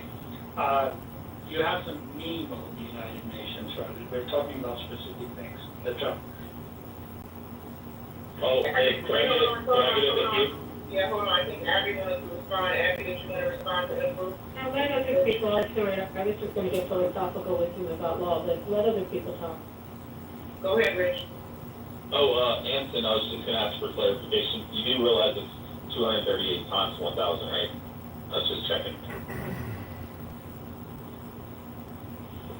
Well, with my background in physics and, STEM stuff and teaching at the school, I think I have a pretty good idea what the answer is. It's a very simple answer. Look at my comment in the chat, and I'll leave it at that. Hold on, I just want to really quickly say, I normally don't do this, but, Dawn of the Apocalypse, welcome to the month. Please join the house. I see you down there, sir. It's always a pleasure to see you pop in this room. I think you might like this room, Doc. So if you're so inclined, to enjoy the conversation, please join them up. Okay. Next speaker, thank you. I want to say, Anson, your answer is wrong. I don't care what physics you know. I do appreciate your service. If you did serve and you're a captain, my grandfather was retired as a lieutenant colonel in the Korean War in the Sabre. So, 132 successful missions. Yeah, Sean, the reason I was asking that question was, Crazy answer. Sean, It's not cheap like 3 million. Yeah, Sean, the reason I was asking the question is because we always hear boomers that'll be like, oh, these young kids, they don't know anything, they're not educated, they don't know math, and they don't know how to read, but then they go and ask like boomers, like, when was the Declaration of Independence signed, and they go, 1865? And it's like, answer's 2.3 million, what is clearly 238 times 1,000, it's 238,000. But that's why Nancy Pelosi and older people should actually this is why we should have term limit.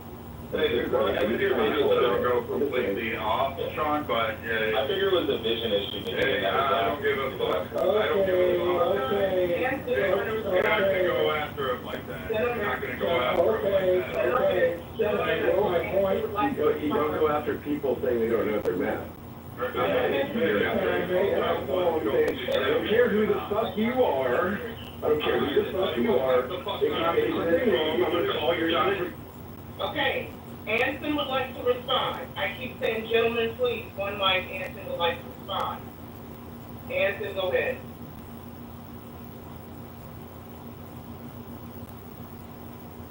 Anson, would you like to respond? I saw you were off mic. If not, we'll just give it back to Brad.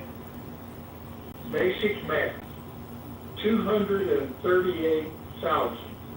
The 238 times 10 to the third is equal to 238,000. Now, if you want to argue with that result, I can't figure out how you can do it with simple frigging arithmetic. Anson, you answered 2.3 million. Anson, you answered 2.3 million.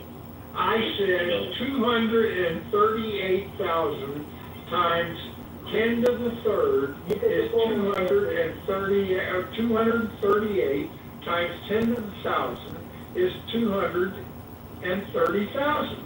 If I mistyped it, I apologize. That's what we're asking, Anson. That's why we're asking for clarification. Well, it's a simple fucking question. If we can't agree on that, all right. That's why I was asking. Maybe you didn't see the comma or something. I thought you thought that it was 238,000 or 238 times 10,000. That's why I was like, well, you called us all dumb, but we all answered 238,000. But Anson answered 2,380,000. That's why we're asking.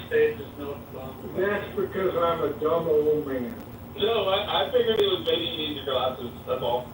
I can't believe that the stage is erupting in chaos because he picked the wrong number in the poll. But okay, gentlemen. Well, it was an interruption with a bad argument, that's all. So we had to respond. I mean, I don't care your age. Hold on. Nobody's selected 23,800. Just want to put that.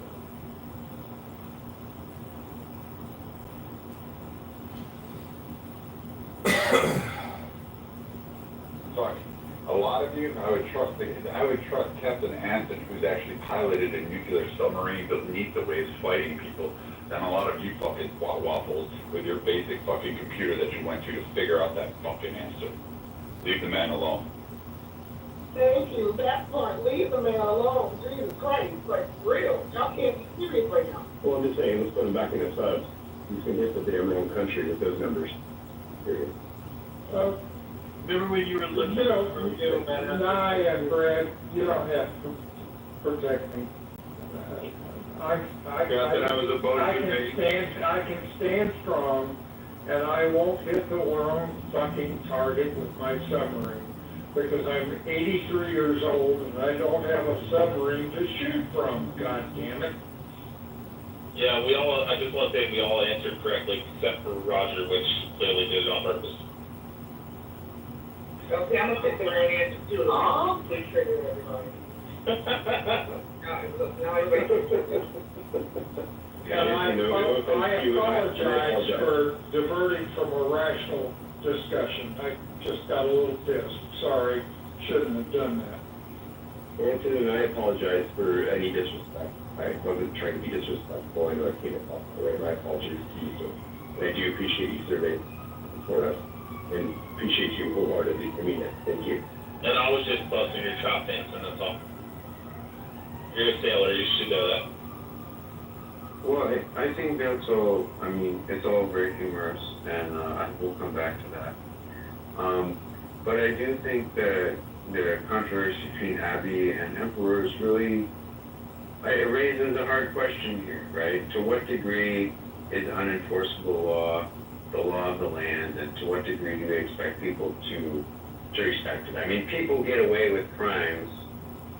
That's true. So just somebody getting away with a crime doesn't mean the law is not the law, or it doesn't.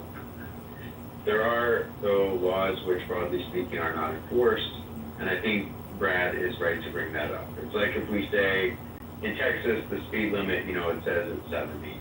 But I tell you what, I get on the freeway, and it's 90 basically all the way to wherever I'm going.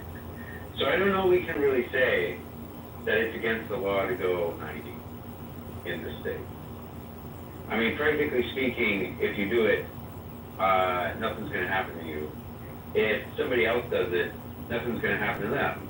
So you kind of got to accept that it's something ordinary people do, and that's just part of understanding how the world works, really. Whereas like murder, okay, you murder people, probably you're in a lot of trouble.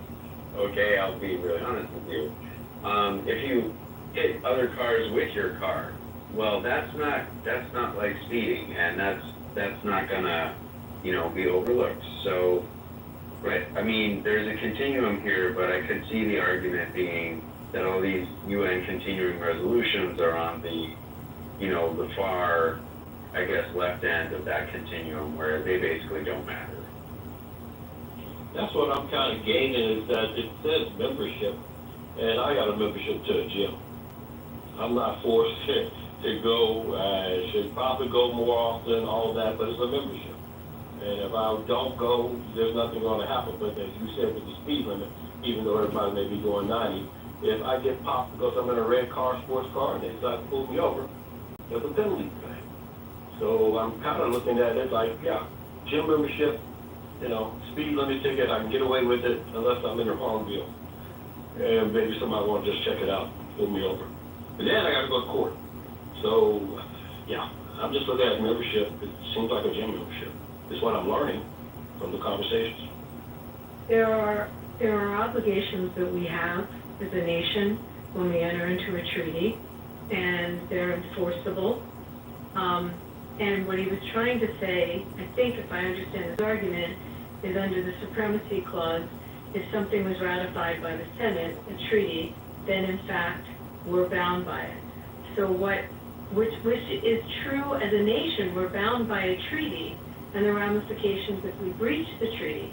But the UN doesn't have enforcement on us. And we were very careful as to what we were bound to, and we pick and choose what treaties and what obligations we want to enter into. And our Senate, which is, you know, that will then ratify the decision, and our House can pass laws, as well as our executive, with respect to foreign policy, that can reverse those obligations and can change the course in our foreign policy. So I'm still trying to understand where he's trying to go with this, because it's fluid, and we are not obligated to the whole UN Charter and all that it is advisory form. It is not something that we then pay, you know, a penalty, or our country. I mean, I'm trying to understand what he thinks happens if we choose not to follow something that the UN votes on. Even if a country one country makes a treaty with another, makes a promise to another, what is your condition on that? There's no enforcement, so There is enforcement, but that's not what we're talking about. We're talking about the UN. You're right. The UN is here, the UN Charter. Hold on, I just want to understand if international law is a thing at all. That's a whole other question, Daniel. I think we've talked about that in rooms, whether it is, and what's enforceable and how is it enforceable. If you went, in your Texas example, you still broke the law. You broke the law if you have a tail light out, you know, even though they may not stop you for 20 years. But if they happen to stop you, you broke the law. So, you know, that's specific, and there's enforcement as a result of it. They can enforce a penalty, whether it's a civil or a criminal one. Sure. The UN is again, it's more of an advisory role, but we have obligated ourselves to some treaties with respect to the UN, but not all, and not ones that would bind our nation. Well, it's not from what you just said. Some point, Daniel, this was like all opportunities, right? Can I talk? So, Abby, like on enforcement, I agree with you. I have never argued for anything on enforcement, right? I'm having a normative conversation. The United States has voluntarily accepted obligations enumerated under the UN Charter, right? Specifically self-executing parts of the UN Charter, which is most of it, right? Not most of it. Not most of it. That's just important. It has conditions. Let me get to an agreement. It has conditioned ICJ, International Court of Justice, jurisdiction. So I would agree with you there. And this whole conversation started, right, because some other guy was on the stage arguing that the United States, by striking Iran, violated Constitution. And I said, right, that the stuff that binds the United States is not only the Constitution and World Powers Act, which I don't think, well, I mean, there are disagreements on it, but in my reading of it, it doesn't seem that the United States has violated it. That's in domestic law. But the United States is also bound, right, by a self-executing clause of the UN Charter, specifically Article 2, which limits countries' abilities to go to war. So only legal way under the UN Charter, because it prohibits, because of World War II and everything else, right, it prohibits crime of aggression. So attacking another country is only legal under the UN Charter, which again, the United States has accepted this condition, is only legal under the self-defense clause. And that self-defense clause is further restricted. Countries disagree on the interpretation of the self-defense clause. The consensus opinion in international law is that anticipatory self-defense, like the one that the United States argues in attacking Iran, is not a thing. The United States disagrees. I was only going to say that majority opinion in international law is that anticipatory self-defense is not a thing, because we don't want to do stuff like Russia does in Ukraine, because it also argues anticipatory self-defense when they launched the war against Ukraine, right? We don't want to do stuff like Hitler did with invasion of Poland, because Hitler also argued anticipatory self-defense, right? So for a good reason, those things are prohibited under the UN Charter. The United States voluntarily accepted the UN Charter, which includes Article 2, which is self-executing. So it has obligations that it only can act in self-defense if in use of force. So it's valid to criticize that the United States is breaking the UN Charter and its own voluntary obligation, specifically Article 2, when it attacked Iran. This is Well, but then you have to define it for emperor, so I won't get too legal with you, but you'd have to define your terms, and you'd have to define what a threat is. You'd have to define what war is. You'd have to define what's a valid threat. Certain intelligence that makes you, and that's what I was trying to argue with him, that once the intel came back that it was threshold capacity, and the period of time before there was full proliferation was enough to feel the threat. What's interesting, by the way, in the last 48 hours, I read that they just discovered weapons of chemical weapons being shipped was either from the Houthis to Hezbollah or vice versa, and under the control of Iran. So the threats were not just nuclear. There's a lot of, I think the question is there enough intel for a nation to feel that they can invoke that right of self-defense? Or the states that are not. And we can look at the Six-Day War as an example of it with Israel. Okay. There are valid disagreements on this. What I offered you is. Yes, no, I know them, but I stick by, when you say it, and you say it very eloquently, but all of those terms, all of those provisions that have to be the standard to meet in order to invoke the self-defense, all of those can be broken apart as to what justifies a threat. And what we could determine in our nation is a threat may be different than it's viewed in another nation. Well, that's right. Okay, sure, and for you, that might be satisfactory, right? But we're talking about international law. Those terms, as they are written, are interpreted by different lawyers differently. That's why I said consensus opinion in international law. Again, because we don't have a supreme authority, because again, ICJ was supposed to be supreme authority, but the United States does not accept the jurisdiction of ICJ, or rather conditions the jurisdiction of ICJ. So we don't have a supreme authority of international law, and countries determine whether other countries' actions are legal or illegal for themselves, right? But do you We don't think have we a should? monarchy. So let me ask you, do you think we should? Do you think one country that has certain morals and principles to be bound by another country's? I mean, I guess it's a very philosophical question, but do you think there should be one supreme world law? I think, I don't want to go that far, but I think if we're criticizing Russia attack of Ukraine as illegal, right, then it opens the question of the standard, right? Because Russia also argues anticipatory self-defense, right? They were saying that Ukrainians are genociding Russian population or about to genocide Russian-speaking population. That's why they attack. That's their anticipatory self-defense claim. I, along with the rest of international community, reject the notions of anticipatory self-defense unless in extremely dire circumstances, which means immediate threat. And by immediate, and this is a consensus opinion. Immediate threat is attack is about to launch now, not in a week, not in a month, not in some later date, but it is about to happen right now, right? That is the standard for immediacy.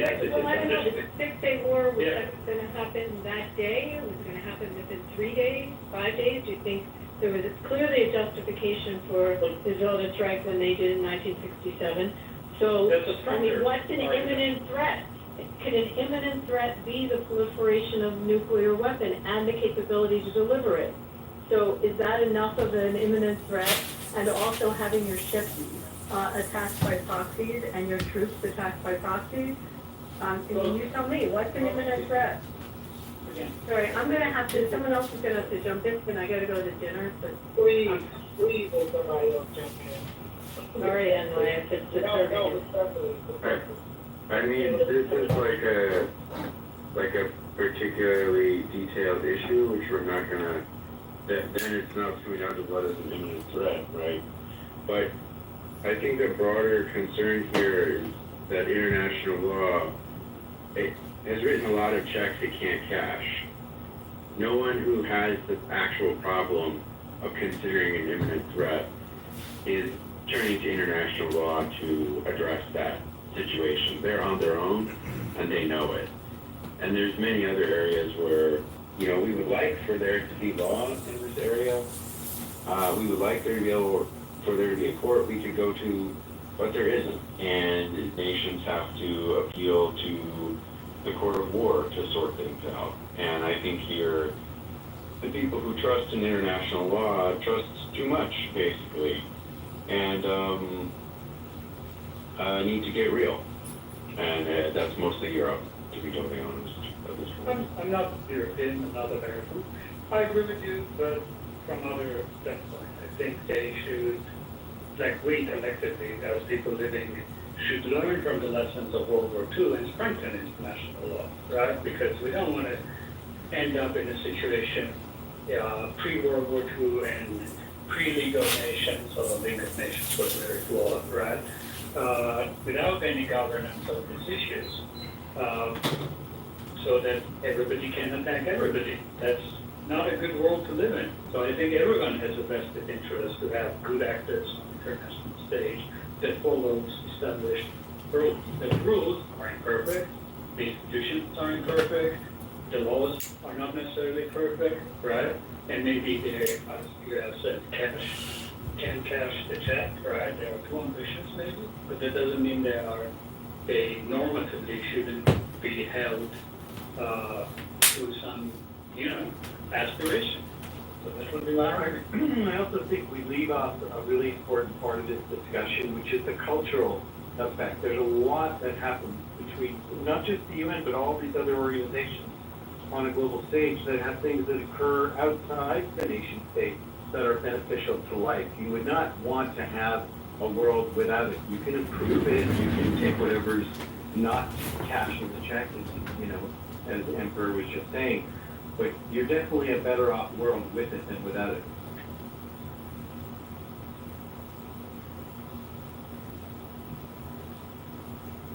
And let's be clear, Jason, just to put it in context, like there is a field of law called international law that goes beyond the United Nations itself.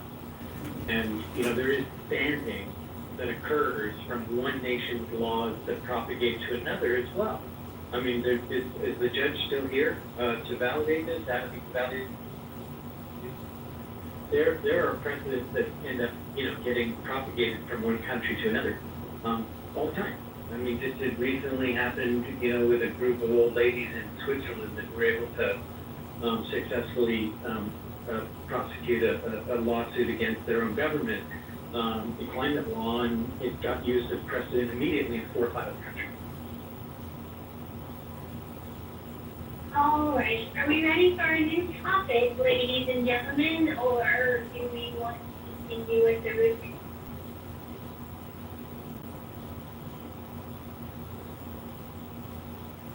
I mean, look, let's try to be constructive. I would be happy to talk about something else. What are you doing? What are you doing over the weekend? In particular, the conversation. You're cutting in and out. You're cutting in and out.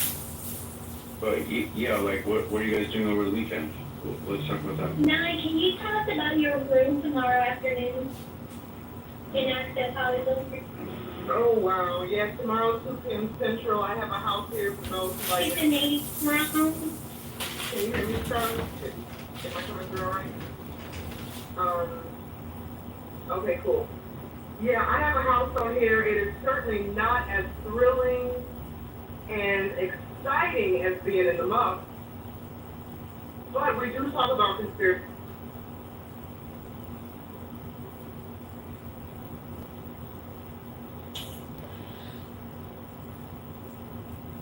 No. They were arguing and fighting. Russia was fighting. But that's why everybody came in, by the way. That's why all those other folks came in. Because they all want to, sort this out. You know what I mean?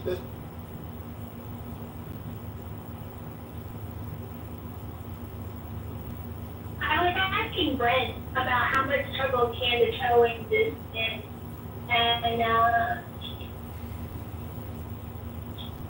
shoot, the pooch comes to mind as one of the things that, like, where did that come from? Is that accurate? Shoot the pooch? I've not heard Meaning like she's in really big trouble? Where did I get that from?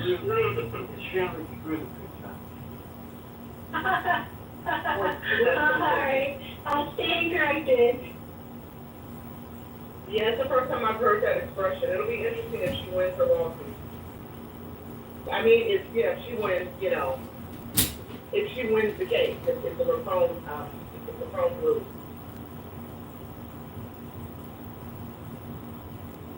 But anyway, Monica, you suggested perhaps a topic change. If there's no topic change, but the mic is open if anybody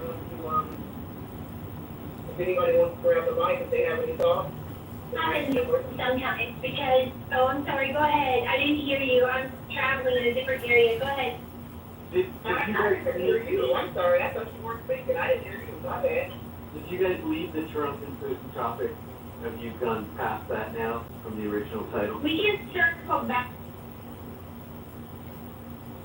Yeah, no, if you want to, go ahead, Daniel. Well, what the fuck was that? I mean, what exactly was that? Can anybody tell me?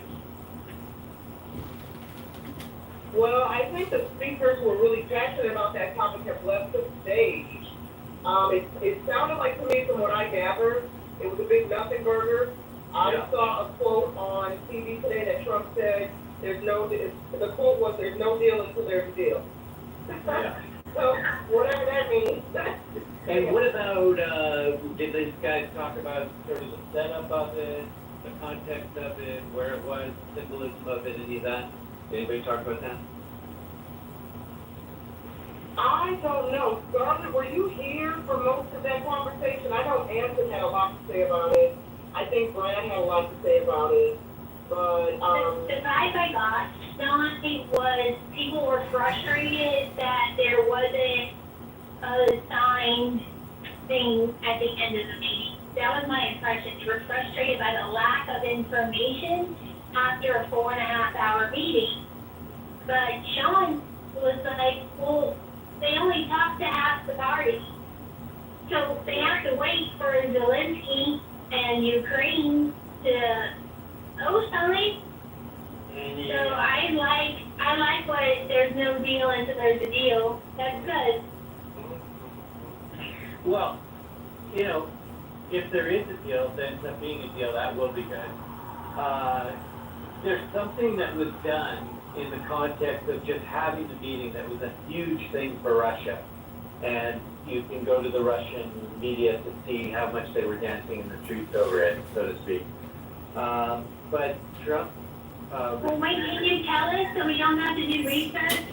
Basically, they love the fact that Putin was on the stage toe-to-toe with Trump, not with Zelensky, because it makes Zelensky secondary. Basically, what it does is it puts Russia and the U.S. sort of on the same plane, like back during the time of the USSR, and the former premier and president, I forget what the guy's name is, who arrived with him actually wore something that said USSR on it. And he arrived to a red carpet, which to me is a split screen on how he had his meeting with Zelensky in the White House, where they never even, had lunch kind of thing, and he dressed him down. And not only did he... Zelensky was dressed down. Yeah. And not only was Putin, warmly received, whatever, let's say, try to make peace with him and all that, but he also traveled in the beat on the way there, which everybody can say it's no big deal, they're just a couple of minutes together, and it's nice that they're being friendly and so on. That's a significant protocol. It's not a norm. Let's at least give the best benefit that we could give to it. And, when the entire event is over, they were supposed to have a meal together and didn't. That's a mystery. And secondly, Putin spoke first. And what Putin said to me was very significant. He said two things I saw. No, one, he took the time in a very small address to say that Trump said that he would not, Trump said that there would not have been a war if he had been president, and he said he agreed with that. He looked straight at the camera and said that. So everybody who loves Trump and believes that there would not have been a war if he had been. Can you bring up Al Cavernino? Just brought up that confirmation, number one. The second thing he did was, he started off by talking about this sort of shared reality of the United States and Russia being so close together. You know, they're only 3 miles apart, and Alaska used to be owned by, and then talking about all the economic opportunities between them. But this is a peace summit. This is not about strengthening ties with the United States. This is a weird thing. Like, you can do one, you can do the other, you could argue, you can do both, but this is, it's the thing that says behind the peace summit. Took no question, didn't carry on with the lunch or Can you bring up Al Cavernino? I don't know why you're interrupting me. What you're saying isn't that important. Isn't what? Well, let Daniel finish his thought and then Jim will make a straight. I was just giving my take. You can take apart anything you want. But thank you, Monica. Anyway, this to me is very strange. Kabuki theater. I think that it is to draw attention away from other things they don't want talked about. That's fine, but there's no sense of creating any peace in the world without all three of them. And there's absolutely no peace possible unless they have an ironclad guarantee. And that ironclad guarantee has to basically be NATO, even if they don't call it NATO, so that he can never take any more land. And I can't see how they're going to pull that off. I can't see that being pulled off by a JFK, never mind a Donald Trump. I don't know how they're going to do it. Thank you, Daniel. Al, did you want to say something, Al? Oh, I just wanted to make sure my friend Al Cavernino came up. I mean, it's Trump Putin summit. It's not nearly as important to me as what's happening to an ancestral homeland in Israel. Israel has the right to defend itself, and I think everyone should condemn Hamas as an international terrorist organization and a proxy of Iran, quite frankly.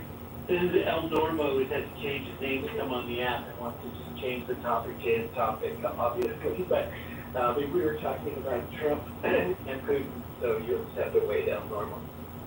All right, well, I said my piece. I appreciate your space. Thank you for hearing me out. Somebody in the chat said that you are a troll, basically, a loser, and that you hate Jewish people. Oh, my Lord. The blasphemy and the libel and the slander. El Normo? Wait, El Normo's Jewish. Well, Normo's more than Jewish. That's right. Yeah. Okay, I have a question. How can someone be more than Jewish? Can you repeat that question?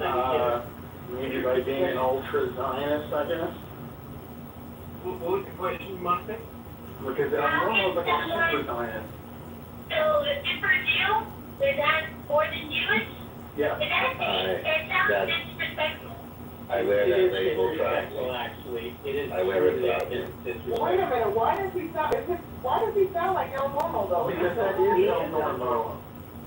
Normo, why are you so Lord? I'm not trolling. Why do you think I'm trolling? Zionism is inherent to Judaism. Anyone that doesn't agree is either a self-hating Jew or an anti-Semite. Wait, so Monica, is this normal for real? Because it is. It is him. Wow. Okay, so this is not disrespectful, but it sounds like normal with extra Jew. I'm sorry, it just does. Well, multiculturalism for thee, but not for me. That's funny.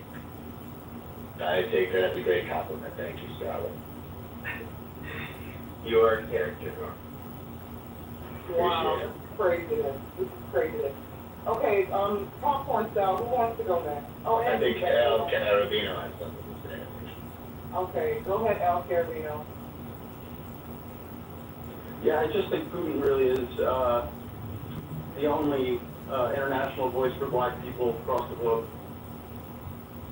Can you break that down for us? Blacks and gays, too, right?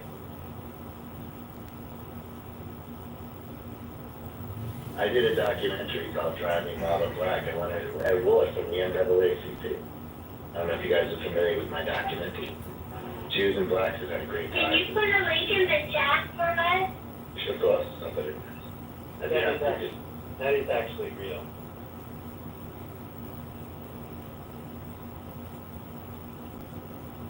I don't know why, the members individuals who are not members of the BIPOC community, y'all fascinate me with your obsession with the blacks. So go ahead. The blacks. That's funny.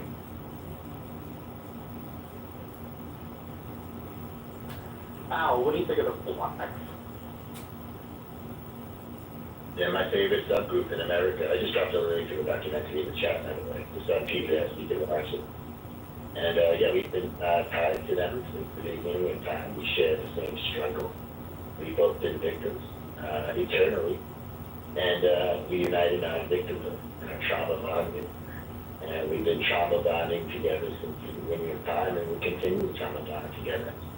And yeah, just really, my heart goes out to these people that had it so bad in America. You know, with the racism and discrimination, Jim Crow, everything, you know, the systemic racism that through that prison population, we see it in the members don't lie. And we need to advocate for these people and bring about diversity, inclusion, and equity. We need to bring it back. We need to make everything we can. Otherwise, the country is going to go to garbage. What about DEI Israel? No, not in Israel. Well, why not? Because it can't be a Jewish state unless it's 70% Jewish. You know that. We're just trolling. We're just trying to get out of that stuff. You know, Ann Coulter made Well, the comment. critical, no? So Ann Coulter, I'm gonna ask Al or whoever was talking, hey, tall lady. And I watched Ann Coulter's interview with the trigonometry guy today at the replay. And she made the point that Israel would never, and not anything scornful, but would never have a Muslim leader. And everybody said that's right, because a Muslim leader in Israel would not meet the needs of the country or its citizens. And I thought that was an interesting observation. Exactly. Why would we want that? That would really take away our ethno state.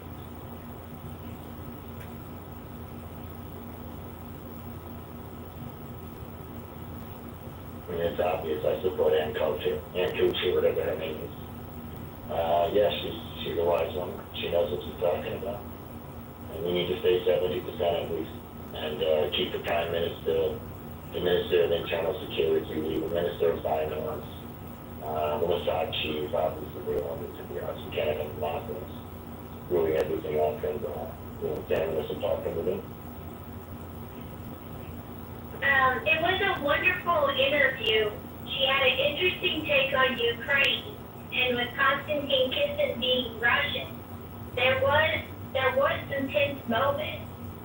And also, they did push her a little bit on her Vivek Ramaswamy stance about not wanting a first-generation Indian American as the President of the United States.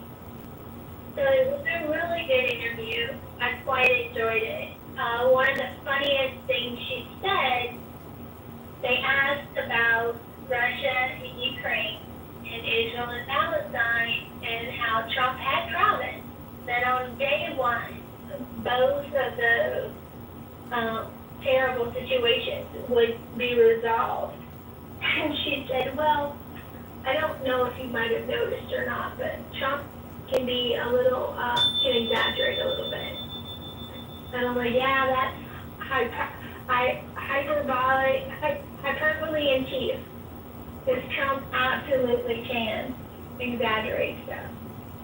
And not shit. It's not just exaggerating. He can't do shit that he says he can't do that. That's just not just exaggeration to me. Well, Daniel, I understand that you're frustrated and distrustful, and you believe that he is taking America down the wrong path. I understand that. Welcome, Tom Lady, to the debate. You don't understand what I'm thinking about it, or what I'm actually thinking or frustrated or anything, what you just summarized. I don't think he's taking down any damn direction. I don't think he even planned for that stuff. Well, that's correct, because, Putin asked for it. Yeah, and granting it to him is a form of agreement that edifies Putin and his position. Daniel, if I agreed with you that Trump is really not a very great politician, would you agree with me that at least most of the country thinks that the candidate the Democrats proposed was demonstrably worse? Yeah, the time that they took the vote, for sure. And then if we would go by that fact, which is a fact that I would absolutely agree with you on, we'd also look at the facts of where it is now too, and what the numbers show right now, right? Wait, what did the numbers show?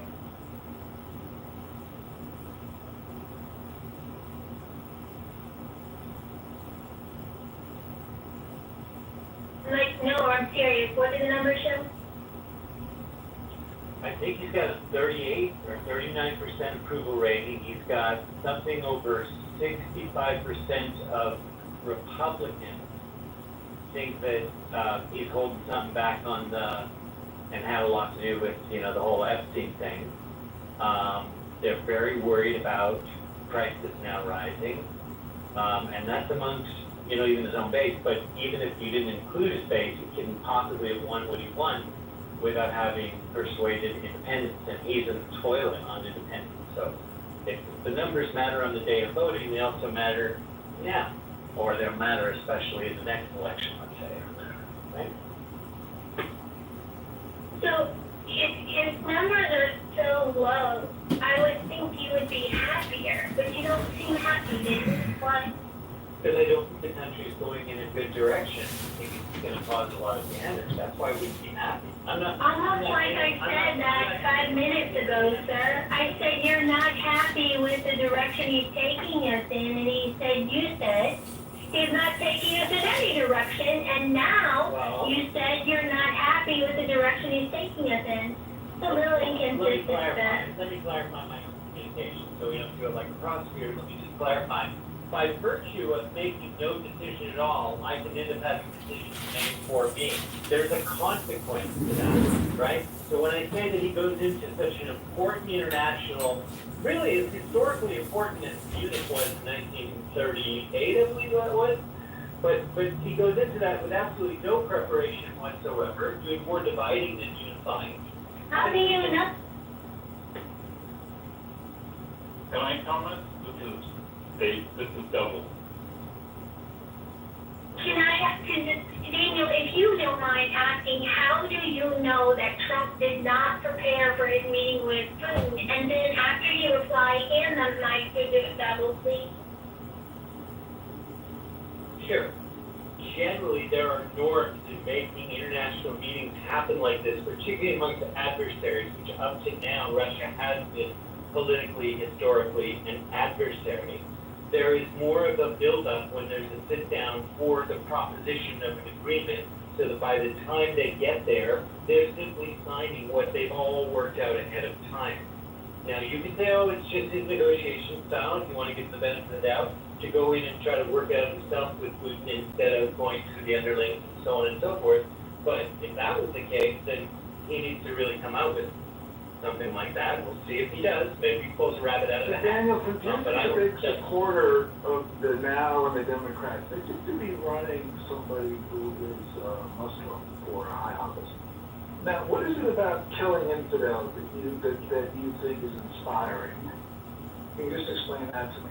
But hold on, Benjamin. I did promise Double that he could have a That's right. turn We of can't mind. hear from Double, but I'll wait. And I know, Benjamin, you've been very patient, because you did speak earlier, and I don't know if your comment was addressed. So, Double, the mic is yours.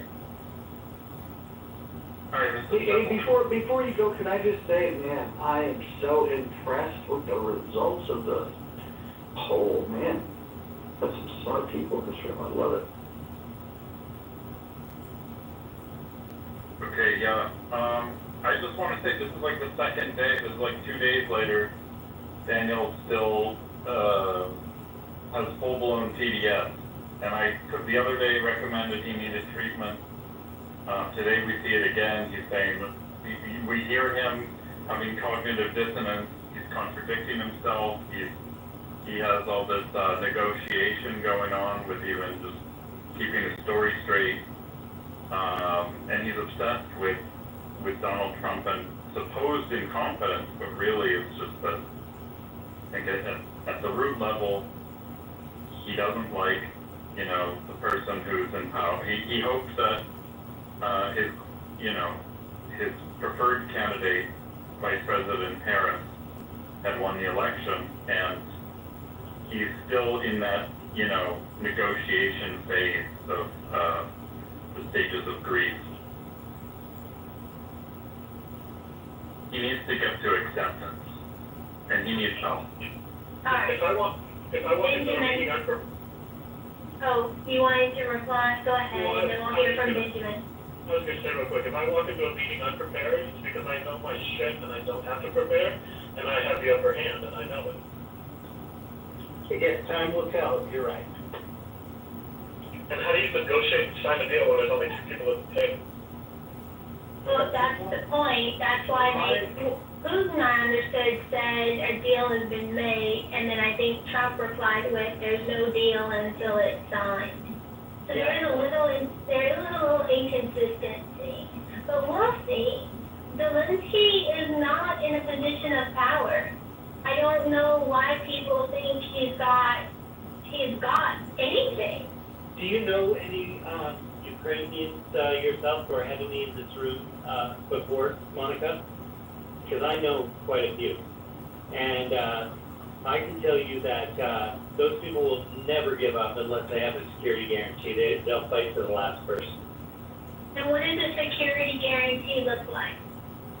That's going to be a very big problem to answer, but that is the $64,000 question, because what they've put themselves all into a bind is that the only way they can have a security guarantee is effectively as good as NATO, maybe not call it NATO, that basically says that if Russia were ever to attack again, there's literally an international force that would have to stop him, because the case that the other side is making, and the Europeans are making as well, is that Putin's word cannot be trusted. We talked here earlier about international agreements and all that stuff.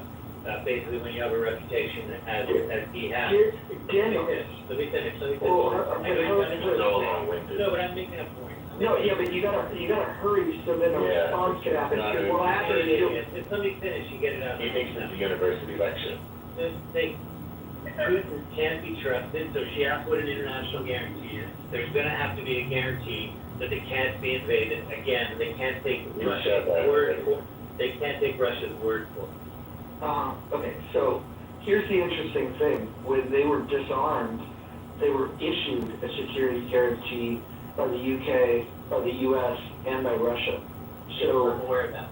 Well, then it would be foolish for them to accept any security guarantee from any of those three countries, because one of them invaded them and the other two have not stepped up to stop it. So they have to have a bet. They have to bet. They have to have a better one. Well, no. They can ask no one. I'm telling you right now, these people will never stop unless they have an ironclad security guarantee. You already sponsored it. Okay, well, how about this? I'll just move everybody down and you can lecture to the room, and then we don't have a conversation. How about that? Nope, I'm just gonna speak up for my point. You can do whatever you. So here's the point. You're saying that, that they would stop if they get a security guarantee, but they had a security guarantee and they find themselves in this situation. It's good enough. It wasn't good enough. It failed. Doesn't mean they're not gonna try again. Got it. All right. I'll just move on.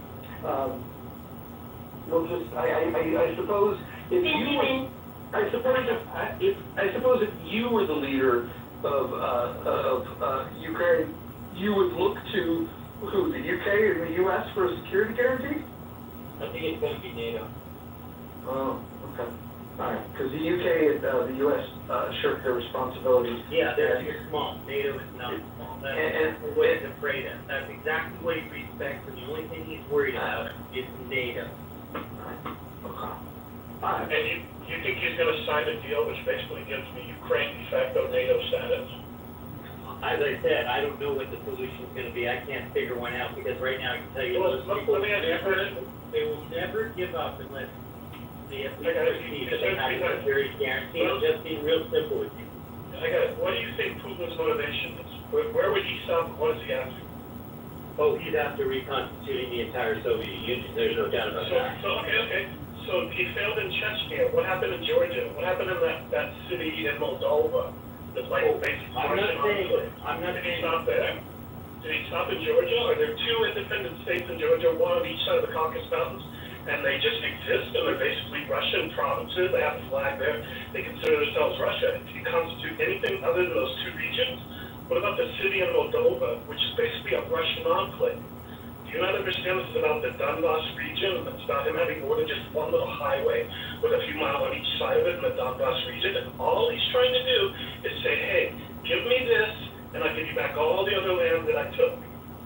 Sure, if I took him at his word, I would absolutely see that. I also don't think that people speaking a language and having a culture on a sovereign borderline become your property just because they appeal to your culture. If you did, then you accepted when Germany went into the Rhineland and Czechoslovakia and all that stuff before the official war started, Austria, everything, they said those are all our people, they're all German people. He's saying those are all my Russian people. Why is that any different? Well, you're drawing a comparison. Do you think that the Russian-speaking, Russian culture, Russian DNA, or by ethnicity in the Donbass region who have wanted to leave Ukraine and be a part of Russia since before 2014, before he took Crimea, do you think these people want to be a part of Russia? Or is it just Putin coming and saying, you're Russian and we're going to force you into it? Which is the pacification? Well, I look at it this way. If you were absolutely right that those people wanted to be part of Russia, I would see evidence by them actually declaring that, not by the troops coming to declare for them. They did declare. Where have you been? Where were you in 2014? You're saying, in 2014 they were invaded. They did not have the population declare themselves wanting to be Russian by democratic means. They formed two groups that have three letters. I don't remember what it is, but there's two different groups that have been saying this before 2014, before he took Crimea. This is not a new thing here. So he took Crimea, you do admit that? Yes, I absolutely admit that he took Crimea. Under the Obama administration, if I remember correctly, gentlemen, we have some new speakers on the stage. Benjamin's been trying to get in a while. Steve, always a pleasure. If we can move the mic around, I would appreciate it. Oh, real quick, just a question for Daniel. It seems very confident in his support of the Democratic Party. I want to just call it maybe the Islamic Party, maybe this one. But just can you explain to me, given that this choice of grooming a person who openly adheres to Islam for a mayor of New York, Daniel, what is it about killing the infidel that makes you want to go out and vote for the mayor, for your candidate for mayor? Can you just tell me how that works? Love to know. Thanks. Yeah. So thanks for your question. First of all, I look at international conversation much more than local conversation. I don't live in New York. I'm actually a Canadian citizen. I don't vote in America. I do have taxes that I pay through institutions that I manage or own, and very embedded in American society. But I'm not going to say that I am a voter of any party of any place in the world. Not that often to vote anywhere. So nice try.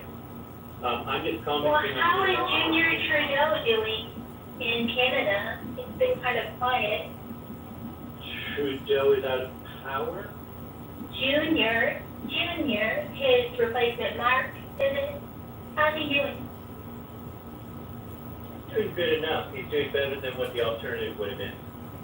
I disagree. I understand. Yeah, inflation's been out of control in Canada, totally unaffordable.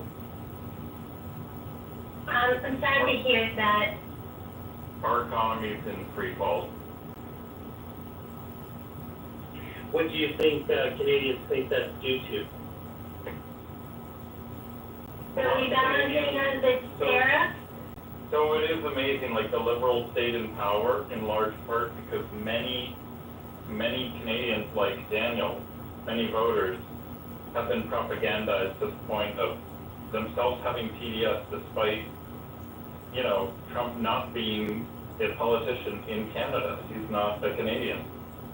But, yeah, a lot of Canadians have TDS, and they decided to continue to vote for the Liberal Party, who has ruined the country for 10 years. They're continuing because they had The such joke about the strong 51st state might have been poorly timed. I agree.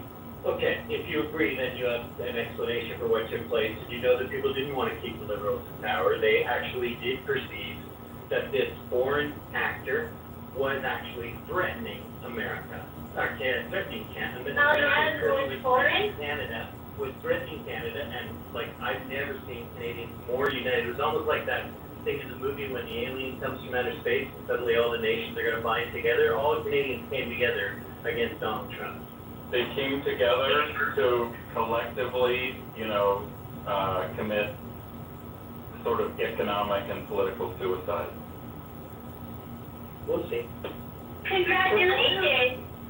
Can I ask Daniel a question about this when my turn comes? Didn't give it the mic, Taylor. So Daniel, I am kind of curious about this tariffs business, because you kind of accused maybe Donald Trump of attacking Canada by raising tariffs. I think that clarifies you can tax the world, not Canada. Canada tax. Oh, okay. But just to be clear, it's the tariffs, right? The tariffs are the attack. Yeah, it's a form of warfare. Do you remember how high those tariffs were that he was threatening Canada with? Oh, yeah, I'm sure they were higher than what he actually applied. Higher than how much? The 30%, 40%, 50%? You know, I can't follow. Say when? 70%, 80%? Say when? 90%? No, I have a feeling that Benjamin knows. So instead of torturing Daniel when he just said he didn't, could you share with us the numbers, Benjamin? I don't actually know what the threat was. Let's say it was really high, maybe 50%. That's just horrible. That is just really violent. That is basically a nuclear bomb. Now, I was surprised to learn, honestly, I didn't know this before, but I was surprised to learn that Canada had already implemented 298% tariffs on U.S. Show receipts of that, Benjamin, show receipts of that. Nobody's ever heard of it. Okay, sure, I'll do that, for sure. That's a promise there, I'll get to it, very soon. Do you feel that Canada might have been launching some kind of warfare against the United States with their 298% butter tariff? Well, first of all... Yes or no for you, Daniel? That's a yes or no, just make this really... No, I'm not going to say yes or no on... No! Okay, Daniel's on the record. Daniel, please. Conditionally. If I prove it, would you accept that it was warfare by Canada on the United States before Donald Trump was even elected? In that case, would you? It's possible. I want to look at the context of it. Okay. Yeah, look, I hold my beer. I said to you that tariffs are warfare. All nations can engage in it. Try to do the best. Ladies and gentlemen, change the title of the room. Daniel gets owned big time. Wait, what's that? Oh, that's what you paid for. It's going to happen. It's going to happen in 2 minutes. That's how long it's going to take me to Google this shit. And then we'll be in the chat, and then I'll come off mic and say, please look at the chat. 2 minutes. Sure. So we got some Jeopardy music? Yeah, that'd be good. Well, I'd like to know the security guarantee, and we exclude the United States out of NATO providing this. What military superpower is there within NATO? You go to Canada's, to Daniel's home country, they got a standing army of 70,000 men. Britain has about the same thing. And you're really going to threaten the Soviet Union with security with a 70,000 man army? The German army is... You would propose that the United States no longer be part of NATO then? No, you was, the conversation was that the United States in Great Britain, they're unreliable because they shirked on it before, and your comeback was that NATO was going to supply the security guarantee. And my question is, I think I politely said that it was gonna be difficult under all circumstances, but if it was ever gonna be provided by anybody, there couldn't be anybody else but NATO, because it can't depend on any one country to stop him. It's gonna have to take the entire world to stop him. oh, okay. Well, I got the impression that you felt with the United States, because basically right now, NATO, as far as the military entity, is speckless without the United States in it. Well, yeah, I mean, I don't know where you could say speculative about the United States. My question then became legitimately, whatever your opinion is, do you think that America should leave NATO and leave it to itself? That might be your position, I don't know. No, that's not what I'm Okay, saying, Daniel. if it's not your position, then if the United States is part of NATO, it seems like an A-B switch to me, that if the United States is part of NATO and it is strong enough to actually prevent Putin from taking any more land in the world, that's all I'm talking about, the law. He should not be taking more land, no matter whether he thinks he has a right to, no matter whether he thinks the culture of Russians, no matter whether he thinks he's constituting the old lost Russian USSR. None of that is a justification for him to break the law and take a piece of land that's not legally voted for him or traded or purchased or some agreement that does not involve military force. If you allow one country on earth to do that, you allow every country on earth to do that. I don't think you want to live in a world like that. Well, yeah. So you're the one that switched positions here, because initially the United States, by the conversation, had been taken out of this equation. And the question, NATO shouldn't even have to be a player in this. The Europeans, if they hadn't summarily disbanded their own military readiness, would not need anything other than the countries that are there. The Germans are perfectly capable of building a quality army. The French. Do you think the Germans by themselves could stop Putin is what you're proposing? No, you're missing what I'm saying. This is a European backyard. And if you had the Germans, you had the French, you had the major players within the European continent had been armed properly. Then it would have been more of a deterrent in the first place, is what you're saying. Well, absolutely. Yeah, I can agree with that. I can agree with that. Weakness invites aggression. I absolutely agree with you, and if you and I agree with that, then what minimum type of strength to prevent aggression going forward will be whatever the hell people can't figure out will be the appropriate security guarantee, and that will be the answer. And to me, I can't see anything in which the entire world unites to stop the aggressor, period. It's black and white to me. Well, I think one of the problems we had in Ukraine was started in 1989 when we said we weren't going to move the NATO alliance eastward, and we got right to Russia's front door, which I don't know if you know anything about the military strategy of Russia. There's a defensive posture called the Five Passes that the Russians have always considered strategic in their military defense of the homeland. Because once you get through that passes, you're basically in the open country. And that's why this movement of NATO closer creates such anxiety. And they kept telling people about this. They told people about it in the 90s. They warned them about it, that this was creating a problem, and no one wanted to listen. Then we started sending the NGOs into Ukraine, trying to influence the election, trying to start talking about NATO, join NATO. These are all things that create this situation. Now, Putin, did he have his hand in? Absolutely. But to think that the West has clean hands in this is just disingenuous. There's a thing called the Color Revolution. You might want to look at that and see what it says about it. And we had NGOs in Ukraine that was deeply involved in that. Yeah, there's no... Okay, 2 minutes. 2 minutes is up, but Dr. Lee.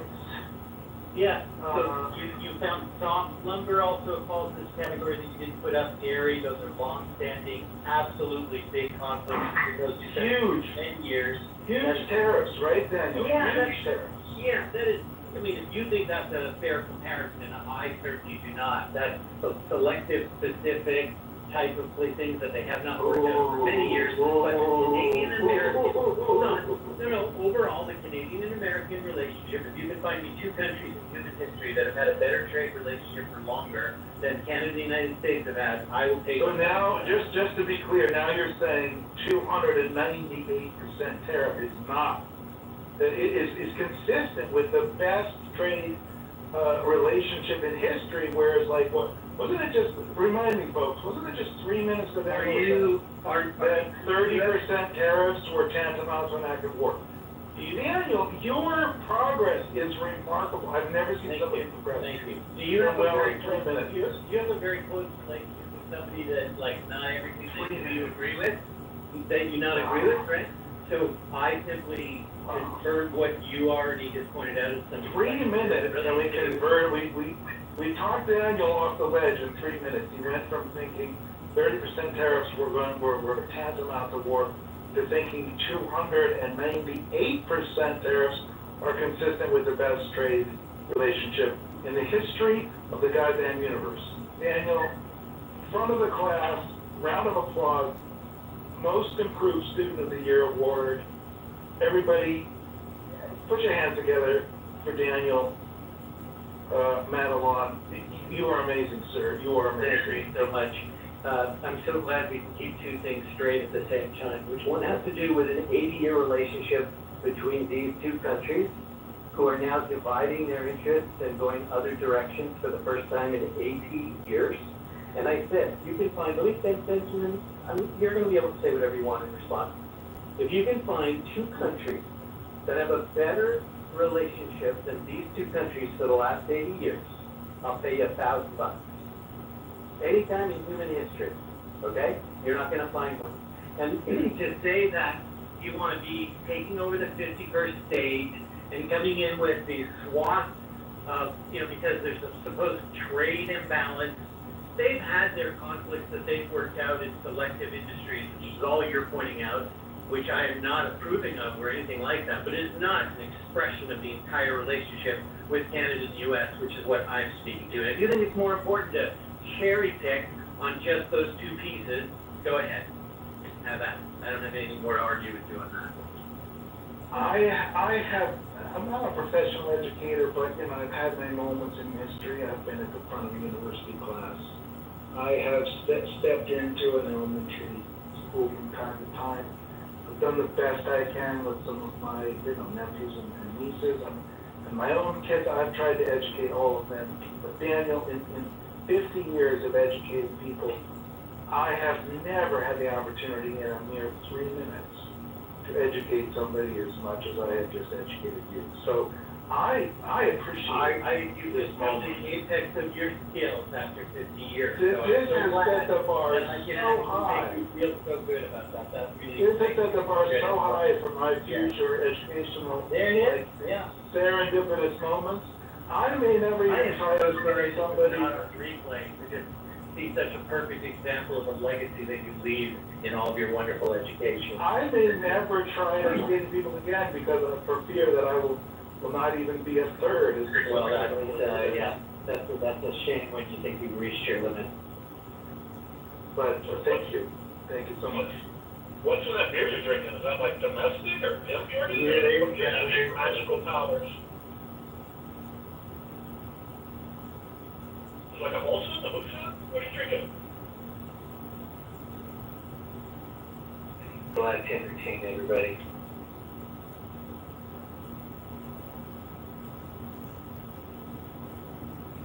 What's going on here? This is school. Tell me what. I was going to ring 20 minutes. The person that is spam waving at me, please stop. Who is it? Oh, wait, maybe I'll see that answer. Janelle. Canal, why are you waving at her? I'll wave at you in a minute. Danelle, why are you spam waving at her? Curtis said he'd stop.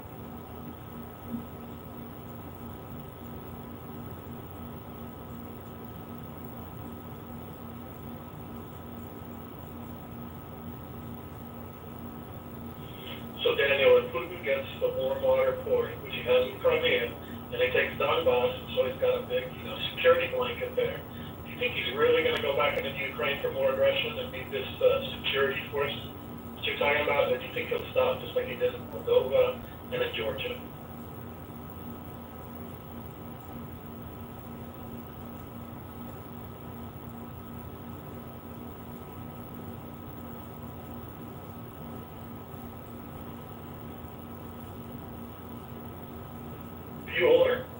Bueller? Yeah, I got a question for Daniel when, get a second. Well, hey, Benjamin, how come you haven't responded to the poll above? You know what, I did respond to the poll. Did you change the poll? He changed the poll. Oh, sorry, give me a second. Daniel, I see you haven't responded either. Yeah, I'm not. I'll let myself win or lose however it goes.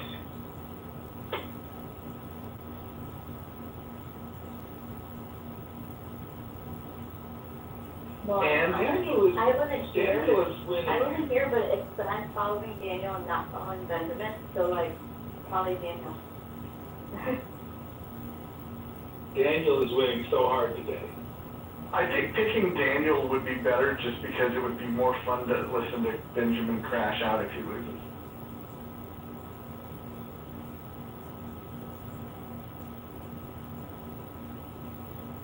Crashing out's not gonna happen today, but, Well, who's Benjamin? I think that's me. Are you new? Lizard. I am new, yeah. Just got to Clubhouse.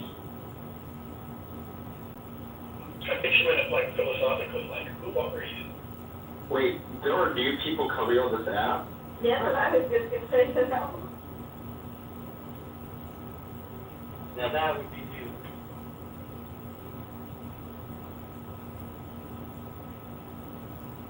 Oh, so, there's a question for Daniel, just because Daniel's like really beating the drum here for the Democrat, this was the Democratic Party. Hold on a second, Benjamin, before you ask. Can one person on this app right now confirm that I've promoted anything about the Democratic Party tonight? Anything I've said? Islamo Democratic Party. Okay, so but only you so far have seen that, right? Nobody else want to raise their hand or just do a thumbs up? Oh, well, I never heard you say anything that. Yeah, I didn't say anything about the Democratic Party at any time tonight at all. You were anti-Trump, but you weren't like promoting the Democratic Party. Thank you for the clarification. Yes, I am anti-Trump, and I do want to say, in all transparency, I've met Mr. Trump before he was a politician. I have my own experience with him. I've told anybody that's ever asked me about him, I am not unbiased. I don't have Trump derangement syndrome. I have Trump traumatic syndrome. I was traumatized by him with 5,000 other people. And I was very close by him, and this is on record, on replay. You can look at it on Clubhouse. 2 years ago, I told the story. That's fair. Just for the record, I'm not a Trump supporter, but I am a no way Kamala supporter, whatever that is. So I'm just curious, Daniel, do you think in 100 years or a million years, the time it would take for the sun to burn out, that Kamala Harris would find is the balls the right word, to invent and then impose a secondary tariff on countries that do business with Russia in exchange for the way that they've attacked Ukraine? Do you think the heat death in the universe would happen before Kamala would figure that out and then find the balls to do it? Or do you think that she would have figured that out on day one? So here's what's fascinating. I believe you when you say you're not a Republican, you're a Trump supporter, right? I'm just fascinated with why you look so hard to find, like, what a ninja this guy is when he's such a bubbling fool. That's what I don't get, Benjamin. Please explain that to me. Oh, shit. Sometimes, there was actually a really good play I watched once. I think I know the policeman, I'm not sure. And it was about a bumbling fool who just could not do anything right. It was like eat peanuts during the audio take and everything, just complete idiot mess. But weirdly enough, serendipitously enough, like all of his accidents turned out to sort of like be accidentally genius. And he just like kept falling up. And it was sort of funny. Game there with Peter Sellers, game there. Well, it was a play, but probably, I mean, this shtick must have been done 100 times. It's super funny to watch. And look, sometimes I do feel like I'm watching the world's most bumbling idiot fail up time after time after time. And I feel like it's only possible because the Democrats left so much on the table. They made it so easy to fail up for Donald Trump. So, what did RFK do 4 days after he was in office?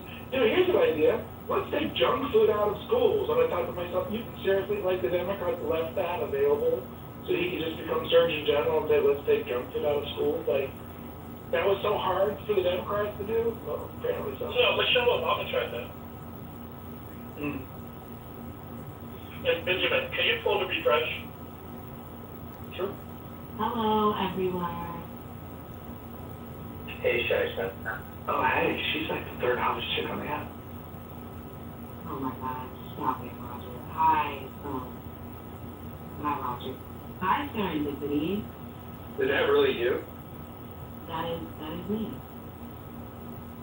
That's not even like one of her top photos. She's like, I'm serious. When I said she's like the third hottest on the app, I'm serious. Honestly, that's a huge compliment. There's a lot of hot chicks on the sideline. No fucking lie. There's been over 20 million downloads. And if half of those are female, which it's not, it's probably a third are female, to be in the top three, I'll take that. That's fucking right. That is a great question. Who's 1 and 2? The over on that. Number one is Monica. Wait, what's Monica? What's Monica? Monica? Oh, we don't call her that no more. We call her Scarlet with 2 T's. Scarlet. Okay, that's my girl. 2? Yeah, no, she's number 1. Number 2, this one you guys probably are going to disagree with me on, but I do like older women, and so Shirley's number 2. Shirley, I feel like I know who Shirley is. I don't doubt she's gorgeous. Shout out to Shirley. Well, I'll tell you this, if Shirley was 30 years younger and I was 30 years older, I would be so on it. Nah, Curtis knows you too well because he guessed it right. He said number 2 is Shirley. That's fucking wild. Curtis has been listening. I know I have a deal with Shirley. When her husband dies, I'm going to be a pallbearer, and then the moment he's in the ground, it's on and popping. No. Yeah, she likes this plan, by the way. She wishes that her husband would live a long life, but, when it's over, it's over. Gotta get on with it. Yeah, what was the girl's name that barked at me? She was different. She was like, she's from a different part of town, as they say, and, What do you mean someone barked at you? Well, yeah, exactly. I can't remember her name. If I go and look at my Cash App, I can find it, because I did send her some money one day. Kristen, did you send her the money because she barked at you? No, we were in a small room, and she was telling a sad story, and I subsidized her. Yes, B-worm, that was it, B-worm. B-worm. Shout out to B-worm. Yes. B-worm was cool though. She was funny. She's actually very attractive. I think she's literally insane. So, yeah. But she's funny. She's hot. Shai, where you been? I've been in my own little corner of the app, to be honest. Especially there's no more conservative culture. So. Was it ever really conservative? That's up for debate. But you know what I mean. They don't really just, Yeah. it'd really just be me and Jazzy, and whoever somebody comes in. Well, you guys, go ahead, Danelle. Sorry. Danelle's never seen a pretty woman before. I've never seen it in my life. Yeah, I'm gonna go mute up so Danelle can talk to the most. I'm gonna start me stuttering, I'm already sweating, and it's pretty embarrassing. What's your background, Shishi? As in, like, my ethnicity, Yeah, just curious. my mom's Puerto Rican, my dad is Brazilian and Italian. That kind of makes sense.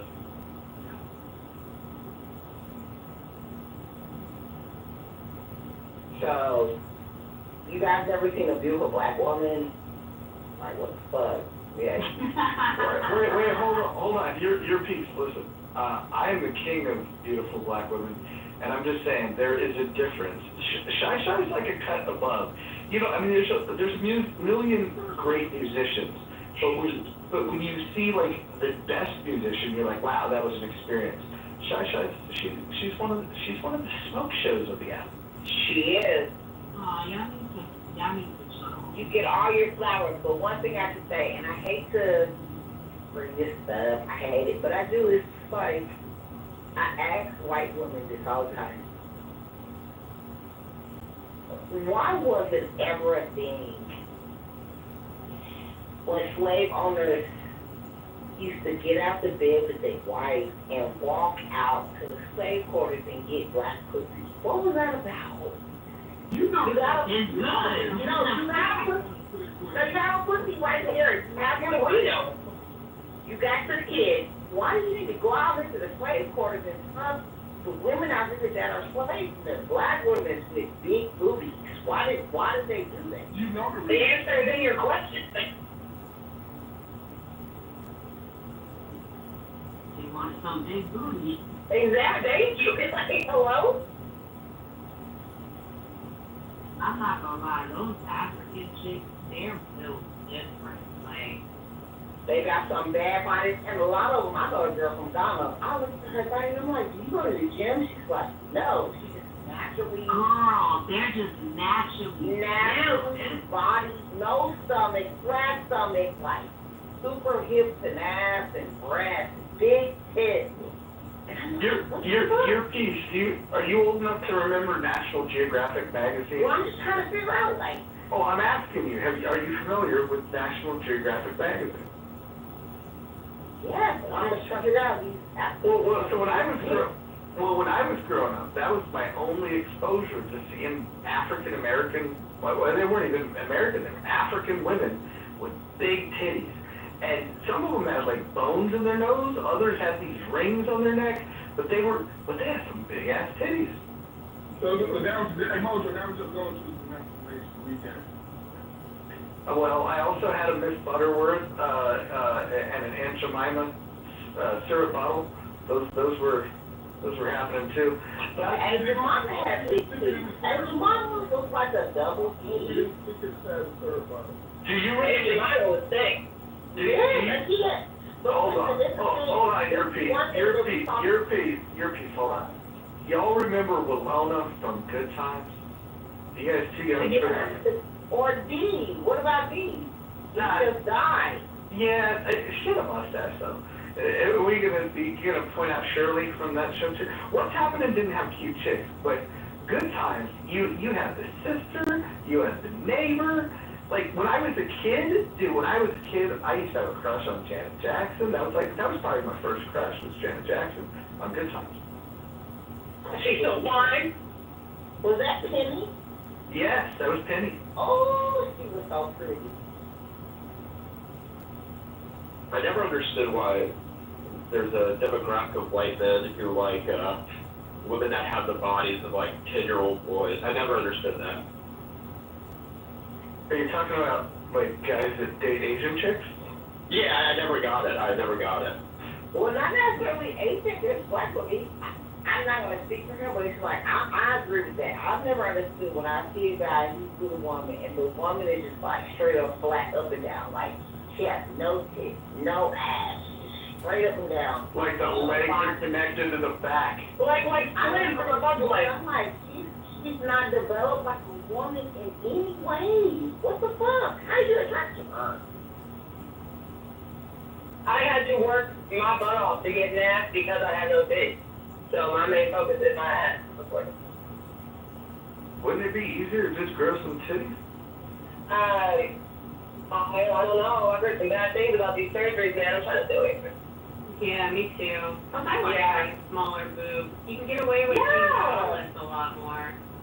Actually, no, because then, the nipples are nipples when you are braless, and I just can't do that. Yeah, I feel like fake tits, they always look like they have hard nipples. Well, Do you all have children? No. That's the thing, after you have kids, and I feel a lot of women, young girls in my community, when I go back for homecoming to my college, I graduated from HBCU, and they're like all in this BBL, they want to fix this, they want to fix that, it's so much shit, it's just a new culture after you get, it's a new kids get, and I tell them, I said, if you can just hold out, after you finish college, by the time you have a baby, you'll have a natural BBL. Your body will form into that. Your titties will get fat. It'll grow. Just give it a minute. Like, you haven't even had a baby yet. Well, I've had 2 children, but after you breastfeed, maybe you didn't experience this, but I know many of my friends and family did. After you breastfeed multiple children, they get big for a minute, but then they deflate pretty. They display after the time when the child starts eating like table food and they're not making like breast. Yeah. The titties go from like a solid, like a baked potato to mashed potatoes. It's like they just soften. Yeah, they get sad. I just don't hate mine enough. Like, I have friends that like stay obsessed But you over guys be understanding that's a part of being a mom.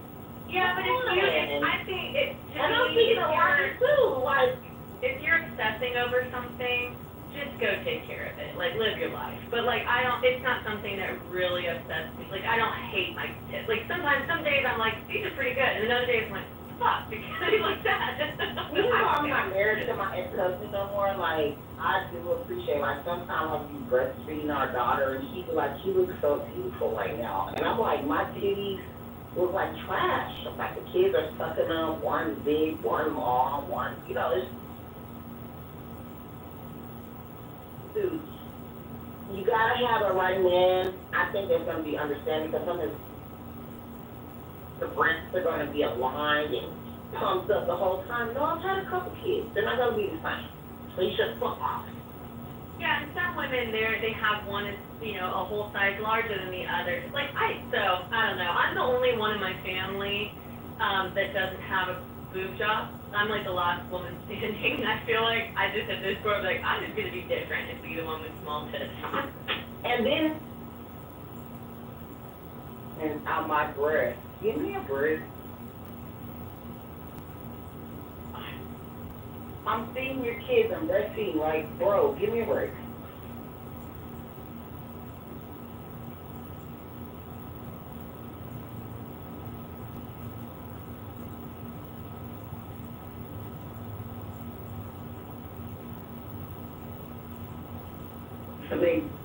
I mean, anybody on stage, if you're a man, don't you think if a woman is feeding kids or babies 24/7, like every 6 hours with her breast, they're not gonna be looking the same? Can you guys just give her a break? I don't think it's the men so much that put that pressure on us. I think it's just ourselves and kind of the comparison thing. And I don't know. My husband's kind of like, whatever you want to do, like, he doesn't have he's more of an ass man anyway, I think. But, and I still have a nice ass, so. But that's good, like, you still got somebody that can understand it. Like, my neighbor, her husband was not understanding. Like, she's like, She's a food man, maybe, maybe getting she tried to set twins. They told her to wait 8 weeks before they had sex. Do you think that man waited 8 weeks? Oh, that's a shame. That's fucked up. No. She said probably by 5 weeks he was still trying to have sex with me. And he knows, like, I need to wait. They don't care. That's so sad. That is fucked up, especially she had twins, so she probably had some tearing. I mean, that's not cool. you wanna know what's crazy, Holly? I don't know if my pussy stretched out the older I got, but I tore more with the singleton versus the twins. Is that because they were second? Maybe. Probably. Your first one. How big was your first? How big was your first? All my kids were small. Okay. My first was like 6'4". Yeah. The twins were That's wild though. within 5 pounds. They dropped down to like 4. You know the waterway. Yeah. We gotta pull up. What is this for? Do you prefer big old cities, little old cities, or mid-sized cities? I don't know. I wish there was an option for like any, you know, any city, but. Yeah, my first shy was almost 10 pounds, and he was safe in the back, so it was fucking horrible. So I definitely had tearing. It was, you know, not What do you guys think of those big giant areolas? Like the big, like they look like buttermilk pancakes. They look like macaroni. Oh yeah. I'm not a fan of a giant areola. I think that's a lot. I only had tearing with my first daughter, and she did weigh almost 10 pounds, and that shit ripped my pussy, and I had to get stitches after that. Oh yeah, me too, for sure I had stitches. I think my areolas are on the bigger side, but I've definitely seen way, way, way bigger. I mean, mine aren't like National Geographic big. Mine are pretty normal, thank God. Yeah, they're pretty normal. Wait, is Mojo curating a intellectual discussion on Oreo? They want to know, are you moderating Roger, because you talk about if you get your pussy ripped? Wow, this sounds very, like a very profound philosophical question. Roger, you are doing an excellent job of elevating the discourse here on Clubhouse. Very good job, sir. I appreciate that, Concrete, but, you know, when I talk about subjects, I like to know a little bit about them. So I know about them big old titties, them little old titties, the mid-sized titties. When I go into the spaces that you're in, you're talking about Hegel for 45 minutes, and then when I come to find out, you've never even read Hegel. You should talk about things you know. Do you know anything about titties, Concrete? A man asking another man about that seems a little sus. I understand that whites are much more comfortable. Well, imagine having a 9-pound baby through your dick. How do you think that would feel? Again, If you had to have a baby, a conversation. 9-pound baby through your dick coming to a little hole, I mean, the pain that you would have. That's what we're talking about, the pain that we have as women. Yeah, and Roger seems to be doing a great job curating this conversation. And I apologize for interrupting. Please, Roger, please continue your conversation on areola size and using the penis as a birth canal. Congratulations. Concrete, a lot of us would have So, this is an inclusive. You were a bit in the matrix, but Concrete, you're going to have to give me a break here. I'm in the back channel. People are feeling the need to send me photographs of their titties. So I'm giving real-time feedback on titties. So give me a moment. Yeah, congratulations. This sounds excellent. Sounds very high tier. And up there with Hegel and Aristotle, Thomas Aquinas. You're doing an excellent job, Roger. Excellent job. I appreciate your support, Concrete.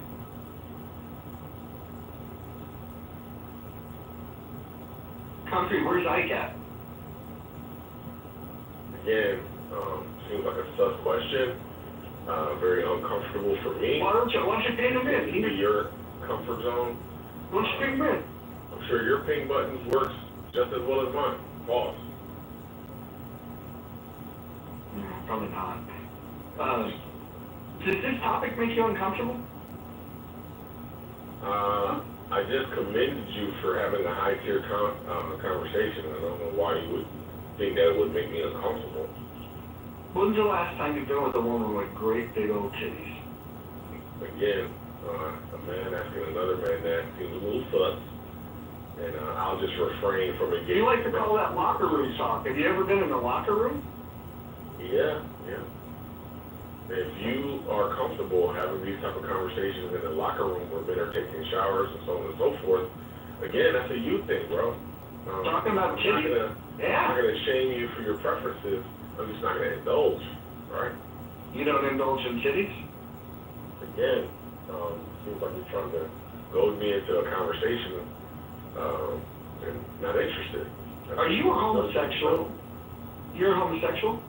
Because I'm uncomfortable talking to you about this. Interesting. Have you read your Bible? Yeah, it's getting real uncomfortable. You went from locker room talk to now you want to talk about the Bible. A little schizophrenic, I'm not gonna lie. Anyway, I take this as my opportunity. I'm gonna take this as my opportunity to defend you. You have a wonderful night, Roger. Great conversation. Oh, thank you. Thanks for stopping by. All right. Interestingly enough, that we could talk about titties, and it's a better conversation than the room that he's going back to, called chillism. Yeah, beef for chillism, Roger? Beef? No, I like going in there, and it makes me feel better about myself to know that there's people that stupid. So I'm like kind of I'm a bit of a midwit, and so when I go in there, like, I feel really intelligent. Yeah, man. I used to go in there all the time, and then I got banned. What? I thought it was a free speech zone. Nah, I deserve the ban, though, to be fair. What did you do? Whatever. What'd you do? I don't even want to say it. A hint? I released public information. Oh, yeah, that's a violation even in this room. Yeah, I was really upset at that time. I know I was wrong. I wouldn't do it again, but I was really upset. That's okay. You've grown. You've learned from your mistakes. I think it's probably worth it to have gone through it to end up where you're at today. I think so too. That room is something. I mean, they have some good topics sometimes, but for the most part, it's just a room that triggers people. Well, they banned too many people though, and made it to the where they kind of made it this like, they banned some interesting voices, let's put it that way, you know, where it gets gotten a little boring, you know. Anyway, where have you been, Roger? Because I haven't really seen you around until like in the months and your mojo now, so. Yeah, I was off the app for about 7 months, and then I came back. Then I got clipped for like 3 days, and then I'm back. But I'm going to be on a week-long vacation, so I won't see you kind people until, what's that, the 22nd? Oh, where are you going? Yeah, where are you going? I'm going to Vancouver, BC, and we're going to Whistler. There's no snow at Whistler, but it's still nice this time of year. That's cool. You said we. Is there a lovely lady in your life, or bringing your... Why is she gotta be lovely? What size are her areolas? Yeah. Oh my God. Joe, don't let them drag you into this stuff. You're the one that's supposed to class up the joint. What the hell? Jesus. I don't speak often. I know. And then you're asking me about a female's areolas. It's very uncomfortable, I have to be honest. I think Concrete's right about this room. That was a pack the punch. Ooh. I guess you and I would have never worked out much, Joe, in the end. No, I think in the beginning we would have problems too, but but no, you said you got a nice ass. It would have worked for a minute. To counteract the areolas. Yeah, you just keep the shirt on and cover them baloney titties and we'll be fine. Oh, come on. It's okay. Holly, if you try hard, you might be able to be in plan B number 2. Right. Pretend to dream. I I can put you on the list. I mean, it's long and distinguished, but I can get you on the list. But if you look at my PTR, it says it all. It tells you everything you need to know. I feel like you've used long and distinguished, in other ways. Mm-hmm. Wait, Curtis raised his hand. You don't do that very often. Well, Curtis, what do you got going on? Why was Concrete so uncomfortable talking about females? And that was so weird. I just had to say it, because it bothered me. It was very, very different. Virgin! Yeah, but no matter the topic, that's how he always comes into a room. Yeah, always wanting to be uncomfortable. Yep. Not only that, like, when people try to get biblical, I feel like they put so much on the woman, and I'm so tired of it. You know? I like putting so much on the woman. She couldn't have let you know, she should have never let you to any garden with food and just let you starve. She could have. Hey, Mojo, do you think that, I don't know Concrete, but do you think you've actually read St. Thomas Aquinas on Essence and Being? At least we led you somewhere where you can get food. You know, Joe, I don't think he's read much at all. In fact, in talking to my good friend Io, the biggest problem with chillism, it isn't that so much that they're stupid, it's that they refuse to stay where they're at, or they refuse to leave where they're at. If they've read books, let's say, up through junior high and then stop, they have no desire to pick up a new one. Like, their growth has been stunted, all of them. And you know, when we read books in this room, like we read the Tao Te Ching. That was a good shared experience where we read out loud to each other. If you were to mention reading a book out loud with chillism, what would you have to do? Like Dr. Seuss? Like, I couldn't even imagine what grade level you'd have to stoop to be able to get them to participate. Well, what you're describing is arrested ignorance. Hey, you know, one fish, two fish, red fish, blue fish, fucking snap. Like, I don't care what anyone says. Oh, pockets. So now you want to be a smarty pants, tell me. That was the first rapper in history, bro, was Dr. Seuss. He started the game. Pockets, so you're a woman of letters, and you know these words very well, but how about math? 814 times 1,000. Whoa, not 814,000, bro. That's crazy. Damn, my girl got skills. Hey, how come the women know math better than the men on this app? Isn't there like a trope that men know math and science and women know English? And no, it's because we live on a clock. We have a clock. We have a clock literally internalized. Shirley, did you hear that we were complimenting you earlier? Number 2, baby. I didn't hear, but I need encouragement today. Got it. So number 3 most attractive woman on the app was Shy. Number 1, and you guys know I have to go with Monica, but Shirley, out of all the women that have ever downloaded this app, you are number 2 most attractive woman on the app. Absolutely. Oh, that's absolutely precious. Yeah. Do you remember playing Monopoly and you get the card that says you won 2nd place in a beauty contest? Shirley, I'm gonna mail you one of those cards.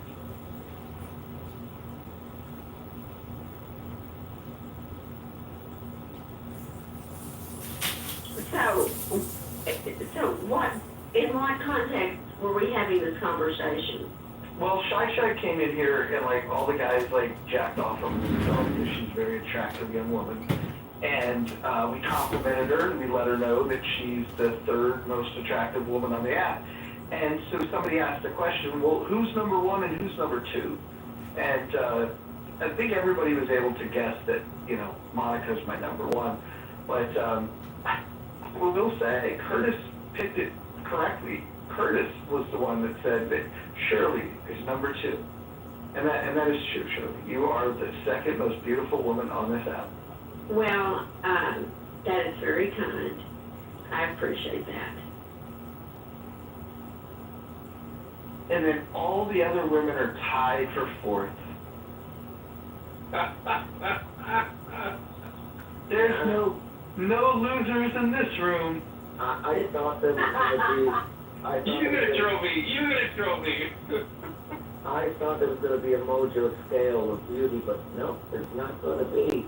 There's only 1 through 4, and everybody's number 4 except for 1, 2, and 3. It's a pretty good world to live in.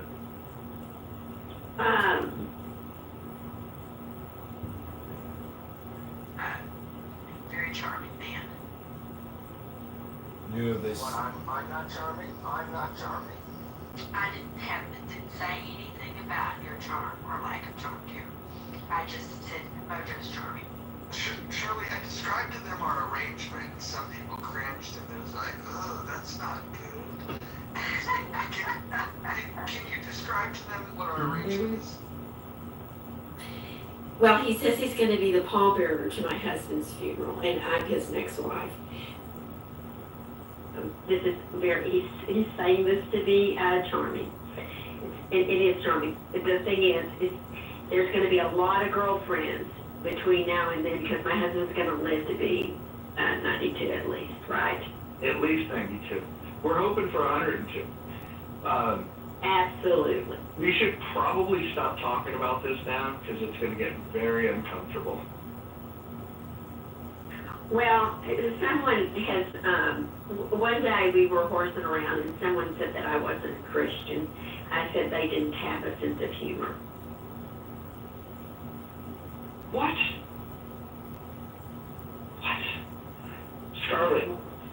Scarlett, we had a clubhouse beauty contest. Any idea where you finished? Well, I'm the beluga whale that's 575 pounds and 75 years old with a limp. I'm thinking I got first place. You did, girl. Look at my PTR. You get it, girl.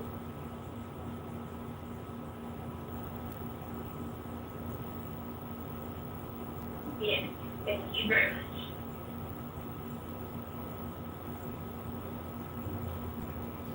I'm talking about how pretty people are.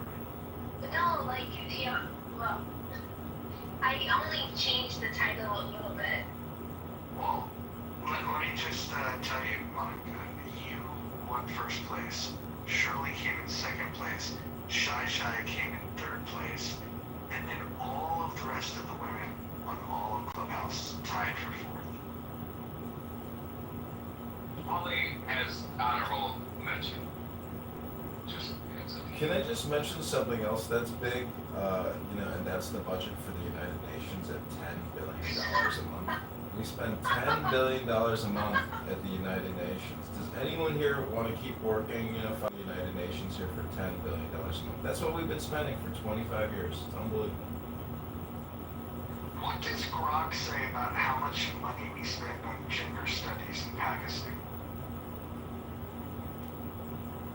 I can ask. I saw an interview once. Who was it? Tucker Carlson interviewing someone, and they talked about soft power, and they said that that's actually strategic to infect the Middle East with woke, toxic leftist ideologies to weaken. And I'm like, well, that's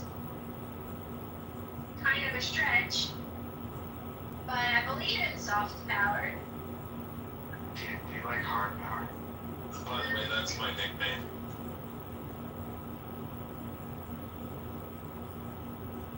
Donate now to kitovercongress.com.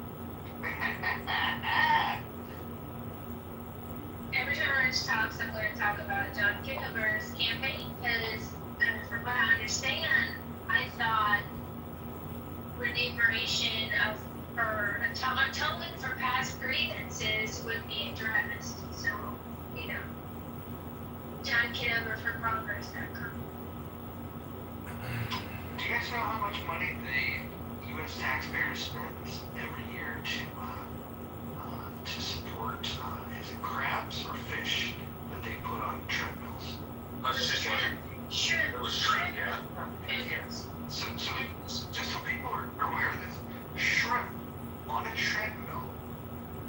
something that your taxpayer dollars go to. I know that you guys like to think that it only pays for roads, but it pays for shrimp on a treadmill. Look it up. That shit's important. It's really important for the country. I'm trying to visualize shrimp on a treadmill. You can video, there's video. There's video. No, seriously, it's a giant shrimp on a treadmill. Oh my God. Is it Biden? Wait, hold on. John, can you look up and see if the bill that funded the treadmills for shrimp, and let's see if Darren Wood voted for that? Sure, let me Brad did. ask Brad Rob. said he did.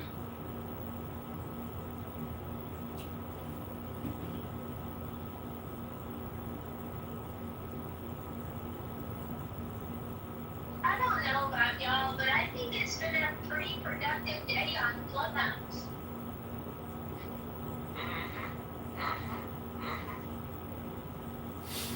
I like the fact that we recruited some people for the campaign. That was pretty good. Well, I did get a text message. I wanted to share it with you all. This is what Edward This wrote. doesn't sound good for your voice. This is what he wrote me back via text message. Looking at comments looks like spamming and waste of time.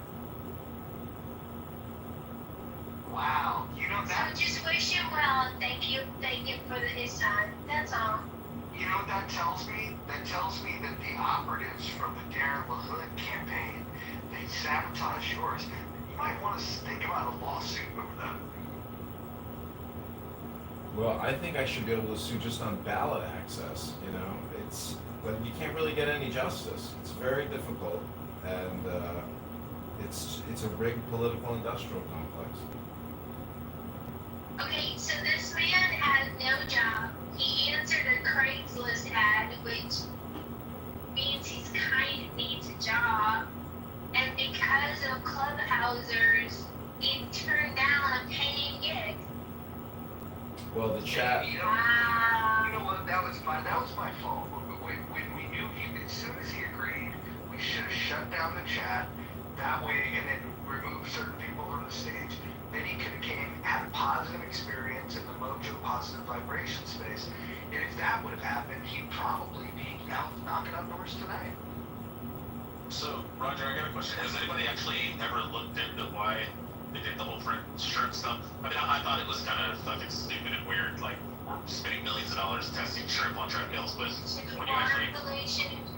Yeah, instead of the bacterium in shrimp and stuff like that caused by environmental factors and also overfishing can cause higher blood lactate levels in the shrimp and decreased endurance and like longevity of the shrimp's life. So like, I mean, yeah, I get we're running shrimp on treadmills, but I mean, like, if you spoke to a scientist, you'd probably be like, there's actually a reason why we're doing it. So, Rich, here's the problem, right? I can say the most absurd thing, like shrimp, we pay for shrimp to run on a treadmill, and there's going to be somebody that's going to say, yeah, I like that. Then there's going to be somebody that defends the gender studies in Pakistan. Then there's going to be a whole group of people that are going to defend the spending that we have on the military-industrial complex. Then there's going to be a group of people that supports the spending that we do on Medicare, and then Social Security. The interest on the debt is the third largest line item, and the reason why is because people like you think that we should defend the right to taxpayer dollars to fund treadmills for sure. So overfishing and bacterium and pollutions and shrimp and stuff like that, like, that's not important or no? No, you're right. Maybe you're right. With only $37 trillion in debt, we should do more of these experiments, Doc. Like, how are we ever going to know if our food supply is safe if we don't spend at least $40 trillion? Well, I mean, do you think we should study like honeybees, like extinction of honeybees and stuff like that? I mean, you think that's like important or no? Well, honeybees are crucial to the ecosystem. That's a little different. So are shrimp. Wait, how do you think we got this far, Rich? Well, wait, hold on. Are you one of those people that thinks the Earth is only like 4,000 years old? No. Okay, so how old is the Earth? I would have to look up the amount of billions of years that it is years old, but I'm not, I don't have the exact number yet. And how long do you think human beings have been walking on the earth? I think it's like estimated like Homo sapiens, like 150, 200,000 years. Gotcha. And Homo erectus probably another like 40,000 before that. Oh, yeah. Erectus, what happened? That one makes me laugh too. It's only. I'm only laughing because pockets clap. So wait, do you think I'm trying to justify like, global climate change and stuff like that, or do you think I'm saying that maybe over polluting, overfishing and stuff like that's probably bad for like, That's not my argument, but I'll get to my argument. My argument is this: we got to where we're at by not worrying about a lot of that shit. And now that we have all these studies, and we can now tell you, the BMI of a fucking shrimp, all of a sudden the world is a much unsafer place. Everybody's got more worries. We're more stressed out. We're more depressed. I think we should go back to a time when we didn't have these worries. I know, like, what was like the estimate on like, sperm whales and like humpback whales like 150 years ago in comparison with now, today? And then on top of that, the environmental factors of like putting these large wind farms out in the ocean, like fucking whales now suiciding themselves on the fucking beach. I mean, I think we should study some of that stuff and like try to figure out if we're gonna accidentally fucking wipe out all the fish and wipe out all the fucking shrimp and wipe out all the fucking humpback whales, and then we probably shouldn't be making lipstick, out of fucking whales. 100%. I get what you're saying, that shrimp on a treadmill sounds like fucking outrageous, but like if it's showing like environmental factors and overpollution, overfishing, bacteria. Yeah. Why does it sound ridiculous? No, because you just said, oh, it's a shrimp running on a treadmill, which sounds like cartoonish, like it's from Looney Tunes. But when you actually look into the research, and you're like, oh, this is talking about like overfishing and pollutants in the ocean, and like we might lose all the fucking shrimp in the ocean, and that might affect like the entire ecosystem of the entire fucking ocean, or like harvesting whales to make fucking lipstick, or just fucking allowing the Japanese to fucking just murder every fucking whale in the ocean so they can fucking eat them. Like, probably a bad idea. We should probably look into that. Did you guys know that they freaking make snails have orgasms for face cream? I'm not defending like fucking transgender Pakistani shit, but like, I understand that it sounds cartoonish to shrimp run on a treadmill, but I had somebody explain it and I was like, that doesn't sound right. There's no way that it's actually like an environmental thing. And then I look it up and I'm like, oh, okay, well this sounds like fucking something that we can do. Like, we should probably figure out if, we're gonna lose all the shrimp in the ocean, all the fucking honeybees, experiments? What about the beagle experiments done by Fauci? Those were super They were horrific and terrible. I agree, but there might be a valid reason why they were doing that. I don't agree with human experiments on like putting fucking flesh-eating flies on fucking beagles. I think we could probably use some type of other mammal that isn't as sentient as like a fucking beagle. Well, they have the point to use those types of animals because they have weaker system kind of like ours, to where, so I feel like that's why they do that, which is fucked up, but that's why they did it.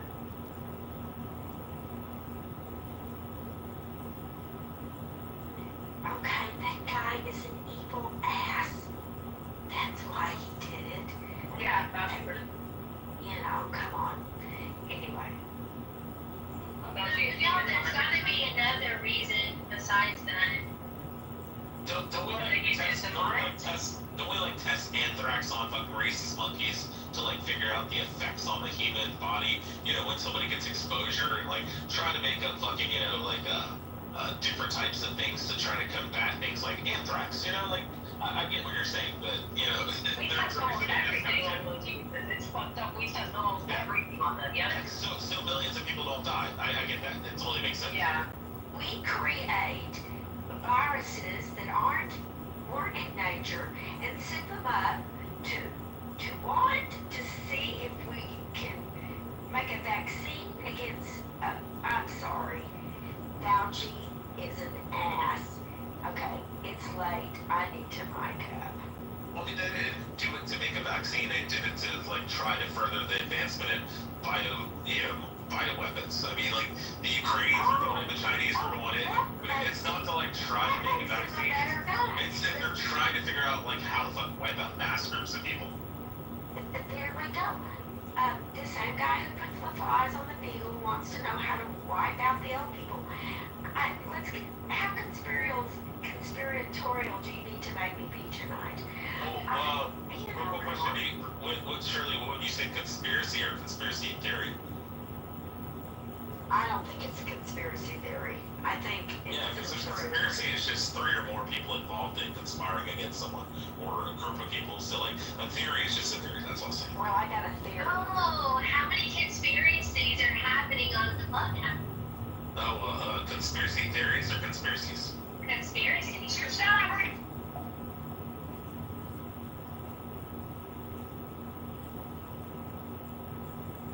Maybe the whole thing was hard. Alright, hey, we're gonna introduce a new concept. We're gonna start it tonight. It's gonna run forever. If you want to remove somebody from the stage, all you have to do is donate $5 to John Kitover for Congress. Hold on. I think there should be a tiered approach to this. Like, if they want to remove a moderator from the stage, that's got to be at least worth $50 or $100. Damn. I'm going to be spending a lot of time in the goo, and I do want to make sure it's worth it. Yeah, how much would it cost to remove a moderator and all their alternate accounts permanently from the room? I would put $1 on that, so we're going to simplify this. Look, fundraising is better when it's simple. So if you want somebody to be removed from the stage, you have to pay $5 to the John Kitover for Congress, and that keeps them off the stage for 1 full hour. So that's not worth it. Including moderators? Yeah, that's not worth it. We need like a tiered structure, like, you know, $200 and Monica and all her other accounts are gone permanently for the room. No, I'm worth $100,000 and John would only get 50. No, I'm serious. $100,000 and I would get half. Maybe on your life insurance policy. No, Rich. Put up or shut up. Because you're annoying. I got the money, Daddy Warbucks. I heard you own your own business. You're doing great. $100K. Scarlett, can I just, I want to provide a little pushback here. I think you're priceless. I think this is a terrible idea, and you're putting a target on my back, sir. The link. But if you're going to insist on doing it, make it worth it. Okay, that's fine. Hey, if somebody wants to remove Scarlett from this stage right now for 1 hour, it's going to cost $1,000. US It's not worth it. Wow, link is in the chat, everybody. Link is in the chat. Danny Warbucks, where are you at?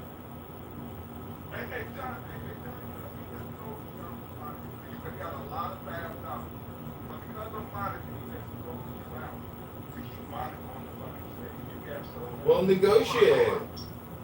Well, you guys pick John with cheer. He's got deep pockets. And then what we'll do is we'll tell him that Verizon is better than T-Mobile, and then whoever says that, he'll want to remove them, and then maybe we can get $1,000 from him. I don't know. I mean, I would agree with that had T-Mobile not came out the new Starlink. So the Starlink feature's pretty badass with T-Mobile.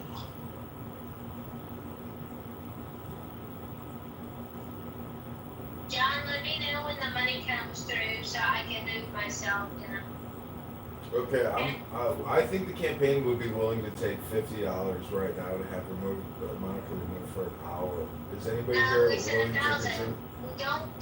Don't discount me, John. Well, this is the first. It makes This me is the. annoying. This is the first donation of the campaign. No, it makes me annoying. This is big. No. $1,000. 1,000. Scarlett, did I just hear you say that you were going to go down? I will go down in the mud for $1,000. Shit, I'm not going to I'm so proud of you. I might cough up the $1,000, man. This is getting exciting. I think that if to you in my Cash App also, by the way. I like this legal. Okay, so you have 5 minutes for y'all to pull your little pennies together to donate to John Kitover. We don't even need a single donation. If 10 people do $100, it's done, and I'm just I don't think you should put a price on me, Hakima, But Scarlett, what if you gave 50%? because I think that's bullshit. Scarlett, how you think it's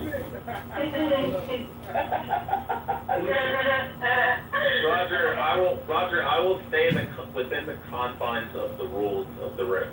But I just want to mention, within Clubhouse itself, there was a room, and I'm not going to be specific because that would violate the rules, but there was a room earlier that was talking about, is it acceptable to kiss children on the mouth or not?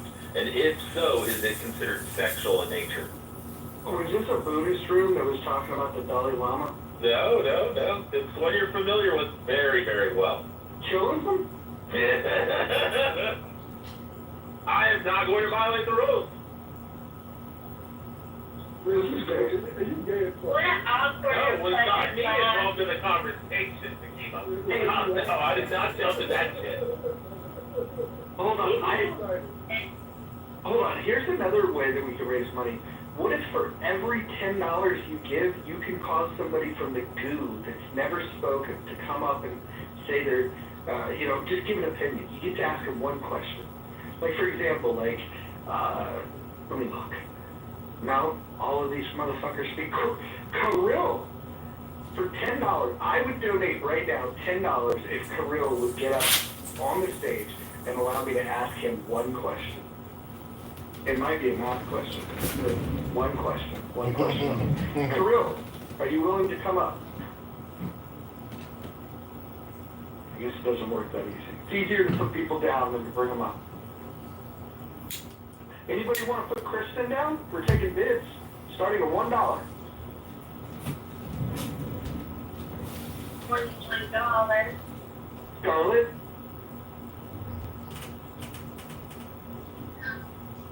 You know, your money is going to go towards this campaign. I realize that putting ads in Rockford, Peoria, Bloomington, the biggest towns in the district, I'll just put the ads up in Chicago and get some college graduates to work on the campaign. Chicago's got a lot of unemployed college graduates. So, I think if you want to help this campaign, now is the moment. The dollars must flow. The spice must flow.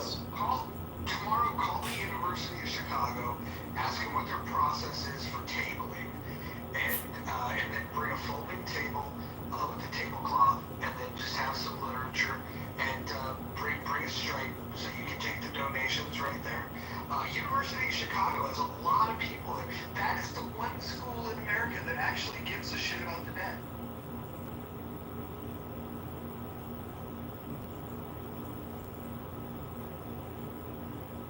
4 more minutes before the offer expires, getting me removed from the stage for an hour. Monica, can I just set up your PTR? I got $20 for my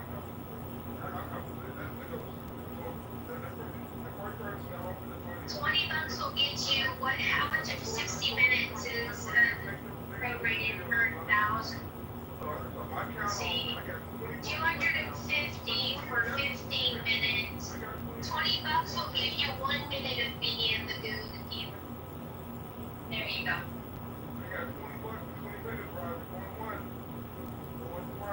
John, what do you think? Hakima, can you do $40? $40.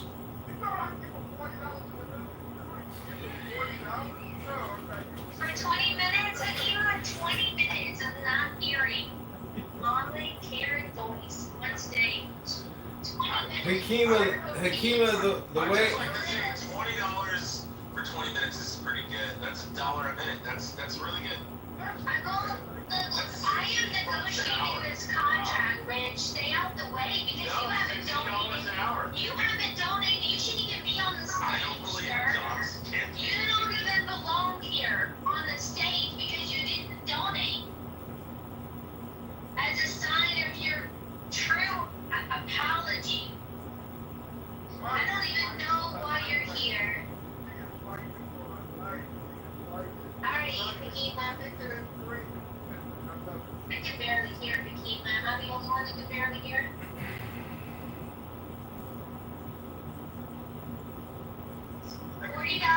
for 20 minutes, Akima, and I promise I won't go. Yes. I said you are kicking and screaming right now. You are fighting for your life. I love you. Fight for your life. John, if there were any donations in the last 7 minutes, because this offer's about to expire. Well, I think whoever makes a donation is going to speak up, but we haven't really had a meeting of the minds yet. Hakima, can we do halfway at 30? 30 for 20 minutes. 30 for 35 minutes.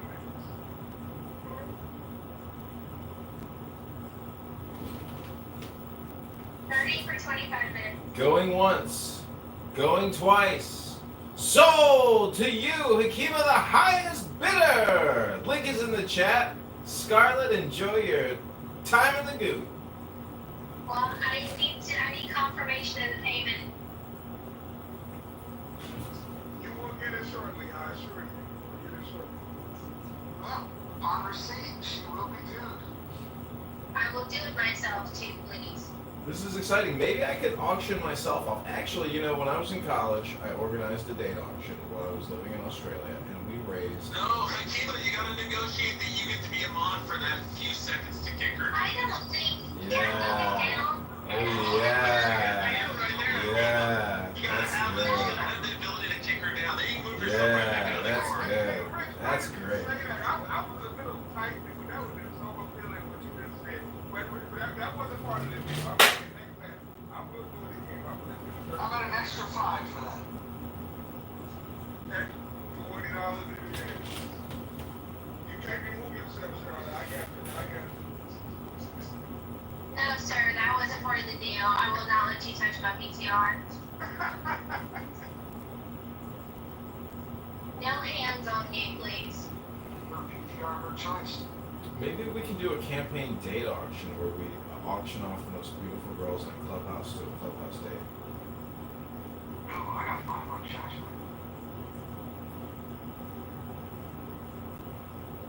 Alright, this is feeling uncomfortable like slavery, so we probably should stop right here. Why? Because I picked a black woman. No. Well, don't you understand? This is the new DEI-CRT policy. He's gonna kick you to the goo. No, he's not going to touch me. I will move myself down as soon as you confirm payment. No, he included the extra 5 to get the kick. Sorry, Monica, you already did by No, default. no. Hakima, cancel that payment. Hit the subscribe button now.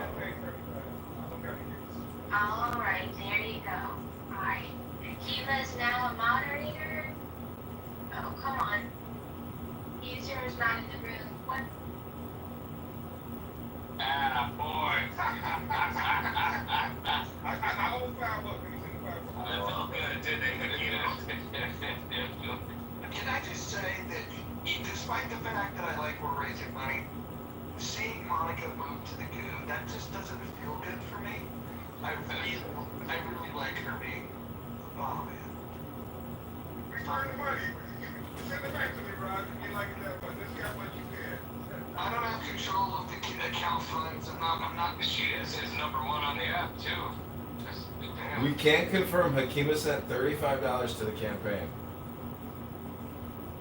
That's very fucking cool. And Human's now on board. That was the best $35 I spent in a long fucking time. My guess, can I spend 40 to bring her back up? Link is in the chat.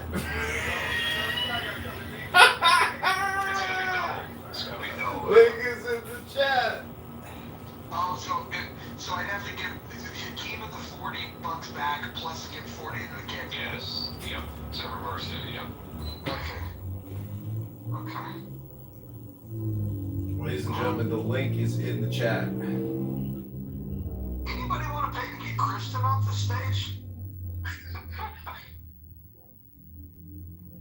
You keep asking that. All you have to do is say, hey, can you go? And I'm like, okay, fine. We're trying to raise money. How about this? Say annoying things. Tell them about crochet needles. That's my special secret. People have to pay for that.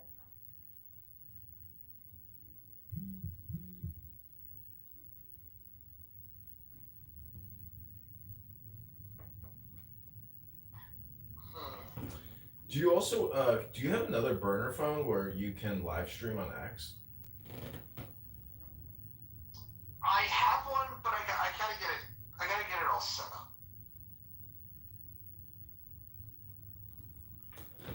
I'm not campaigning very well today. You're in trouble. It's a practice run. It's a practice run. It's all good. What did you say, Deputy? I said you're in trouble. Did you see the chat? Oh, what happened? Hey, Connor. Oh, shit. I can hear it now. I told that Negro not to touch me. That was that Negro.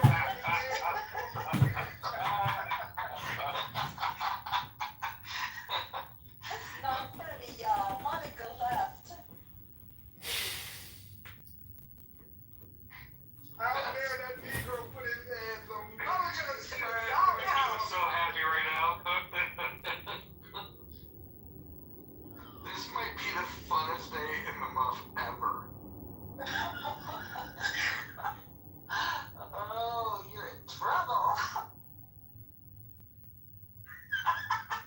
Dude, these back channels are hilarious. She's not happy. Jesus Christ. I know. She signed up for it. What did she expect? Well, thank you, Kima, very much. It's like a celebrity charity event where you get to dunk the celebrity. Like, tell her to fucking have a little fucking philanthropy in it. Like, what is wrong with it? She says she didn't consent to you touching her PTR.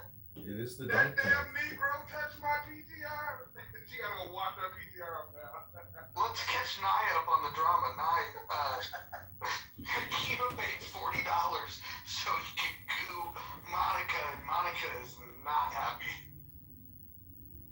What? No, Roger, you let that go down? Listen. Campaign. It was a campaign donation, and I couldn't do anything. Look, I want to save her, but what can you do? A donation's a donation. Akira. That's diabolical. Yes, hey, I did not make that up. Diabolical. I just took advantage of the opportunity. Well done. Well done. That was amazing. You know what? We should do these in a room when like Brad's on a rant and see if anybody like if Diogenes and Brad are in a room together, we might even get a bidding war to see who wants to get good. That could be fun. You know, the dark side rooms, you might already know this, Mojo. The dark side rooms, they do that. Some of the The homes. The homes, yeah. Yeah, you can pay the mods to put people in the group, or pay more and kick them out of the room altogether. Hey, so let Monica know this is not my first time paying something. I don't think you haven't done it should try to go me, So wait, is she gone for the rest of the night? I mean, how The rest of her life. Okay.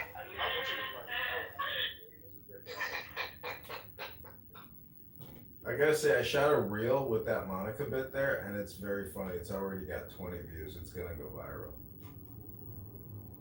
To reverse it, yeah. I'm pretty sure that did not violate any campaign finance laws. And if it did, I'm sure we can explain ourselves around it.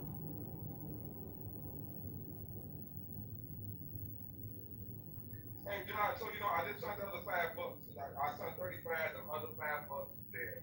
So I had the honor and the privilege of going fucking Monica there. It was money well spent.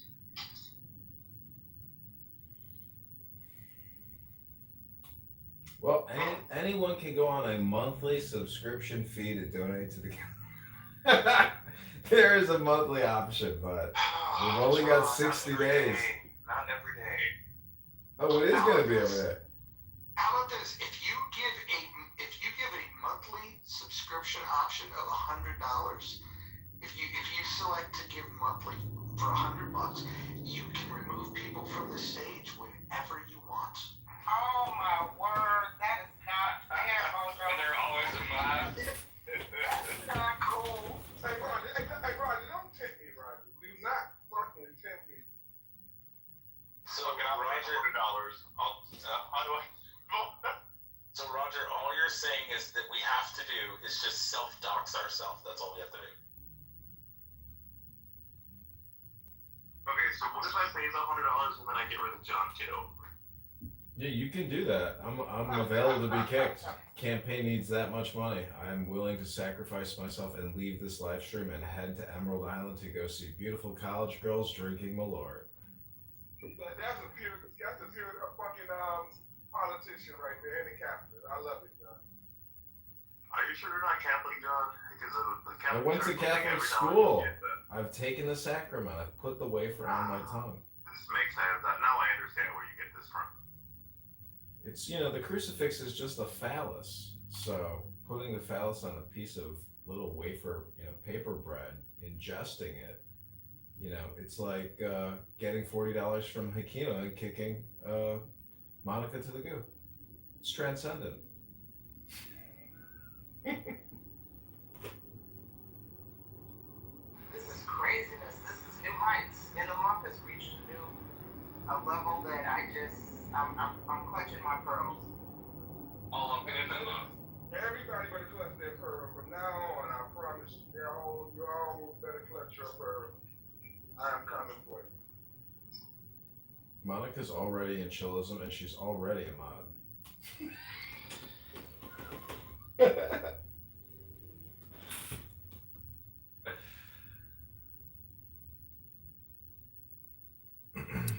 But honestly, the YouTube clips of that bit about kicking her to the goo for $40 is hilarious because there is something funny about her voice, on this live stream. Because a lot of people ask me if they ever watch my stuff and they meet me, they go, "Who are you talking to?" Because nobody knows that I'm talking on the social audio chat app. But when they hear Monica's voice, it creates dopamine. Well, anytime my family hears me on this app, they think I'm talking to El Normal. Because El Normal and I used to go, we used to kind of have heated conversations when this app had the chats. We could go chat in the hallway, the recorded voicemail chats. And so the only person they know on this app is El Normal. So they're always like, is that El Normal? No, it's not. My ex-boyfriend had an intervention. He was like, "You need to delete this app," because I was screaming into the phone about something to let it go. Hit the subscribe button now. He was like, "Stop using Clubhouse when I'm around." And then our rule is that I was not allowed to be on this app when he was in my house. Put me on the leash. And that's why I got rid of him. No, ain't no man gonna tie me down.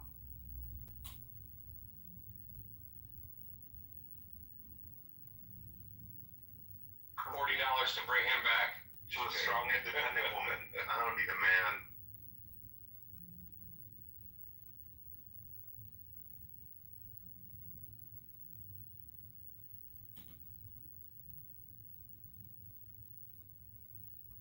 Is she really in the chillism?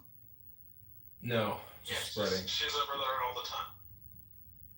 Spreading Monica's gossip. a mod in chillism. She's been a mod in there longer than here. She's been a mod for a year. Yeah. They have White Woman Wednesdays for her. Yeah, White Wednesdays. That's what a queen. What a beautiful queen.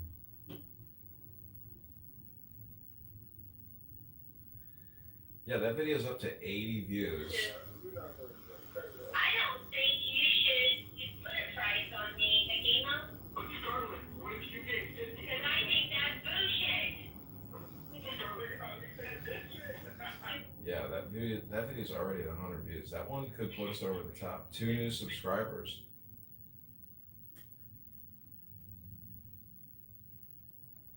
The thing is, she's like, Hakima's now a mod, and then of course he's gonna boo you. Don't mod him.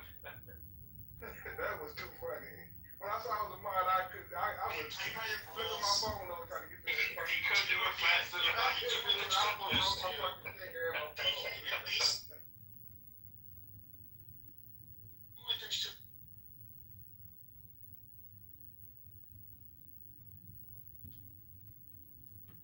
So I am gonna post in Chicago to try to find, like digital content strategists as well, because I figure like now is the time to at least, pull off some more online marketing campaigns. Um, and get people to start asking Darren LaHood the tough questions on X. I don't think Sarah has donated yet. I don't.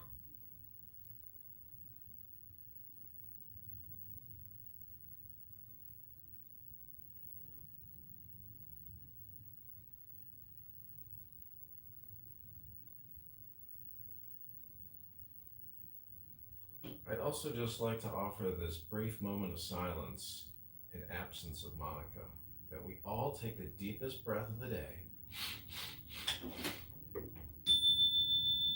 hold it for 10 seconds and say, I'm flower.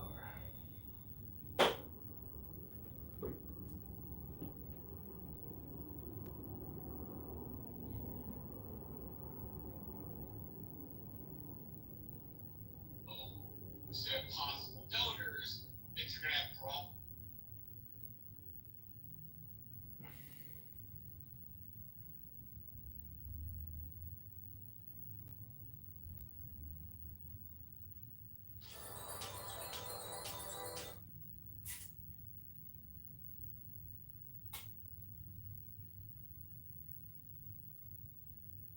Oh my word, that is not fair.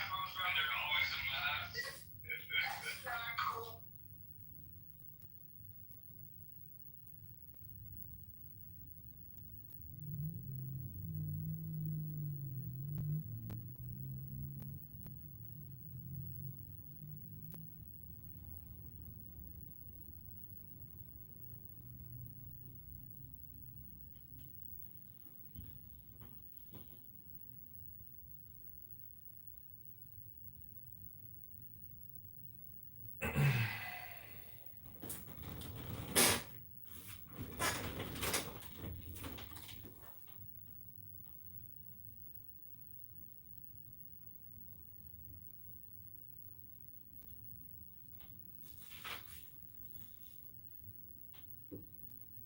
Okay, I am gonna head out briefly and I will return with some food, but before I go, I'd like to read a poem on behalf of the campaign. It's called Greed and Generosity. Look at her face. Open your eyes into her eyes. When she laughs, everyone falls in love. Lift your head up off the table. See, there are no edges to this clubhouse garden. Sweet fruits, every kind you can think of, branches green and always slightly moving. How long should you look at Earth's face? Come back and look again. Now you see the nervous greed deep inside plants and animals. Now you see them constantly giving themselves away. Greed and generosity are evidence of love.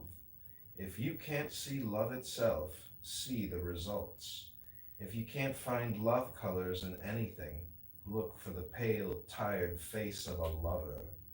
Take this clown house town with its stores and everyone rushing around, some with a lot of money, some without any.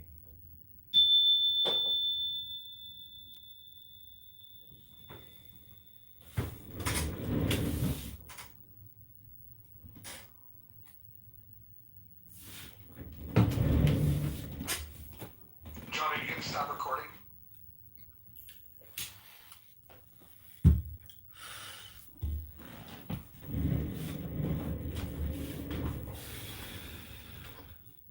Well, I mean, I was just gonna let it, run live. The reason I ask is we might run music in here. That's always the danger when I step out of my live stream office.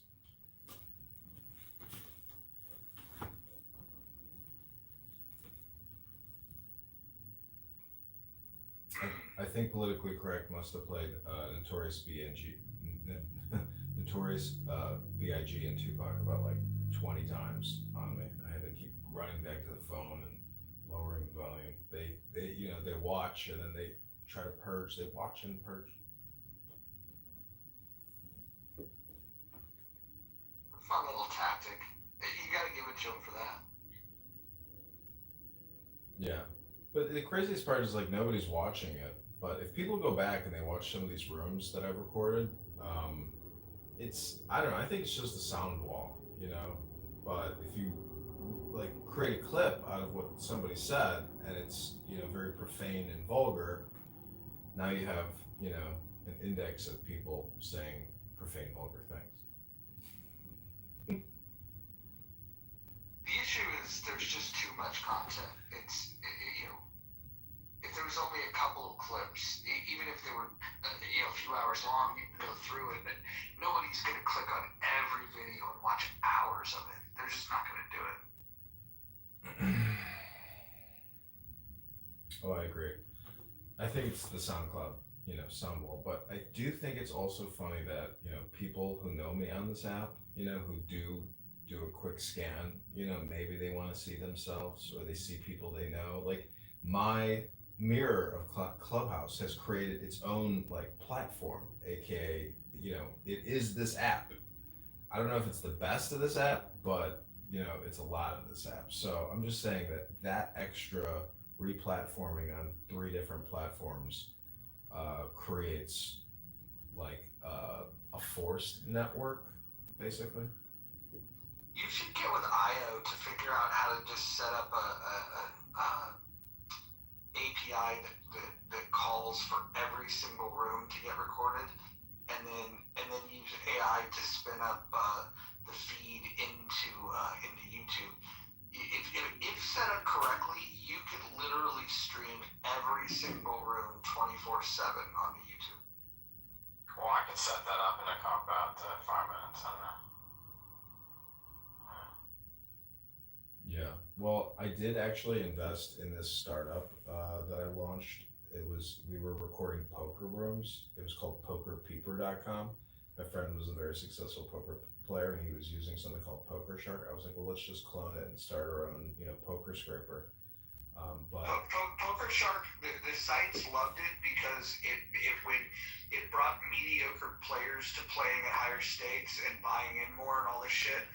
But it also caused a situation where it started giving advantages to some people after enough data was collected that it made people want to leave and then they started doing the bot blocking. But I don't know if that's really super helpful because all it would tell you is it would just say this is their tendency to call pre-flop. This is their tendency to call or fold or raise on the flop. Knowing that somebody's aggressive, right? Like uber aggressive, you could say, okay, this guy's uber aggressive. I'm going to play back at them. But in order to do that, you still have to have the cards to be able to play back at them. And what if you fucking run into a big hand and then you're relying on this data to tell you that their tendencies are to overbet their hands. And with the time that you fucking get good cards, let's say you get jacks, and your opponent that's using Poker Shark happens to have kings, queens, or aces. You can find yourself in big trouble over relying on that shit.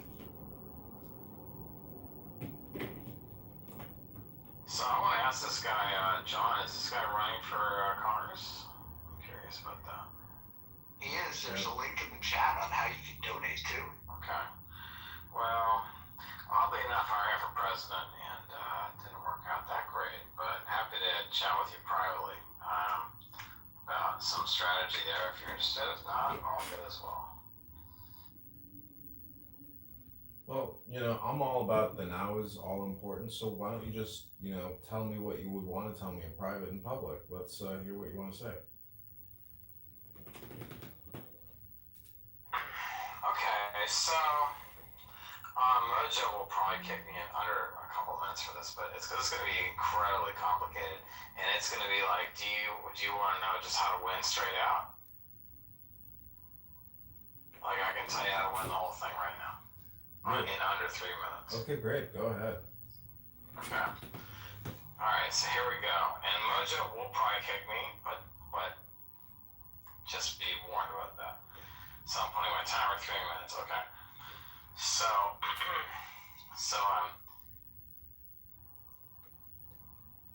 setting everything aside, politics, religion, everything, humanity is right now sandwiched between AI, which is black boxed, meaning that no one knows how it works or how to deal with it, and multi-dimensional spiritual reality. I'll say that again because it's a hard one. Multi-dimensional spiritual reality, meaning there are beings from other dimensions that are currently around Earth that are causing different things. And the third thing is a planet that comes into our solar system once every several thousand years that is causing all the earthquakes and fires and floods and everything else, right? So those three things are what are controlling humanity right now.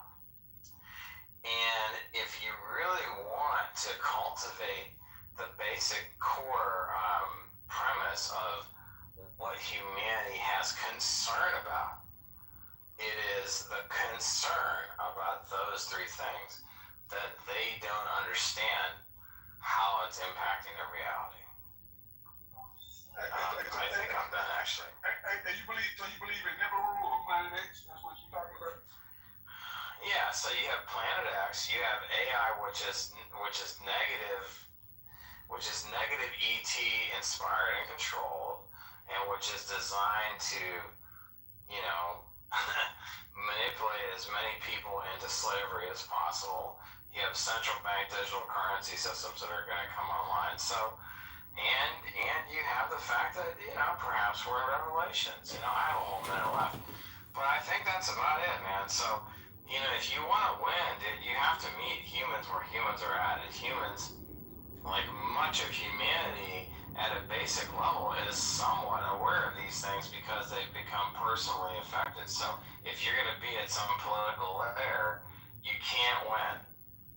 You have to go to the layer above, So that's what I was going to be doing as president, saying that kind of shit, and people would never want to deal with it. So, so there you go. So that's it. How does that guarantee victory? So cater to humanity with that level of context, and then you win and win and win. No, but walk me through the math. How do you win? I only have 8 seconds left, but you just tell people the truth of what situation they're in, and they'll love you forever and always.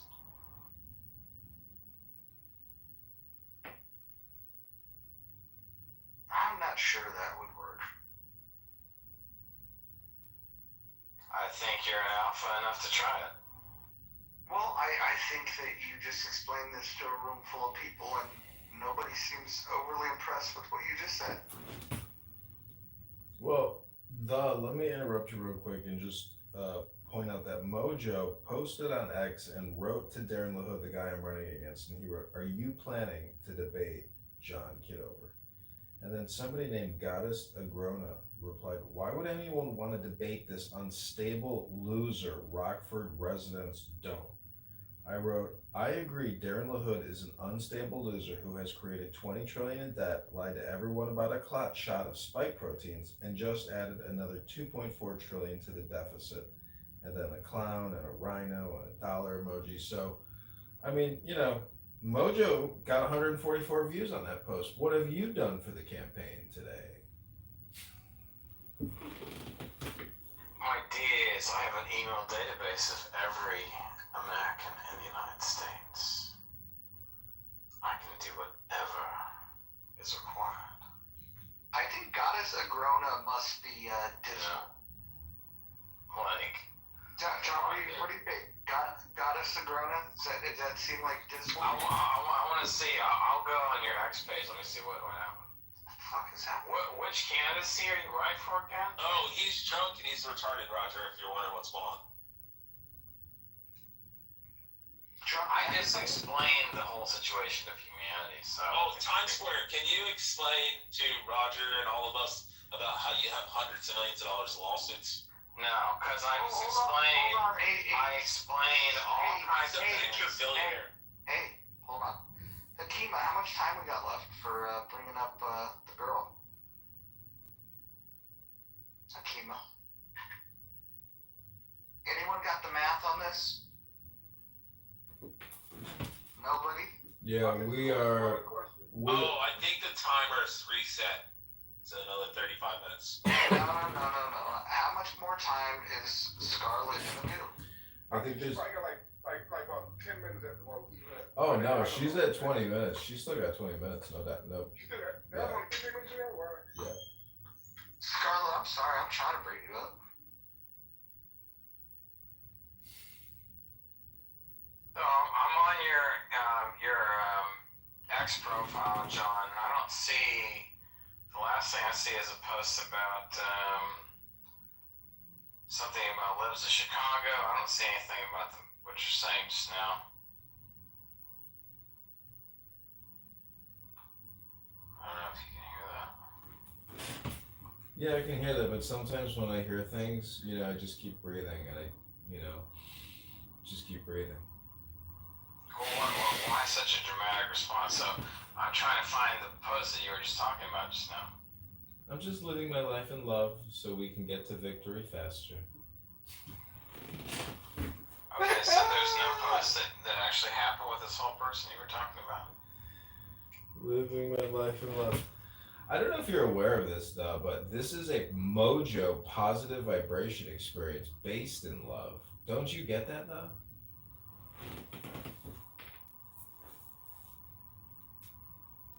Okay. Sure. Alright. That doesn't really mean anything to me, but